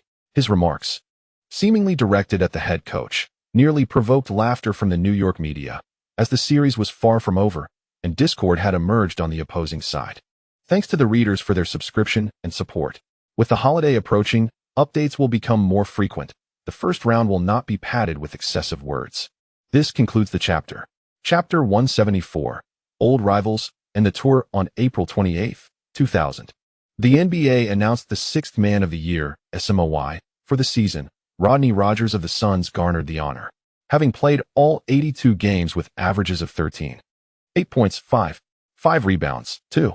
1 assists, 1 steals, and 0 turnovers. His voting percentage reached an impressive 85.95, making his award well-deserved. Knicks Kukok, contributing an average of 11.1 points this season, ultimately did not make the candidate list.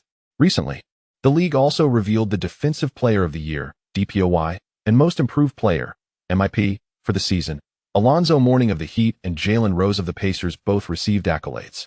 Meanwhile, the awards for Coach of the Year and Executive of the Year were bestowed upon the Magic, with head coach Doc Rivers and general manager John Gabriel taking home the honors. Despite Coach Rivers' inability to lead the Magic into the playoffs, their record of 41 wins, just shy of postseason qualification by mere tiebreakers, attests to his remarkable coaching prowess. The Knicks, having secured no accolades, left the New York media somewhat disgruntled. After all, the Sportsmanship Award bears little relevance to the team, and the MVP is likely to be claimed by Shaquille O'Neal, leaving the Knicks virtually empty-handed this season. On that night, only one game transpired, with the visiting 76ers achieving a pivotal victory. If all proceeds as expected, the upcoming Eastern Conference semifinals will pit the 76ers against the Knicks, a matchup that can scarcely be described as anything but a classic rivalry. In the evening's contest, Allen Iverson recorded 24 points, 6 rebounds, 3 assists, 1 block, and 5 turnovers from 27 attempts, including 2 of 7 from beyond the arc and 4 of 7 from the free throw line. Although his efficiency was lacking, the Philadelphia fans remained unfazed, reveling in the joy of victory. It was not until the post-game press conference that Iverson's demeanor shifted upon a question posed by a Yahoo Sports reporter regarding his efficiency this season. "Allen, could you elaborate on your efficiency issues this season? It appears your shooting percentage has not improved significantly since your rookie year." Dressed in an oversized black suit and adorned with a gold chain, Iverson adjusted his cap and glanced at the white reporter before responding nonchalantly. "I don't care about the stats. I play for the win. You can critique my style all you want, but it doesn't concern me in the slightest." This season, Iverson's attempts have surged to 248, with a shooting percentage of 42, a three-point percentage of 34, and a free throw percentage of 71. 3. He averages 28. 4 points, 3. 8 rebounds, 4. 7 assists, 2. 1 steals, and 3 turnovers per game.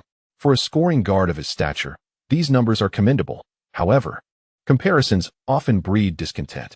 After observing Liu's statistics, many sports media outlets began to lose interest in Iverson's seemingly inefficient figures. Iverson averages 8.9 free throws per game, and similar to Liu, occasionally benefits from favorable officiating. Nevertheless, an excessive number of free throws did not enhance his statistics, leading to justified skepticism from sports journalists. As they continued to question his performance, Iverson grew increasingly impatient, disliking comparisons to Liu. The local Philadelphia media swiftly shifted focus, asking, "Allen, what plans does the team have for this year's playoffs?" Eager to escape the media's scrutiny, Iverson flashed a confident smile at the Philadelphia reporters and replied, "Of course. The championship.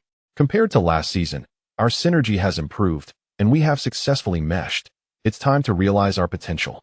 The press room echoed with approval from the Philadelphia media, who appreciated Iverson's indomitable spirit. This sentiment, however, drew a subtle shake of the head from Stephen A. Smith, who believed that mere slogans held little substance. On April 29th, Eric Snow of the 76ers was honored with the Sportsmanship Award for the season. That evening featured 4 games, but the Knicks away matchup against the Bucks garnered significantly less attention. Most analysts remain skeptical about the Milwaukee Bucks' ability to stage a comeback. Head coach George Karl appears to have lost control over the team, and Ray Allen is not fond of sour sentiments. However, the fans at the Bradley Center are fervent, cheering loudly for their team, even when trailing by a substantial 20 points. In the first half, the Bucks maintained a rapid pace, with Glenn Robinson and Ray Allen both in excellent form, collectively scoring 29 points, coupled with only 4 turnovers in the half, and Tim Thomas contributing effectively from the bench. The Milwaukee crowd began to sway to the music during halftime. The Knicks found themselves down by 7 points, with Liu struggling from beyond the arc, shooting 7 for 12 overall, including 1 for 5 from three-point range, and making 3 of 4 free throws for a total of 18 points, 3 rebounds, 4 assists, and 1 steal. The Bucks adjusted their defensive strategy, employing a one-on-one approach with Castle, minimizing excessive help defense. Larry Johnson continued to underperform, managing only 4 points on 2 for 8 shooting, and feeling his rhythm was off, began to reduce his attempts. As the teams retreated to the locker room, Johnson and Liu exchanged fist bumps, a silent acknowledgement of their shared predicament. In the closing stages of the game, Jeff Van Gundy shortened his rotation. Despite trailing at halftime, the bald-headed coach remained composed, dispensing motivational platitudes, urging his players not to dwell on the opponent's offense. As anticipated, the Bucks would eventually respond. He encouraged patience, asserting that they performed well in the first half and to trust in their shooting, while suggesting they quicken their rotations. "We only booked the hotel for one night. I want to return to New York tonight, and I believe you all feel the same." His jest elicited laughter from the team, dismissing the 10-point deficit as insignificant. Ewing, who had played merely 13 minutes in the first half, was not inclined to chase the opposing players and wore a broad smile, not mentioning any desire for increased playing time. The Bucks had attempted 44 shots in the first half, maintaining an exhilarating pace that left the veterans somewhat discomfited. When faced with teams that primarily exploit the paint, Liu would choose to slow down, as half-court offense posed no issue for him. However, against a team like the Bucks, characterized by frequent isolation plays and jump shots, he could not afford to focus solely on Ewing, opting instead to collaborate with Allen Houston for shooting opportunities. Oakley's playing time was comparable to Ewing's, and before the second half commenced, he patted Artest on the shoulder, advising him to be aggressive and disregard fouls. In the first half, Glenn Robinson was exceptionally efficient, hitting 7 of 10 attempts for 16 points. Glancing at the statistics, Artest nodded, familiar with the task at hand. Meanwhile, in the NBC commentary booth, Dick Stockton was discussing the unique aspects of Liu compared to other rookies from the 1996 draft class. At 22, in my observation, Liu is the most exceptional. Setting aside technique, his mindset is the most mature I have ever witnessed. Hey, do you remember when Mako faced media fatigue due to off-court troubles in '93 and refused interviews? The pressure of competition, the scrutiny from the media, and the expectations of fans are not environments in which every player can thrive. Ray should not complain in front of the New York media. Since entering the league, Liu has consistently supported Coach Van Gundy, and players who have departed from the Knicks have also held him in high regard. Perhaps he is a born superstar. Matt Kiwakas, observing his partner's fervent praise for Liu, harbored serious doubts about the latter's objectivity. However, as an old-school coach, he concurred with the sentiment that mutual respect between coaches and players is essential, and that star players should adhere to this principle as well. Liu is a clever young man. Players like him are becoming increasingly rare in the league. During his tenure with the 76ers, Kiwakas coached Charles Barkley, and later, he also coached Shaquille O'Neal with the Magic. For this veteran coach, the privileges of a superstar should never overshadow those of the head coach. As the game commenced, the two refocused their attention on the court. In the first play, Artest aggressively defended Glenn Robinson as he received the ball on the left flank, pulling and tugging. When Castle delivered the pass, Artest clung to his opponent while desperately trying to intercept the ball. Robinson, upon receiving the pass, swiftly turned, executed a probing step, and then feigned with his left hand before charging toward the basket. The two collided, resulting in Robinson losing control of the ball, prompting the referee to blow the whistle. Ignoring the call, Artest maintained his expressionless demeanor and continued to apply pressure, leading to a shoving match between the two. The Bucks fans in attendance erupted in jeers at this spectacle. Following an inbounds pass, Castle orchestrated a new offensive play, but the perimeter passing nearly led to a 24-second violation. Ultimately, Castle opted to drive from the top of the arc, taking a pull-up jumper from the free throw line, which was obstructed by Liu, causing the ball to ricochet off the front of the rim, where it was swiftly seized by Ben Wallace. "Damn it," Castle muttered under his breath, hastily signaling to his teammates to fall back into defensive positions. On the Knicks bench, Oakley stood at the sidelines, applauding Artest's defensive effort, which had shown notable improvement over the season. Observing Liu relinquish the ball upon crossing half-court, Castle quickly called for Ham to prepare for a switch on defense. At the top of the arc, Allen Houston received the ball, and Liu swiftly maneuvered from left to right, cutting across. After using a screen from Court Thomas at the right elbow, Liu noted that Ham had already closed in on him. On the right wing, Liu pivoted to receive the pass, first faking a shot before executing a rapid probing step. As Ham instinctively retreated a step, Liu rose to shoot. Swish. The three-pointer found nothing but net, eliciting a chorus of boos from the crowd. Observing Liu retreating with a smile, commentator Dick Stockton jestingly remarked, in the early 90s, "How would a coach react to such a three-point attempt?" Mac Kiwakas chuckled and replied without hesitation, "It wouldn't take 2 possessions. I'd immediately bench him." That would be a terrible offensive choice. The two shared a laugh as the Bucks, who had been on fire in the first half, began to miss shots. Coach George Karl shouted from the sidelines, urging his players to intensify their defensive efforts. As long as the Milwaukee Bucks can contain the New York Knicks offense, they stand a chance of claiming victory. However, after several possessions, aside from resorting to rough fouls to limit Liu's breakthroughs, they found themselves utterly helpless against the Knicks, whose momentum was steadily rising. The offensive drought that plagued the first 2 games resurfaced. Suddenly, Glenn Robinson could not find the basket. Coach George Karl, unrelenting in his approach, refrained from calling timeouts or making personnel changes, determined to rely on his starters in this critical showdown. By the end of the third quarter, the Bucks fans were left in a state of bewilderment. The Knicks surged ahead with a score of 81-78, having turned the game around. On the Knicks bench, players exchanged smiles and high fives with Liu and Allen Houston in celebration. Liu had an impressive quarter, shooting 5 for 10, including 2 for 4 from beyond the arc, and a perfect 4 for 4 from the free throw line, amassing 16 points. Allen Houston contributed 8 points on 4 of 5 shooting, while 3 other teammates also managed to score. Meanwhile, Coach George Karl once again recognized the shortcomings of his star players. In one-on-one situations, Liu showed no mercy, continuing to take shots. While Glenn Robinson sat on the bench, visibly frustrated, Karl could only offer words of encouragement. "Hang in there. We are only down by 3. Focus on defense." After a dismal 2 for 8 in the quarter, Robinson hesitated to shoot again, and the Bucks' offense grew increasingly sluggish, allowing the Knicks to dominate in half-court situations. Ewing, having rested for much of the game, finally found his opportunity to exploit the fatigue of the opposing big men, attacking the rim with renewed vigor. As the point differential widened, the commentators resumed their banter. They speculated that had the Lakers selected Lee with the 13th pick in the draft, they might have already surged out of the Western Conference. Dick Stockton discussed the recent what-if scenarios proposed by various analysts, while Matt Kiwakas chimed in, pondering the prospect of 2 MVP-caliber players joining forces, which could indeed herald a new era for the Lakers. Kobe was exceptional, but he still had a significant distance to cover before reaching MVP status. Ray Allen watched helplessly as the Knicks executed a fast break.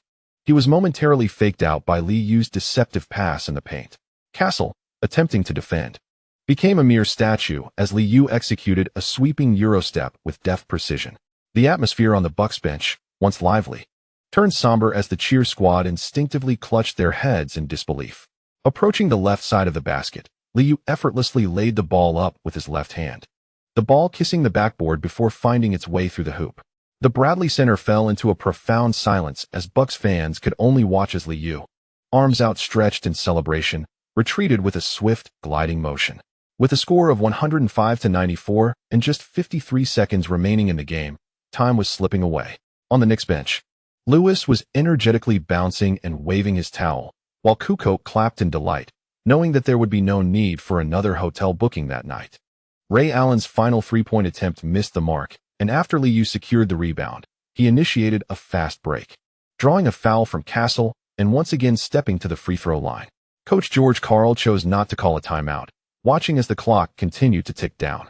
In the final moments before the conclusion of the game, the towering Johnson of the Bucks succeeded in a putback beneath the basket, eliciting only boos from the crowd.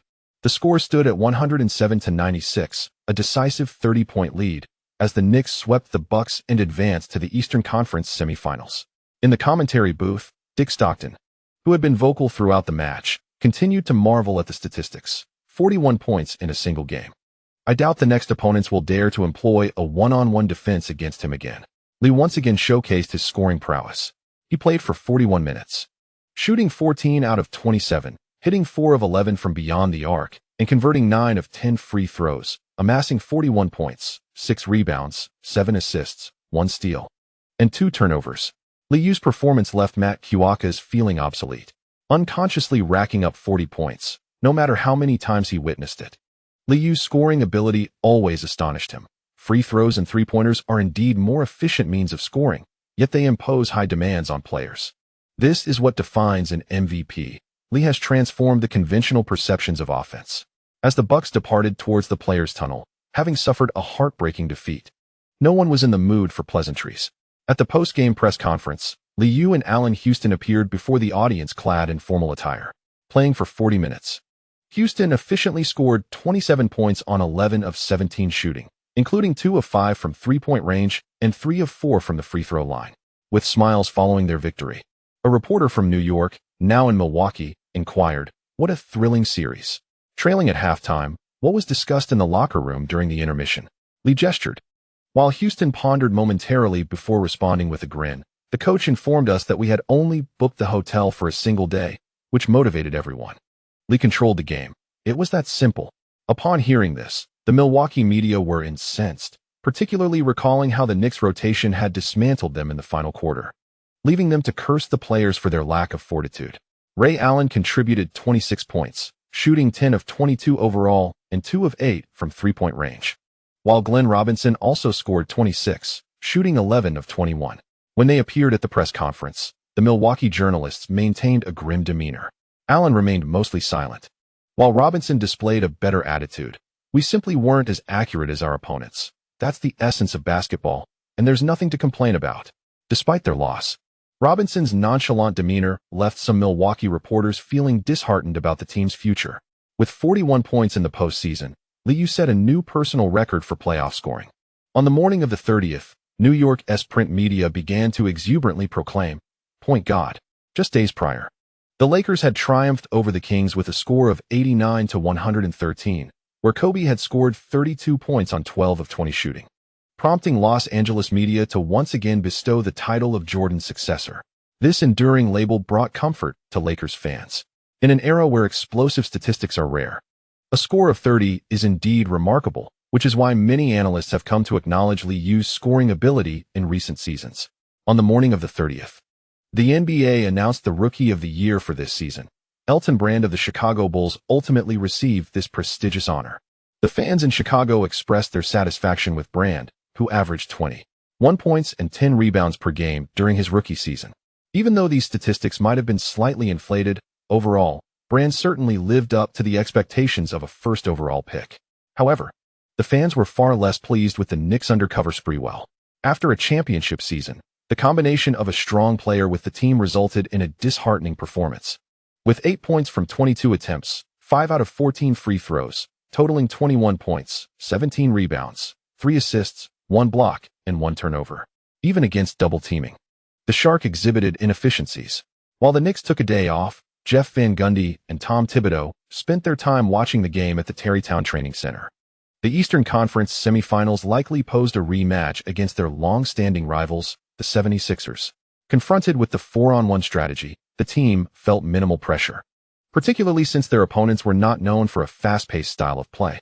The Lakers showcased impressive statistics with 18 offensive rebounds, 17 assists, and 12 turnovers. Yet the Kings' rotation excelled remarkably. As Thibodeau reviewed the stats, recalling last season's spree, he noted PJ's 7 out of 11 shooting for 19 points with a sense of nostalgia. Van Gundy observed the Lakers' number of attempts, totaling 86 shots despite the numerous offensive rebounds, and quietly remarked, "Let us prepare Pat well." After watching the game, the two continued their discussions and decided to stay at the training center. As the NBA unveiled its awards, attention shifted to the much-anticipated MVP of the season as May approached. The New York media, already aware of Shaquille O'Neal's impending award, eagerly awaited the Lakers' losses. New York fans relished in the misfortunes of their rivals, as every loss meant increased newspaper sales. The Knicks concluded the first round of playoffs decisively, granting them a week of rest. This year, in the Eastern Conference first round, the Heat swept the Raptors 3-0, delivering a harsh lesson to the playoff newcomers with their ironclad defense. The Pacers also swept the Pistons 3-0, as Grant Hill struggled with injuries. leaving Reggie Miller and Jalen Rose to devastate their opponents. In the Eastern Conference semifinals, Pat Riley faced off against Larry Bird once more, and their exchanges became a significant point of interest as the league began to heat up for the upcoming match. On May 1st, the Knicks resumed their regular training at the Tarrytown Center, where reporters outnumbered the staff. Robert Frank, a journalist from the Wall Street Journal, found himself regularly stationed at the training center after Lee returned to New York. Earlier in the year, Frank had launched a column focusing on the wealthy, exploring phenomena related to wealth, sharing wealth stories, and ultimately showcasing a life of luxury. This column proved rather uninspiring. As the experiences of most successful individuals were not easily replicable, it essentially served as an upscale motivational piece, urging the middle class to strive for success through hard work. As the lunch hour approached, I managed to squeeze my way beside Lee. Lee, trust me, our exclusive interview will not divulge too much information. I merely wish for everyone to gain a deeper understanding of your life. Unlike the sports journalists, this gentleman, clad in a black suit and a blue tie, with a head of gray hair and a scholarly demeanor, exuded an air of intellect. His black-rimmed glasses obscured his blue eyes, rendering Frank considerably more approachable. Faced with the relentless spirit of the interviewer, Lee felt somewhat helpless, clearly aware that many were eager to unearth more stories behind his success. Glancing at the throng of sports media surrounding him, he shrugged his shoulders, not outright rejecting the interview. With a smile, he said, "At present, my focus is solely on the playoffs, so you may schedule an interview in advance. My agent will provide you with a response." Throughout April, stock indices continued to decline, leaving many in financial distress. Numerous sports journalists had shown little regard for this individual from the finance sector, and even the motivational pieces from the Wall Street Journal had lost their efficacy. Frank nodded in resignation as, soon enough, the sports media once again encircled Lee. With only one game scheduled for the evening, the Hornets were set to face the 76ers at home. "Lee, what are your expectations for the upcoming round? Will you continue to score 40? Many reporters from Yahoo Sports had arrived, as the first round of the Eastern Conference had seen sweeping victories, leaving little else to report. Recently, the focus had shifted entirely to Lee. Having grown accustomed to an array of peculiar inquiries, Lee maintained his cheerful demeanor, playfully responding, 40? I cannot predict my own statistics. My sole pursuit is victory. Of course, one may write it as they wish. I truly do not mind, as long as the fans enjoy it." With a wink, he prompted a ripple of light laughter among the crowd. Yahoo Sports had also begun to fabricate narratives, recently recounting a supposed rivalry between Lee and Iverson. Despite their numerous encounters, the 76ers had previously been a struggling team, having been swept last year, and Iverson's lackluster performance hardly warranted any animosity. A few awkward chuckles erupted as the journalists realized their editor's fanciful stories were being noted by the very person in question. Lee gestured to the reporters nearby, preparing to lead them for a meal. Contemplating the chaotic reports circulating online, he suddenly entertained the notion of acquiring a media outlet. It is essential to have genuine talent for reliability. That evening, the 76ers triumphed, successfully advancing with a score of 106-99 as Iverson encountered Lee once more. On the evening of the 6th, the Eastern Conference semifinals were set to commence, leaving the 76ers with 4 days to recuperate. Celebrating his first career advancement to the semifinals, Iverson appeared particularly elated. However, his good mood was short-lived. As post-game inquiries turned to Lee once more, "Allen, who do you believe deserves the MVP this season, Lee or Shaq?" The local Charlotte reporter's question soured Iverson's spirits, as he felt this matter was entirely unrelated to him. "I do not concern myself with who receives the MVP. My goal is to defeat them, and I wish to refrain from discussing matters unrelated to the 76ers. Larry Brown furrowed his brow. This season, Iverson had become increasingly unruly. However, the two were still in their honeymoon phase, and as long as they secured victories, all was well. Soon, Brown was posed with inquiries about the MVP. The esteemed coach could only utter the customary platitudes. "Both players are exceptional, and I cannot compare them. Lee is the core guard, while Shaq is the dominant center. They are both outstanding athletes." On May 6th, the NBA officially announced the most valuable player of the regular season. Shaquille O'Neal of the Lakers claimed his first MVP trophy. Just last season, he had expressed disdain for such accolades, yet upon receiving the award, O'Neal nearly shed tears during his speech at the press conference. As he gratefully raised the coveted trophy, Kobe, seated to his right and playing the role of the supportive teammate, felt a twinge of envy. Reflecting on the media's focus throughout the season, which had largely revolved around the rivalry between Lee and O'Neal, Kobe's thoughts turned inward. I, too, should be up there. That evening, the Eastern Conference semifinals Game 1 commenced, and for an entire week, the Knicks were bombarded by the media. Ewing relished the attention, maintaining a cheerful demeanor. In the pre-game locker room, when questioned about his contract situation, he inadvertently let slip, "Next season, I plan to embark on a retirement tour." Well, I am not contemplating that at the moment. I extend my gratitude to my readers for their support. The frequency of updates will gradually increase over the next few days until the double monthly votes conclude. Thank you once again for your monthly contributions. Chapter completed. Chapter 175. A performance of -27 on the evening of May 6, 2000, Madison Square Garden buzzed with excitement as New York fans filled the arena. The game was set to commence at 7:30 p.m., and half an hour prior, the atmosphere was already electrifying. TNT commentator Marv Albert reflected nostalgically, longing to return to work in New York. The fans were exuberant, and analyst Hubie Brown perused the statistics.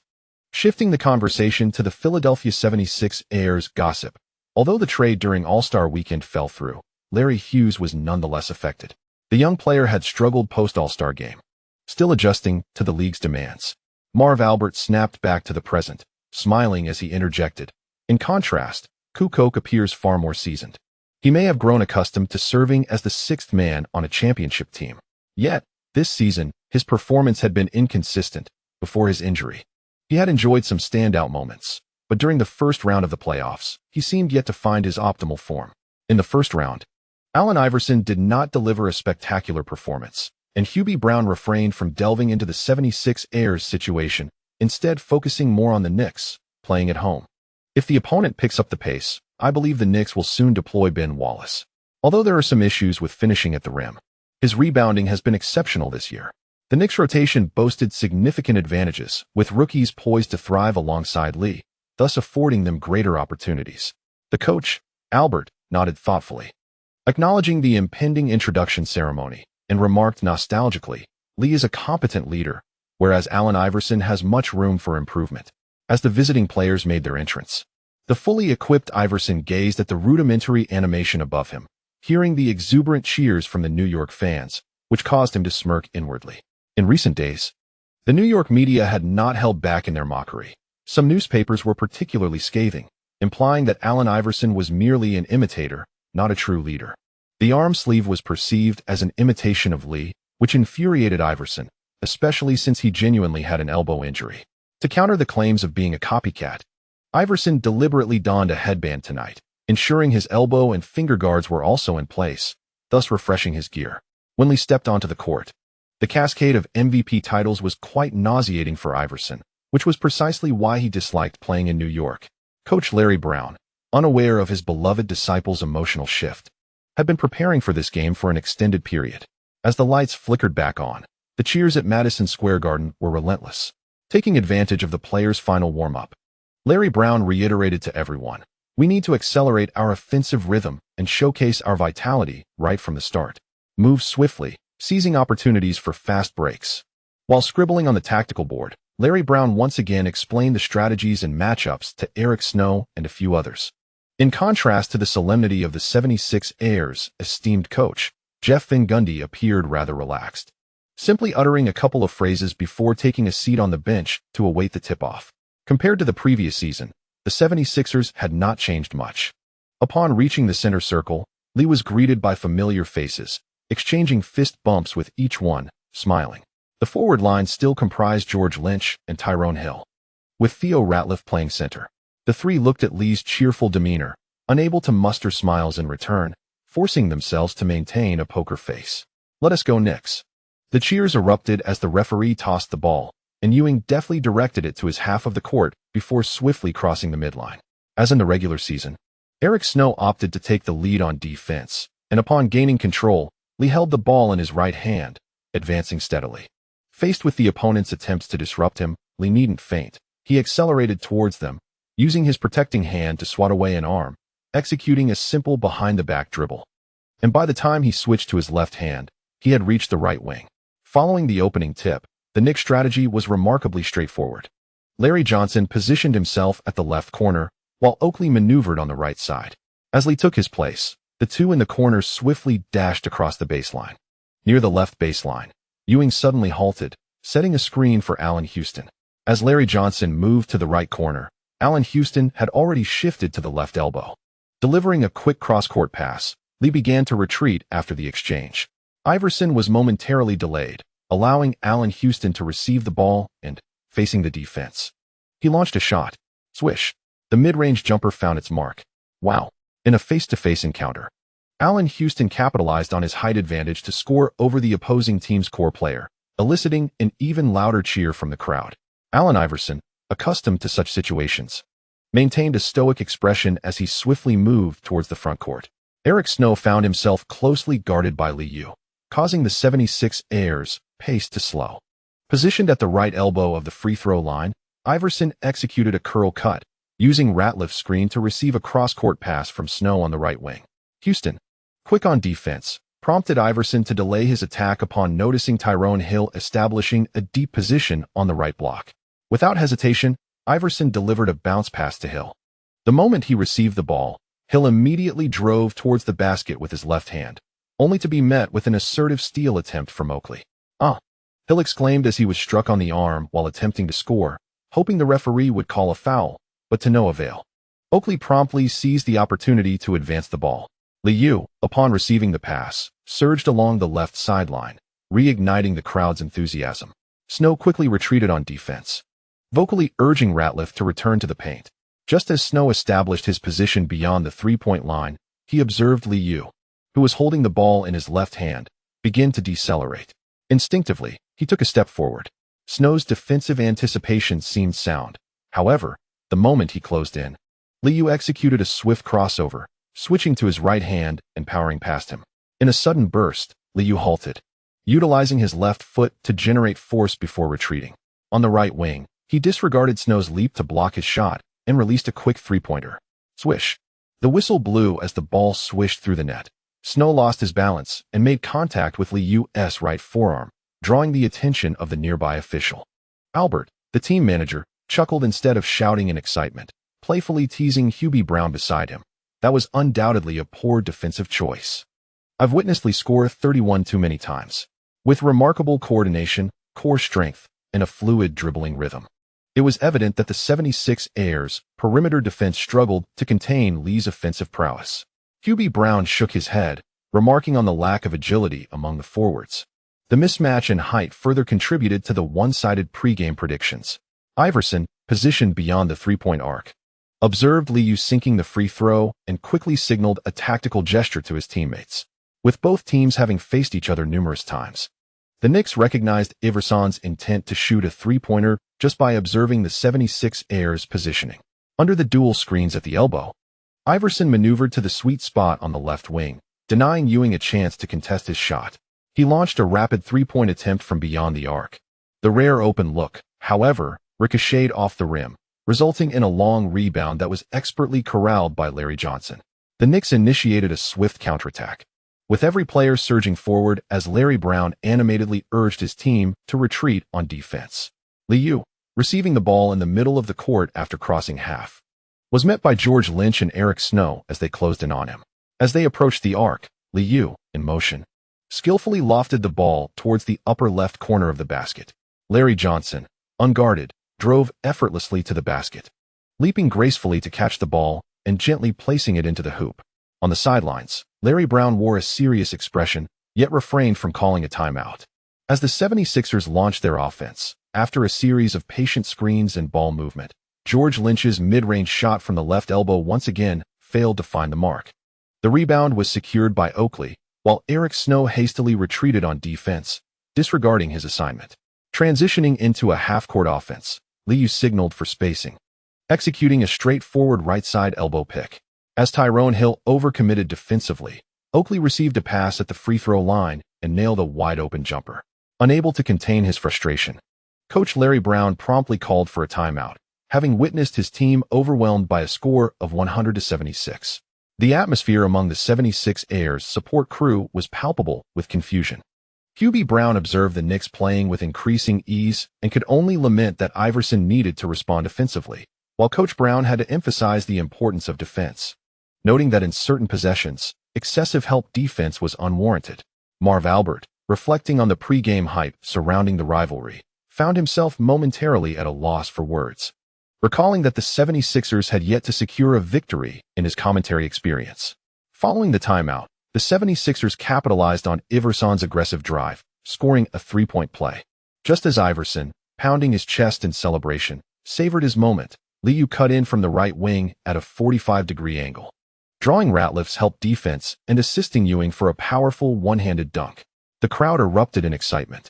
With 6 minutes and 21 seconds left in the first quarter, Liu faced Eric Snow in isolation, using his left hand to power through towards the paint. As his defender slid rightward, Lee swiftly pivoted towards the baseline, seamlessly gathering the ball and executing a fadeaway jumper from just above the baseline. Swish. The two-pointer was confidently converted. Lee's expansive movement rendered Snow's block ineffective, prompting the 76ers to call another timeout. With the scoreboard reading 3:16 and the Knicks struggling to find their rhythm, Larry Brown's demeanor soured, realizing that his pre-game strategies had been futile. Remarkably maintaining his position, Ewing was not substituted early in the first quarter, and when the opposing team pressed the paint, he delivered a resounding block on Tyrone Hill. Iverson's relentless drives made the interior increasingly congested, as the 76ers' big men struggled with their shooting touch, relying on second-chance opportunities to score. Despite a slight dip in defensive intensity, the 76ers' offense showed little improvement. Meanwhile, the Knicks flourished with multiple scoring options, and an unguarded Larry Johnson sank a three-pointer. After 2 timeouts, Larry Brown returned to the bench, alongside his coaching staff, all wearing grim expressions as they watched their players struggle to find the net. Larry Hughes, entering as a substitute, failed to alter the course of the game, mirroring his teammates' misfortune by missing 2 attempts, which allowed Liu to exploit a fast break opportunity for an easy layup. As the first quarter concluded, the New York crowd was electrified, with Spike Lee donning a large orange headband, raising his arms in jubilation as he joined in the celebration. As the score gap widened to 20 points, the match ended almost as soon as it began. With the intensity considerably low, Liu lost interest, while Ewing, unfazed, reveled in the moment, engaging with fans after scoring. He delivered the finest performance of the playoffs this year for a single quarter, shooting 4 out of 6, contributing 8 points, 5 rebounds, 1 assist, and 1 block. Liu played the entire first quarter, making 3 out of 4 shots, including 1 out of 2 from beyond the arc and 1 out of 1 from the free throw line, totaling 8 points, 1 rebound, and 7 assists. Allen Houston also scored 8 points from 4 attempts, while Larry Johnson added 5 points, and Oakley chipped in with 4 points. Off the bench, Kukoc managed to score 2 points from free throws. Every player who took to the court in the first quarter managed to score, prompting the commentators to exuberantly declare, "The Knicks have once again displayed the dominance of a championship team." The more the shots missed, the more they charged towards the basket. Once Iverson's offensive choices became predictable, the Knicks' interior defense became significantly easier to navigate. Likewise, Iverson played the entire first quarter but only managed to score a team high of 5 points on 1 out of 6 shooting. Larry Brown restrained Iverson's desire to remain on the court, and the 76ers continued with their rotation, rendering the game largely decided. Aaron McKie partnered with Larry Hughes in the backcourt, while George Lynch and Billy Owens occupied the forward positions, with Matt Geiger taking over as center. Despite the considerable deficit, the 76ers' rotation performed even better than the starters, with Larry Hughes emerging as the offensive focal point, consistently scoring. On the sidelines, Larry Brown crossed his arms, no longer shouting instructions, as the Knicks' rotation responded with equal vigor. Just 3 minutes and 30 seconds into the second quarter, after Liu took the court, he completely disengaged, and by halftime, the score stood at 37-59, with the second half poised to descend into garbage time. With the outcome no longer in suspense, the commentators shifted their discussion to the depth of the Knicks roster during the break. Marv Albert detailed the Knicks lineup with familiarity, humorously critiquing his own team. Artest and Lewis are both distinctive players, but their lack of experience often leads to elementary mistakes. Thomas and Wallace excelled defensively, though their offensive contributions proved inconsistent. Chris Childs was adept at minimizing turnovers, and as long as the team maintained a lead, he typically avoided errors. Kukok's prowess was well recognized. Should he find his rhythm during the game, he could also deliver commendable statistics. Hubie Brown nodded in agreement and added, "The rotation players are all capable of contributing, which indeed poses a challenge for Coach Van Gundy. Coaches cannot predict their players' offensive states each night, and defense is a more reliable safeguard. In that regard, the Knicks have indeed regressed somewhat." Marv Albert recalled that morning when O'Neal received the MVP award and suddenly interjected with an unrelated remark. The Lakers did not exhibit absolute dominance in the first round. Hubie Brown chuckled and shook his head, choosing not to pursue the topic further. With Kobe and O'Neal logging 40 minutes of playing time, returning to the Kings' home ground only to suffer consecutive defeats ultimately led to a 32-point advancement, and O'Neal's bravado had finally unraveled. As the second half commenced, Iverson finally found his rhythm, converting 5 of 7 attempts in the quarter and scoring 12 points. However, the momentum of the game had long since slipped away, with both teams concluding the quarter in a stalemate of 24-24, leading the fourth quarter into a phase of irrelevance. Although Iverson remained on the court, Liu had already changed into his training attire after being substituted out at the end of the third quarter, casually tossing a towel while seated on the bench. In merely 26 minutes of play, he achieved a commendable performance of 21 points, 4 rebounds, and 12 assists, with shooting statistics of 7 for 13 from the field, 2 for 4 from beyond the arc, and a perfect 5 for 5 from the free throw line. It wasn't until there were 4 minutes and 1 second left in the game that Iverson officially departed. Over the course of 39 minutes, he recorded an impressive tally of 28 points, 3 rebounds, and 3 assists, shooting 10 for 20 from the field, 1 for 3 from three-point range, and 7 for 8 from the charity stripe.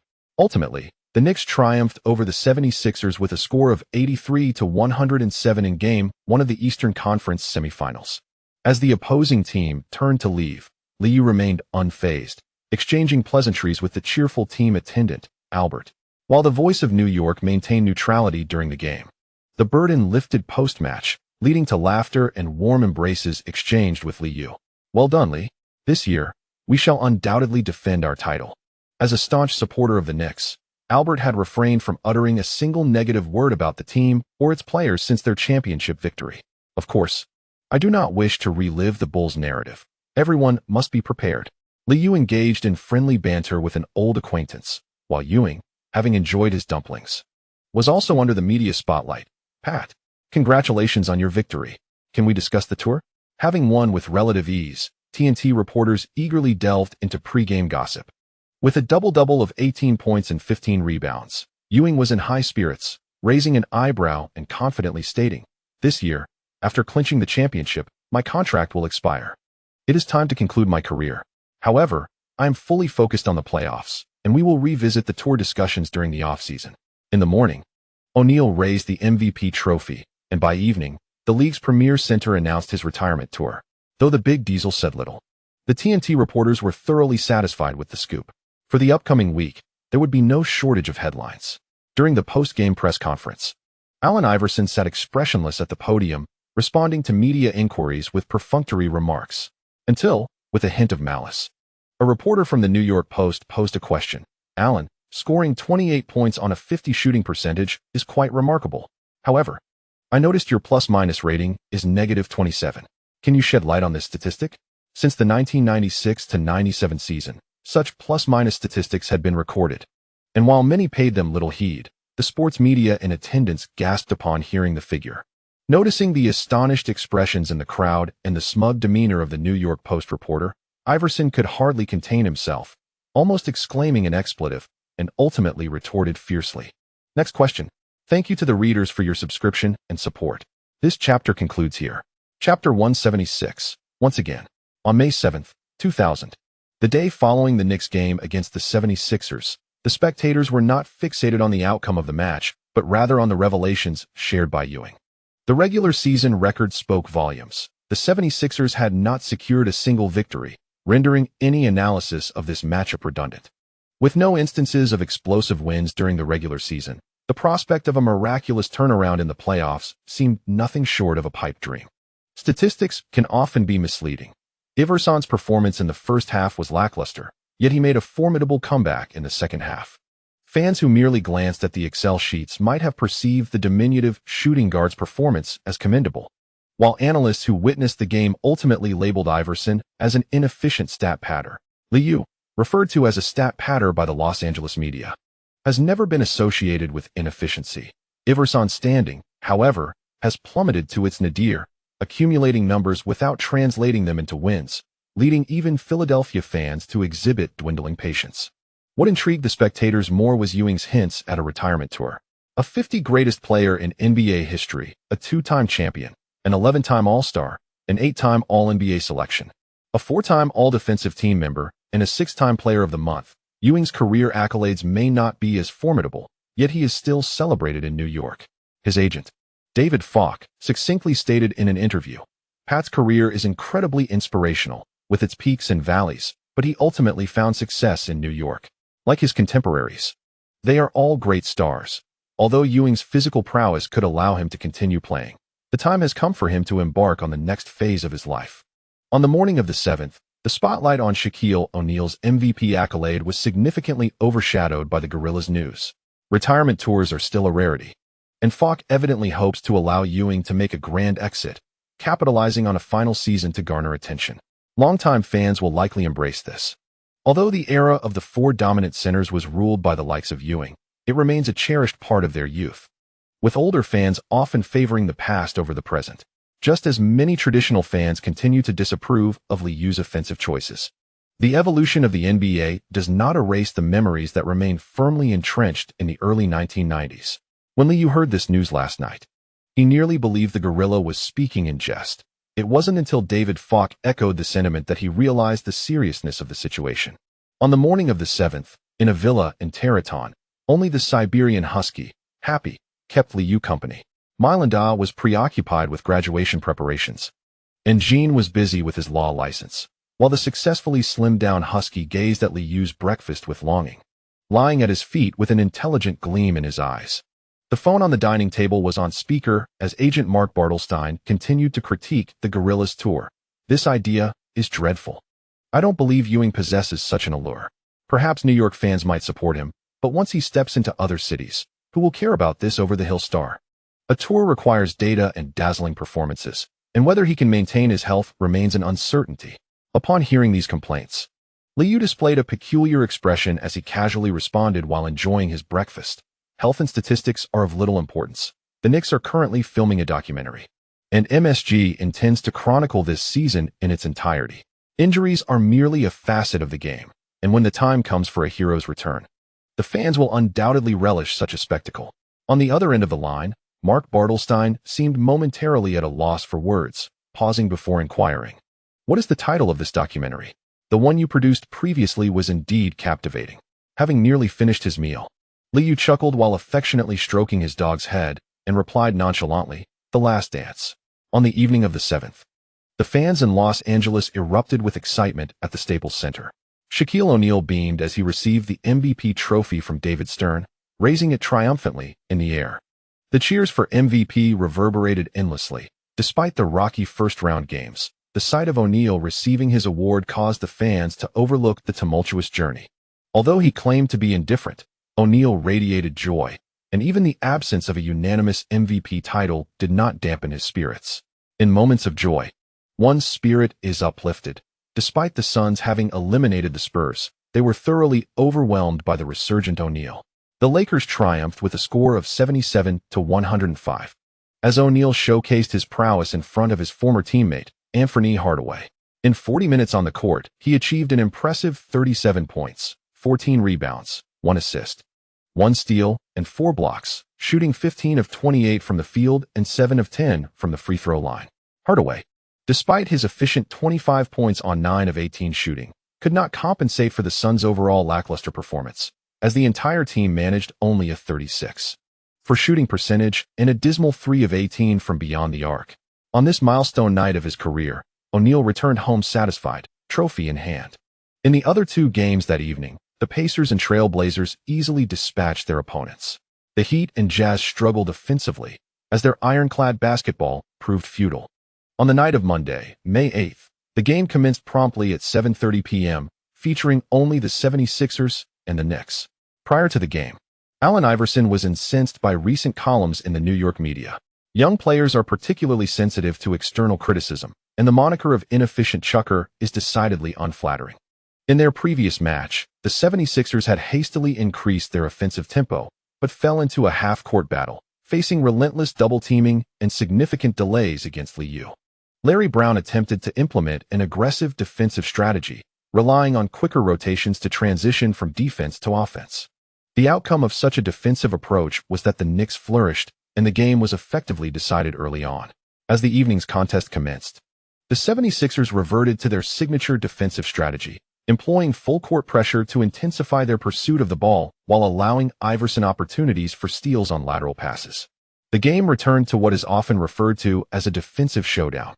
Larry Brown aimed to slow the pace to restrict the Knicks' offense, relying on Iverson's fast breaks to secure points for the 76ers. With just 4 minutes and 16 seconds remaining in the half, the atmosphere among the New York fans was electrifying as they fervently chanted, "Let's go Knicks." Iverson made one of his 2 free throws, and the 76ers swiftly retreated on defense. After Liu advanced past half-court with the ball in his left hand, the opposing team had already established their defensive positions. Throughout most of the evening, the 76ers opted to relinquish offensive rebounds to limit the Knicks' fast breaks. At this moment, the more adept shooting guard, Aaron McKie, was partnering with Iverson in the backcourt. Returning to the point guard position, Iverson took on the task of guarding Liu. As Liu powered towards the left wing, he did not pause, but instead deftly passed the ball to Ewing, who had just moved to the left elbow. Following the pass, Liu executed a lateral shimmy before making a sudden cut to the left. Iverson, having misjudged the defensive red, found himself out of position as Ewing received the ball and swiftly delivered a handoff pass. The interval between receiving and passing the ball was exceedingly brief. At that moment, Liu was already accelerating. Iverson was unable to alert his teammate in time and quickly maneuvered past the screen, continuing to pursue Liu. As Ewing's defender, Ratliff, failed to react in time, Liu, now closely guarded by Iverson, charged toward the basket from the lower left side. Near the rim, he executed a quick jump, resulting in a physical collision with Iverson. Under the immense force, Iverson was knocked aside, watching as Liu skillfully finished with a left-handed layup. The score read 35-50. And as Iverson struggled to contain Liu's relentless scoring under the basket, Larry Brown sat silently on the sidelines, arms crossed. Despite calling 2 timeouts, the 76ers were unable to break their scoring drought. On the bench, the mood of the supporting team had dissipated, with players staring blankly at the unfolding events. Frustrated, Iverson slammed the basketball in disbelief, realizing his predicament. He needed to defend without the ball. If he fell for a fake or got caught out of position, his only recourse would be to commit a foul, inevitably conceding points. When the 76ers were on offense, Iverson noticed Ewing stationed under the basket, leaving the Knicks' mid-range shots reliant on defensive pressure from the guards. In a similar high-screen situation at the top of the arc, Ratliff's effective screen allowed Iverson, who had switched the ball to his left hand while dribbling, to penetrate the paint successfully. Facing the basket, Iverson executed a rapid stop and then drifted leftward to take a jump shot. Liu, who had been trailing from behind, made a desperate attempt to block the shot, but Iverson's jumper clanged off the rim. Having started the first quarter with commendable shooting prowess, he faltered in the second quarter, watching as Oakley secured the rebound, prompting Iverson to hustle back on defense. Retreating to establish a defensive position at midcourt, Iverson gave himself a motivational high five while also urging his teammates to remain vigilant against their assignments. They continued to avoid a fast-paced offensive approach. The Knicks' fast breaks were few and far between this evening. Crossing the midcourt line, Liu immediately passed the ball to Allen Houston on the right wing. As Liu made a sudden cut and called for the ball at the right elbow, Artest swiftly maneuvered along the baseline, only halting at the left corner. After Allen Houston delivered a pass, he slid laterally to position himself at the top of the arc, while Oakley stood ready in the left elbow area, poised to charge towards the basket for a rebound. Noticing the situation, Iverson lowered his center of gravity and fiercely pressed against Liu. As Liu received the ball and turned to face the basket for an offensive move, Iverson had already nearly wedged himself into Liu's space. At this moment, Liu lifted the ball high, allowing his opponent to push against him, and then suddenly lowered his center of gravity, swiftly sweeping the ball from left to right. As he placed the ball in his right hand, he instantly executed a crossover step toward the baseline. The two were entangled as they approached the right side near the baseline. Liu then came to an abrupt halt, exerting force with his feet, drifting toward the baseline, and leaping into the air while twisting his body to complete a graceful fadeaway jump shot. In midair, Liu maintained his balance, while a determined Iverson, who was attempting to block, ended up hanging onto Liu's left foot. As the basketball soared toward the hoop, the referee's whistle sounded. Peep. Swish. The ball swished through the net, and on the Knicks bench, Lewis and others rose to their feet, cheering exuberantly. Upon landing, Iverson sensed the ball had surely gone in. The roar of the crowd felt as though it might burst through the arena, as New York fans reveled in the moment. Liu, with a relaxed demeanor, found the tenacity of smaller defenders advantageous, wearing a calm smile. After celebrating with a high five to the excited Spike Lee on the sidelines, he leisurely walked toward the free throw line. MVP, MVP, MVP. As the second quarter unfolded, much one-on-one play ensued, much to the delight of the New York fans. With chants for MVP growing louder, he sank the additional free throw with ease, and as he observed Liu swiftly retreating on defense, the 76ers players fell silent. It was rare to see Liu opt for such offensive tactics. Against relatively shorter defenders, his efficiency soared. TNT's commentary team, led by Marv Albert, expressed their reflections on Liu's sudden stop and fadeaway jumper, noting the similarity in his preliminary footwork to that of Michael Jordan. Given that both players trained under Tim Grover, this revelation was hardly surprising. Hubie Brown observed that Liu exhibited remarkable aggression upon re-entering the game, as Iverson penetrated the lane and distributed the ball. Aaron McKie at the right corner attempted another two-pointer only to miss again, prompting Hubie Brown to succinctly remark, the 76ers need to quickly find their shooting rhythm. The Knicks continued to shrink their defense, with Allen Houston's efforts merely serving as a symbolic distraction before he turned to protect the rebound. In a similar half-court offensive scenario, Liu set a high pick at the arc, noticing the indecisive defensive positioning of Ratliff. After slipping past Ewing on the left side, Liu began to decelerate. Seizing the moment as Ewing rolled toward the basket, Liu suddenly lengthened his stride, feigned a turn to accelerate, and lowered his center of gravity while holding the ball in his left hand, effectively drawing the attention of two defenders. Iverson chased from behind, while Ratliff slid toward the basket, leaving Liu just enough room to navigate into the left block. With a concealed bounce pass, he found Ewing rolling down the lane. As Ratliff realized he was too late to recover defensively, he could only watch helplessly as the gorilla grabbed the ball with his right hand and executed a powerful one-handed dunk. As the score gap widened to 20 points, Ewing jubilantly raised his arms, igniting a fervor in Madison Square Garden. Wow. With less than 2 minutes remaining, the Knicks, Allen Houston, and Oakley struggled to find their rhythm, while the 76ers managed to salvage some dignity at the free throw line. At halftime, the deficit had slightly decreased, yet the New York fans remained undeterred, with those in the back row rising to their feet, enthusiastically swaying to the music. In the first quarter, Iverson shot 4 of 7, and in the second quarter, he was 0 of 4, concluding the half with 4 of 11 shooting, 6 of 4 from the free throw line, totaling 12 points, 1 rebound, 3 assists, and 3 turnovers. Observing the statistics, Marv Albert vaguely remarked that Iverson must swiftly adjust his offensive approach, as the 76ers desperately needed his scoring prowess. Hubie Brown did not mince words. Directly addressing the tactical shortcomings of the 76ers, the offensive tempo was sluggish, and Coach Larry Brown should consider substituting Aaron McKie early in the second quarter to allow Iverson to return to the shooting guard position. Facing Lee's defense, Iverson struggled significantly. The excessive physicality rendered him disoriented. Lee was 6 of 11 from the field, 1 of 3 from beyond the arc, and a perfect 5 of 5 from the free throw line, amassing 18 points, 2 rebounds, and 8 assists with 1 turnover. Seemingly accustomed to such performances, Marv Albert refrained from excessive praise, as the two commentators continuously analyzed the 76ers' deficiencies. As the second half commenced, Allen Houston rediscovered his shooting touch, scoring through a combination of field goals and free throws. Kukoc, who replaced Larry Johnson, also responded with a three-pointer. After struggling with jump shots, Iverson began attacking the rim relentlessly. However, Ewing, stationed beneath the basket, was still able to provide significant disruption. Following a missed shot, Iverson's penetrating pass allowed Tyrone Hill to score effortlessly. The game was electrifying, with time swiftly slipping away, and the 76ers felt that every point was a monumental challenge. After successfully completing a layup, Iverson quickly regained his footing and hustled back on defense, returning to the right wing. Glancing back, he noticed that Eric Snow had failed to navigate the high screen in time. In a moment of urgency, Iverson called out, "Theo."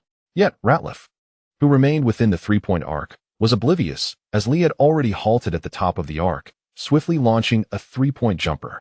Swish. The three-pointer found the net cleanly.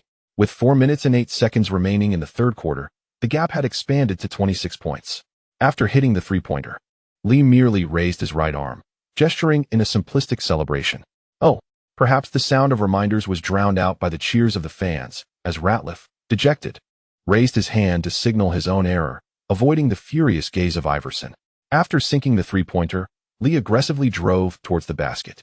Executing basic yet forceful drives and dish-offs, the frequently rotating veteran Tyrone Hill could not withstand the pressure, accruing his 5th personal foul. On the sidelines, Larry Brown remained silent, arms crossed, seemingly resigned to the situation as the clock continued to tick down in the third quarter. As the third quarter concluded, the game transitioned into a rather inconsequential phase. With 5 assists tallied in that quarter, Marv Albert, glancing at Liu's statistics, couldn't resist a playful remark. If he plays a few more minutes, Lee should be able to achieve a monumental double-double. Hubie Brown chuckled and shook his head, refraining from further jesting about Iverson's performance in garbage time, and instead remarked seriously, "Coach Larry Brown must make a decision. Iverson is not Lee. And perhaps liberating his offensive capabilities is the judicious choice." Eric Snow's playing time had diminished significantly, and Iverson appeared to revert to the point guard position, albeit with little effectiveness, as the game had quickly lost its suspense. In the fourth quarter, Iverson remained on the court while the Knicks had already substituted in their rotation lineup. The 76ers eventually discovered some offensive rhythm and began to score consistently, with Iverson showing no signs of relaxation, continuing to defend vigorously. At Madison Square Garden, the atmosphere shifted, with the music transitioning away from defense to playful sound effects. Ultimately, amidst the cheers of New York fans, the game time elapsed. The Knicks once again triumphed over the 76ers, bringing the series score to 2-0. From the bench, Liu and his teammates stood to applaud and acknowledge the fans. With 2 away games ahead, the current trend suggested they might not return to New York. Jeff Van Gundy exhibited little exuberance, merely smiling as he approached the scorer's table to shake hands with Larry Brown. This series promised to be a thrilling contest. Larry Brown felt as though the bald-headed young coach across from him was mocking him. Both games had concluded by the end of the third quarter, hardly thrilling. In the commentary booth, Marv Albert basked in the jubilant atmosphere, once again extolling Liu. In 30 minutes, he recorded 25 points, 3 rebounds, 13 assists, 1 steal, and 1 turnover. Tonight, Lee once again dominated the game. Unlike O'Neal, Lee consistently elevated his teammates, achieving victory through disparate means. With a shooting performance of 9 out of 16, including 2 of 5 from beyond the arc and a perfect 5 for 5 from the free throw line, Lee had taken it easy in the third quarter while Allen Houston netted 13 points in that same period. Hubie Brown expressed hope for a more exhilarating series, outright wishing the 76ers well after the game. "I believe the 76ers can defend their home court. They have performed exceptionally this season, and with a little more effort, I am confident they can succeed." New York media reporters were poised with their Excel spreadsheets, eagerly awaiting the post-game interview with Iverson. After 45 minutes on the court, he recorded 28 points on 9 of 25 shooting, along with 10 of 14 from the free throw line, adding 6 rebounds, 10 assists, 1 steal, and 4 turnovers, delivering another commendable performance. After a long wait, many were disappointed to find that only Larry Brown and Ratliff appeared at the press conference, prompting some to heckle. Even in garbage time, with a plus-minus of 10, we just want to hear Iverson's thoughts. On May 9th, the NBA announced the all-rookie team for the season, with Artest garnering a minor accolade. The starting lineup consists of Elton Brand, Steve Francis, Andre Miller, Lamar Odom, and Wally Zacherbiak. The second unit features Ron Artest, Chucky Atkins, Sean Marion, James Posey, and Jason Terry. Zacherbiak was selected 6th overall by the Timberwolves last year, performing commendably during his rookie season, though his playoff performance was rather lackluster. Kevin Garnett faced another first-round exit this season, yet losing to the Trail Blazers was not entirely unexpected. most analysts still regarded Garnett's efforts positively. On a flight to Philadelphia, Liu gazed at familiar names in the newspaper and suddenly realized that the illustrious 2003 draft class was on the verge of entering the league. For ordinary players, being named to the all-rookie team is a rare honor, and upon boarding the plane, Artest couldn't contain his joy. Averaging 18, 1 points, 4, 3 rebounds, 2, 8 assists, 1, 7 steals, and 1, 9 turnovers with a shooting percentage of 41, 4 and a three-point shooting percentage of 31, 4. Artest's selection to the all-rookie team is indeed a cause for celebration. Will being named to the all-rookie team grant me more airtime in the documentary? Upon hearing Artest's inflated request, Oakley playfully pinched the rookie's shoulder, jesting, "The documentary is titled The Last Dance. A rookie's mere appearance is sufficient. We will capture footage of you carrying bags." Lewis exhibited a hint of envy, while Ben Wallace, fiddling with his hair, muttered in response to the boastful Artest, "This year's rookie class seems rather lacking in talent." In Game 3 of the Eastern Conference semifinals, the 76ers had only a little over a day to recuperate. Upon arriving in Philadelphia, the Knicks garnered little attention. Their victories in the first 2 games had been overwhelmingly easy, leading most reporters to remain in New York. On the night of the 9th, the Pacers once again overwhelmed the Heat. Reggie Miller and Jalen Rose both scored 40 points, leaving the Heat players dazed. Alonzo Mourning struggled mightily, and no one from the Heat's perimeter stepped up. The final score was 76-109, marking a resounding victory for the Pacers and bringing the series lead to 2-0. Although Pat Riley maintained his poise after the loss, many reporters captured him mouthing a frustrated expletive as he walked toward the player tunnel. Despite the Eastern Conference Finals being a distant prospect, most sports media anticipated a showdown between the Pacers and the Knicks. The rivalry was reigniting. Both teams boasted remarkably similar rosters, with Reggie Miller and Jalen Rose gaining momentum in the playoffs, leading to widespread predictions of a fiercely contested matchup. The score of 85-103 saw the Trailblazers triumph over the Jazz that night. The era of old-school basketball has waned, yet bolstered by financial resources, the Trailblazers, led by Scottie Pippen, are finding their rhythm. On the afternoon of the 10th, Liu arrived early at the First Union Center in Philadelphia for warm-ups, surrounded once again by a throng of media reporters. After receiving the ball, before even making it to the sidelines, Liu was surrounded. Perhaps due to the recent news cycle having run its course, an ESPN reporter swiftly posed a question, compared to last season. "It seems the Pacers have found the right strategy. What are your thoughts on the Eastern Conference Finals?" As microphones were thrust towards him, Liu blinked, surveyed the crowd with mild surprise, and responded, "If I recall correctly, the Knicks are facing the 76ers tonight. My friend, you should ask a different question. I am more than willing to discuss matters related to our opponents." Seizing the opportunity, a Yahoo Sports journalist interjected with a hotly debated topic. "Lee, what is your perspective on plus-minus ratings? Allen Iverson's figures have been quite poor in both games." Energized by a question pertaining to analytics, Liu shared his insights. The poor stats stem from the fact that they have consistently been trailing, and Iverson has remained on the court. While this metric holds some relevance, in games where the disparity in skill is vast, it hardly warrants detailed scrutiny. The sports media, catching the subtext of Liu's words, exchanged knowing smiles. At this juncture, an NBC reporter curiously inquired, "Lee, how is it that your plus-minus rating consistently appears so favorable? I mean, even on nights when your shooting touch is lacking, your stats remain impressive." Liu chuckled and shrugged, simply stating, "That's because the Knicks have been winning consistently. It's as straightforward as that. Sometimes, statistics can indeed reflect victory." Laughter erupted among those present. After all, with consistent wins, the numbers certainly shine. That evening, during Game 3 of the Eastern Conference semifinals, the fervent Philadelphia fans filled the arena early, accommodating 20,000 spectators. Once the game commenced, everyone was wholeheartedly engaged. The Philadelphia fans had already mentally prepared themselves for the possibility of a significant 20-point deficit.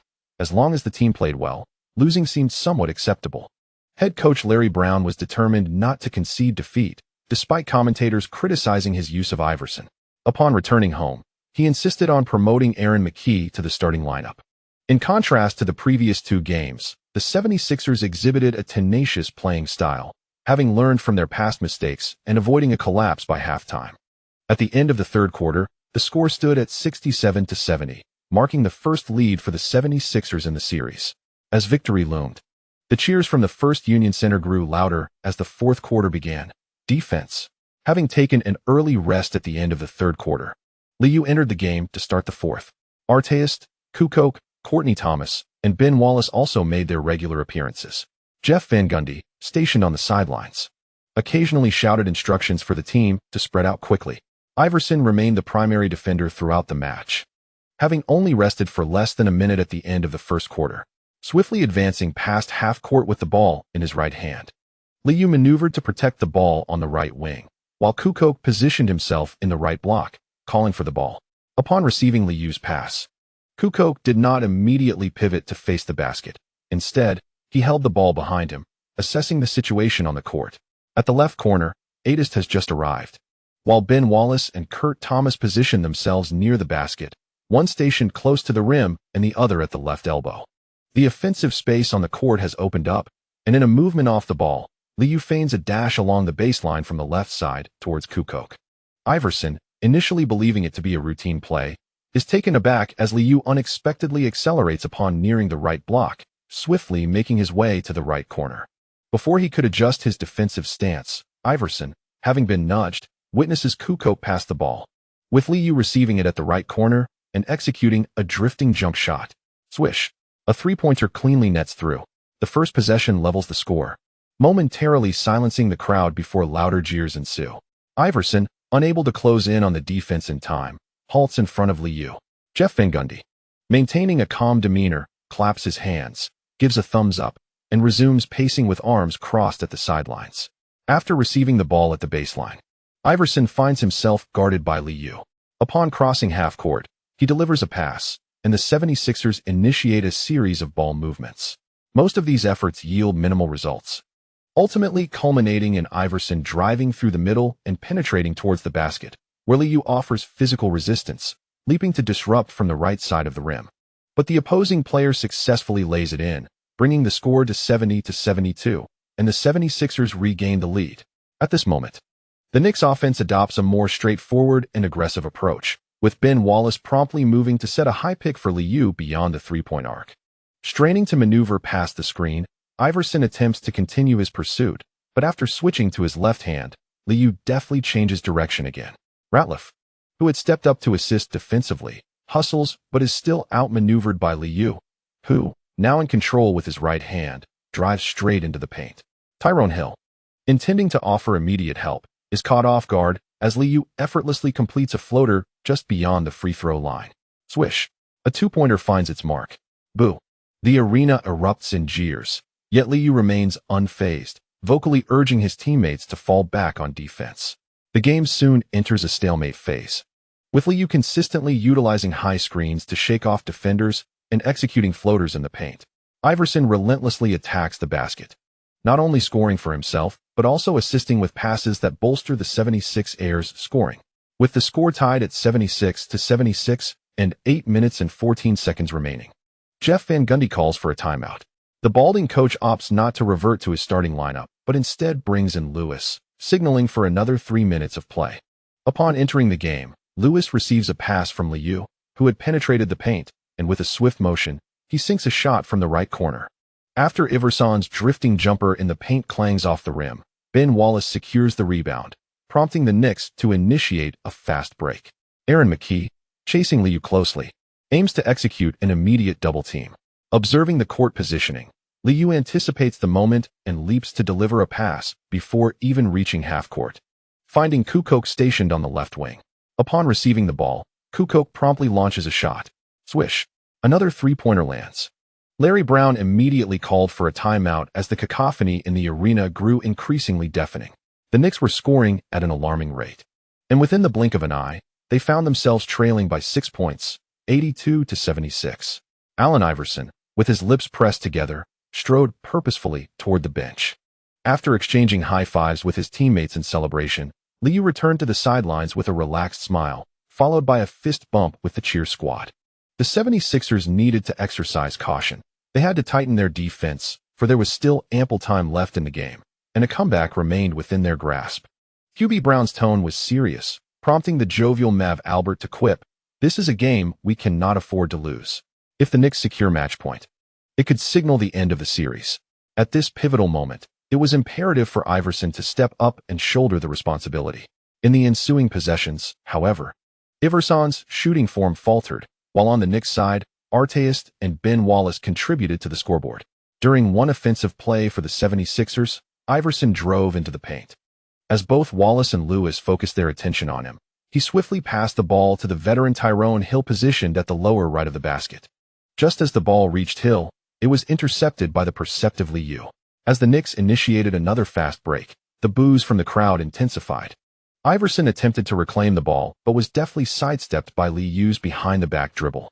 With the defense in disarray, Coach Larry Brown furiously shouted from the sidelines, "Get back! Move faster, match up with your man." The 76ers had yet to reposition themselves to assist Iverson in defense when Liu reached the arc, slowed down, and then executed a quick stop-and-pop three-pointer that found the net. Iverson's relentless pursuit from the side proved largely ineffective. The score widened to 89-82, and the Philadelphia First Union Center was drowned out by the jeers of the disgruntled fans. Larry Brown's timeout yielded no results. The spotlight had shifted entirely to the Knicks role players. As Lewis sank another three-pointer, the Knicks bench erupted in celebration, waving towels in jubilation. The once vibrant 76ers appeared bewildered, having hit a wall of missed shots. It wasn't until Iverson's drive from the right wing resulted in a turnover, his dribble colliding with Liu's body and then inadvertently hitting his own foot, that many fans recognized the harsh reality. Allen Iverson was exhausted. The Knicks cheer squad showed no mercy. Having found their rhythm, they unleashed a torrential downpour of three-pointers in the fourth quarter. With just 1 minute and 6 seconds remaining in the game, Liu sank 2 free throws, prompting many 76ers fans to rise and fixate on the scoreboard. The score stood at 97-89, while Ewing and Oakley on the sidelines applauded, their bench brimming with joy. Exhausting their timeouts, Iverson continued to shoot from beyond the arc, but his attempts fell flat. As time dwindled, the noise from the crowd swelled. In the final moments, Iverson missed 2 free throws. After Liu regained possession, he opted not to attack. The final buzzer echoed, and Iverson, suppressing his frustration, lowered his head and walked directly toward the player tunnel. Liu smiled as he handed the ball to the referee, even managing to exchange a few playful words with his opponent. In the commentary booth, Albert the commentator remarked softly upon witnessing Iverson's imminent departure, "It is truly unfortunate. Perhaps they are but a quarter away from victory." Hubie Brown shook his head. Having observed that Liu exhibited little joy, he commented astutely, "Everything is under Li's control. He understands that the adversary will tire." In the fourth quarter, there is no one on the 76ers who can contain him. Throughout the match, whether trailing or maintaining a stalemate, I perceived no fluctuations in Li's emotions. All I discerned was unwavering confidence.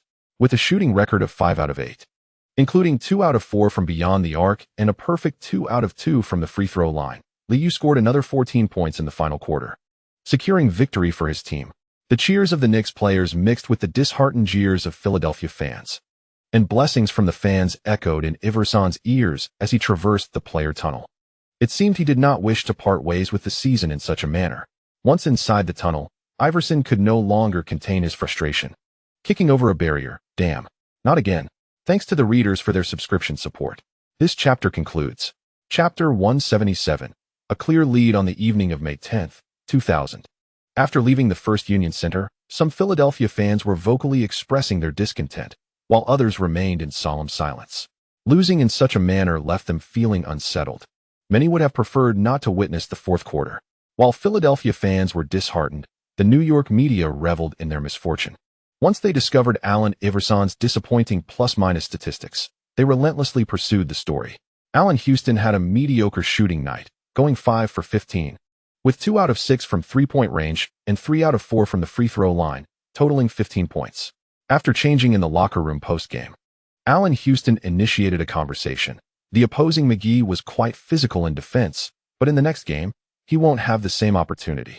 It seems the 76ers team-building philosophy has some flaws. Compared to the Knicks, the 76ers evidently had fewer players capable of managing ball possession.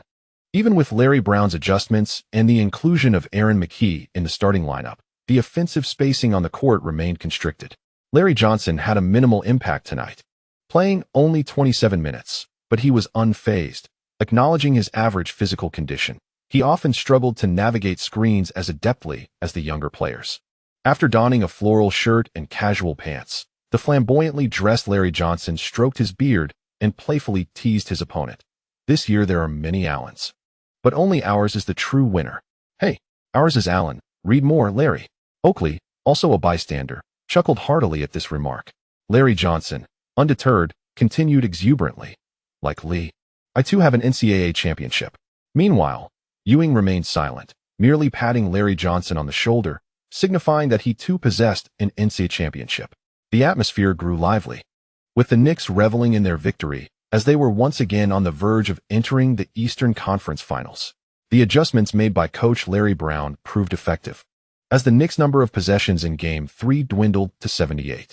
Nevertheless, even with a significant reduction in fast break opportunities, Liu managed to penetrate and dismantle the opponent's defense. During the post-game press conference, the treatment afforded to Liu starkly contrasted with that of Allen Iverson. Liu played for 39 minutes, achieving 12 out of 23 from the field, 5 out of 11 from beyond the arc, and hitting 7 out of 8 free throws, culminating in a remarkable 36 points. 6 rebounds, 10 assists, 2 steals, and 3 turnovers, showcasing high efficiency throughout the match. In contrast, Iverson, who played for 46 minutes and 50 seconds, barely left the court, recording 8 out of 21 shooting and 11 out of 12 from the free throw line, totaling 27 points, 3 rebounds, 3 assists, and 4 turnovers. Despite the physicality of the game, with several missed three-pointers and long two-pointers, Iverson maintained a notably high shooting percentage only within the paint. Dressed in a deep gray suit, Liu stood on stage receiving accolades, while a reporter from the New York Post pointedly inquired, "Lee, we have noticed an intriguing phenomenon. Tonight your plus-minus rating reached 15. A figure in which you have consistently outperformed your opponents throughout this series. Could you share your insights on this?" Observing the New York media's increasing penchant for Excel analysis, Liu felt the tone was somewhat askew, yet he continued to play the part. As I have previously stated, in games where there is a significant disparity in skill, one need not focus on such statistics. The interplay between the two groups, those on stage and those in attendance, elicited a barely concealed response from a Philadelphia media reporter. While Stephen A. Smith, clad in black attire and with a complex demeanor, sat in the audience, unable to offer praise for his younger brother Iverson. Post-game, he could only commend Iverson's indomitable spirit and relentless effort, aware that excessive praise might provoke the ire of Philadelphia fans. After missing the previous interview opportunity, Iverson took to the stage, where the New York media relentlessly scrutinized him with Excel data, prompting him to reiterate, "I have never considered statistics. I do not play for numbers. My only pursuit is victory." Clearly displeased, Iverson, who had left his gold chains behind, faced a whispering taunt from the audience. The 76ers have already been eliminated. With their Game 3 loss, the 76ers had 2 days left for adjustments. And this year's schedule was not particularly pressing, alleviating concerns over stamina. After all, Iverson was young and would likely recover to full strength after 2 days of rest. On Thursday, the 11th, the TNT morning program shifted its focus away from the 76ers, with a significant lead of 30 points. Everyone anticipated that the Knicks would advance within 2 games. In parallel, the Lakers narrowly triumphed over the Suns. Unlike the Knicks' decisive turnaround, this matchup extended to the final moments. With only 2 seconds remaining, Kobe Bryant hit a jump shot from near the left elbow, after which Shaquille O'Neal blocked a shot from his former teammate Anthony Hardaway. Their combined efforts effectively sealed the victory, as the Lakers triumphed again at home, with O'Neal playing for 46 minutes and 55 seconds, only resting briefly in the second quarter. Achieving 16 out of 28 shooting, 38 points, 20 rebounds, 3 assists, 1 steal, 5 blocks, and 2 turnovers. The release of this data has left analysts astounded, sparking discussions from last night until now. Despite the Suns' lackluster performance in the paint, Shaquille O'Neal's display was nothing short of explosive. Within the studio, the director repeatedly showcased the statistics of Liu and O'Neal, 36 and 38 points respectively. Although the difference was merely 2 points, the perceptual disparity was monumental. Kenny Smith continued to advocate for the backcourt players, emphasizing Liu's offensive influence, scoring 36 points and providing 10 assists, not accounting for his indirect assists. Most of the Knicks' scoring was linked to him. Lee made his teammates better. Everyone excelled in their respective roles. This is the essence of a backcourt player's dominance in a game. Mike Fratello, the seasoned coach, leaned towards the big men and, shaking his head, remarked seriously, "Observe O'Neal's scoring positions on both sides of the basket. Simply delivering the ball to him equates to points. This level of dominance is formidable. The closer one is to the rim, the higher the shooting percentage. Especially evident in crucial matches."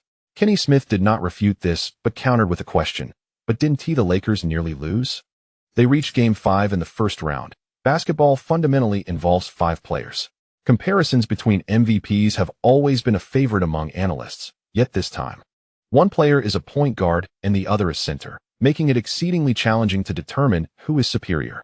Earl Johnson observed the ongoing debate between the two and, after days of discussion, chuckled as he shifted the topic.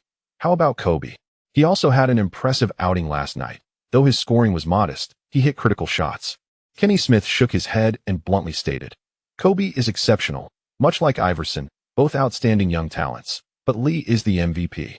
His efficiency rating has surpassed 30 in 2 seasons throughout his career. Anyone who has played knows how terrifying that is. Lee is far ahead of all his contemporaries. Just as one would not compare Clyde Drexler with Michael Jordan, Lee is already in pursuit of historical greatness."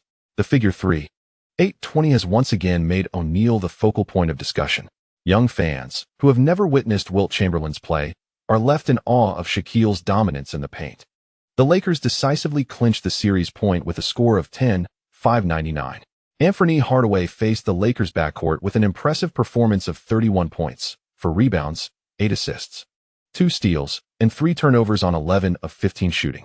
However, Jason Kidd struggled, shooting just 1 for 9, contributing a mere 4 points, which hindered the Suns' efforts. The series now lacks suspense. The Lakers will advance to the Western Conference Finals, facing the Trail Blazers, who similarly secured a series point that day. On the evening of the 13th, at the First Union Center in Philadelphia, the 76ers erupted with 33 points in the first quarter, igniting the crowd. While they may not win the series, the ability to secure a home victory satisfied the Philadelphia fans. Allen Iverson relentlessly attacked the basket, shooting 4 for 10 in the first quarter to net 11 points. With a 5-point lead established in the first quarter, Iverson continued his aggressive play into the second quarter.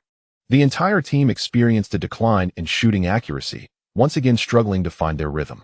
Fortunately, Coach Larry Brown remained lucid, vocally urging his players to drive towards the basket.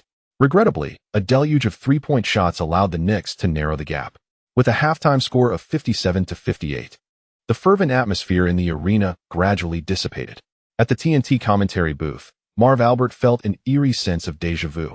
The 76ers' shooting woes necessitated a focus on defense, while also capitalizing on every opportunity for easy points.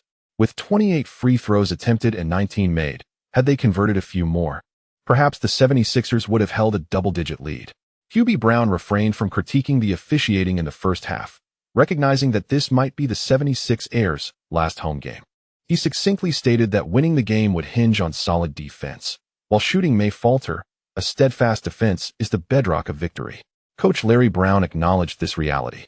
Yet their rim protection remained a significant issue, as Lee consistently found ways to score in the paint.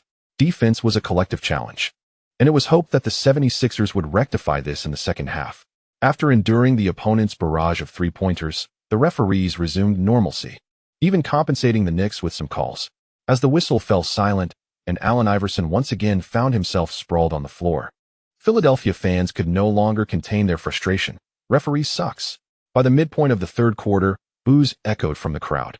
In the previous possession, Iverson had just hit the game's first 3-pointer from the left wing. This time, after employing a double screen, Iverson maneuvered to the left wing. However, the tactical intent was too transparent. Allen Houston suddenly pressured him, and Aaron McKie failed to deliver the pass in time. As he pivoted to protect the ball, McKie was slightly delayed in making a hasty cross-court pass, allowing Lee to intercept the ball, snatching it right from Iverson's grasp. The crowd gasped in astonishment as Lee, exhibiting remarkable speed, crossed half-court, with Iverson desperately pursuing from behind. In a 1-on-0 situation, after crossing the 3-point line, Lee noticed that Iverson was gaining ground. He gradually decelerated, waiting for Iverson to draw alongside before launching into a layup. Iverson leaped into the air, and the two contended mid-flight. Lee, leveraging Iverson's body, secured the ball with one hand, evading the block, and, as he felt the opponent's shoulder, triumphantly exclaimed, "This is my bowl," leaning sideways. He deftly tossed the ball against the backboard, which then swished through the net. A cacophony of boos and jeers erupted, yet Lee merely smiled, thumping his chest, and turned toward the free throw line. Stifling his emotions, Iverson grumbled to the referee before being called over by Larry Brown. Jeff Van Gundy clapped his hands, flashing a smile and giving a thumbs up before crossing his arms and observing with calm composure as Lee completed his free throw. With a score of 72-69 and 6 minutes and 9 seconds remaining in the third quarter, the 76ers called for a timeout just as the Knicks took the lead. As the game progressed, the fervent Philadelphia fans began to lose their fervor. Those who had risen to cheer for their team returned to their seats. And even the front row supporters ceased their enthusiastic chants alongside the DJ, disheartenedly sipping their beers.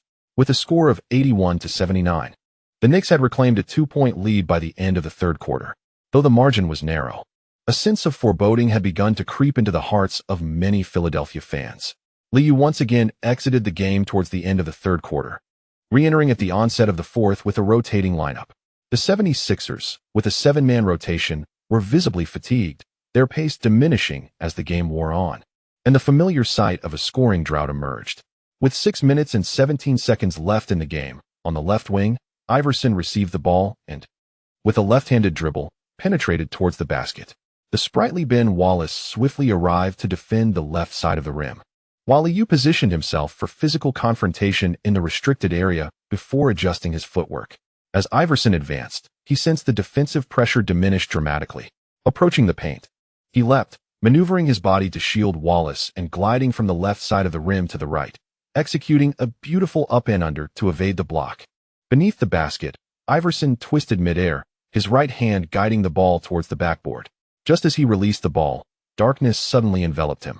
Anticipating Iverson's up-and-under, Liu adjusted his footing and leapt with explosive force, delivering a resounding block. The sound echoed as Liu swatted the ball onto Iverson, who, knocked off balance by the impact, fell once more to the floor, instinctively reaching out to save the ball, but unable to regain his stance due to fatigue. Channeling the sensation of blocking diminutive Chris Paul during training camp, Liu landed and began to bounce joyously, exclaiming, "Ah!" His volleyball-style block was indeed a rare spectacle. The Knicks bench erupted in jubilation, tossing towels in the air. Larry Johnson, laughing heartily, made exaggerated gestures to intercept the exuberant cheer squad attempting to rush the court in celebration. The jeers vanished, leaving the Philadelphia fans to watch as Ben Wallace and his teammates gathered around Liu, exchanging fist bumps in celebration. Iverson, pulled to his feet by his teammates, grimaced in pain from the fall, but there was no time for complaints as the 76ers hastily retreated on defense. Jeff Van Gundy refrained from making any adjustments, resorting to a measured rotation. However, as Iverson struggled with his shots and the 76ers made turnovers, the bald-headed coach returned to the bench, content to observe the game. In the commentary booth, the atmosphere grew increasingly quiet, as if the Philadelphia fans were resignedly awaiting the conclusion of the match. Marv Albert noted the 76ers' offensive sequences, which often lingered close to 24 seconds, lamenting, "Perhaps what the 76ers lack is a secondary scoring option. When Iverson falters offensively, they struggle to respond in a timely manner." With half a quarter elapsed, the 76ers had managed only 6 points. Hubie Brown observed the scoreboard in silence, ceasing commentary on the game and instead praising Liu's performance. His exceptional defensive anticipation makes him the calmest presence on the court. This season, the Knicks' achievement of 60 victories owes much to Liu's contributions. When the 76ers missed their shots, the Knicks seized the opportunity to counterattack, witnessing Liu effortlessly score on consecutive plays. Larry Brown on the sidelines sighed in resignation and once again called for a timeout. In the final moments, as the clock wound down, the score reached 105-92, and the Knicks swept their opponents, securing another spot in the Eastern Conference Finals.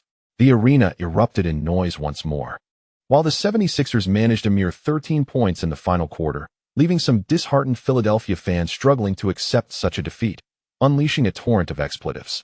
Larry Brown could hear the calls from fans demanding his dismissal, glancing at Iverson, who sat despondently on the bench with a towel draped over his head, only able to sigh inwardly.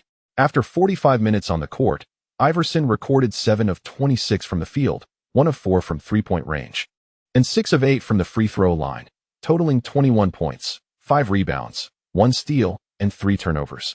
The towel-covered Iverson buried his face in his hands, with red-rimmed eyes, nearly on the verge of tears. At 25 years old, he remained deeply affected by external judgments, though he claimed indifference. The relentless scrutiny from New York media inflicted significant wounds. The label of being an inefficient player had become inescapable. Following the sweep, Lee was in high spirits, cheerfully shaking hands with the 76ers after the game.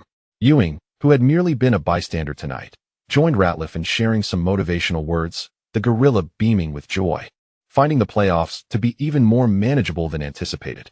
Post-game, reviewing the statistics, an elated Marv Albert exuberantly proclaimed, 28 points, 5 rebounds, 11 assists, 2 steals, 1 block, and 3 turnovers. Tonight, Lee once again dominated the game. I dislike comparisons between Lee and Shaquille O'Neal, as their roles on the court differ significantly. Indeed, I hold a greater admiration for a leader like Lee. Coach Hubie Brown, in a lighthearted moment, humorously remarked on the game, if Lee had played a few more minutes, perhaps he could have achieved a substantial double-double. With 38 minutes played, Lee shot 10 of 20 from the field, 2 of 6 from beyond the arc, and a perfect 6 of 6 from the free throw line, while Jeff Van Gundy did not press Lee, opting for a timely rotation in a pressure-free game. Regardless of fan satisfaction, the 76ers season concluded here. Adjusting his emotions, Iverson, draped in a towel, approached the center of the court to shake hands with the Knicks players. Soon, he found himself in front of Lee, who was surrounded by a throng of media reporters. Lee, with a smile, embraced his old rival, exchanging pleasantries. Bro, what an exciting series. Looking forward to our battles next season. This sentiment felt oddly familiar to Iverson. Suppressing his discomfort, he managed a strained smile, patted Lee on the chest, and offered his parting words. Keep it up, bro. Next time, I'll come back stronger. Surrounding sports media began to activate their cameras, capturing the dialogue between the two individuals. The diligent New York reporter, engrossed in Excel, feared missing the opportunity to interview this player post-match. At that moment, he inquired, Allen, what do you think about your plus-minus in this game? Uninterested in discussing statistics, Iverson turned and walked away, only fully releasing his emotions once he hastily entered the players' tunnel. The staff of the 76ers exchanged glances as they watched their star player pound the wall in frustration.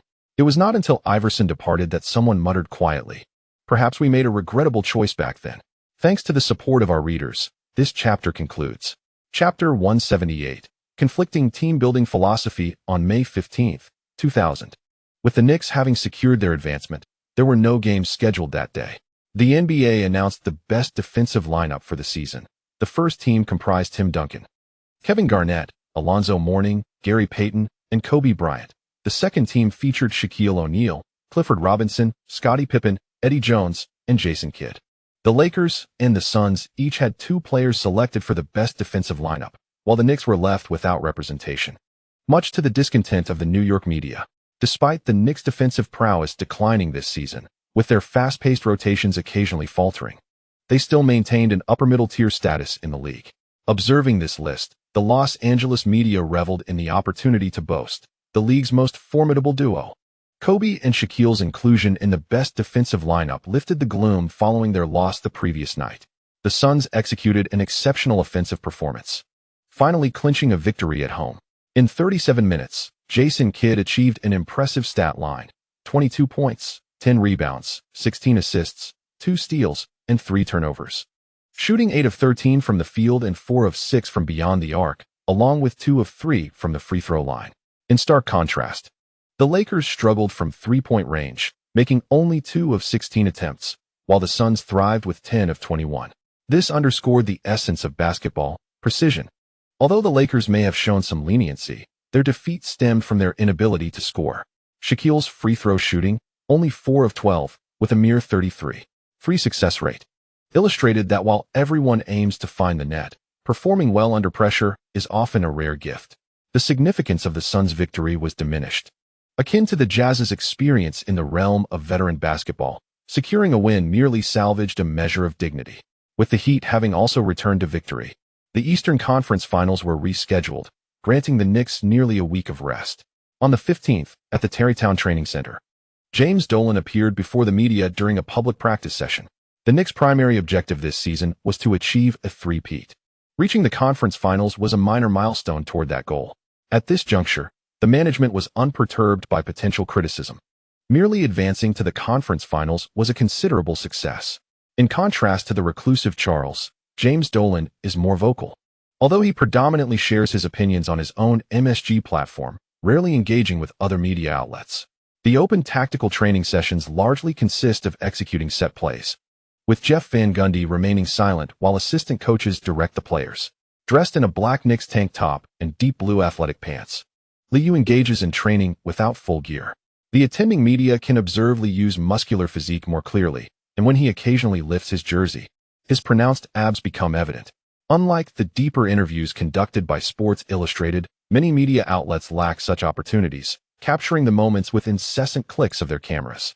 During routine interviews, Liu consistently dons custom Under Armour compression gear, appearing robust, yet lacking the visual impact of a bare torso. Training sessions reveal elements not seen in games. On certain occasions, Liu showcases his back-to-basket skills. In one instance, after a pick set by Liu, Larry Johnson scored a three-pointer from the left wing, responding effectively before reverting to low-post defense. In the left block, Liu received the ball and attempted to back down, but was unable to move Larry Johnson, ultimately pivoting towards the baseline after a feigned move. Although Liu's movements were graceful, he failed to shake off the defense, resulting in a fading jump shot that clanged off the rim. Following a successful defensive play, Larry Johnson erupted with excitement, reminiscent of the familiar narrative within the league that Liu struggles with back-to-the-basket plays. Presently classified as a pure heavy guard, Liu did not possess such a physique in the past. While he could easily overpower smaller opponents, he found it challenging against muscular players like Johnson. In daily training, aside from the sparring partner Artist, most low-post offensive drills are defended by Larry Johnson. The two are well-matched in height, making their matchup fitting, whereas guards like Chris Charles are insufficiently equipped to defend against Liu, resulting in subpar effectiveness. The court is lively, with assistant coach Thibodeau occasionally pausing to impart advice to rookie Artist. On the sidelines, James Dolan, clad in all-black casual attire, jovially engages with media reporters. Upon seeing Ewing take a break, a Yahoo Sports reporter inquired about the touring schedule. Pat is currently in great shape. Next year marks the final year of his contract. Will the Knicks consider resigning him after the tour? Agent David Falk has already discussed this matter with the team, and when questioned, James Dolan responded with a smile, No. As long as Pat wishes to continue playing, the Knicks will always welcome him. His career has been spent in New York. The team is his second home. The tour will be enjoyable, and I believe fans will appreciate it. Of course, we are still in search of a championship. Not receiving much information. An ESPN reporter quickly chimed in, asking, after Pat leaves the team, the Knicks will gain significant salary cap space. What are the team's plans regarding this? It seems that James Dolan was well prepared for this matter, as he chuckled while observing the circle of Knicks players on the court, cheerfully stating, I will usher in the Showtime era for the Knicks. Lee possesses exceptional offensive talent, akin to that of Magic Johnson. He can orchestrate a dazzling offensive display for the team. We will construct a suitable system around Lee, and simultaneously, we will recruit superstars who complement his style. In the future, at Madison Square Garden, fans will be treated to the most aesthetically pleasing basketball on the planet. Meanwhile, General Manager Glenn Grunwald watched the curly-haired owner speak with a sigh of resignation. It appeared that he had been misled by the New York media's notion of Showtime. The Knicks were not currently playing the so-called beautiful game. Instead, they emphasized athleticism, physical confrontation, and a gritty defense, which had been the team's cultural hallmark for many years. Recently, during the NBA draft lottery, the Bulls secured the 4th pick, much to the relief of Chicago fans and general manager John Paxson. The Knicks, whose first-round pick belonged to the Bulls, would have to wait until the following year. With a record of 17 wins this season, few believed that the Bulls could turn their fortunes around merely by adding promising rookies. Thus, in 2001, the Knicks were likely to acquire a top 10 draft pick. By then, Ewing would have departed, and the question of how to build the team around core players would confront the management and coaching staff. However, the situation for the Knicks was complex. James Dolan, who had refrained from intervening in team affairs during the pursuit of a three-peat, seemed poised to engage in team development. After practice, many staff members continued filming, while media reporters hurriedly seized the opportunity to interview players. Jeff Van Gundy, who had rarely spoken, finally relaxed, acknowledging the fatigue of posing for the cameras. General Manager Glenn Grunwald approached the bald-headed young coach, now free from the presence of reporters, while Dolan was busy inviting notable journalists out for dinner that evening. Van Gundy, aware of what Grunwald wished to discuss, furrowed his brow and replied, "Mr. Charles has never interfered in team matters. He only intervenes to soothe Pat when he wishes to leave. Professional matters should be entrusted to professionals. I do not subscribe to the notion of showtime, as that is not what championship teams should aspire to." With a championship under his belt, the bald-headed coach felt emboldened. True coaches must possess a degree of assertiveness, and Van Gundy was unafraid to express his opinions before the management. While Pat Riley's Showtime secured a championship, Grunwald understood Van Gundy's stance. Championship coaches should indeed possess their unique philosophies. However, as a professional manager, Grunwald refrained from commenting on the owner. Observing Liu and Larry Johnson engaging in animated discussions about techniques, Grunwald murmured with resignation, "Lee is truly exceptional within Pat's system. He has elevated the team's ceiling while also safeguarding its floor. What kind of partner would suit him best?" Upon hearing these words, Jeff Van Gundy furrowed his brow once again before confidently declaring, "The current system is indeed the most suitable for Lee. The team will compensate for certain defensive shortcomings in the backcourt, and offensively, we possess a lineup that can effectively create space. Patience is key. In a few years, these players will realize their potential. While they may not become superstars, they will undoubtedly serve as crucial pieces in our championship puzzle." On May 16th, the NBA announced this season's All-NBA teams, allowing the New York media to revel in the moment. The first team included Liu, Jason Kidd, Kevin Garnett, Tim Duncan, and Shaquille O'Neal. The second team featured Gary Payton, Kobe Bryant, Grant Hill, Karl Malone, and Alonzo Mourning. The third team comprised Allen Iverson, Eddie Jones, Vince Carter, Chris Webber, and David Robinson. Liu has been selected for the All-NBA first team for 3 consecutive seasons, widening the gap between his achievements and those of Patrick Ewing. Allen Houston's omission disappointed New York fans, as the competition among guards intensified. After departing the Lakers for the Hornets, Eddie Jones delivered an exemplary season. Although his playoff performance was modest, he earned the title of Steals leader and secured a spot on the All-NBA team, marking a pinnacle in his career. This season, Kobe was simultaneously named to both the All-Defensive Team and the All-NBA team, prompting analysts to finally discuss the merits of O'Neal's young protege. After 3 years of development, Kobe has fully adapted to playing alongside the dominant center. The New York media, however, remained indifferent to Kobe's accomplishments, continuing to congregate at the training center. Following the morning practice session, a swarm of reporters gathered around Liu to extend their congratulations and shower him with praise. 3 consecutive selections to the All-NBA first team. If we were to redraft the 1996 draft, Lee would undoubtedly be the first overall pick. With his talent and relentless training, such achievements are well-deserved. Liu basked in the compliments, while Ewing felt a pang of nostalgia regarding his own All-NBA selections. As the season drew to a close, Oakley began to entertain some thoughts of his own. If possible, he wished to remain in New York. Being part of the team atmosphere would be quite rewarding. Noticing his old friend's subdued mood, Oakley offered words of comfort upon returning to the locker room. Times have changed. In our era, it was no easy feat for big men to make the All-NBA first team.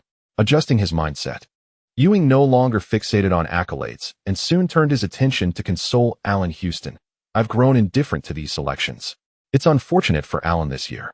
He made the All-Star team but did not secure a spot on the All-NBA roster.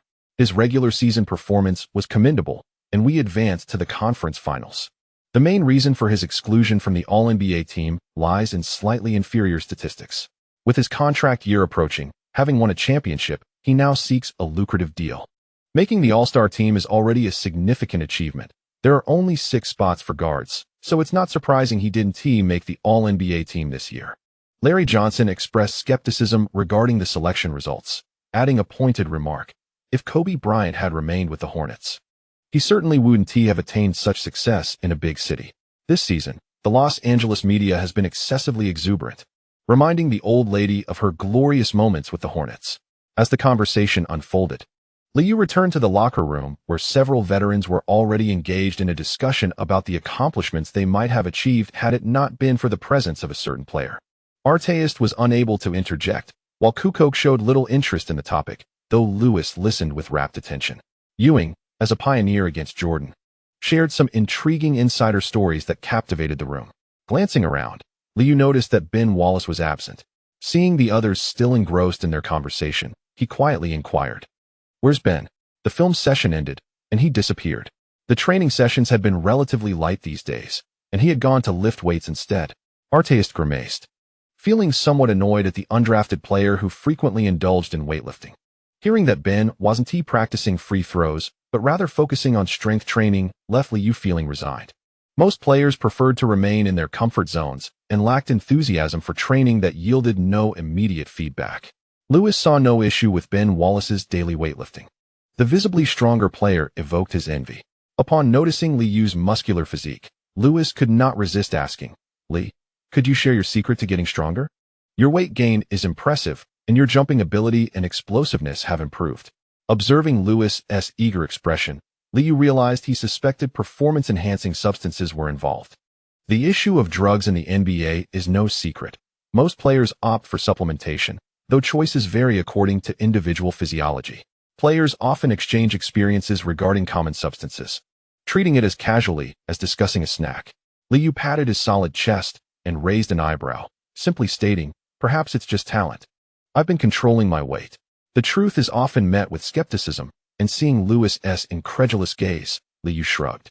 His explosiveness had indeed improved, and the apparent enhancement in jumping ability was also linked to the complete absorption of Anthony Hardaway's remarkable bounce. With both factors combined, Liu felt his first step had quickened. As they prepared for the Eastern Conference Finals, the Knicks felt little pressure. No one in the locker room mentioned their opponents, spending most of their time chatting and joking.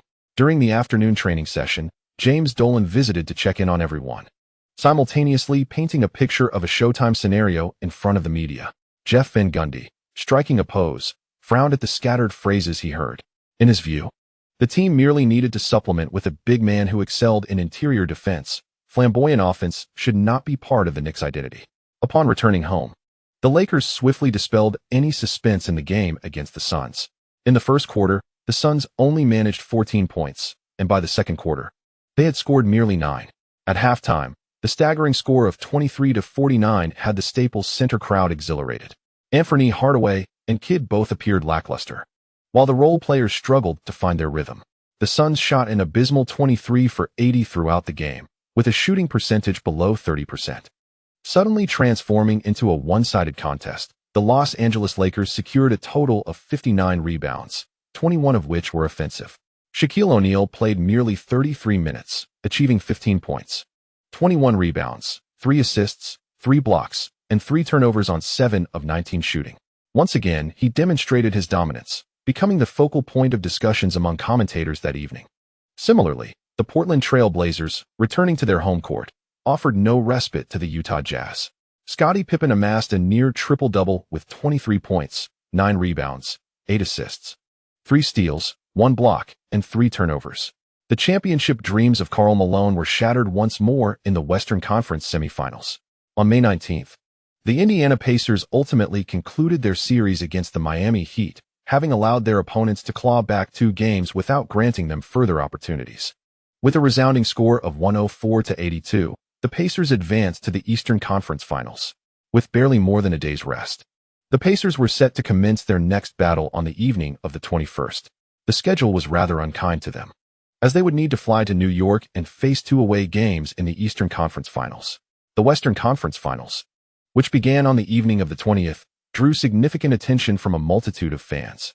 While other teams in the league might have noted that the 2 competing teams had salaries ranking among the top 3, the fans remained focused on the superstars. The clash of financial prowess had been a topic of rampant speculation among sports media since the season's outset. The game that evening took everyone by surprise, as the Lakers erupted in the second quarter, effectively sealing their victory. Following a staggering 16-37 run in that quarter, the contest lost its suspense. O'Neal once again delivered astonishing statistics, playing 47 minutes, shooting 14 of 25 from the field and 13 of 27 from the free throw line, scoring 41 points, with 11 rebounds, 7 assists, and 5 blocks. Consuming a significant share of possessions, O'Neal remarkably recorded no turnovers throughout the match. The unfortunate Arvydas Sabonis was thoroughly overwhelmed. By the time of the Western Conference Finals, no one questioned O'Neal's endurance. His massive physique and deft skills enabled him to play a full 48 minutes. The moniker of Superman had never seemed more fitting. Following the conclusion of the game, Lakers fans celebrated joyously while the somewhat petty O'Neal, as he made his way to the player tunnel, declared loudly, "I am the true MVP. Thank you to the readers for your subscription support. There will be no more daily chapters. This chapter concludes here." Chapter 179, Fans Love Offense. On May 21, 2000, the Eastern Conference Finals Game 1 officially commenced. With only one day of rest, the Indiana Pacers embarked on their away journey and arrived in New York particularly subdued. Approaching his 35th birthday, Reggie Miller was devoid of the youthful exuberance he once possessed. Years of disappointment had softened some of the veteran's sharper edges. As the Pacers players entered Madison Square Garden that evening, Miller, dressed in a beige suit and donning oversized sunglasses, displayed no reaction to the cameras pointed directly at him. The Indiana Pacers appeared notably subdued, with each player entering the arena devoid of overt emotion, until Larry Bird made his entrance, confidently addressing the cameras with the proclamation, "We will secure victory here." In stark contrast, the New York Knicks exhibited a much more vibrant atmosphere at their home court. Patrick Ewing, who had delivered a lackluster performance in the previous rounds with limited playtime, engaged playfully with the media, laughing heartily as he made his way to the locker room. Larry Johnson seized the moment to showcase his boxing skills before the cameras, cheerfully throwing punches at the lens. Unlike their teammate Lee O'Neal, who arrived an hour early for warm-ups, most of the exuberant Knicks seemed to dismiss the Pacers entirely. Disregarding the fact that their regular season records were equal, the New York fans relished the opportunity to see Reggie Miller falter, and they did not miss the chance to taunt their longtime adversary before the game. In the NBC commentary booth, Bob Costas and Doug Collins, influenced by the atmosphere within the arena, adopted a much more buoyant tone. This season, Jalen Rose has emerged from the bench to claim the Most Improved Player award, a testament to his exceptional form. Doug Collins concurred, adding a compliment for Larry Bird. By addressing the team's second scoring option, Coach Bird has unearthed the team's latent potential. Based on their regular season performances, the two teams appeared evenly matched, promising an exhilarating series.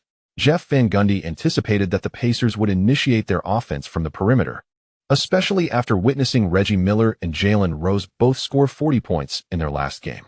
However, the Pacers did not adhere to the Knicks coaching staff's expectations, as they did not focus on outside shooting as their offensive core from the outset. As the game progressed, the Pacers' tactical approach seemed to mirror that of the regular season. Reggie Miller swiftly maneuvered from right to left behind the baseline, utilizing a screen from Smith to receive the ball on the left wing.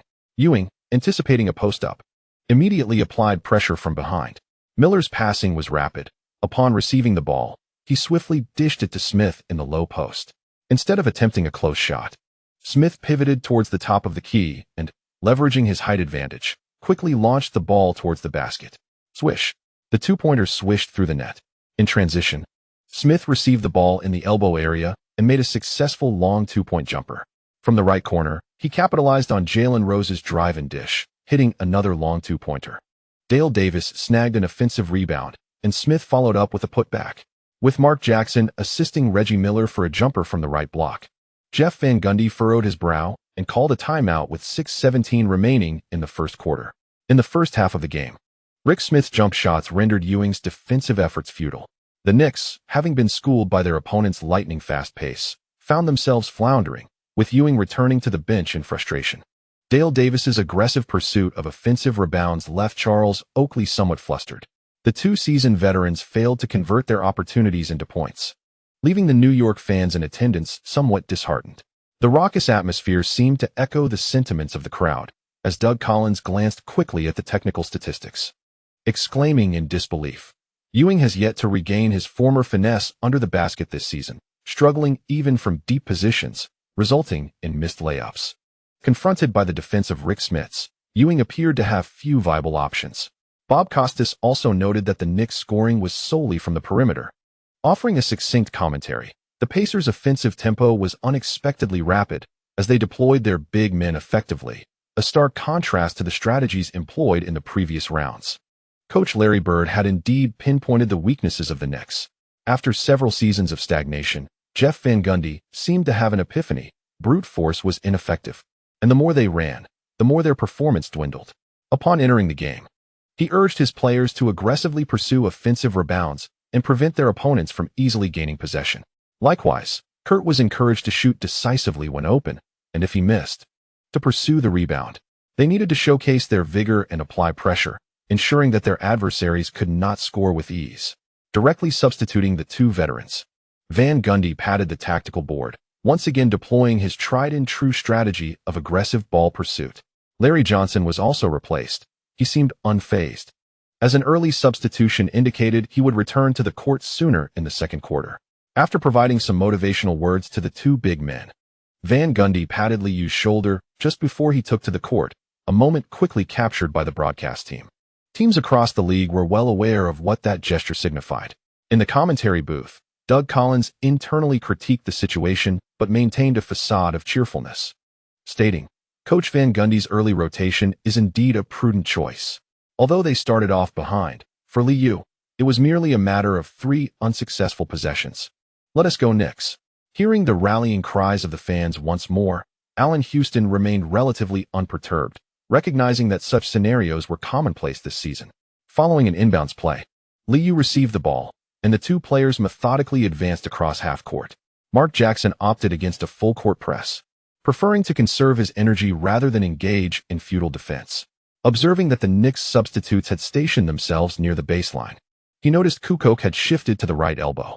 Mark Jackson quickly understood this was an intention to initiate a wing isolation, promptly applying defensive pressure.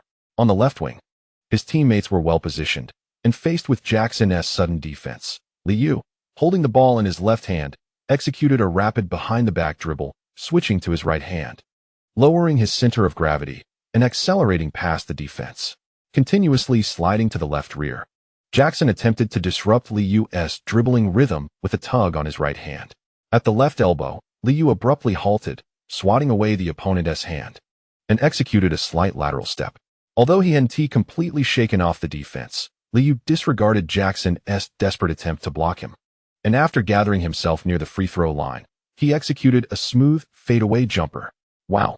In less than 12 seconds, the Knicks executed their offense, and once again, cheers erupted around them.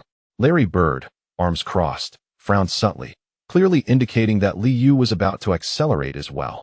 Mark Jackson remained unfazed by Liu's assault, as Kukoc entered the game and signaled the corresponding tactical gestures upon crossing half-court. The large players faced challenges in defending the perimeter. As Jalen Rose glided from left to right along the baseline, he utilized Rick Smits's screen at the right elbow to receive the pass, then prepared to launch into a driving layup. Kukoc immediately switched his defense, remaining stationary, while Ben Wallace swiftly slid toward the basket. Noting Jalen Rose's aggressive drive, he adjusted his footing and leaped early. As Jalen reached the basket, he aimed to deliver a powerful dunk. But just as he launched the ball with his left hand towards the rim, he was met midair by the formidable Ben Wallace, who decisively blocked the shot. The impact of the rejection was palpable, prompting Bob Costas to exclaim, "Oh, what a spectacular block by Wallace." Kukoc promptly regained control of the ball in the paint and swiftly hurled it towards half-court. By this time, Liu had surged forward. Upon crossing the midline, he snagged the ball with his left hand, charging past the defending Mark Jackson. On the sidelines, Larry Bird moved in tandem, vocally urging his players, "Foul. Direct foul." Mark Jackson, now back in the paint, seemed to heed his coach's directive, engaging in a defensive stance while aggressively attempting to swipe the ball.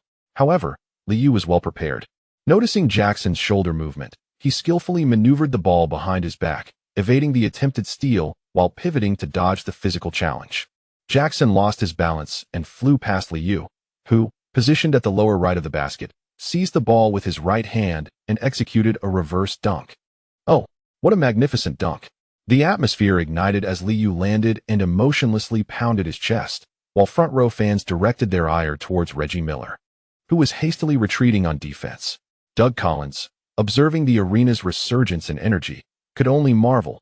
The Knicks seemed to have regained their rhythm. Lee can solve problems with his individual talent. The score continued to narrow at 15-11. Mark Jackson, no longer trailing the Knicks in frantic pursuit, moved to the left wing during the offense and lofted the ball to Rick Smits, who was stationed in the low post, back to the basket. According to the game plan, the Knicks intended to exploit their height advantage when their opponents substituted in smaller players. Faced with Wallace's one-on-one defense, Smits opted not to pass. Upon receiving the ball, he leaned in and quickly pivoted towards the baseline. Utilizing his height, Smits switched to his left hand and executed a gentle shot from the lower left of the basket. Wallace anticipated the offensive move, but could only leap desperately to contest the shot. Under the duress, the basketball grazed the rim before ultimately bouncing out. It was the first missed shot of the game for Rick Smits, who, frustrated, clenched his fist and hurriedly retreated on defense alongside his teammates. Grasping the rebound, Ben Wallace passed the ball to the awaiting Liu as the Knicks surged towards the opponent's half. Mark Jackson's delay proved ineffective, once again positioned on the left wing. Liu, taking advantage of Ben Wallace's firm stance, feigned a breakthrough after switching the ball to his left hand. Rushing towards him, Rick Smits was caught off balance. Yet Liu skillfully maneuvered once more, swiftly shifting laterally, while drawing defenders towards the free throw line with the ball in his right hand. Mark Jackson hesitated momentarily, instinctively following his teammates to contain Liu instead of sticking with Ben Wallace. Observing his teammates' defensive choice, Rick Smits sensed impending trouble before they could converge. Liu unexpectedly tossed the ball towards the upper left corner of the basket. Ben Wallace, unguarded and soaring high, caught the ball midair and emphatically slammed it down. Boom. The alley-oop dunk was executed flawlessly. This swift transition offense, culminating in a spectacular display of teamwork, ignited cheers from the New York fans.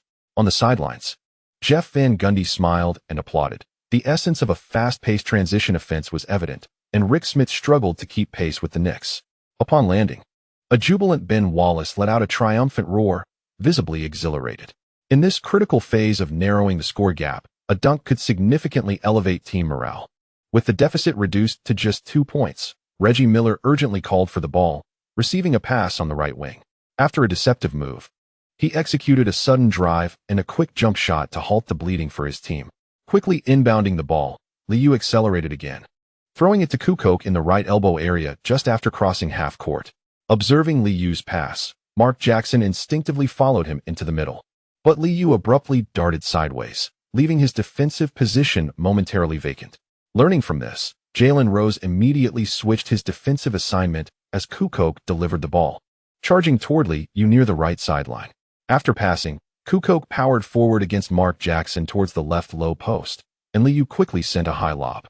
Mark Jackson's desperate defense proved inadequate as Kukoc, instead of releasing the ball, pivoted towards the basket directly in front and executed a left-handed layup with ease.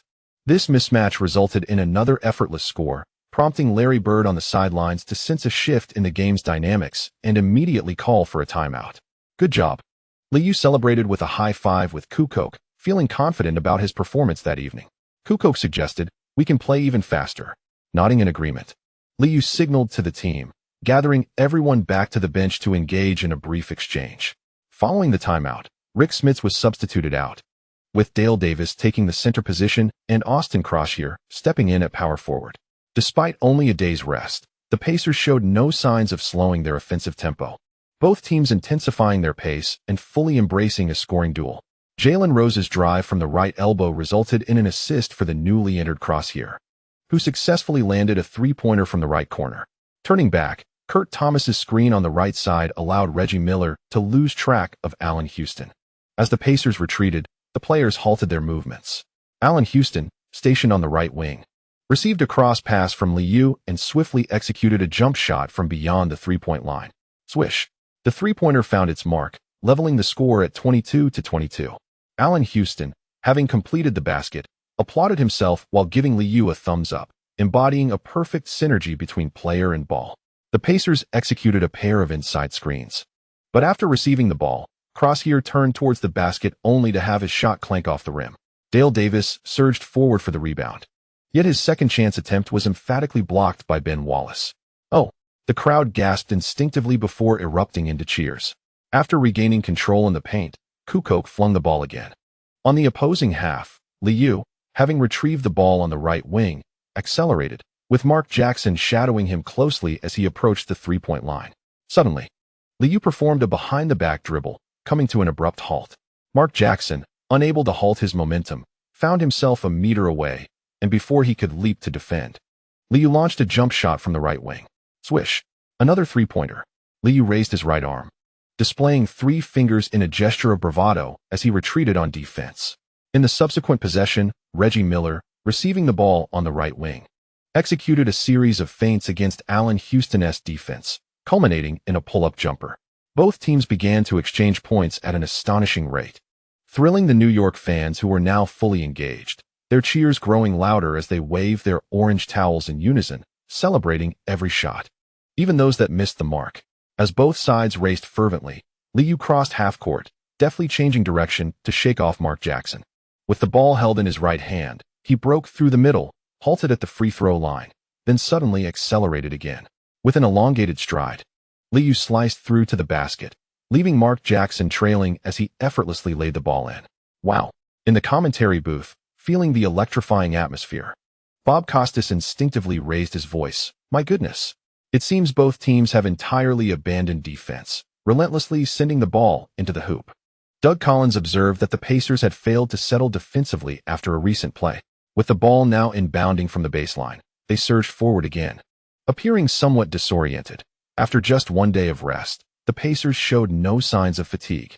As the first quarter neared its conclusion, Liu's transition three-pointer from the left wing missed, eliciting a collective sigh of disappointment from the New York crowd.